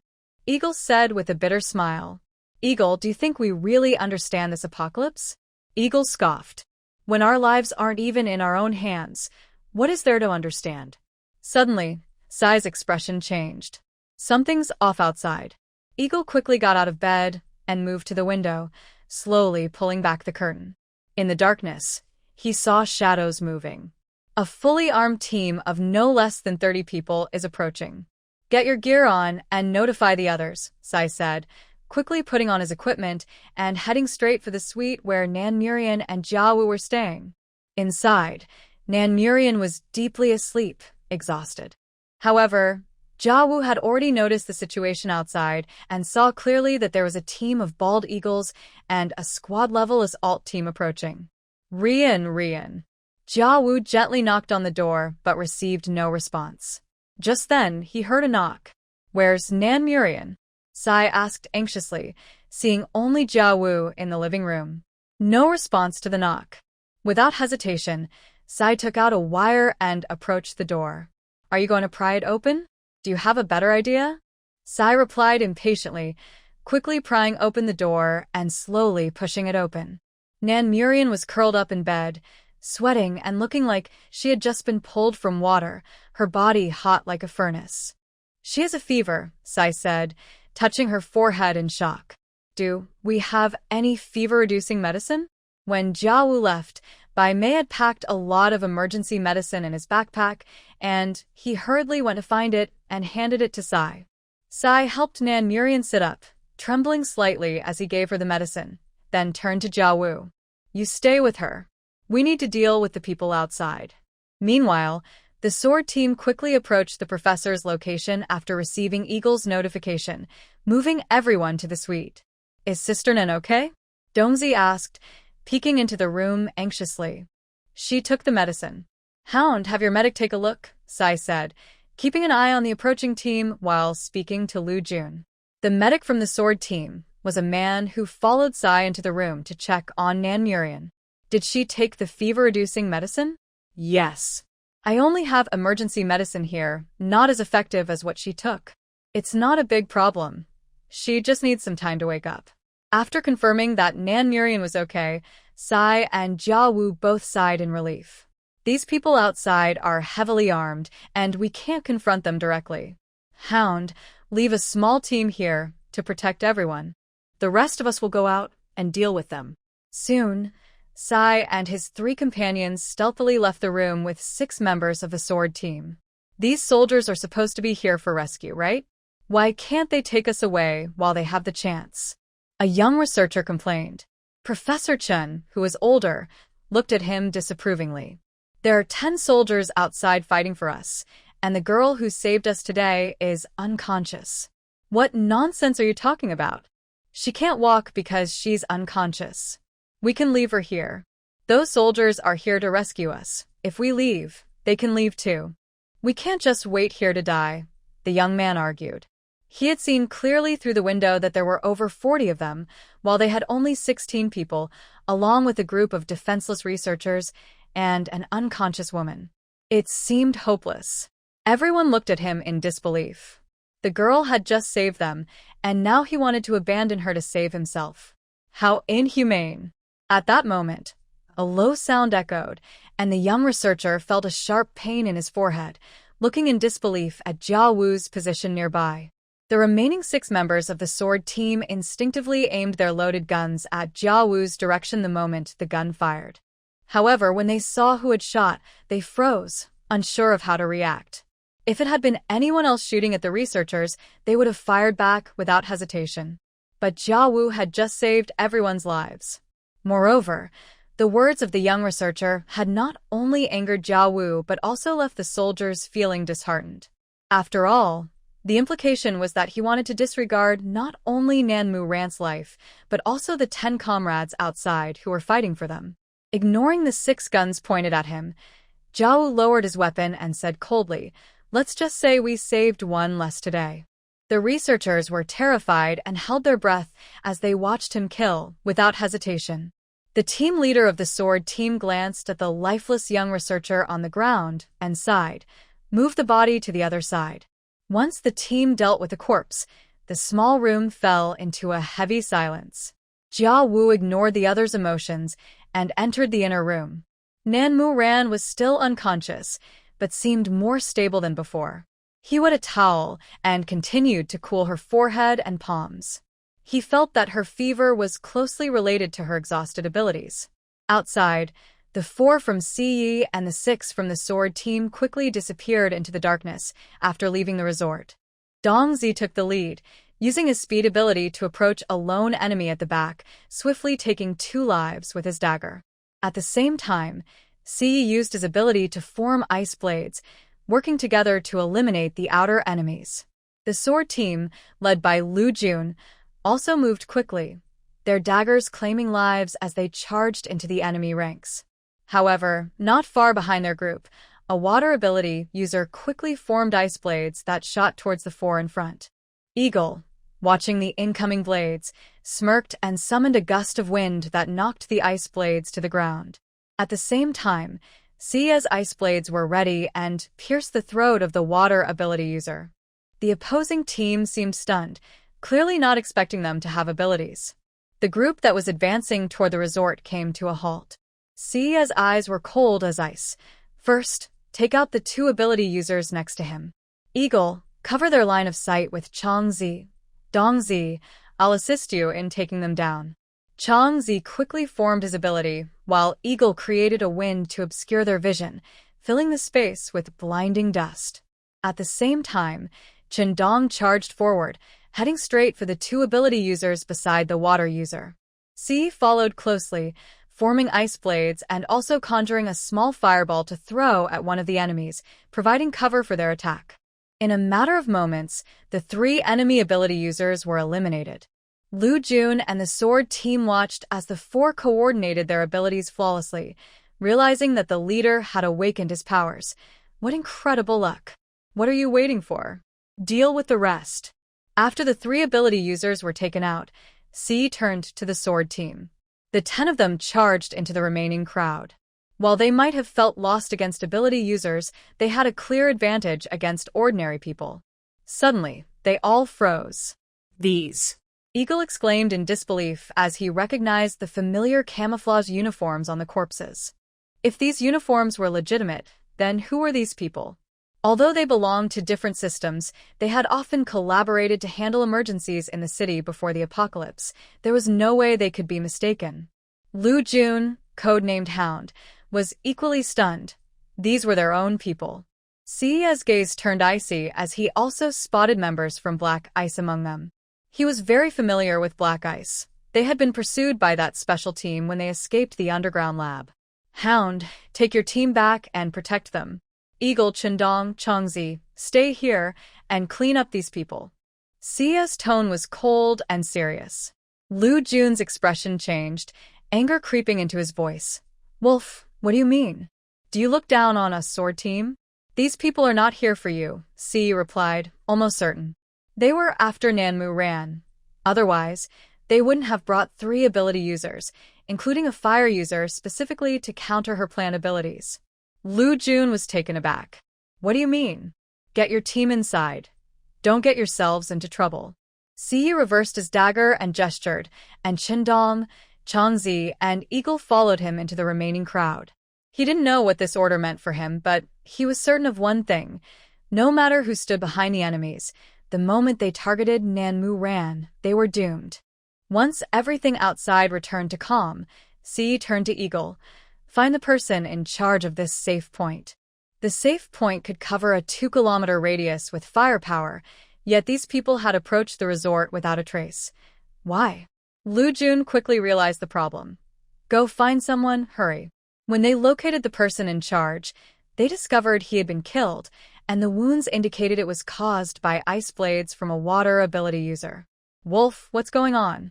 Lu Jun was confused. Why would their own people attack them? Si looked at Lu Jun. I don't know either. Gather the bodies outside. We'll investigate their identities when we return to the base tomorrow. After they cleaned up the battlefield, they returned to the suite where Nanmu Ran was. As soon as they entered, they were hit by the smell of blood. What happened? Lu Jun was taken aback. The remaining team leader immediately reported what had occurred in the room. He simply stated the facts without any personal emotion. They should be killed. After hearing the team leader's account, Eagle calmly stated his conclusion. Si didn't speak, but clearly agreed with Eagle. Lu Jun frowned, sounding somewhat helpless. These are all experts in biology. Each one is crucial to the research facility. 4 or 1 you choose. Si'ye replied koldu. Lu Jun was momentarily stunned, struggling to process this. Was this how it was calculated? Something felt off. Zhou smiled at Sanny, who walked into the room. Is everything outside taken care of? Yes, Sanny replied, sitting on the floor and quickly trying to connect all the dots in his mind. Zhou observed him. Do those people have any special identities? It seems like they came for her. Sanny admitted, his unease evident in his tone. People from the underground lab? Jiawu blurted out. Sanny looked at him in surprise. Jiawu put down the towel in his hand. Although Ranfan hasn't said anything, I can tell she is very familiar with that lab and wary of it. If these people know Ranfan, there's no reason for them to attack now. There's only one possibility. They saw her use her powers today and figured out that her abilities are exhausted. As he spoke, Sanny felt a tremor of fear. Fortunately, Nanmu Ranfan had helped awaken their powers. Otherwise, he couldn't imagine what would have happened today. For the first time, he felt a deep sense of dread wrapping around him. He turned to look at the peacefully sleeping Nanmu Ranfan and couldn't help but pinch her delicate, fair fingers. Zhao watched his actions. Let's all stay here tonight. In dangerous situations, Zhao could only trust himself and Sanny. He had no expectations of anyone else. The next morning, sunlight streamed through the curtain gaps, casting a beam on Nanmu Ranfan's face, gently waking her up. Rubbing her sleepy eyes, she saw Sanny sitting on the floor by the bed and Zhao sleeping against the wall. Noticing their positions, along with the loaded gun and ready grenades nearby, Nanmu Ranfan was taken aback. Sanny, Brother Wu. Hearing her voice, the two who had been lightly sleeping quickly woke up. What happened last night? Did you forget? You had a fever last night. Zhao smiled as he got up and handed her some water from his backpack. Nanmu Ranfan's eyes shifted, and she sighed. Oh right, I got confused because of the fever. We'll go out first. You should eat something before we head back to the base. San helped her sit up. Nanmu Ranfan wanted to check on Guorfei and the others at the base, so she nodded in agreement. The remaining 4 researchers outside instinctively shrank back when they saw Jiwu, trying to minimize their presence. Nanmu Ranfan got up, tidied up the things on the bed, and went to wash up in the bathroom. Afterward, she took out 5 plain buns and soy milk from her space as breakfast. When she finished eating and was ready to leave, she noticed that everyone else was already prepared. Glancing at the researchers, she realized one was missing. Sister Nan, are you feeling better? Chen Dong approached her immediately, handing her a bottle of water. Much better, Nanmu Ranfan smiled as she accepted the water. The group split up to get into their vehicles, heading straight for the military base established at Nanshan Yunyuan. 3 vehicles drove east toward Nanshan Yunyuan. Yesterday, to avoid the zombie tide, they had taken a long detour, and now they had been driving for almost an hour. There were clearly many wandering zombies on the road, but with the elite sword special forces clearing the path ahead, there was no need to worry too much. San and the others sat in the front military truck with the elite sword and a few researchers. Only Nanmu Ranfan and Zhao remained in the back. Zhao detailed everything that had happened last night to Nanmu Ranfan. After listening, she sighed, Brother Wu, let's part ways when we reach the base entrance. Zhao nodded, agreeing with her. He didn't want the entire military base to think there was too much connection between them to avoid any future requests for help. Many things are clearer when they are straightforward. The military's efficiency at Nanshan Yunyuan was impressive. The entire area, including several nearby open spaces, was already enclosed by high walls and mountains. At the entrance, shaped like a city gate, 3 lines were forming. 2 lines were long, while the other had very few people. The leftmost line is for civilians rescued. The middle line is for those who found their way here and need to be assigned tasks based on their situation. The rightmost line is for ability users who can register and enter directly. Sister Nan, you can go in with us. Chendong quickly gathered the information and approached Nanmu Ranfan. Nanmu Ranfan smiled and shook her head. Now that we're here, let's part ways. Hearing her words, the elite sword team and a few others looked at her in surprise. I handle things based on my own preferences, so I might do something inappropriate. It's better for you all not to accompany me, Nanmu Ranfan said with a smile. The intention to draw a line was clear. Sister Nan. Chundong was puzzled. Chundong, come back. Sanny's cold voice came from behind. Even the nearby Eagle and Qiangzi were surprised by their captain's reaction. What did it mean? Was he really going to draw a line with Miss Nan? Nanmu Ranfan stepped forward, smiling at Sanny. Then we'll go in first. Do you know anyone inside? Building 13 in Area D. My brother and sister-in-law live there. After answering, Nanmu Ranfan and Joe walked toward the ability user entrance, without looking back. Chun Dong watched their figures. Captain, what does Sister Nin mean?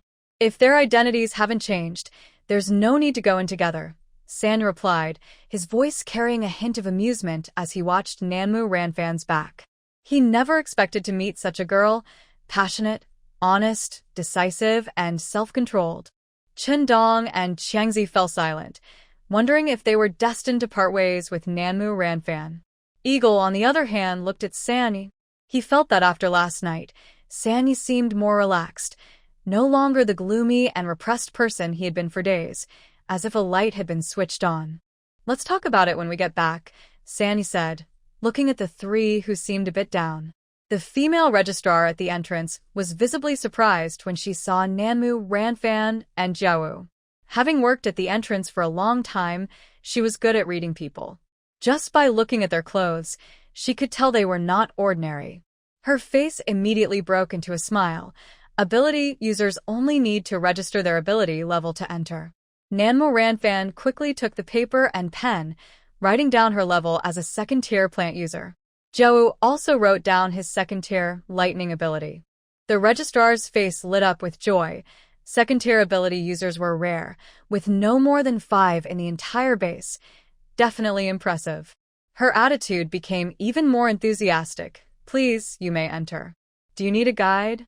No need, Nanmu Ranfan replied with a smile. Once they drove into the base, they realized that the entire Nanshan Yunyuan, including several previously undeveloped open spaces, had been enclosed. To the left of the entrance, a large parking lot was planned. The previously open area had rows of 6-story buildings, forming a large complex that resembled a former residential area. Ranfan, Sanyi. Joa worried that Nanmu Ranfan might feel hurt by Sanyi's actions. Nanmu Ranfan interrupted him with a gentle smile. I understand his intentions. She knew that if Sanyi took the initiative to approach her again, it would mean he would firmly stand by her side from then on. If not, that would truly mean parting ways. Although Jiawu did not understand the meaning of Nanmu Ran's words, he did not ask further. After spending some time together, he was confident in her ways. As they walked past the newly added open space around the villa, they soon entered the previous villa area. He noticed that the sales office was connected to a clubhouse, clearly marked with signs for the transaction hall, task hall, and service hall. Task hall? I wonder how they pay for the rewards, Jiawu asked curiously. Nanmu Ran thought for a moment. It can't be cash, right? Hearing the word cash, both of them suddenly laughed. In the apocalypse, some things were truly gone forever. Let's go check it out, Nanmu Ran said. Although she didn't plan to stay at the base, she would need to rely on it for some tasks, so it was important to gather information. They parked the car right at the entrance. As soon as they stopped, a boy around 10 years old came running up with a big smile. Seeing Nanmu Ran get out of the car, he looked surprised and then enthusiastically asked, Sister, do you need a guide? No, thank you, Nanmu Ran said, closing the car door and starting to walk away. I'm very cheap, and I know everything about the base. I just need a little food as payment, the boy said, getting anxious when he heard her firm refusal. Nanmu Ran's gaze turned cold as she replied, If you don't want to die, get lost. The boy was clearly startled by her words. Being small and weak, he usually managed to attract many clients outside, but this was the first time someone had threatened him so harshly. Jia Wu glanced at him, his smile turning colder, revealing a hint of murderous intent. Sensing the danger from both of them, the boy turned and ran away without looking back. Survival was more important. The service hall and transaction hall were together, with a consultation area on the side. The noise of people mixed with various smells hit Nanmu Ran, making her frown. The windows at the service hall seemed more like registration desks. Name, age, previous occupation, skills. In the end, the staff handed her a dark red card with her name on it. In the transaction hall, many people were exchanging items with the staff at the windows. The staff would take the items and return a dark red card after processing it on the computer. Pawning? Jia Wu asked, confused. Not exactly pawning. Besides items you own, you can also use tasks from the task hall to exchange for points here, Nan Mu Ran explained. The staff member in a suit, upon hearing the description of 2 level 2 ability users over the intercom, focused intently at the entrance. Once they confirmed it was them, he approached warmly. Nan Mu Ran looked at the girl with a high ponytail and a friendly smile. Hello. Hello, I'm Tang Xiao, the staff member in charge of welcoming you. How can I assist you? Tang Xiao said with a professional smile, having heard that they were important figures. Understanding the situation from the intercom, Nan Mu Ran realized that the coordination here was quite good, resembling a top-tier clubhouse. We just need a clear introduction to the base, she replied. Sure. Tang Xiao's explanation was professional and efficient. In short, the base mainly operated through these 3 halls, and to live here, you needed 2 things: the dark red personal information card and the points stored in it. The service hall was responsible for receiving people. Survivors who were rescued or came on their own, even ability users, had to register here first. This was where they could establish their identity, arrange housing, and get job assignments, everything needed to survive in the base. Of course, not everyone could get a job, as that involved many factors. After all, where there are people, there are social dynamics. The transaction hall was where all items that could circulate in the apocalypse could be exchanged for points. There was also a free market outside the hall, mostly for bartering. Lastly, the task hall was mainly for those with some strength or ability users. With zombies rampant, ordinary people rarely ventured outside the base. Thank you, Nan Mu Ran said after hearing the explanation. That's what we're here for, Tang Xiao replied, as many staff members like her were present in the service hall. They were all professionally trained and worked closely with the first reception staff outside the base to provide the best service for these special beings in the apocalypse. After all, the safety and stability of the base relied on these ability users. Do you need me to help you get your identity registration card? Tang Xiao asked, still attentive. They indeed needed it, but seeing the long line, Nan Mu Ran hesitated. When will there be fewer people at the service hall? Tang Xiao immediately understood. You two are ability users, so you don't need to wait in line. I can process it for you directly. Nan Mu Ran's eyes lit up. Thank you. Tang Xiao quickly took a card machine from the side and began registering their information. Ran. Guofei excitedly pushed the door open and walked in, spotting Nan Mu Ran at the VIP area. Tang Xiao became nervous upon seeing Guofei. Hello, Deputy Minister Gua. Guofei pulled Nan Mu Ran over and looked her up and down. You silly girl. After rushing off last time, you didn't even check in with us? Brother Fei, it's only been less than 10 days. Nan Mu Ran smiled at him. 10 days is a long time. Look at how much this place has changed, Guofei complained. Nan Mu Ran obediently replied, I'm fine. Not hurt or starving. Look, I've even gained weight. Why didn't you go home first? Guofei asked while taking the card machine from Tang Xiao and quickly entering Nan Mu Ran's information. Tang Xiao was startled, unsure whether to take it back or leave it with him. After a moment, she decided to go get drinks for the 3 of them.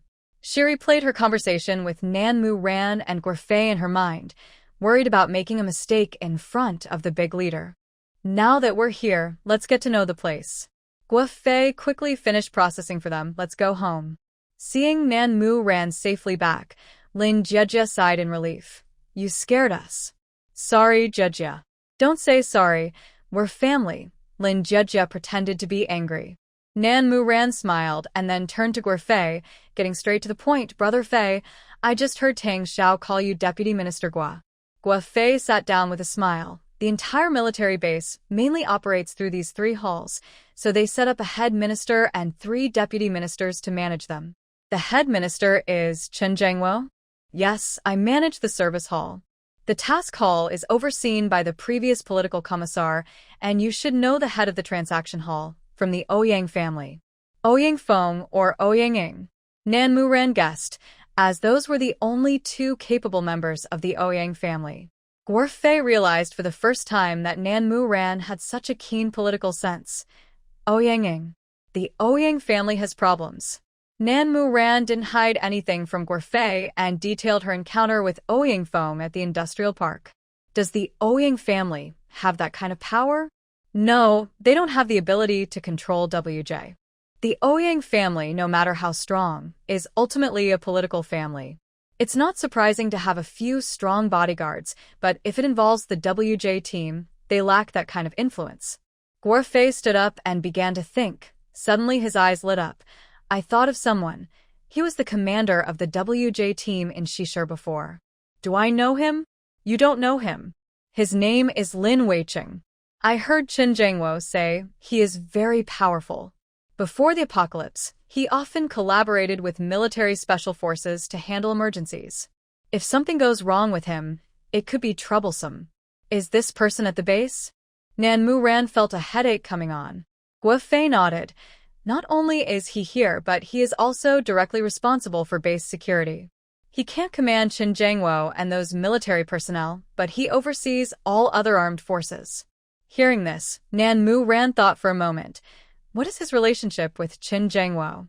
The two sides are currently in a power struggle, both wanting to completely control the base, so their relationship isn't good. Nan Mu Ran nodded, not surprised. After all, power struggles never really stop. Their relationship isn't good, but we don't have enough leverage. That's the truth. Although Guofei was closer to Qin Zhengwo, and everyone at the base said Qin Zhengwo was his support, Guofei knew it wasn't enough. His value wasn't enough to break the balance between them. Brother Fei, what do you think is most important to truly hold power at the base? Strength and people's hearts are both essential.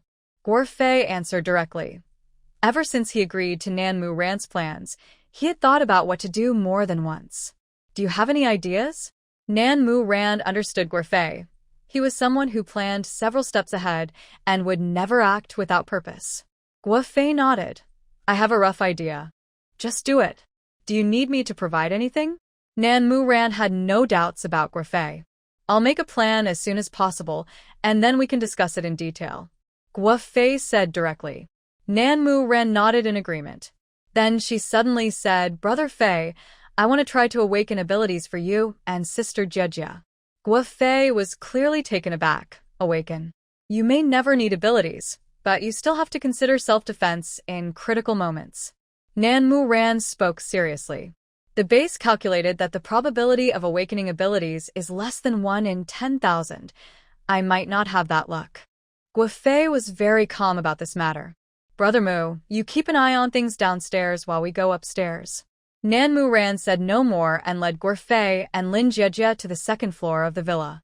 After confirming that Nan Mu Ran could rely on her personal awakening abilities, Guofei and Lin Jejia were shocked. This matter ends here. We can't help anyone else awaken, including us as a couple. Guofei firmly refused.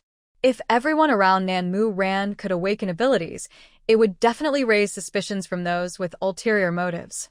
He couldn't let her take that risk. Lin Jejia nodded repeatedly. We don't need to leave the base. Life is still pretty good, and having abilities doesn't make much of a difference. Nan Mu Ran looked at the couple, her tone resolute. I know you are considering my safety, but this must be done. Ran. Brother Fei, in this world, you, Sister Jejia, and Dudu are my only family.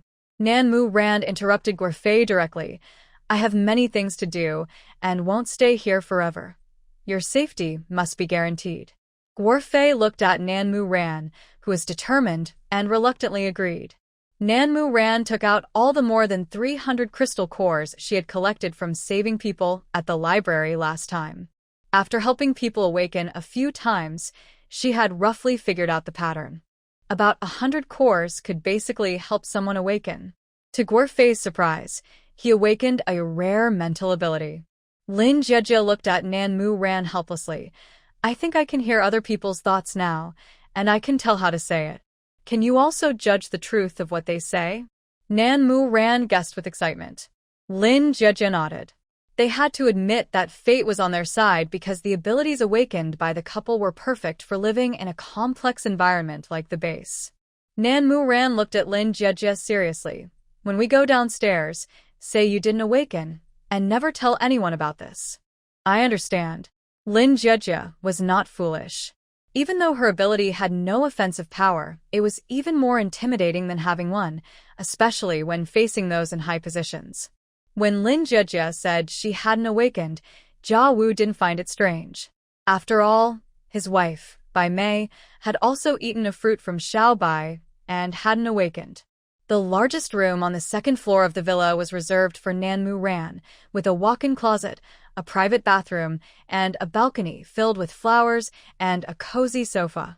After washing up and changing into loungewear, Nanmu Ran sat on the sofa, looking at the villa's front door, feeling a bit down. Guofei, who specially brought her coffee, sighed with a smile. Ran, your favorite golden latte. Nanmu Ran turned to look at the coffee in Guofei's hand and couldn't help but say, Brother Fei is the best. That statement is ambiguous. Who are you comparing me to? Guofei sat down directly across from her. The sharpness of a lawyer is truly impressive, but facing Guofei, Nanmu Ran naturally wouldn't hide anything. Some things aren't necessary to say now. When it's needed, I'll tell you. But Brother Fei, after the military establishes the safe base, can the villa owners continue to live here? The base directly compensates the original villa owners with points for recovery, so they can continue to live here.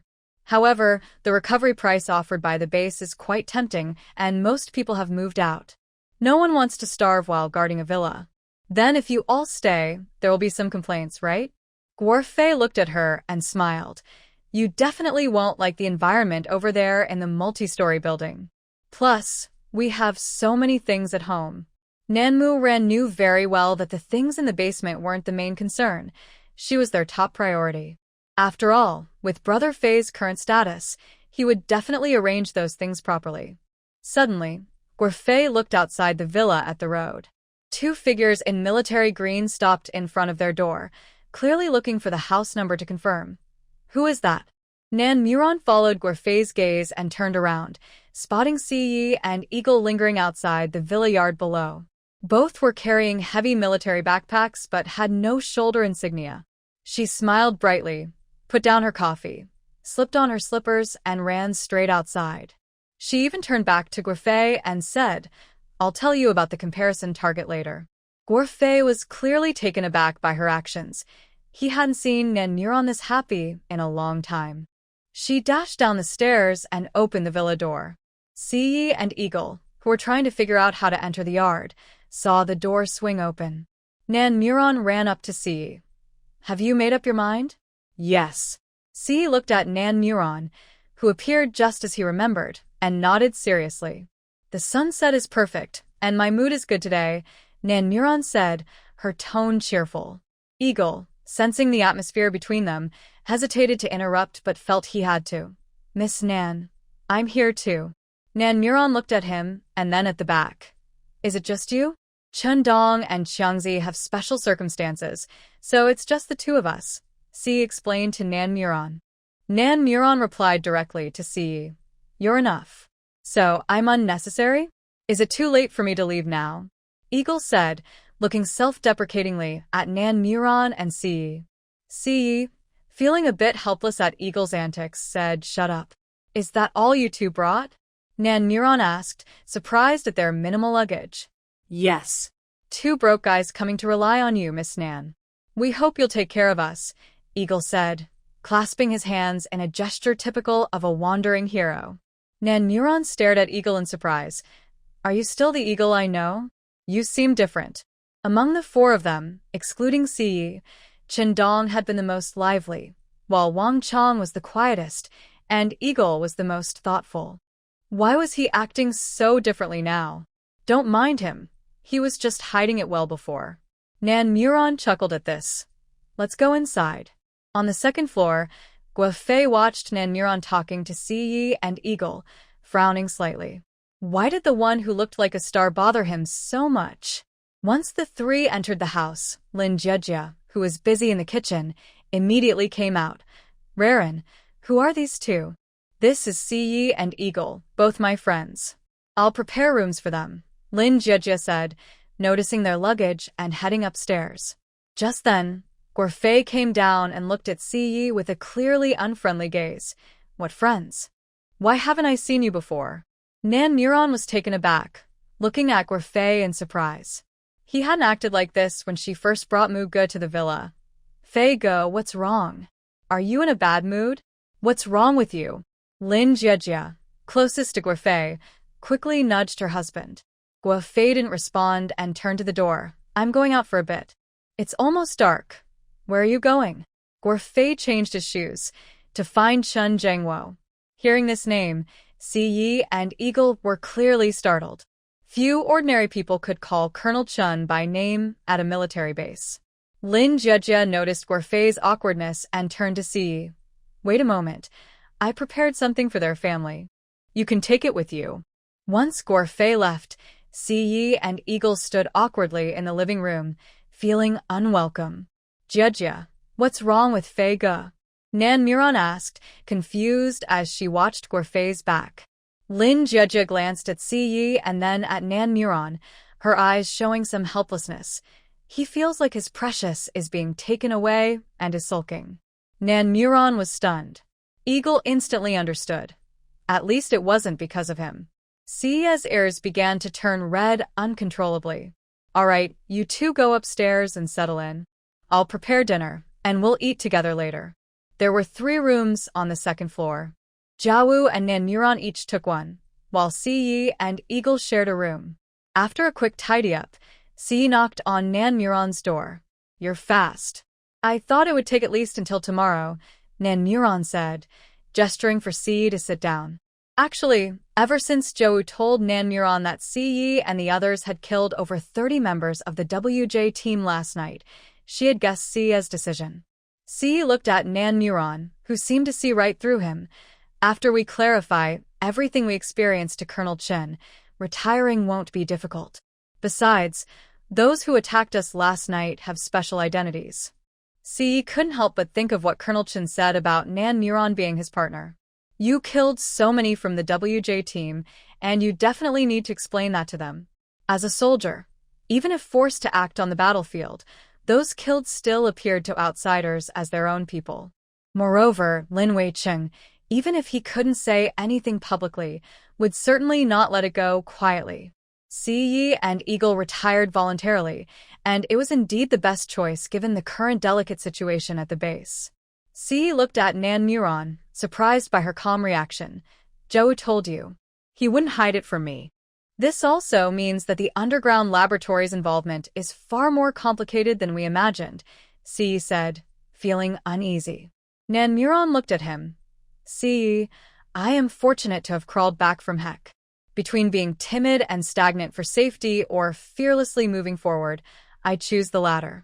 Si Yi was momentarily stunned by her words. From now on, we will be with you. Last time we rescued people, we collected quite a few crystal cores and have 15 mutated fruits. Before going to the underground laboratory, we need to get stronger quickly, Nan Muron said, her gaze firm. In the villa at the far west end of the row, Ouyang Feng, Ouyang Ing, Ouyang Yun, and Lin Weicheng sat in a smoke-filled living room, all looking particularly grim. You mean the Wolfpack team has all awakened their abilities? Ouyang Feng was visibly frustrated. Lin Weicheng's expression turned colder. Because you all know nothing, I lost an entire squad last night. The WJ team wasn't theirs. There was still a commanding officer above them. Even the local government wasn't united.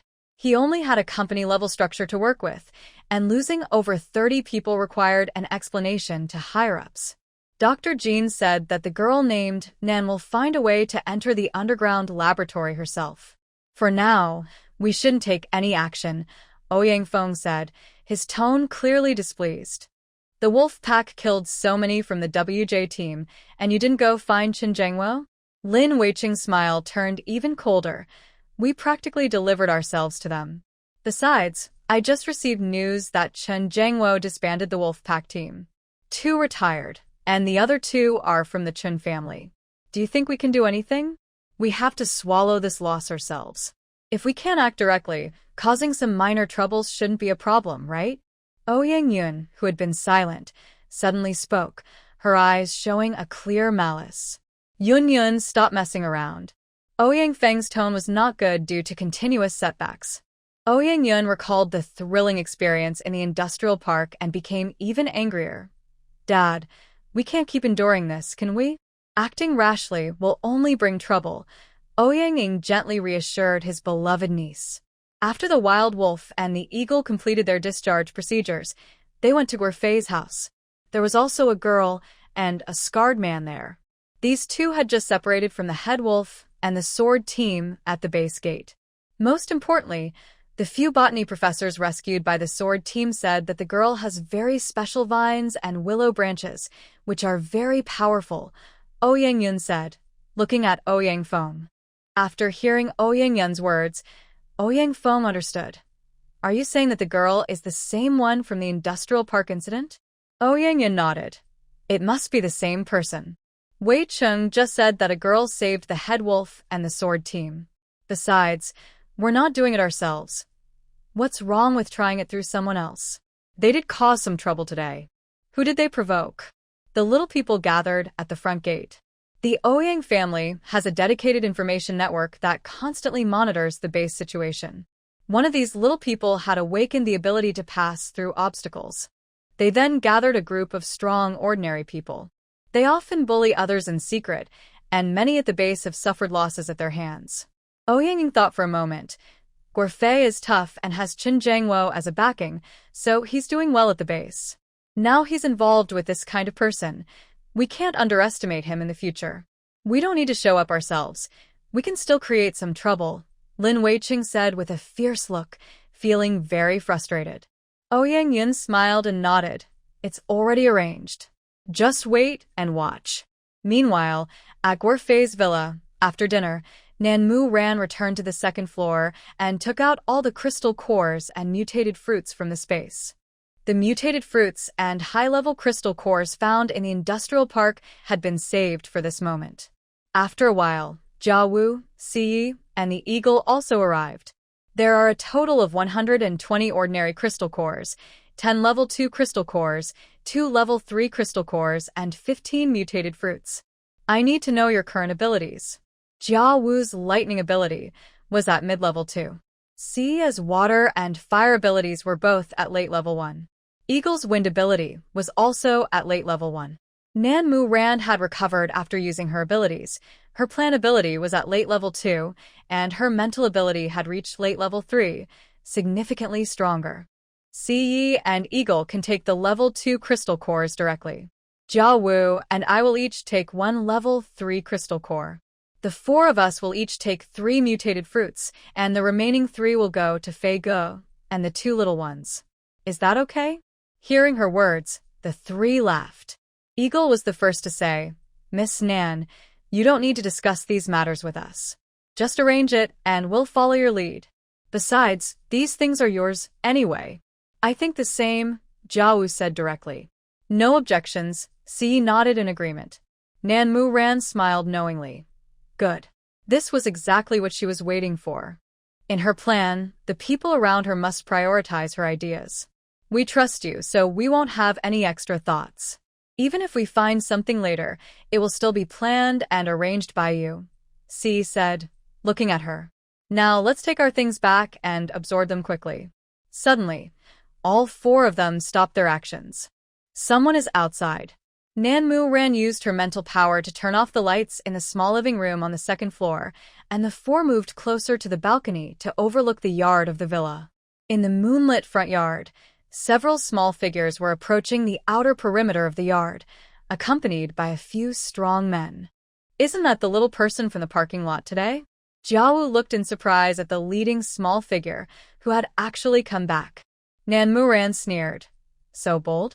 Logically, given Guerfei's current status at the base, these people shouldn't be foolish enough to cause him trouble. After all, the common people don't fight with the authorities. It has always been this way. It seems someone is backing them, Siyi stated confidently. Go downstairs and call Fei Ge up. Soon, Guerfei followed Eagle upstairs. Is it them? Guerfei was also puzzled about why these people had the guts to cause trouble for him. Familiar faces? One of these little people has awakened the ability to pass through walls, forming a small force at the base. They've been bullying others lately, and their reputation is terrible. But they're usually flattering. Why are they so arrogant in front of me today? It seems they are being manipulated. How about we kill them to establish our authority?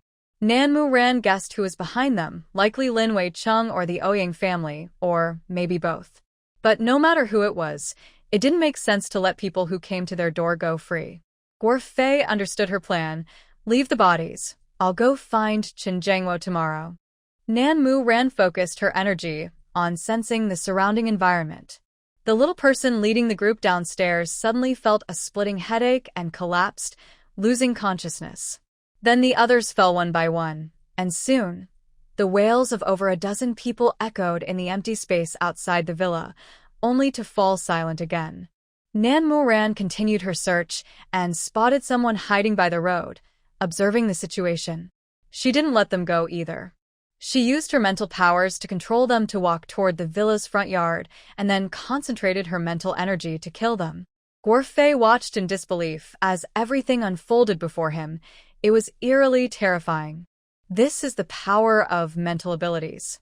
Fei Go, once your mental ability improves, you can do the same. Guo Fei nodded in a daze, his gaze at Nanmu Ran filled with more tenderness. He had never imagined that the girl he had watched grow up would one day calmly kill over a dozen people in succession. What had she gone through to transform from that gentle, obedient girl into the person before him? All right. Looking at the bodies scattered outside, Guo Fei's tone became resolute.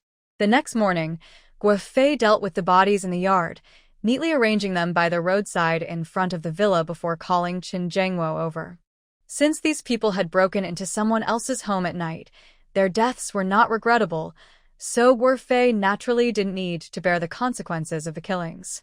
Moreover, the fact that these people could freely enter the villa area reflected the security issues at the base. Chen Jiangwo was not a fool. He would take full advantage of such a ready-made handle. Since these people were already despised at the base, onlookers began to cheer quietly after seeing their faces. Of course, some sharp-eyed people quickly noticed that two of them were not with the little people and seemed to belong to the villa area.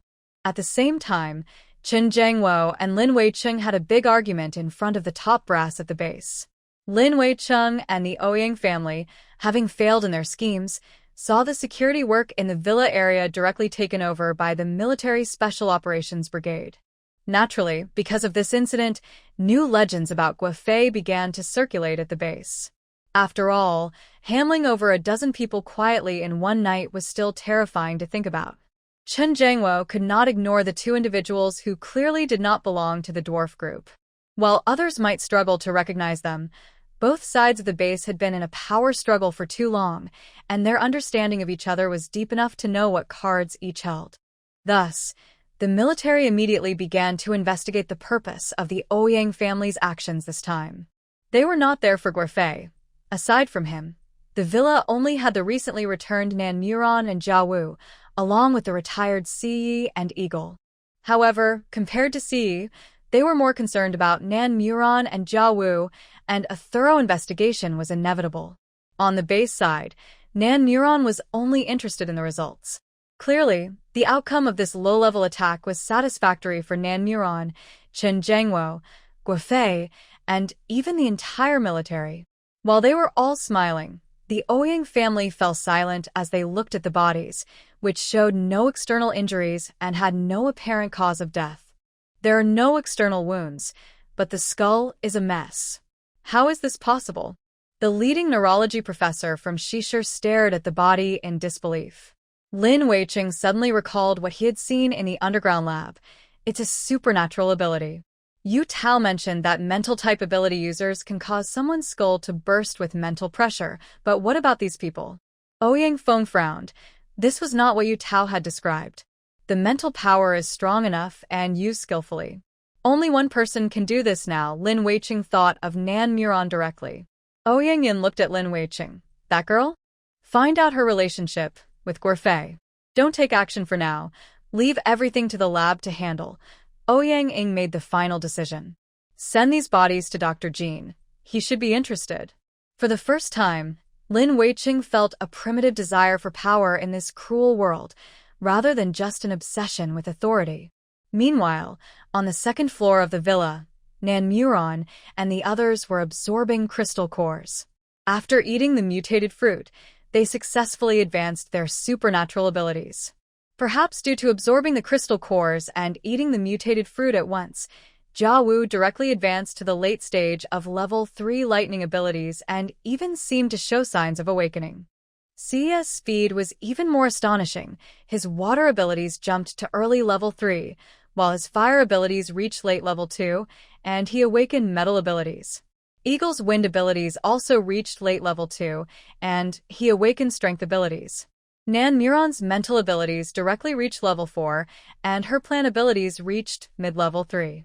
Most importantly, the mysterious mist seemed to have changed slightly, but she had not yet found any visible differences. Feeling the changes in their powers, Ziyi and the others were pleasantly surprised. However, Eagle, who had always valued speed, felt out of place upon confirming that he had awakened strength abilities. "Miss Nan, is there any ability that allows flying? That would suit me better." "You can already fly," Nan Muron teased him with a smile. As he was momentarily stunned by her words, Ziyi and Jia Wu burst out laughing. "Yeah, you're an eagle." Eagle looked at the three of them, feeling speechless.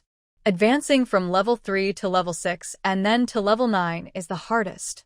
"We all need to work hard," Nan Muron said, but she couldn't help but ponder the changes in the four of them. If they relied solely on crystal cores to enhance their abilities, it would not be enough to reach their current levels. So it must be the credit of those mutated fruits. It seemed they needed to go to the underground lab to find out how to locate the mutated fruit trees. On the first floor, Guofei had just returned home when Chen Zhengwo followed him in.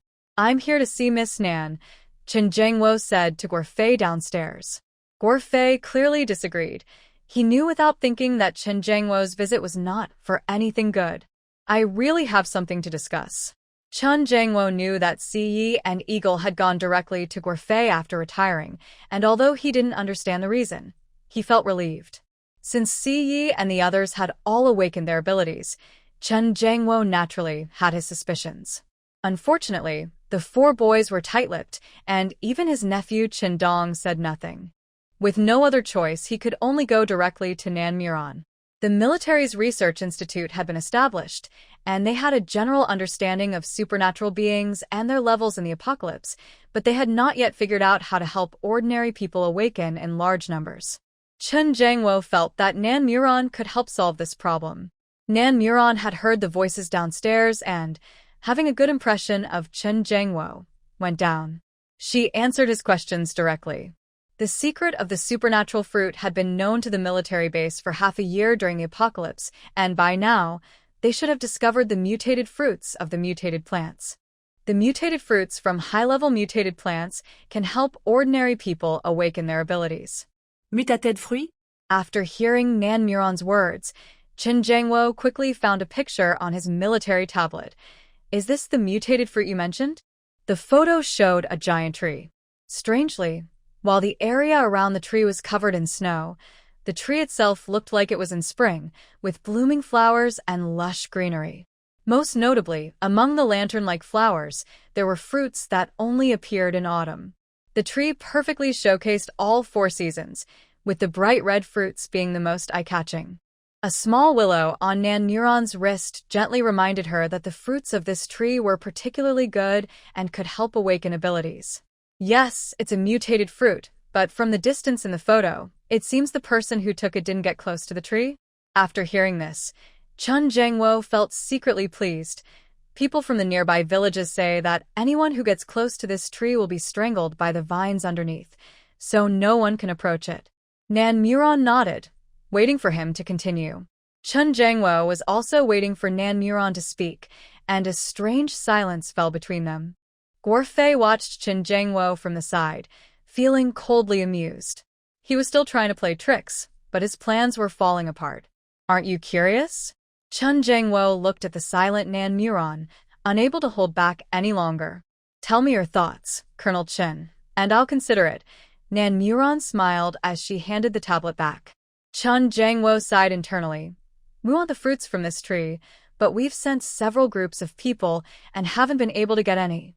So, I'm wondering if we can cooperate." Chen Zhengwo speculated that since Nan Muron knew the effects of the mutated fruits, She must have a way to obtain them. Cooperate? Colonel Chun, you're joking too much. If the military can't get it, how could I? Nan Muron looked at Chen Jiangwo with sincerity. We can offer you enough rewards and provide convenience. Chen Jiangwo fixed his gaze on Nan Muron, presenting enticing conditions. Nan Muron looked at the military man, who exuded a strong aura. You're so sure I can get those fruits? Although those 4 boys are tight-lipped, I'm not a fool. You must know how to obtain the mutated fruits. Chen Jiangwo's expression was serious as he looked at Nan Muron. Miss Nan, even though this is our second meeting, you might not believe what I have to say, but I have no choice. Recently, the military's rescue teams have faced attacks from mutated animals, plants, and zombies, suffering heavy losses. Therefore, we and the experts speculate that all these threats in the apocalypse will become deadly to humanity. The only way for humans to survive is to keep progressing and getting stronger for the sake of future generations.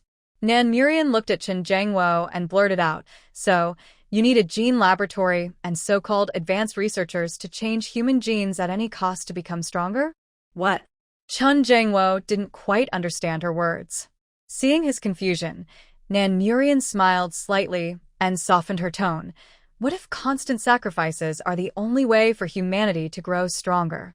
Then let us soldiers stand on the front line, Chen Jiangwo said, his eyes filled with determination. Noticing Nan Muron's silence, Chen Jiangwo suddenly laughed. Does Miss Nan think this sounds like bragging? No. Nan Muron shook her head. There have always been passionate people in every era who strive for the development of humanity and their nation. Some are born to save everything, and such people deserve respect. Chen Jiangwo smiled but said nothing, knowing the girl didn't fully trust him, which was fine. How do you plan to cooperate? Nan Muron suddenly asked. Chen Jiangwo's eyes lit up. If we cooperate and succeed, we will provide compensation. You can set the terms, and we will do our best to meet them. You won't just give me the location of a tree and expect me to bring the fruit back for you, right? Nan Muron was indeed interested in the mutated fruit but wouldn't be taken advantage of. Chen Jiangwo quickly shook his head. That's impossible. We will send a military team with you. Have you only found this one mutated fruit tree? Nan Muron stared intently at Chen Jiangwo.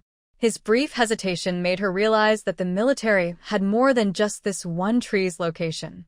Chen Jiangwo sighed and replied honestly, we found a total of 5. Give me all the addresses. Your people don't need to go.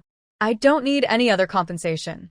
We can split the fruit 80-20, with me taking 80% and you taking 20%, Nan Muron said decisively. Her offer shocked Chen Jiangwo. He had just worried she wouldn't want to cooperate, and now she was willing, but 80-20 was an outrageous split. Guo Fei, who was nearby, couldn't hide his smile at Nan Muron's offer. Chen Jiangwo must be going crazy over this deal. We can't let you take risks alone. We will also send a team. So that split is definitely not acceptable. If they agreed to an 80-20 split, Chen Jiangwo would lose his position. His superiors would be furious. Nan Muron nodded, seriously considering Chen Jiangwo's words. Since you are sending people, we will take the lead, so let's do a 70-30 split. Chen Jiangwo was stunned. Isn't that split a bit unfair? We have 4 people and 4 level 4 mutated plants. 4 of us, 1 level 3 late stage, 2 level 3 mid stages, and 1 level 2 late stage. What about your team? Nan Muron didn't reveal all her cards, but knew her offer was strong enough. Level 4, level 3 late stage? Chen Jiangwo was starting to feel uneasy. What kind of existence was this? Wait, didn't she only have 2 people? When did it become 4? Yes, so, what is the situation with your team? Nan Muron asked Chen Jiangwo sincerely. She wouldn't underestimate the military's ability users, as they had millions of reserves to back them up, ensuring they had plenty of resources. If the other side was indeed strong, she would need to adjust the split. 1 level 2 late stage, 3 level 2 early stages, and 9 level 1 late stages. Chen Jiangwo felt his confidence wavering. Nan Muron looked at him and became more convinced of her initial thought. In that case, a 70-30 split seems reasonable. Chen Jiangwo was speechless. His years of hardened military demeanor vanished, leaving only helplessness. How could he argue against that? Eagle, who had been secretly watching from the corner of the stairs, nearly laughed out loud. It was the first time he had seen Commander Chun at a loss after so many years. Yi, standing behind, smirked, knowing how helpless Commander Chun must feel. The so-called first commander of the army had always made enemies suffer. He never expected to face a little girl and find himself at a disadvantage. I also think a 70-30 split is fine. Guofei cleared his throat, suppressing his laughter to chime in. Chun Jangwo looked at Guofei, feeling frustrated. Nan Murian nodded obediently, agreeing with Fei Ji's point. Chun Jangwo turned to Nan Murian. The military's ability team has 15 people. The attack power of ability users increases exponentially. Out of your 15, only about 4 are truly useful. Their main role is to guide. A 70-30 split is already a favor to you, Commander Chun, Nan Murian said seriously. Okay, but what about the 5 trees? They can level up too, Chun Jangwo countered. Are you suggesting that the fruit from the tree goes directly to the military's ability team for them to eat and level up? But the 4 of us will get more fruit than they will, and we will level up much faster. The gap in our levels will only grow larger. It won't balance out. Nan Murian decisively shattered his fantasy. Chun Jangwo's eyebrows twitched.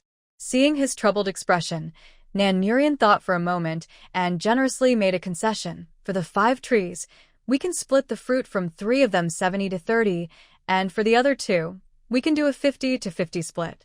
But I need to choose. Don't worry. Our needs for the fruit are quite different. The military values ability awakening, while Nan Murian seeks enhancement. Deal, Chun Jangwo agreed without hesitation, realizing that if he tried to negotiate further, this girl might just walk away. However, as he walked out of the villa, he felt like he had overlooked something important. Finally, he remembered that when the girl arrived, there were only 2 of them. Now it had turned into 4. The only possible reason was that Yi and Eagle were involved. But how could they go from level 1 late stage to level 3 early stage and level 2 late stage? Was it because of the mutated fruit? If it was indeed due to the fruit, Chun Jangwo couldn't help but feel excited. Did this mean the military could also build a powerful ability team by obtaining these ability fruits? Eagle, Sai, and Zhao waited at the stairway until Chun Jangwo left before they came out. Ran, do we really have to work with the military? Zhao asked, a bit doubtful. As a former mercenary, he still felt uneasy about the Chinese military. Xiao Lu saw those mutated trees, and 2 of them have fruits that can greatly enhance abilities. Also, the highest level among those 5 trees is only level 5 in mutation. It would be hard for their ability team, but not for us. In other words, this cooperation would be very beneficial for Nan Mu-ran and her group. Sai nodded, sensing Nan Mu-ran's determination to strengthen their power.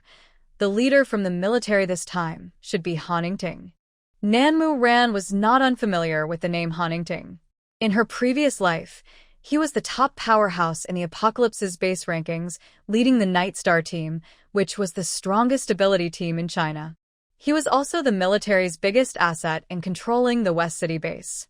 Before we set off, we need to go back to the hillside villa to inform Sister May. The 5 trees are quite scattered, and we won't be back for a while. Nan Mu-ran looked at Zhou. Since Nan Mu-ran entrusted the safety of the hillside villa to Tank, it had been patrolling the area within a 10-kilometer radius with 3 military dogs every day. So, as soon as the off-road vehicle entered the mountains, they saw 2 figures rushing towards them. One was Tank, and the other was one of the 3 military dogs named Tianling. As Sai parked the car, Tank jumped through the window and nestled in Nan Mu-ran's arms, barking to express his dissatisfaction. It's not that we don't want to take you. It's because you need to guard the house. Nan Mu-ran instinctively understood the little guy's displeasure and patted his head to comfort him. Tank was clearly not satisfied with her explanation and only stopped barking when he got tired. Nan Mu-ran silently felt anxious and turned to look at Tianling, who was sitting neatly on the ground. This was much cuter. Tianling, get in the car and come home with us. Speaking of which, she had to thank the name tags on the 3 little guys for knowing their names. Tianlang tilted his head to look at his owner, suddenly smiled, and then jumped into the car. Although they had only been gone for less than 3 days, Bai Mei in the villa was already very worried. When she learned they were back to pack up and would soon leave again, her anxiety grew. "Sister Mei, do you want to stay alone at the villa, or go to the base down the mountain?" Considering that everyone would be leaving and might not return for a while, Nanmu Ran was a bit worried about Bai Mei, who had trouble walking. "I'll stay at the villa." Bai Mei liked being alone, and the hillside villa was very safe. Zhou looked at her with concern. "After we leave, you'll be all alone in the villa. Don't I have Tank and the others with me? Are they going with you?" Bai Mei suddenly realized. No, their job is to guard the hillside and won't leave. Nanmu Ran had asked Eagle to help train the military dogs from the beginning, considering the safety of the hillside villa. Moreover, she had invested heavily in building the villa, treating it as her greatest support. For her, this place was home, and Nanmu Ran would never give it up. So even when she wasn't there, she would prioritize the safety of the hillside villa. If she relied solely on Tank, Defu, and the 3 military dogs for security, she needed to quickly enhance their abilities. Nanmu Ran decided to feed them ability fruits and let them absorb mutated cores. By the 3rd day, when the 4 of them were leaving, Tank and Defu had reached the mid-level of the 2nd mutation, and even Tianlang and the others had awakened. Eagle looked at the 5 creatures' attack power, his eyebrows twitching. He had a feeling that if they all attacked together, he would have no chance of winning. Zhou felt much more at ease because of the fighting power of the 5 little ones. It must be admitted that Nanmu Ran was indeed a bit extravagant when it came to ability resources. Not only was there a large quantity, but more importantly, her plan abilities could maximize the power of these resources. On the morning of the 3rd day, when it was time to set off as agreed with Chen Zhengwo, the 4 quickly packed their bags and headed down the mountain to the entrance of the safe base. As soon as they arrived at the military safe base entrance, Chen Zhengwo, who had been waiting, came over but hadn't introduced anyone yet. "Is this for us?" Nanmu Ran looked at the military Hummer parked at the entrance with envy. This was something money couldn't buy. Chen Zhengwo was taken aback, not expecting the pretty young girl to have such a tough guy interest. "Do you like it?" "Isn't it for us?"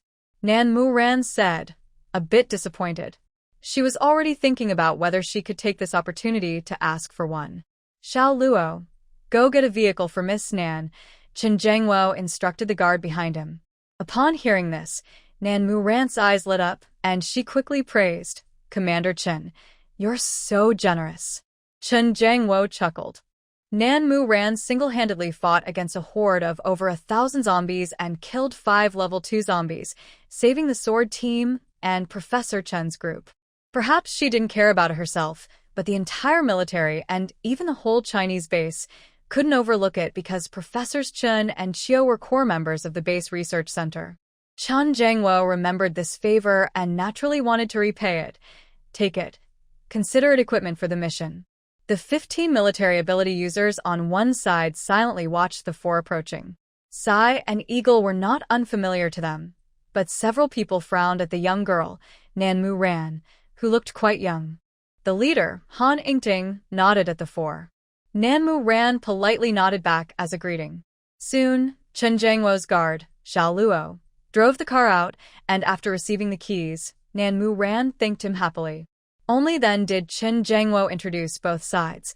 Besides the leader Han Yingting, there was also a deputy captain named Chang Ming. Since Chen Zhengwo had already communicated about the abilities of both sides, he made it clear that this mission would be led by Nanmu Ran. Although Han Yingting had doubts in his heart, he did not object. After getting to know each other, they all got into the car and set off. The military drove 2 off-road vehicles in front, with Nanmu Ran and her 3 companions following behind. "Captain Han is that girl at level 3? A member of the military team recalled Nanmu Ran and couldn't help but doubt. Han Yingting frowned slightly. "Commander Chen has no reason to deceive us." He also found Nanmu Ran strange. He was among the first in the military to awaken abilities and had quickly developed them during the apocalypse. To enhance himself rapidly, the military had provided him with resources without conditions. Yet, despite such intensive training, He still hadn't reached a higher ability level than a young girl. Why? Ting would not doubt his own talent, and he didn't think Nan Muran's ability level was fake, as Chen Jiangwo was not an easy person. However, he couldn't help but be curious about the connections involved. That guy named Han seems to have some ideas, Jia Wu said lightly. Nan Muran guessed what Ting was thinking but didn't care. Our goal is to get the mutated fruit. We don't need to worry about unimportant people. As Nan Muran flipped through the photos of the 5 mutated fruit trees, her cold gaze deepened, especially at one tree with lantern-like bright orange fruits that looked very familiar. What's wrong? Si immediately sensed her subtle change in mood. Do these fruits look familiar? After taking the military tablet from her and seeing the fruits on the tree, Si's expression darkened. One of the fruits you gave us that day was this kind. I got those 15 fruits from the Plant Research Institute outside the underground laboratory, Nan Muran said without hiding anything. Si and Eagle had experienced the underground laboratory. Jia Wu had heard her mention it enough to know what was going on. Do you think it's a problem within the base, or just a coincidence? Eagle asked, looking at the fruit. Since the attack on the safe house, Eagle's trust in the base had begun to waver. He still trusted Chen Jiangwo and the special forces, but he had to remain suspicious of others. Si looked through the pictures of the other trees. Only this tree's fruit is from the underground laboratory. We can't determine how the military found out about this tree's location, so we can't figure out where the problem lies. But we still need to be cautious. We'll reach Jin Town, the closest to the linden tree, this afternoon. Let's rest for a bit. We'll need to take turns keeping watch tonight. Jin Town, located at the foot of D Mountain, was small. Before entering the town, they saw a sign for an agricultural demonstration base fluttering in the wind. Once inside, the 2-story gray brick houses on either side were dilapidated, not particularly exquisite but uniform. The town had only 2 streets. The east-west street was longer, about 500 meters, while the north-south street was much shorter, around 200 meters. After being submerged during the early apocalypse, the buildings were peeling and falling apart. Strangely, despite the desolation, there were no wandering zombies on the wide street, clearly indicating someone had cleaned up the area. A cold wind blew, making the gray buildings look especially eerie before nightfall. On the second floor, some windows were slightly open, watching the 3 military trucks and the soldiers in uniforms holding weapons as they jumped down. Ting jumped out of the car and immediately walked to Si and the others. It was clear he wanted to ask Nan Muran's opinion. There are people on the second floor of the shops. Si glanced over, noticing at least 5 or 6 windows slightly ajar. Nan Muran looked at Ting. Let's find an unoccupied house to settle in. Those people. Ting hesitated, considering whether to tell them the base's location. But seeing Nan Muran's cold eyes, he instinctively dismissed the thought. Okay, I'll notify them. What they didn't expect was that instead of seeking others, those people came to them. 5 men arrived, led by a middle-aged man around 50. Upon seeing Ting in military uniform, the man's face lit up with enthusiasm. You're here for rescue, right? Thank you so much. Our town. Through his account, they learned that this middle-aged man was the town mayor who had brought the survivors to live there. Originally, the town had over 1,000 people, but now less than 1/20th were alive. The rest were gone. Among Ting's military team, there were 2 girls. Listening to the group's experiences, one girl with braids couldn't help but feel soft-hearted and even teared up. In the end, they were warmly invited to the largest room in the courtyard where they were staying. There were about 30 men of various ages and a dozen women in the courtyard. You haven't eaten yet, right? We've found plenty of food and poultry in nearby villages after the disaster, so we're not short on supplies, the mayor said, ushering them into the biggest room. The room had a wooden long table that could seat everyone. Seeing the mayor's overly friendly demeanor, Ting frowned. The situation felt oddly suspicious. He had participated in several rescue missions before, but this was the first time he had seen such behavior from survivors. However, several members of the military team were already expressing gratitude to the mayor. We can't take your food. We have our own rations. The mayor smiled and waved his hand. You're doing important work. It's just one meal. We have enough. Plus, there are some vegetables in the greenhouse to ensure you have a hearty meal.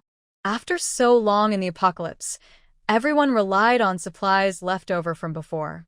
Not starving and avoiding moldy food was already a blessing. Where could they find fresh meals? Nan Mu Rant's gaze on the mayor deepened. We're not hungry, so we won't eat. Please find us a place to stay, preferably a suite. You must be tired after such a long journey, the mayor said with a smile, reaching out to pull them to the dining table. C stepped in front of Nan Mu Ran, his expression cold and his tone intimidating. Is it so hard to arrange a place to stay? The mayor didn't expect such a strong reaction. A flash of malice crossed his eyes, but he quickly forced a smile. Not at all.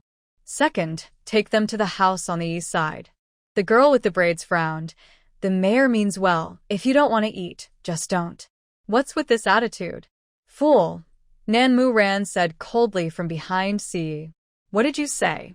The girl was incredulous at Nan Mu Ran's blunt insult. Nan Mu Ran tugged at C's sleeve. Let's go. You just insulted me, the girl said, now furious and unwilling to let it go. Nan Mu Ran turned back impatiently. Yes, I called you a fool. What's the problem? What kind of person are you? Another girl in the group stepped forward, and even some of the silent men showed their displeasure. Though they looked up to Nan Mu Ran, they couldn't be so unreasonable. Well, enjoy your meal, Nan Mu Ran said, uninterested in arguing with these fools, and pulled C out. A dark-skinned man outside watched the four leave and quickly led the way. Once inside the house, Eagle sighed deeply. Huntington doesn't seem like a fool. Can he really not see the problem? It was not surprising that only a few people survived in a town of over 1,000. But having 30-some young men and a dozen attractive women alive raised serious concerns. That's their problem, not ours. If they can't even be cautious about this, they might as well go back to the base to avoid causing us trouble, Sai said calmly.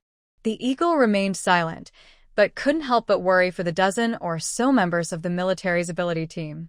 He hoped they weren't foolish enough to regret their actions after eating two-legged sheep. He wondered if the mayor had arranged this on purpose. It wasn't just a suite, there was no furniture at all. Darn it, are they targeting us on purpose? The Eagle was a bit angry. Sai, like Jiao, was also unhappy, but chose not to speak. Nan Morong was quite satisfied. She didn't want to touch anything those people used. After scanning the relatively clean empty room, she took out a large moisture-proof mat from her space, then pulled out 4 single inflatable mattresses to place in the corners, and threw some thicker blankets onto the mattresses. Do you have anything you want for dinner? Nan Morong finally set up a picnic table in the middle of the mattresses. The Eagle couldn't help but laugh at Nan Morong's confident demeanor. He had never seen her cook since they met. Sister Nan, just not going hungry is good enough. Isn't ordering a bit much? Just give it a try, Nan Morong said as she sat down. Oil-splashed noodles, a meat platter, and a vegetable platter. The Eagle ordered his long-for dishes since the apocalypse. Nan Morong thought for a moment. It seemed she actually had those in her space, as she had bought quite a bit while passing through.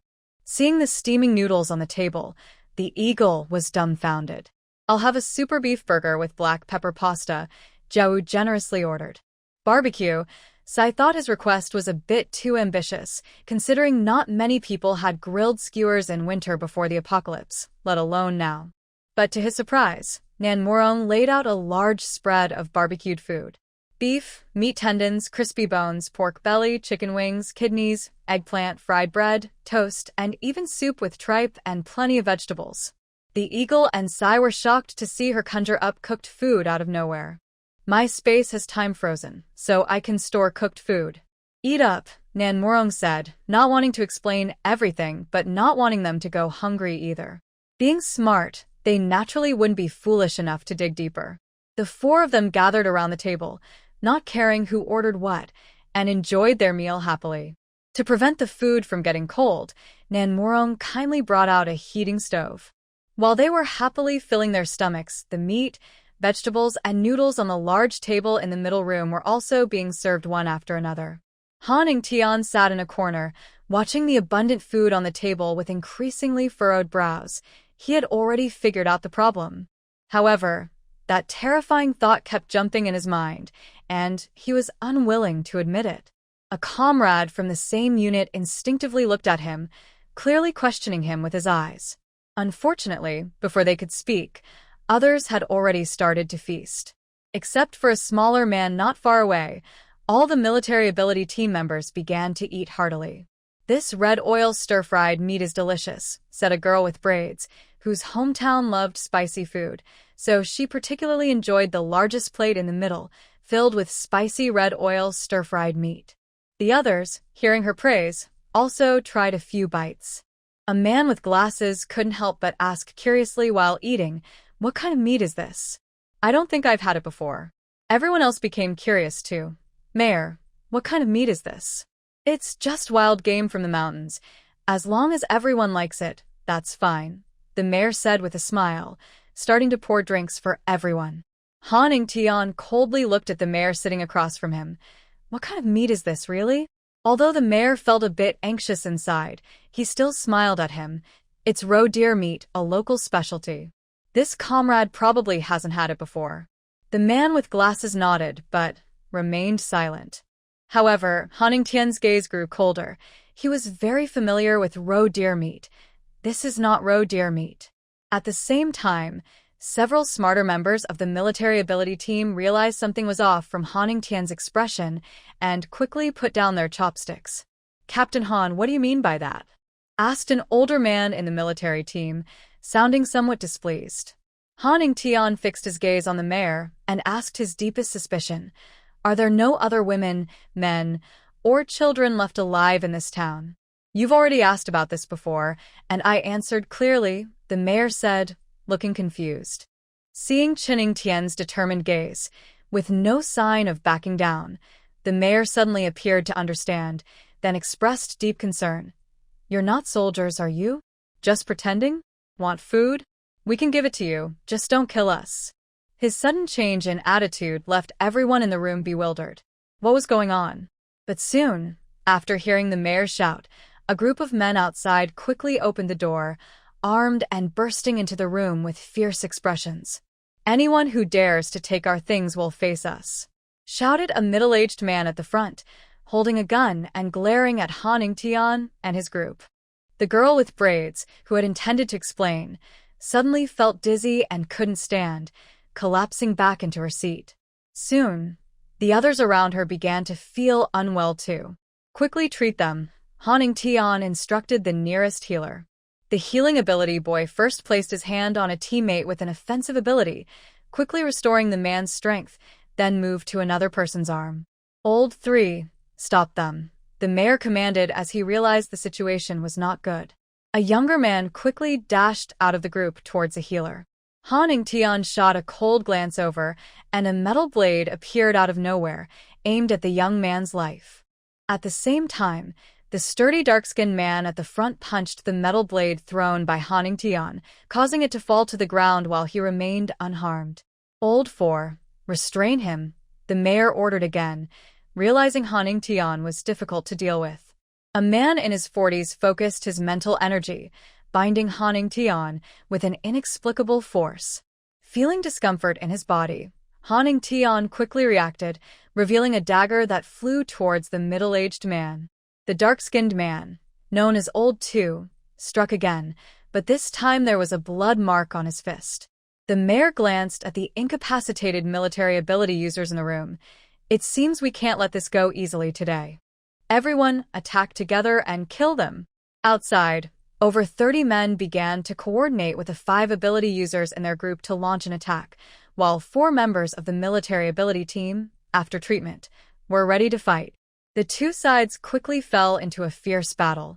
The dozens of men who rushed into the room first dragged away several ability users who were closest to the door, including 2 girls from the military ability team. Inside the room, Han Ting was fighting off a dark-skinned man while anxiously telling the smaller man, 15, go out and save them. 15 had awakened a speed ability and came from a special forces unit. Among the 3 who hadn't touched any food, He had seen the people being dragged out. He frowned, thinking Miss Nam was right. They really are a bunch of idiots. While chaos erupted outside, Nan Murong and her group had already settled into corners of the room, wrapped in thick blankets, ready to sleep. A heater was placed in the center of the room. Siyu looked at the sleeping Nan Murong and pushed the heater closer to her. The night watchman, Eagle, smiled quietly at his action, while Jiawu was still awake. "It's getting noisy outside," Jiawu said, and the three exchanged smiles. "Han Yingting isn't a complete fool," Eagle whispered, worried about disturbing Nan Murong's rest. Siyu didn't bother to respond. Although Han Yingting's team had never beaten the wolf pack, they were still competent enough. How can a bunch of ability users be so slow dealing with a few weaklings? Eagle complained. Siyu wasn't surprised. Have you considered that there might be ability users among the townspeople? No zombies had appeared in the town, and they hadn't seen any on the long road before entering. Given the current situation with zombies everywhere, it suggested that some ability users had dealt with them. "Oh, impressive," Eagle said, realizing something was off and looking at Siyu with curiosity. Joe smiled. "Let's go. Siyu, you stay here with Murong. I saw the town chief come out of that corner room. If they know about collecting crystal cores, they're likely with him," Siyu said, casually sketching the layout of the yard on the ground to remind them of the positions. Eagle glanced at Joe. "Don't worry, we got this." After that, the two climbed out through the back window. Siyu leaned against the wall, listening to the chaos outside, glancing at the peacefully sleeping Nan Murong. Under the flickering light of the heater, the girl's fair face glowed warmly, making it hard for him to look away. Since meeting Nan Murong, he found her to be a contradictory girl. She was decisive in battle, but could also show kindness at times. She wanted to hide in a safe place like the villa, but was repeatedly pushed forward by her obsessions. He couldn't help but smile. It was fine. They wouldn't be apart in the future, and he could accompany her in doing what she truly wanted. Inside, the room was warm and pleasant. Outside, Han Yingting looked grimly at the captured military ability users. They had killed over 30 people, yet the 5 ability users on the other side were unharmed. They hadn't even managed to stop the others from dragging 2 girls and an older man into a corner room. "I'm telling you, if you don't want anything to happen to them, get out of this yard right now," the town chief warned the 5 ability users and 3 men from the military team, retreating to his own corner room. The girl with braids looked weakly at the men in front of her, tears streaming down her face. The dark-skinned man looked at her and became interested. "Not bad, boss. She's quite attractive." He squeezed her cheek with a rough hand while the other hand moved toward her chest, his gaze becoming lewd and eager. The town chief immediately slapped the dark-skinned man on the back of the head. "Darn it! What are you thinking at a time like this?" The dark-skinned man quickly moved to the window, losing interest in playing with her. The girl with braids finally relaxed and cried, struggling to breathe. Just then, Jiawu and Eagle, who had found a big bag of treasures, climbed back in through the window just before the town chief's group entered. They naturally saw the situation with the 2 girls and the middle-aged man. Considering the intelligence of the 3 captives, they hesitated to intervene. After all, if they tried to save them and ended up in trouble, it wouldn't be worth it. Once inside, they opened the bag, and their eyes widened in shock. Where did they get these? "This is an ability fruit, right?" Zhao asked, holding a black-red fruit. Siyu examined it. "This isn't from the 5 trees the military provided." "Let's get the town chief out and ask him," Eagle suggested almost instantly. Zhao agreed, as this entire bag of fruits belonged to them. It was much more valuable than the few trees the military had given them. Siyu nodded. "Just be careful not to let Han Yingting kill anyone." Outside, Han Yingting couldn't do anything about the people inside. He could only wait for the military ability users to regain their visual abilities. Once they did, Han Yingting quickly understood the positions of everyone inside. As the town chief shouted for everyone to retreat, the military ability users moved. Those with wall-passing abilities quickly entered the room, while wind and water ability users unleashed their attacks, targeting the ability users inside. The 3 ability users faced the attacks of 13 with no chance of winning. "Where's the town chief?" 15, who entered first, was confused by the bodies scattered around. At the same time, the town chief, thinking he had escaped, was terrified by the sudden appearance of two men. "Don't be afraid. First, tell us, do you want to live or die?" Eagle asked playfully, looking at the trembling town chief. The town chief nodded frantically, his voice urgent. "Live. I want to live." Eagle nodded and held out the black-red fruit. "Now tell us, where did this come from?" A flash of surprise crossed the town chief's face. He had hidden the fruit in a hole under his bed. How did they find it? Were they mice? At the same time, Joe tightly covered the town chief's mouth and stabbed a dagger into his right palm. "Answer me immediately, no tricks." The pain made the town chief groan, his face turning pale as he nodded repeatedly. "Where did it come from?" Eagle continued. Joe released his grip on the town chief's mouth. "Behind the mountain." Specific location: east side of the stream behind D Mountain, the town chief replied quickly. Eagle looked at him. "You'll take us there right now." Hearing this, the town chief's face changed dramatically, and he shook his head wildly. "That place is very dangerous. There are big snakes." Joe's dagger pierced his other hand. "Be honest about the location." "West side of the stream behind the mountain, 10 kilometers south," the town chief said, his voice trembling with tears. Unfortunately, before he could finish, the dagger pierced his carotid artery. Then, the two figures quickly vanished into the night. Confronting did not plan to let the bloodstained mare go, so he chased after him with Shenghui and his team members. The three of them searched the small town thoroughly. Finally, they found the mare, covered in blood, dead from a stab wound in a corner. Looking at the mare's pierced hands, Confronting's expression turned thoughtful. These were clearly signs of torture. Moreover, the method of killing was professional and swift. In the entire town, only he and Shurya's group had the capability to do this. What were they trying to find out? The fact that the man was dead meant they already had their answers. Curiosity aside, Confronting felt relieved because they had helped him. After all, if it had just been the three of them, the man would have escaped. "Let's go back," Confronting said casually. Shenghui glanced back at the dead mare and silently followed Confronting away. When the three returned, they found the military superhumans in the courtyard vomiting everywhere. Some looked nauseous, others were pale, all showing signs of distress. "Captain Han, you're back," said a short-haired girl in the group who had only taken a small bite of the spicy food and looked somewhat better. Confronting nodded. "What happened?" "They just went to check the kitchen," the girl said, her face showing discomfort as she recalled the scene, starting to feel queasy again. The three knew immediately what they had seen in the kitchen. After all, the people the mayor had brought with him had survived by eating human flesh. Besides the mutated zombies, the only living beings left to eat had likely already been consumed by them. "What about these women?" one of the recovering superhumans asked, pointing to a corner where a dozen women were huddled together. All the women, except for one older woman, were young and beautiful. The older woman sat in the corner with a vacant expression, as if she had found relief.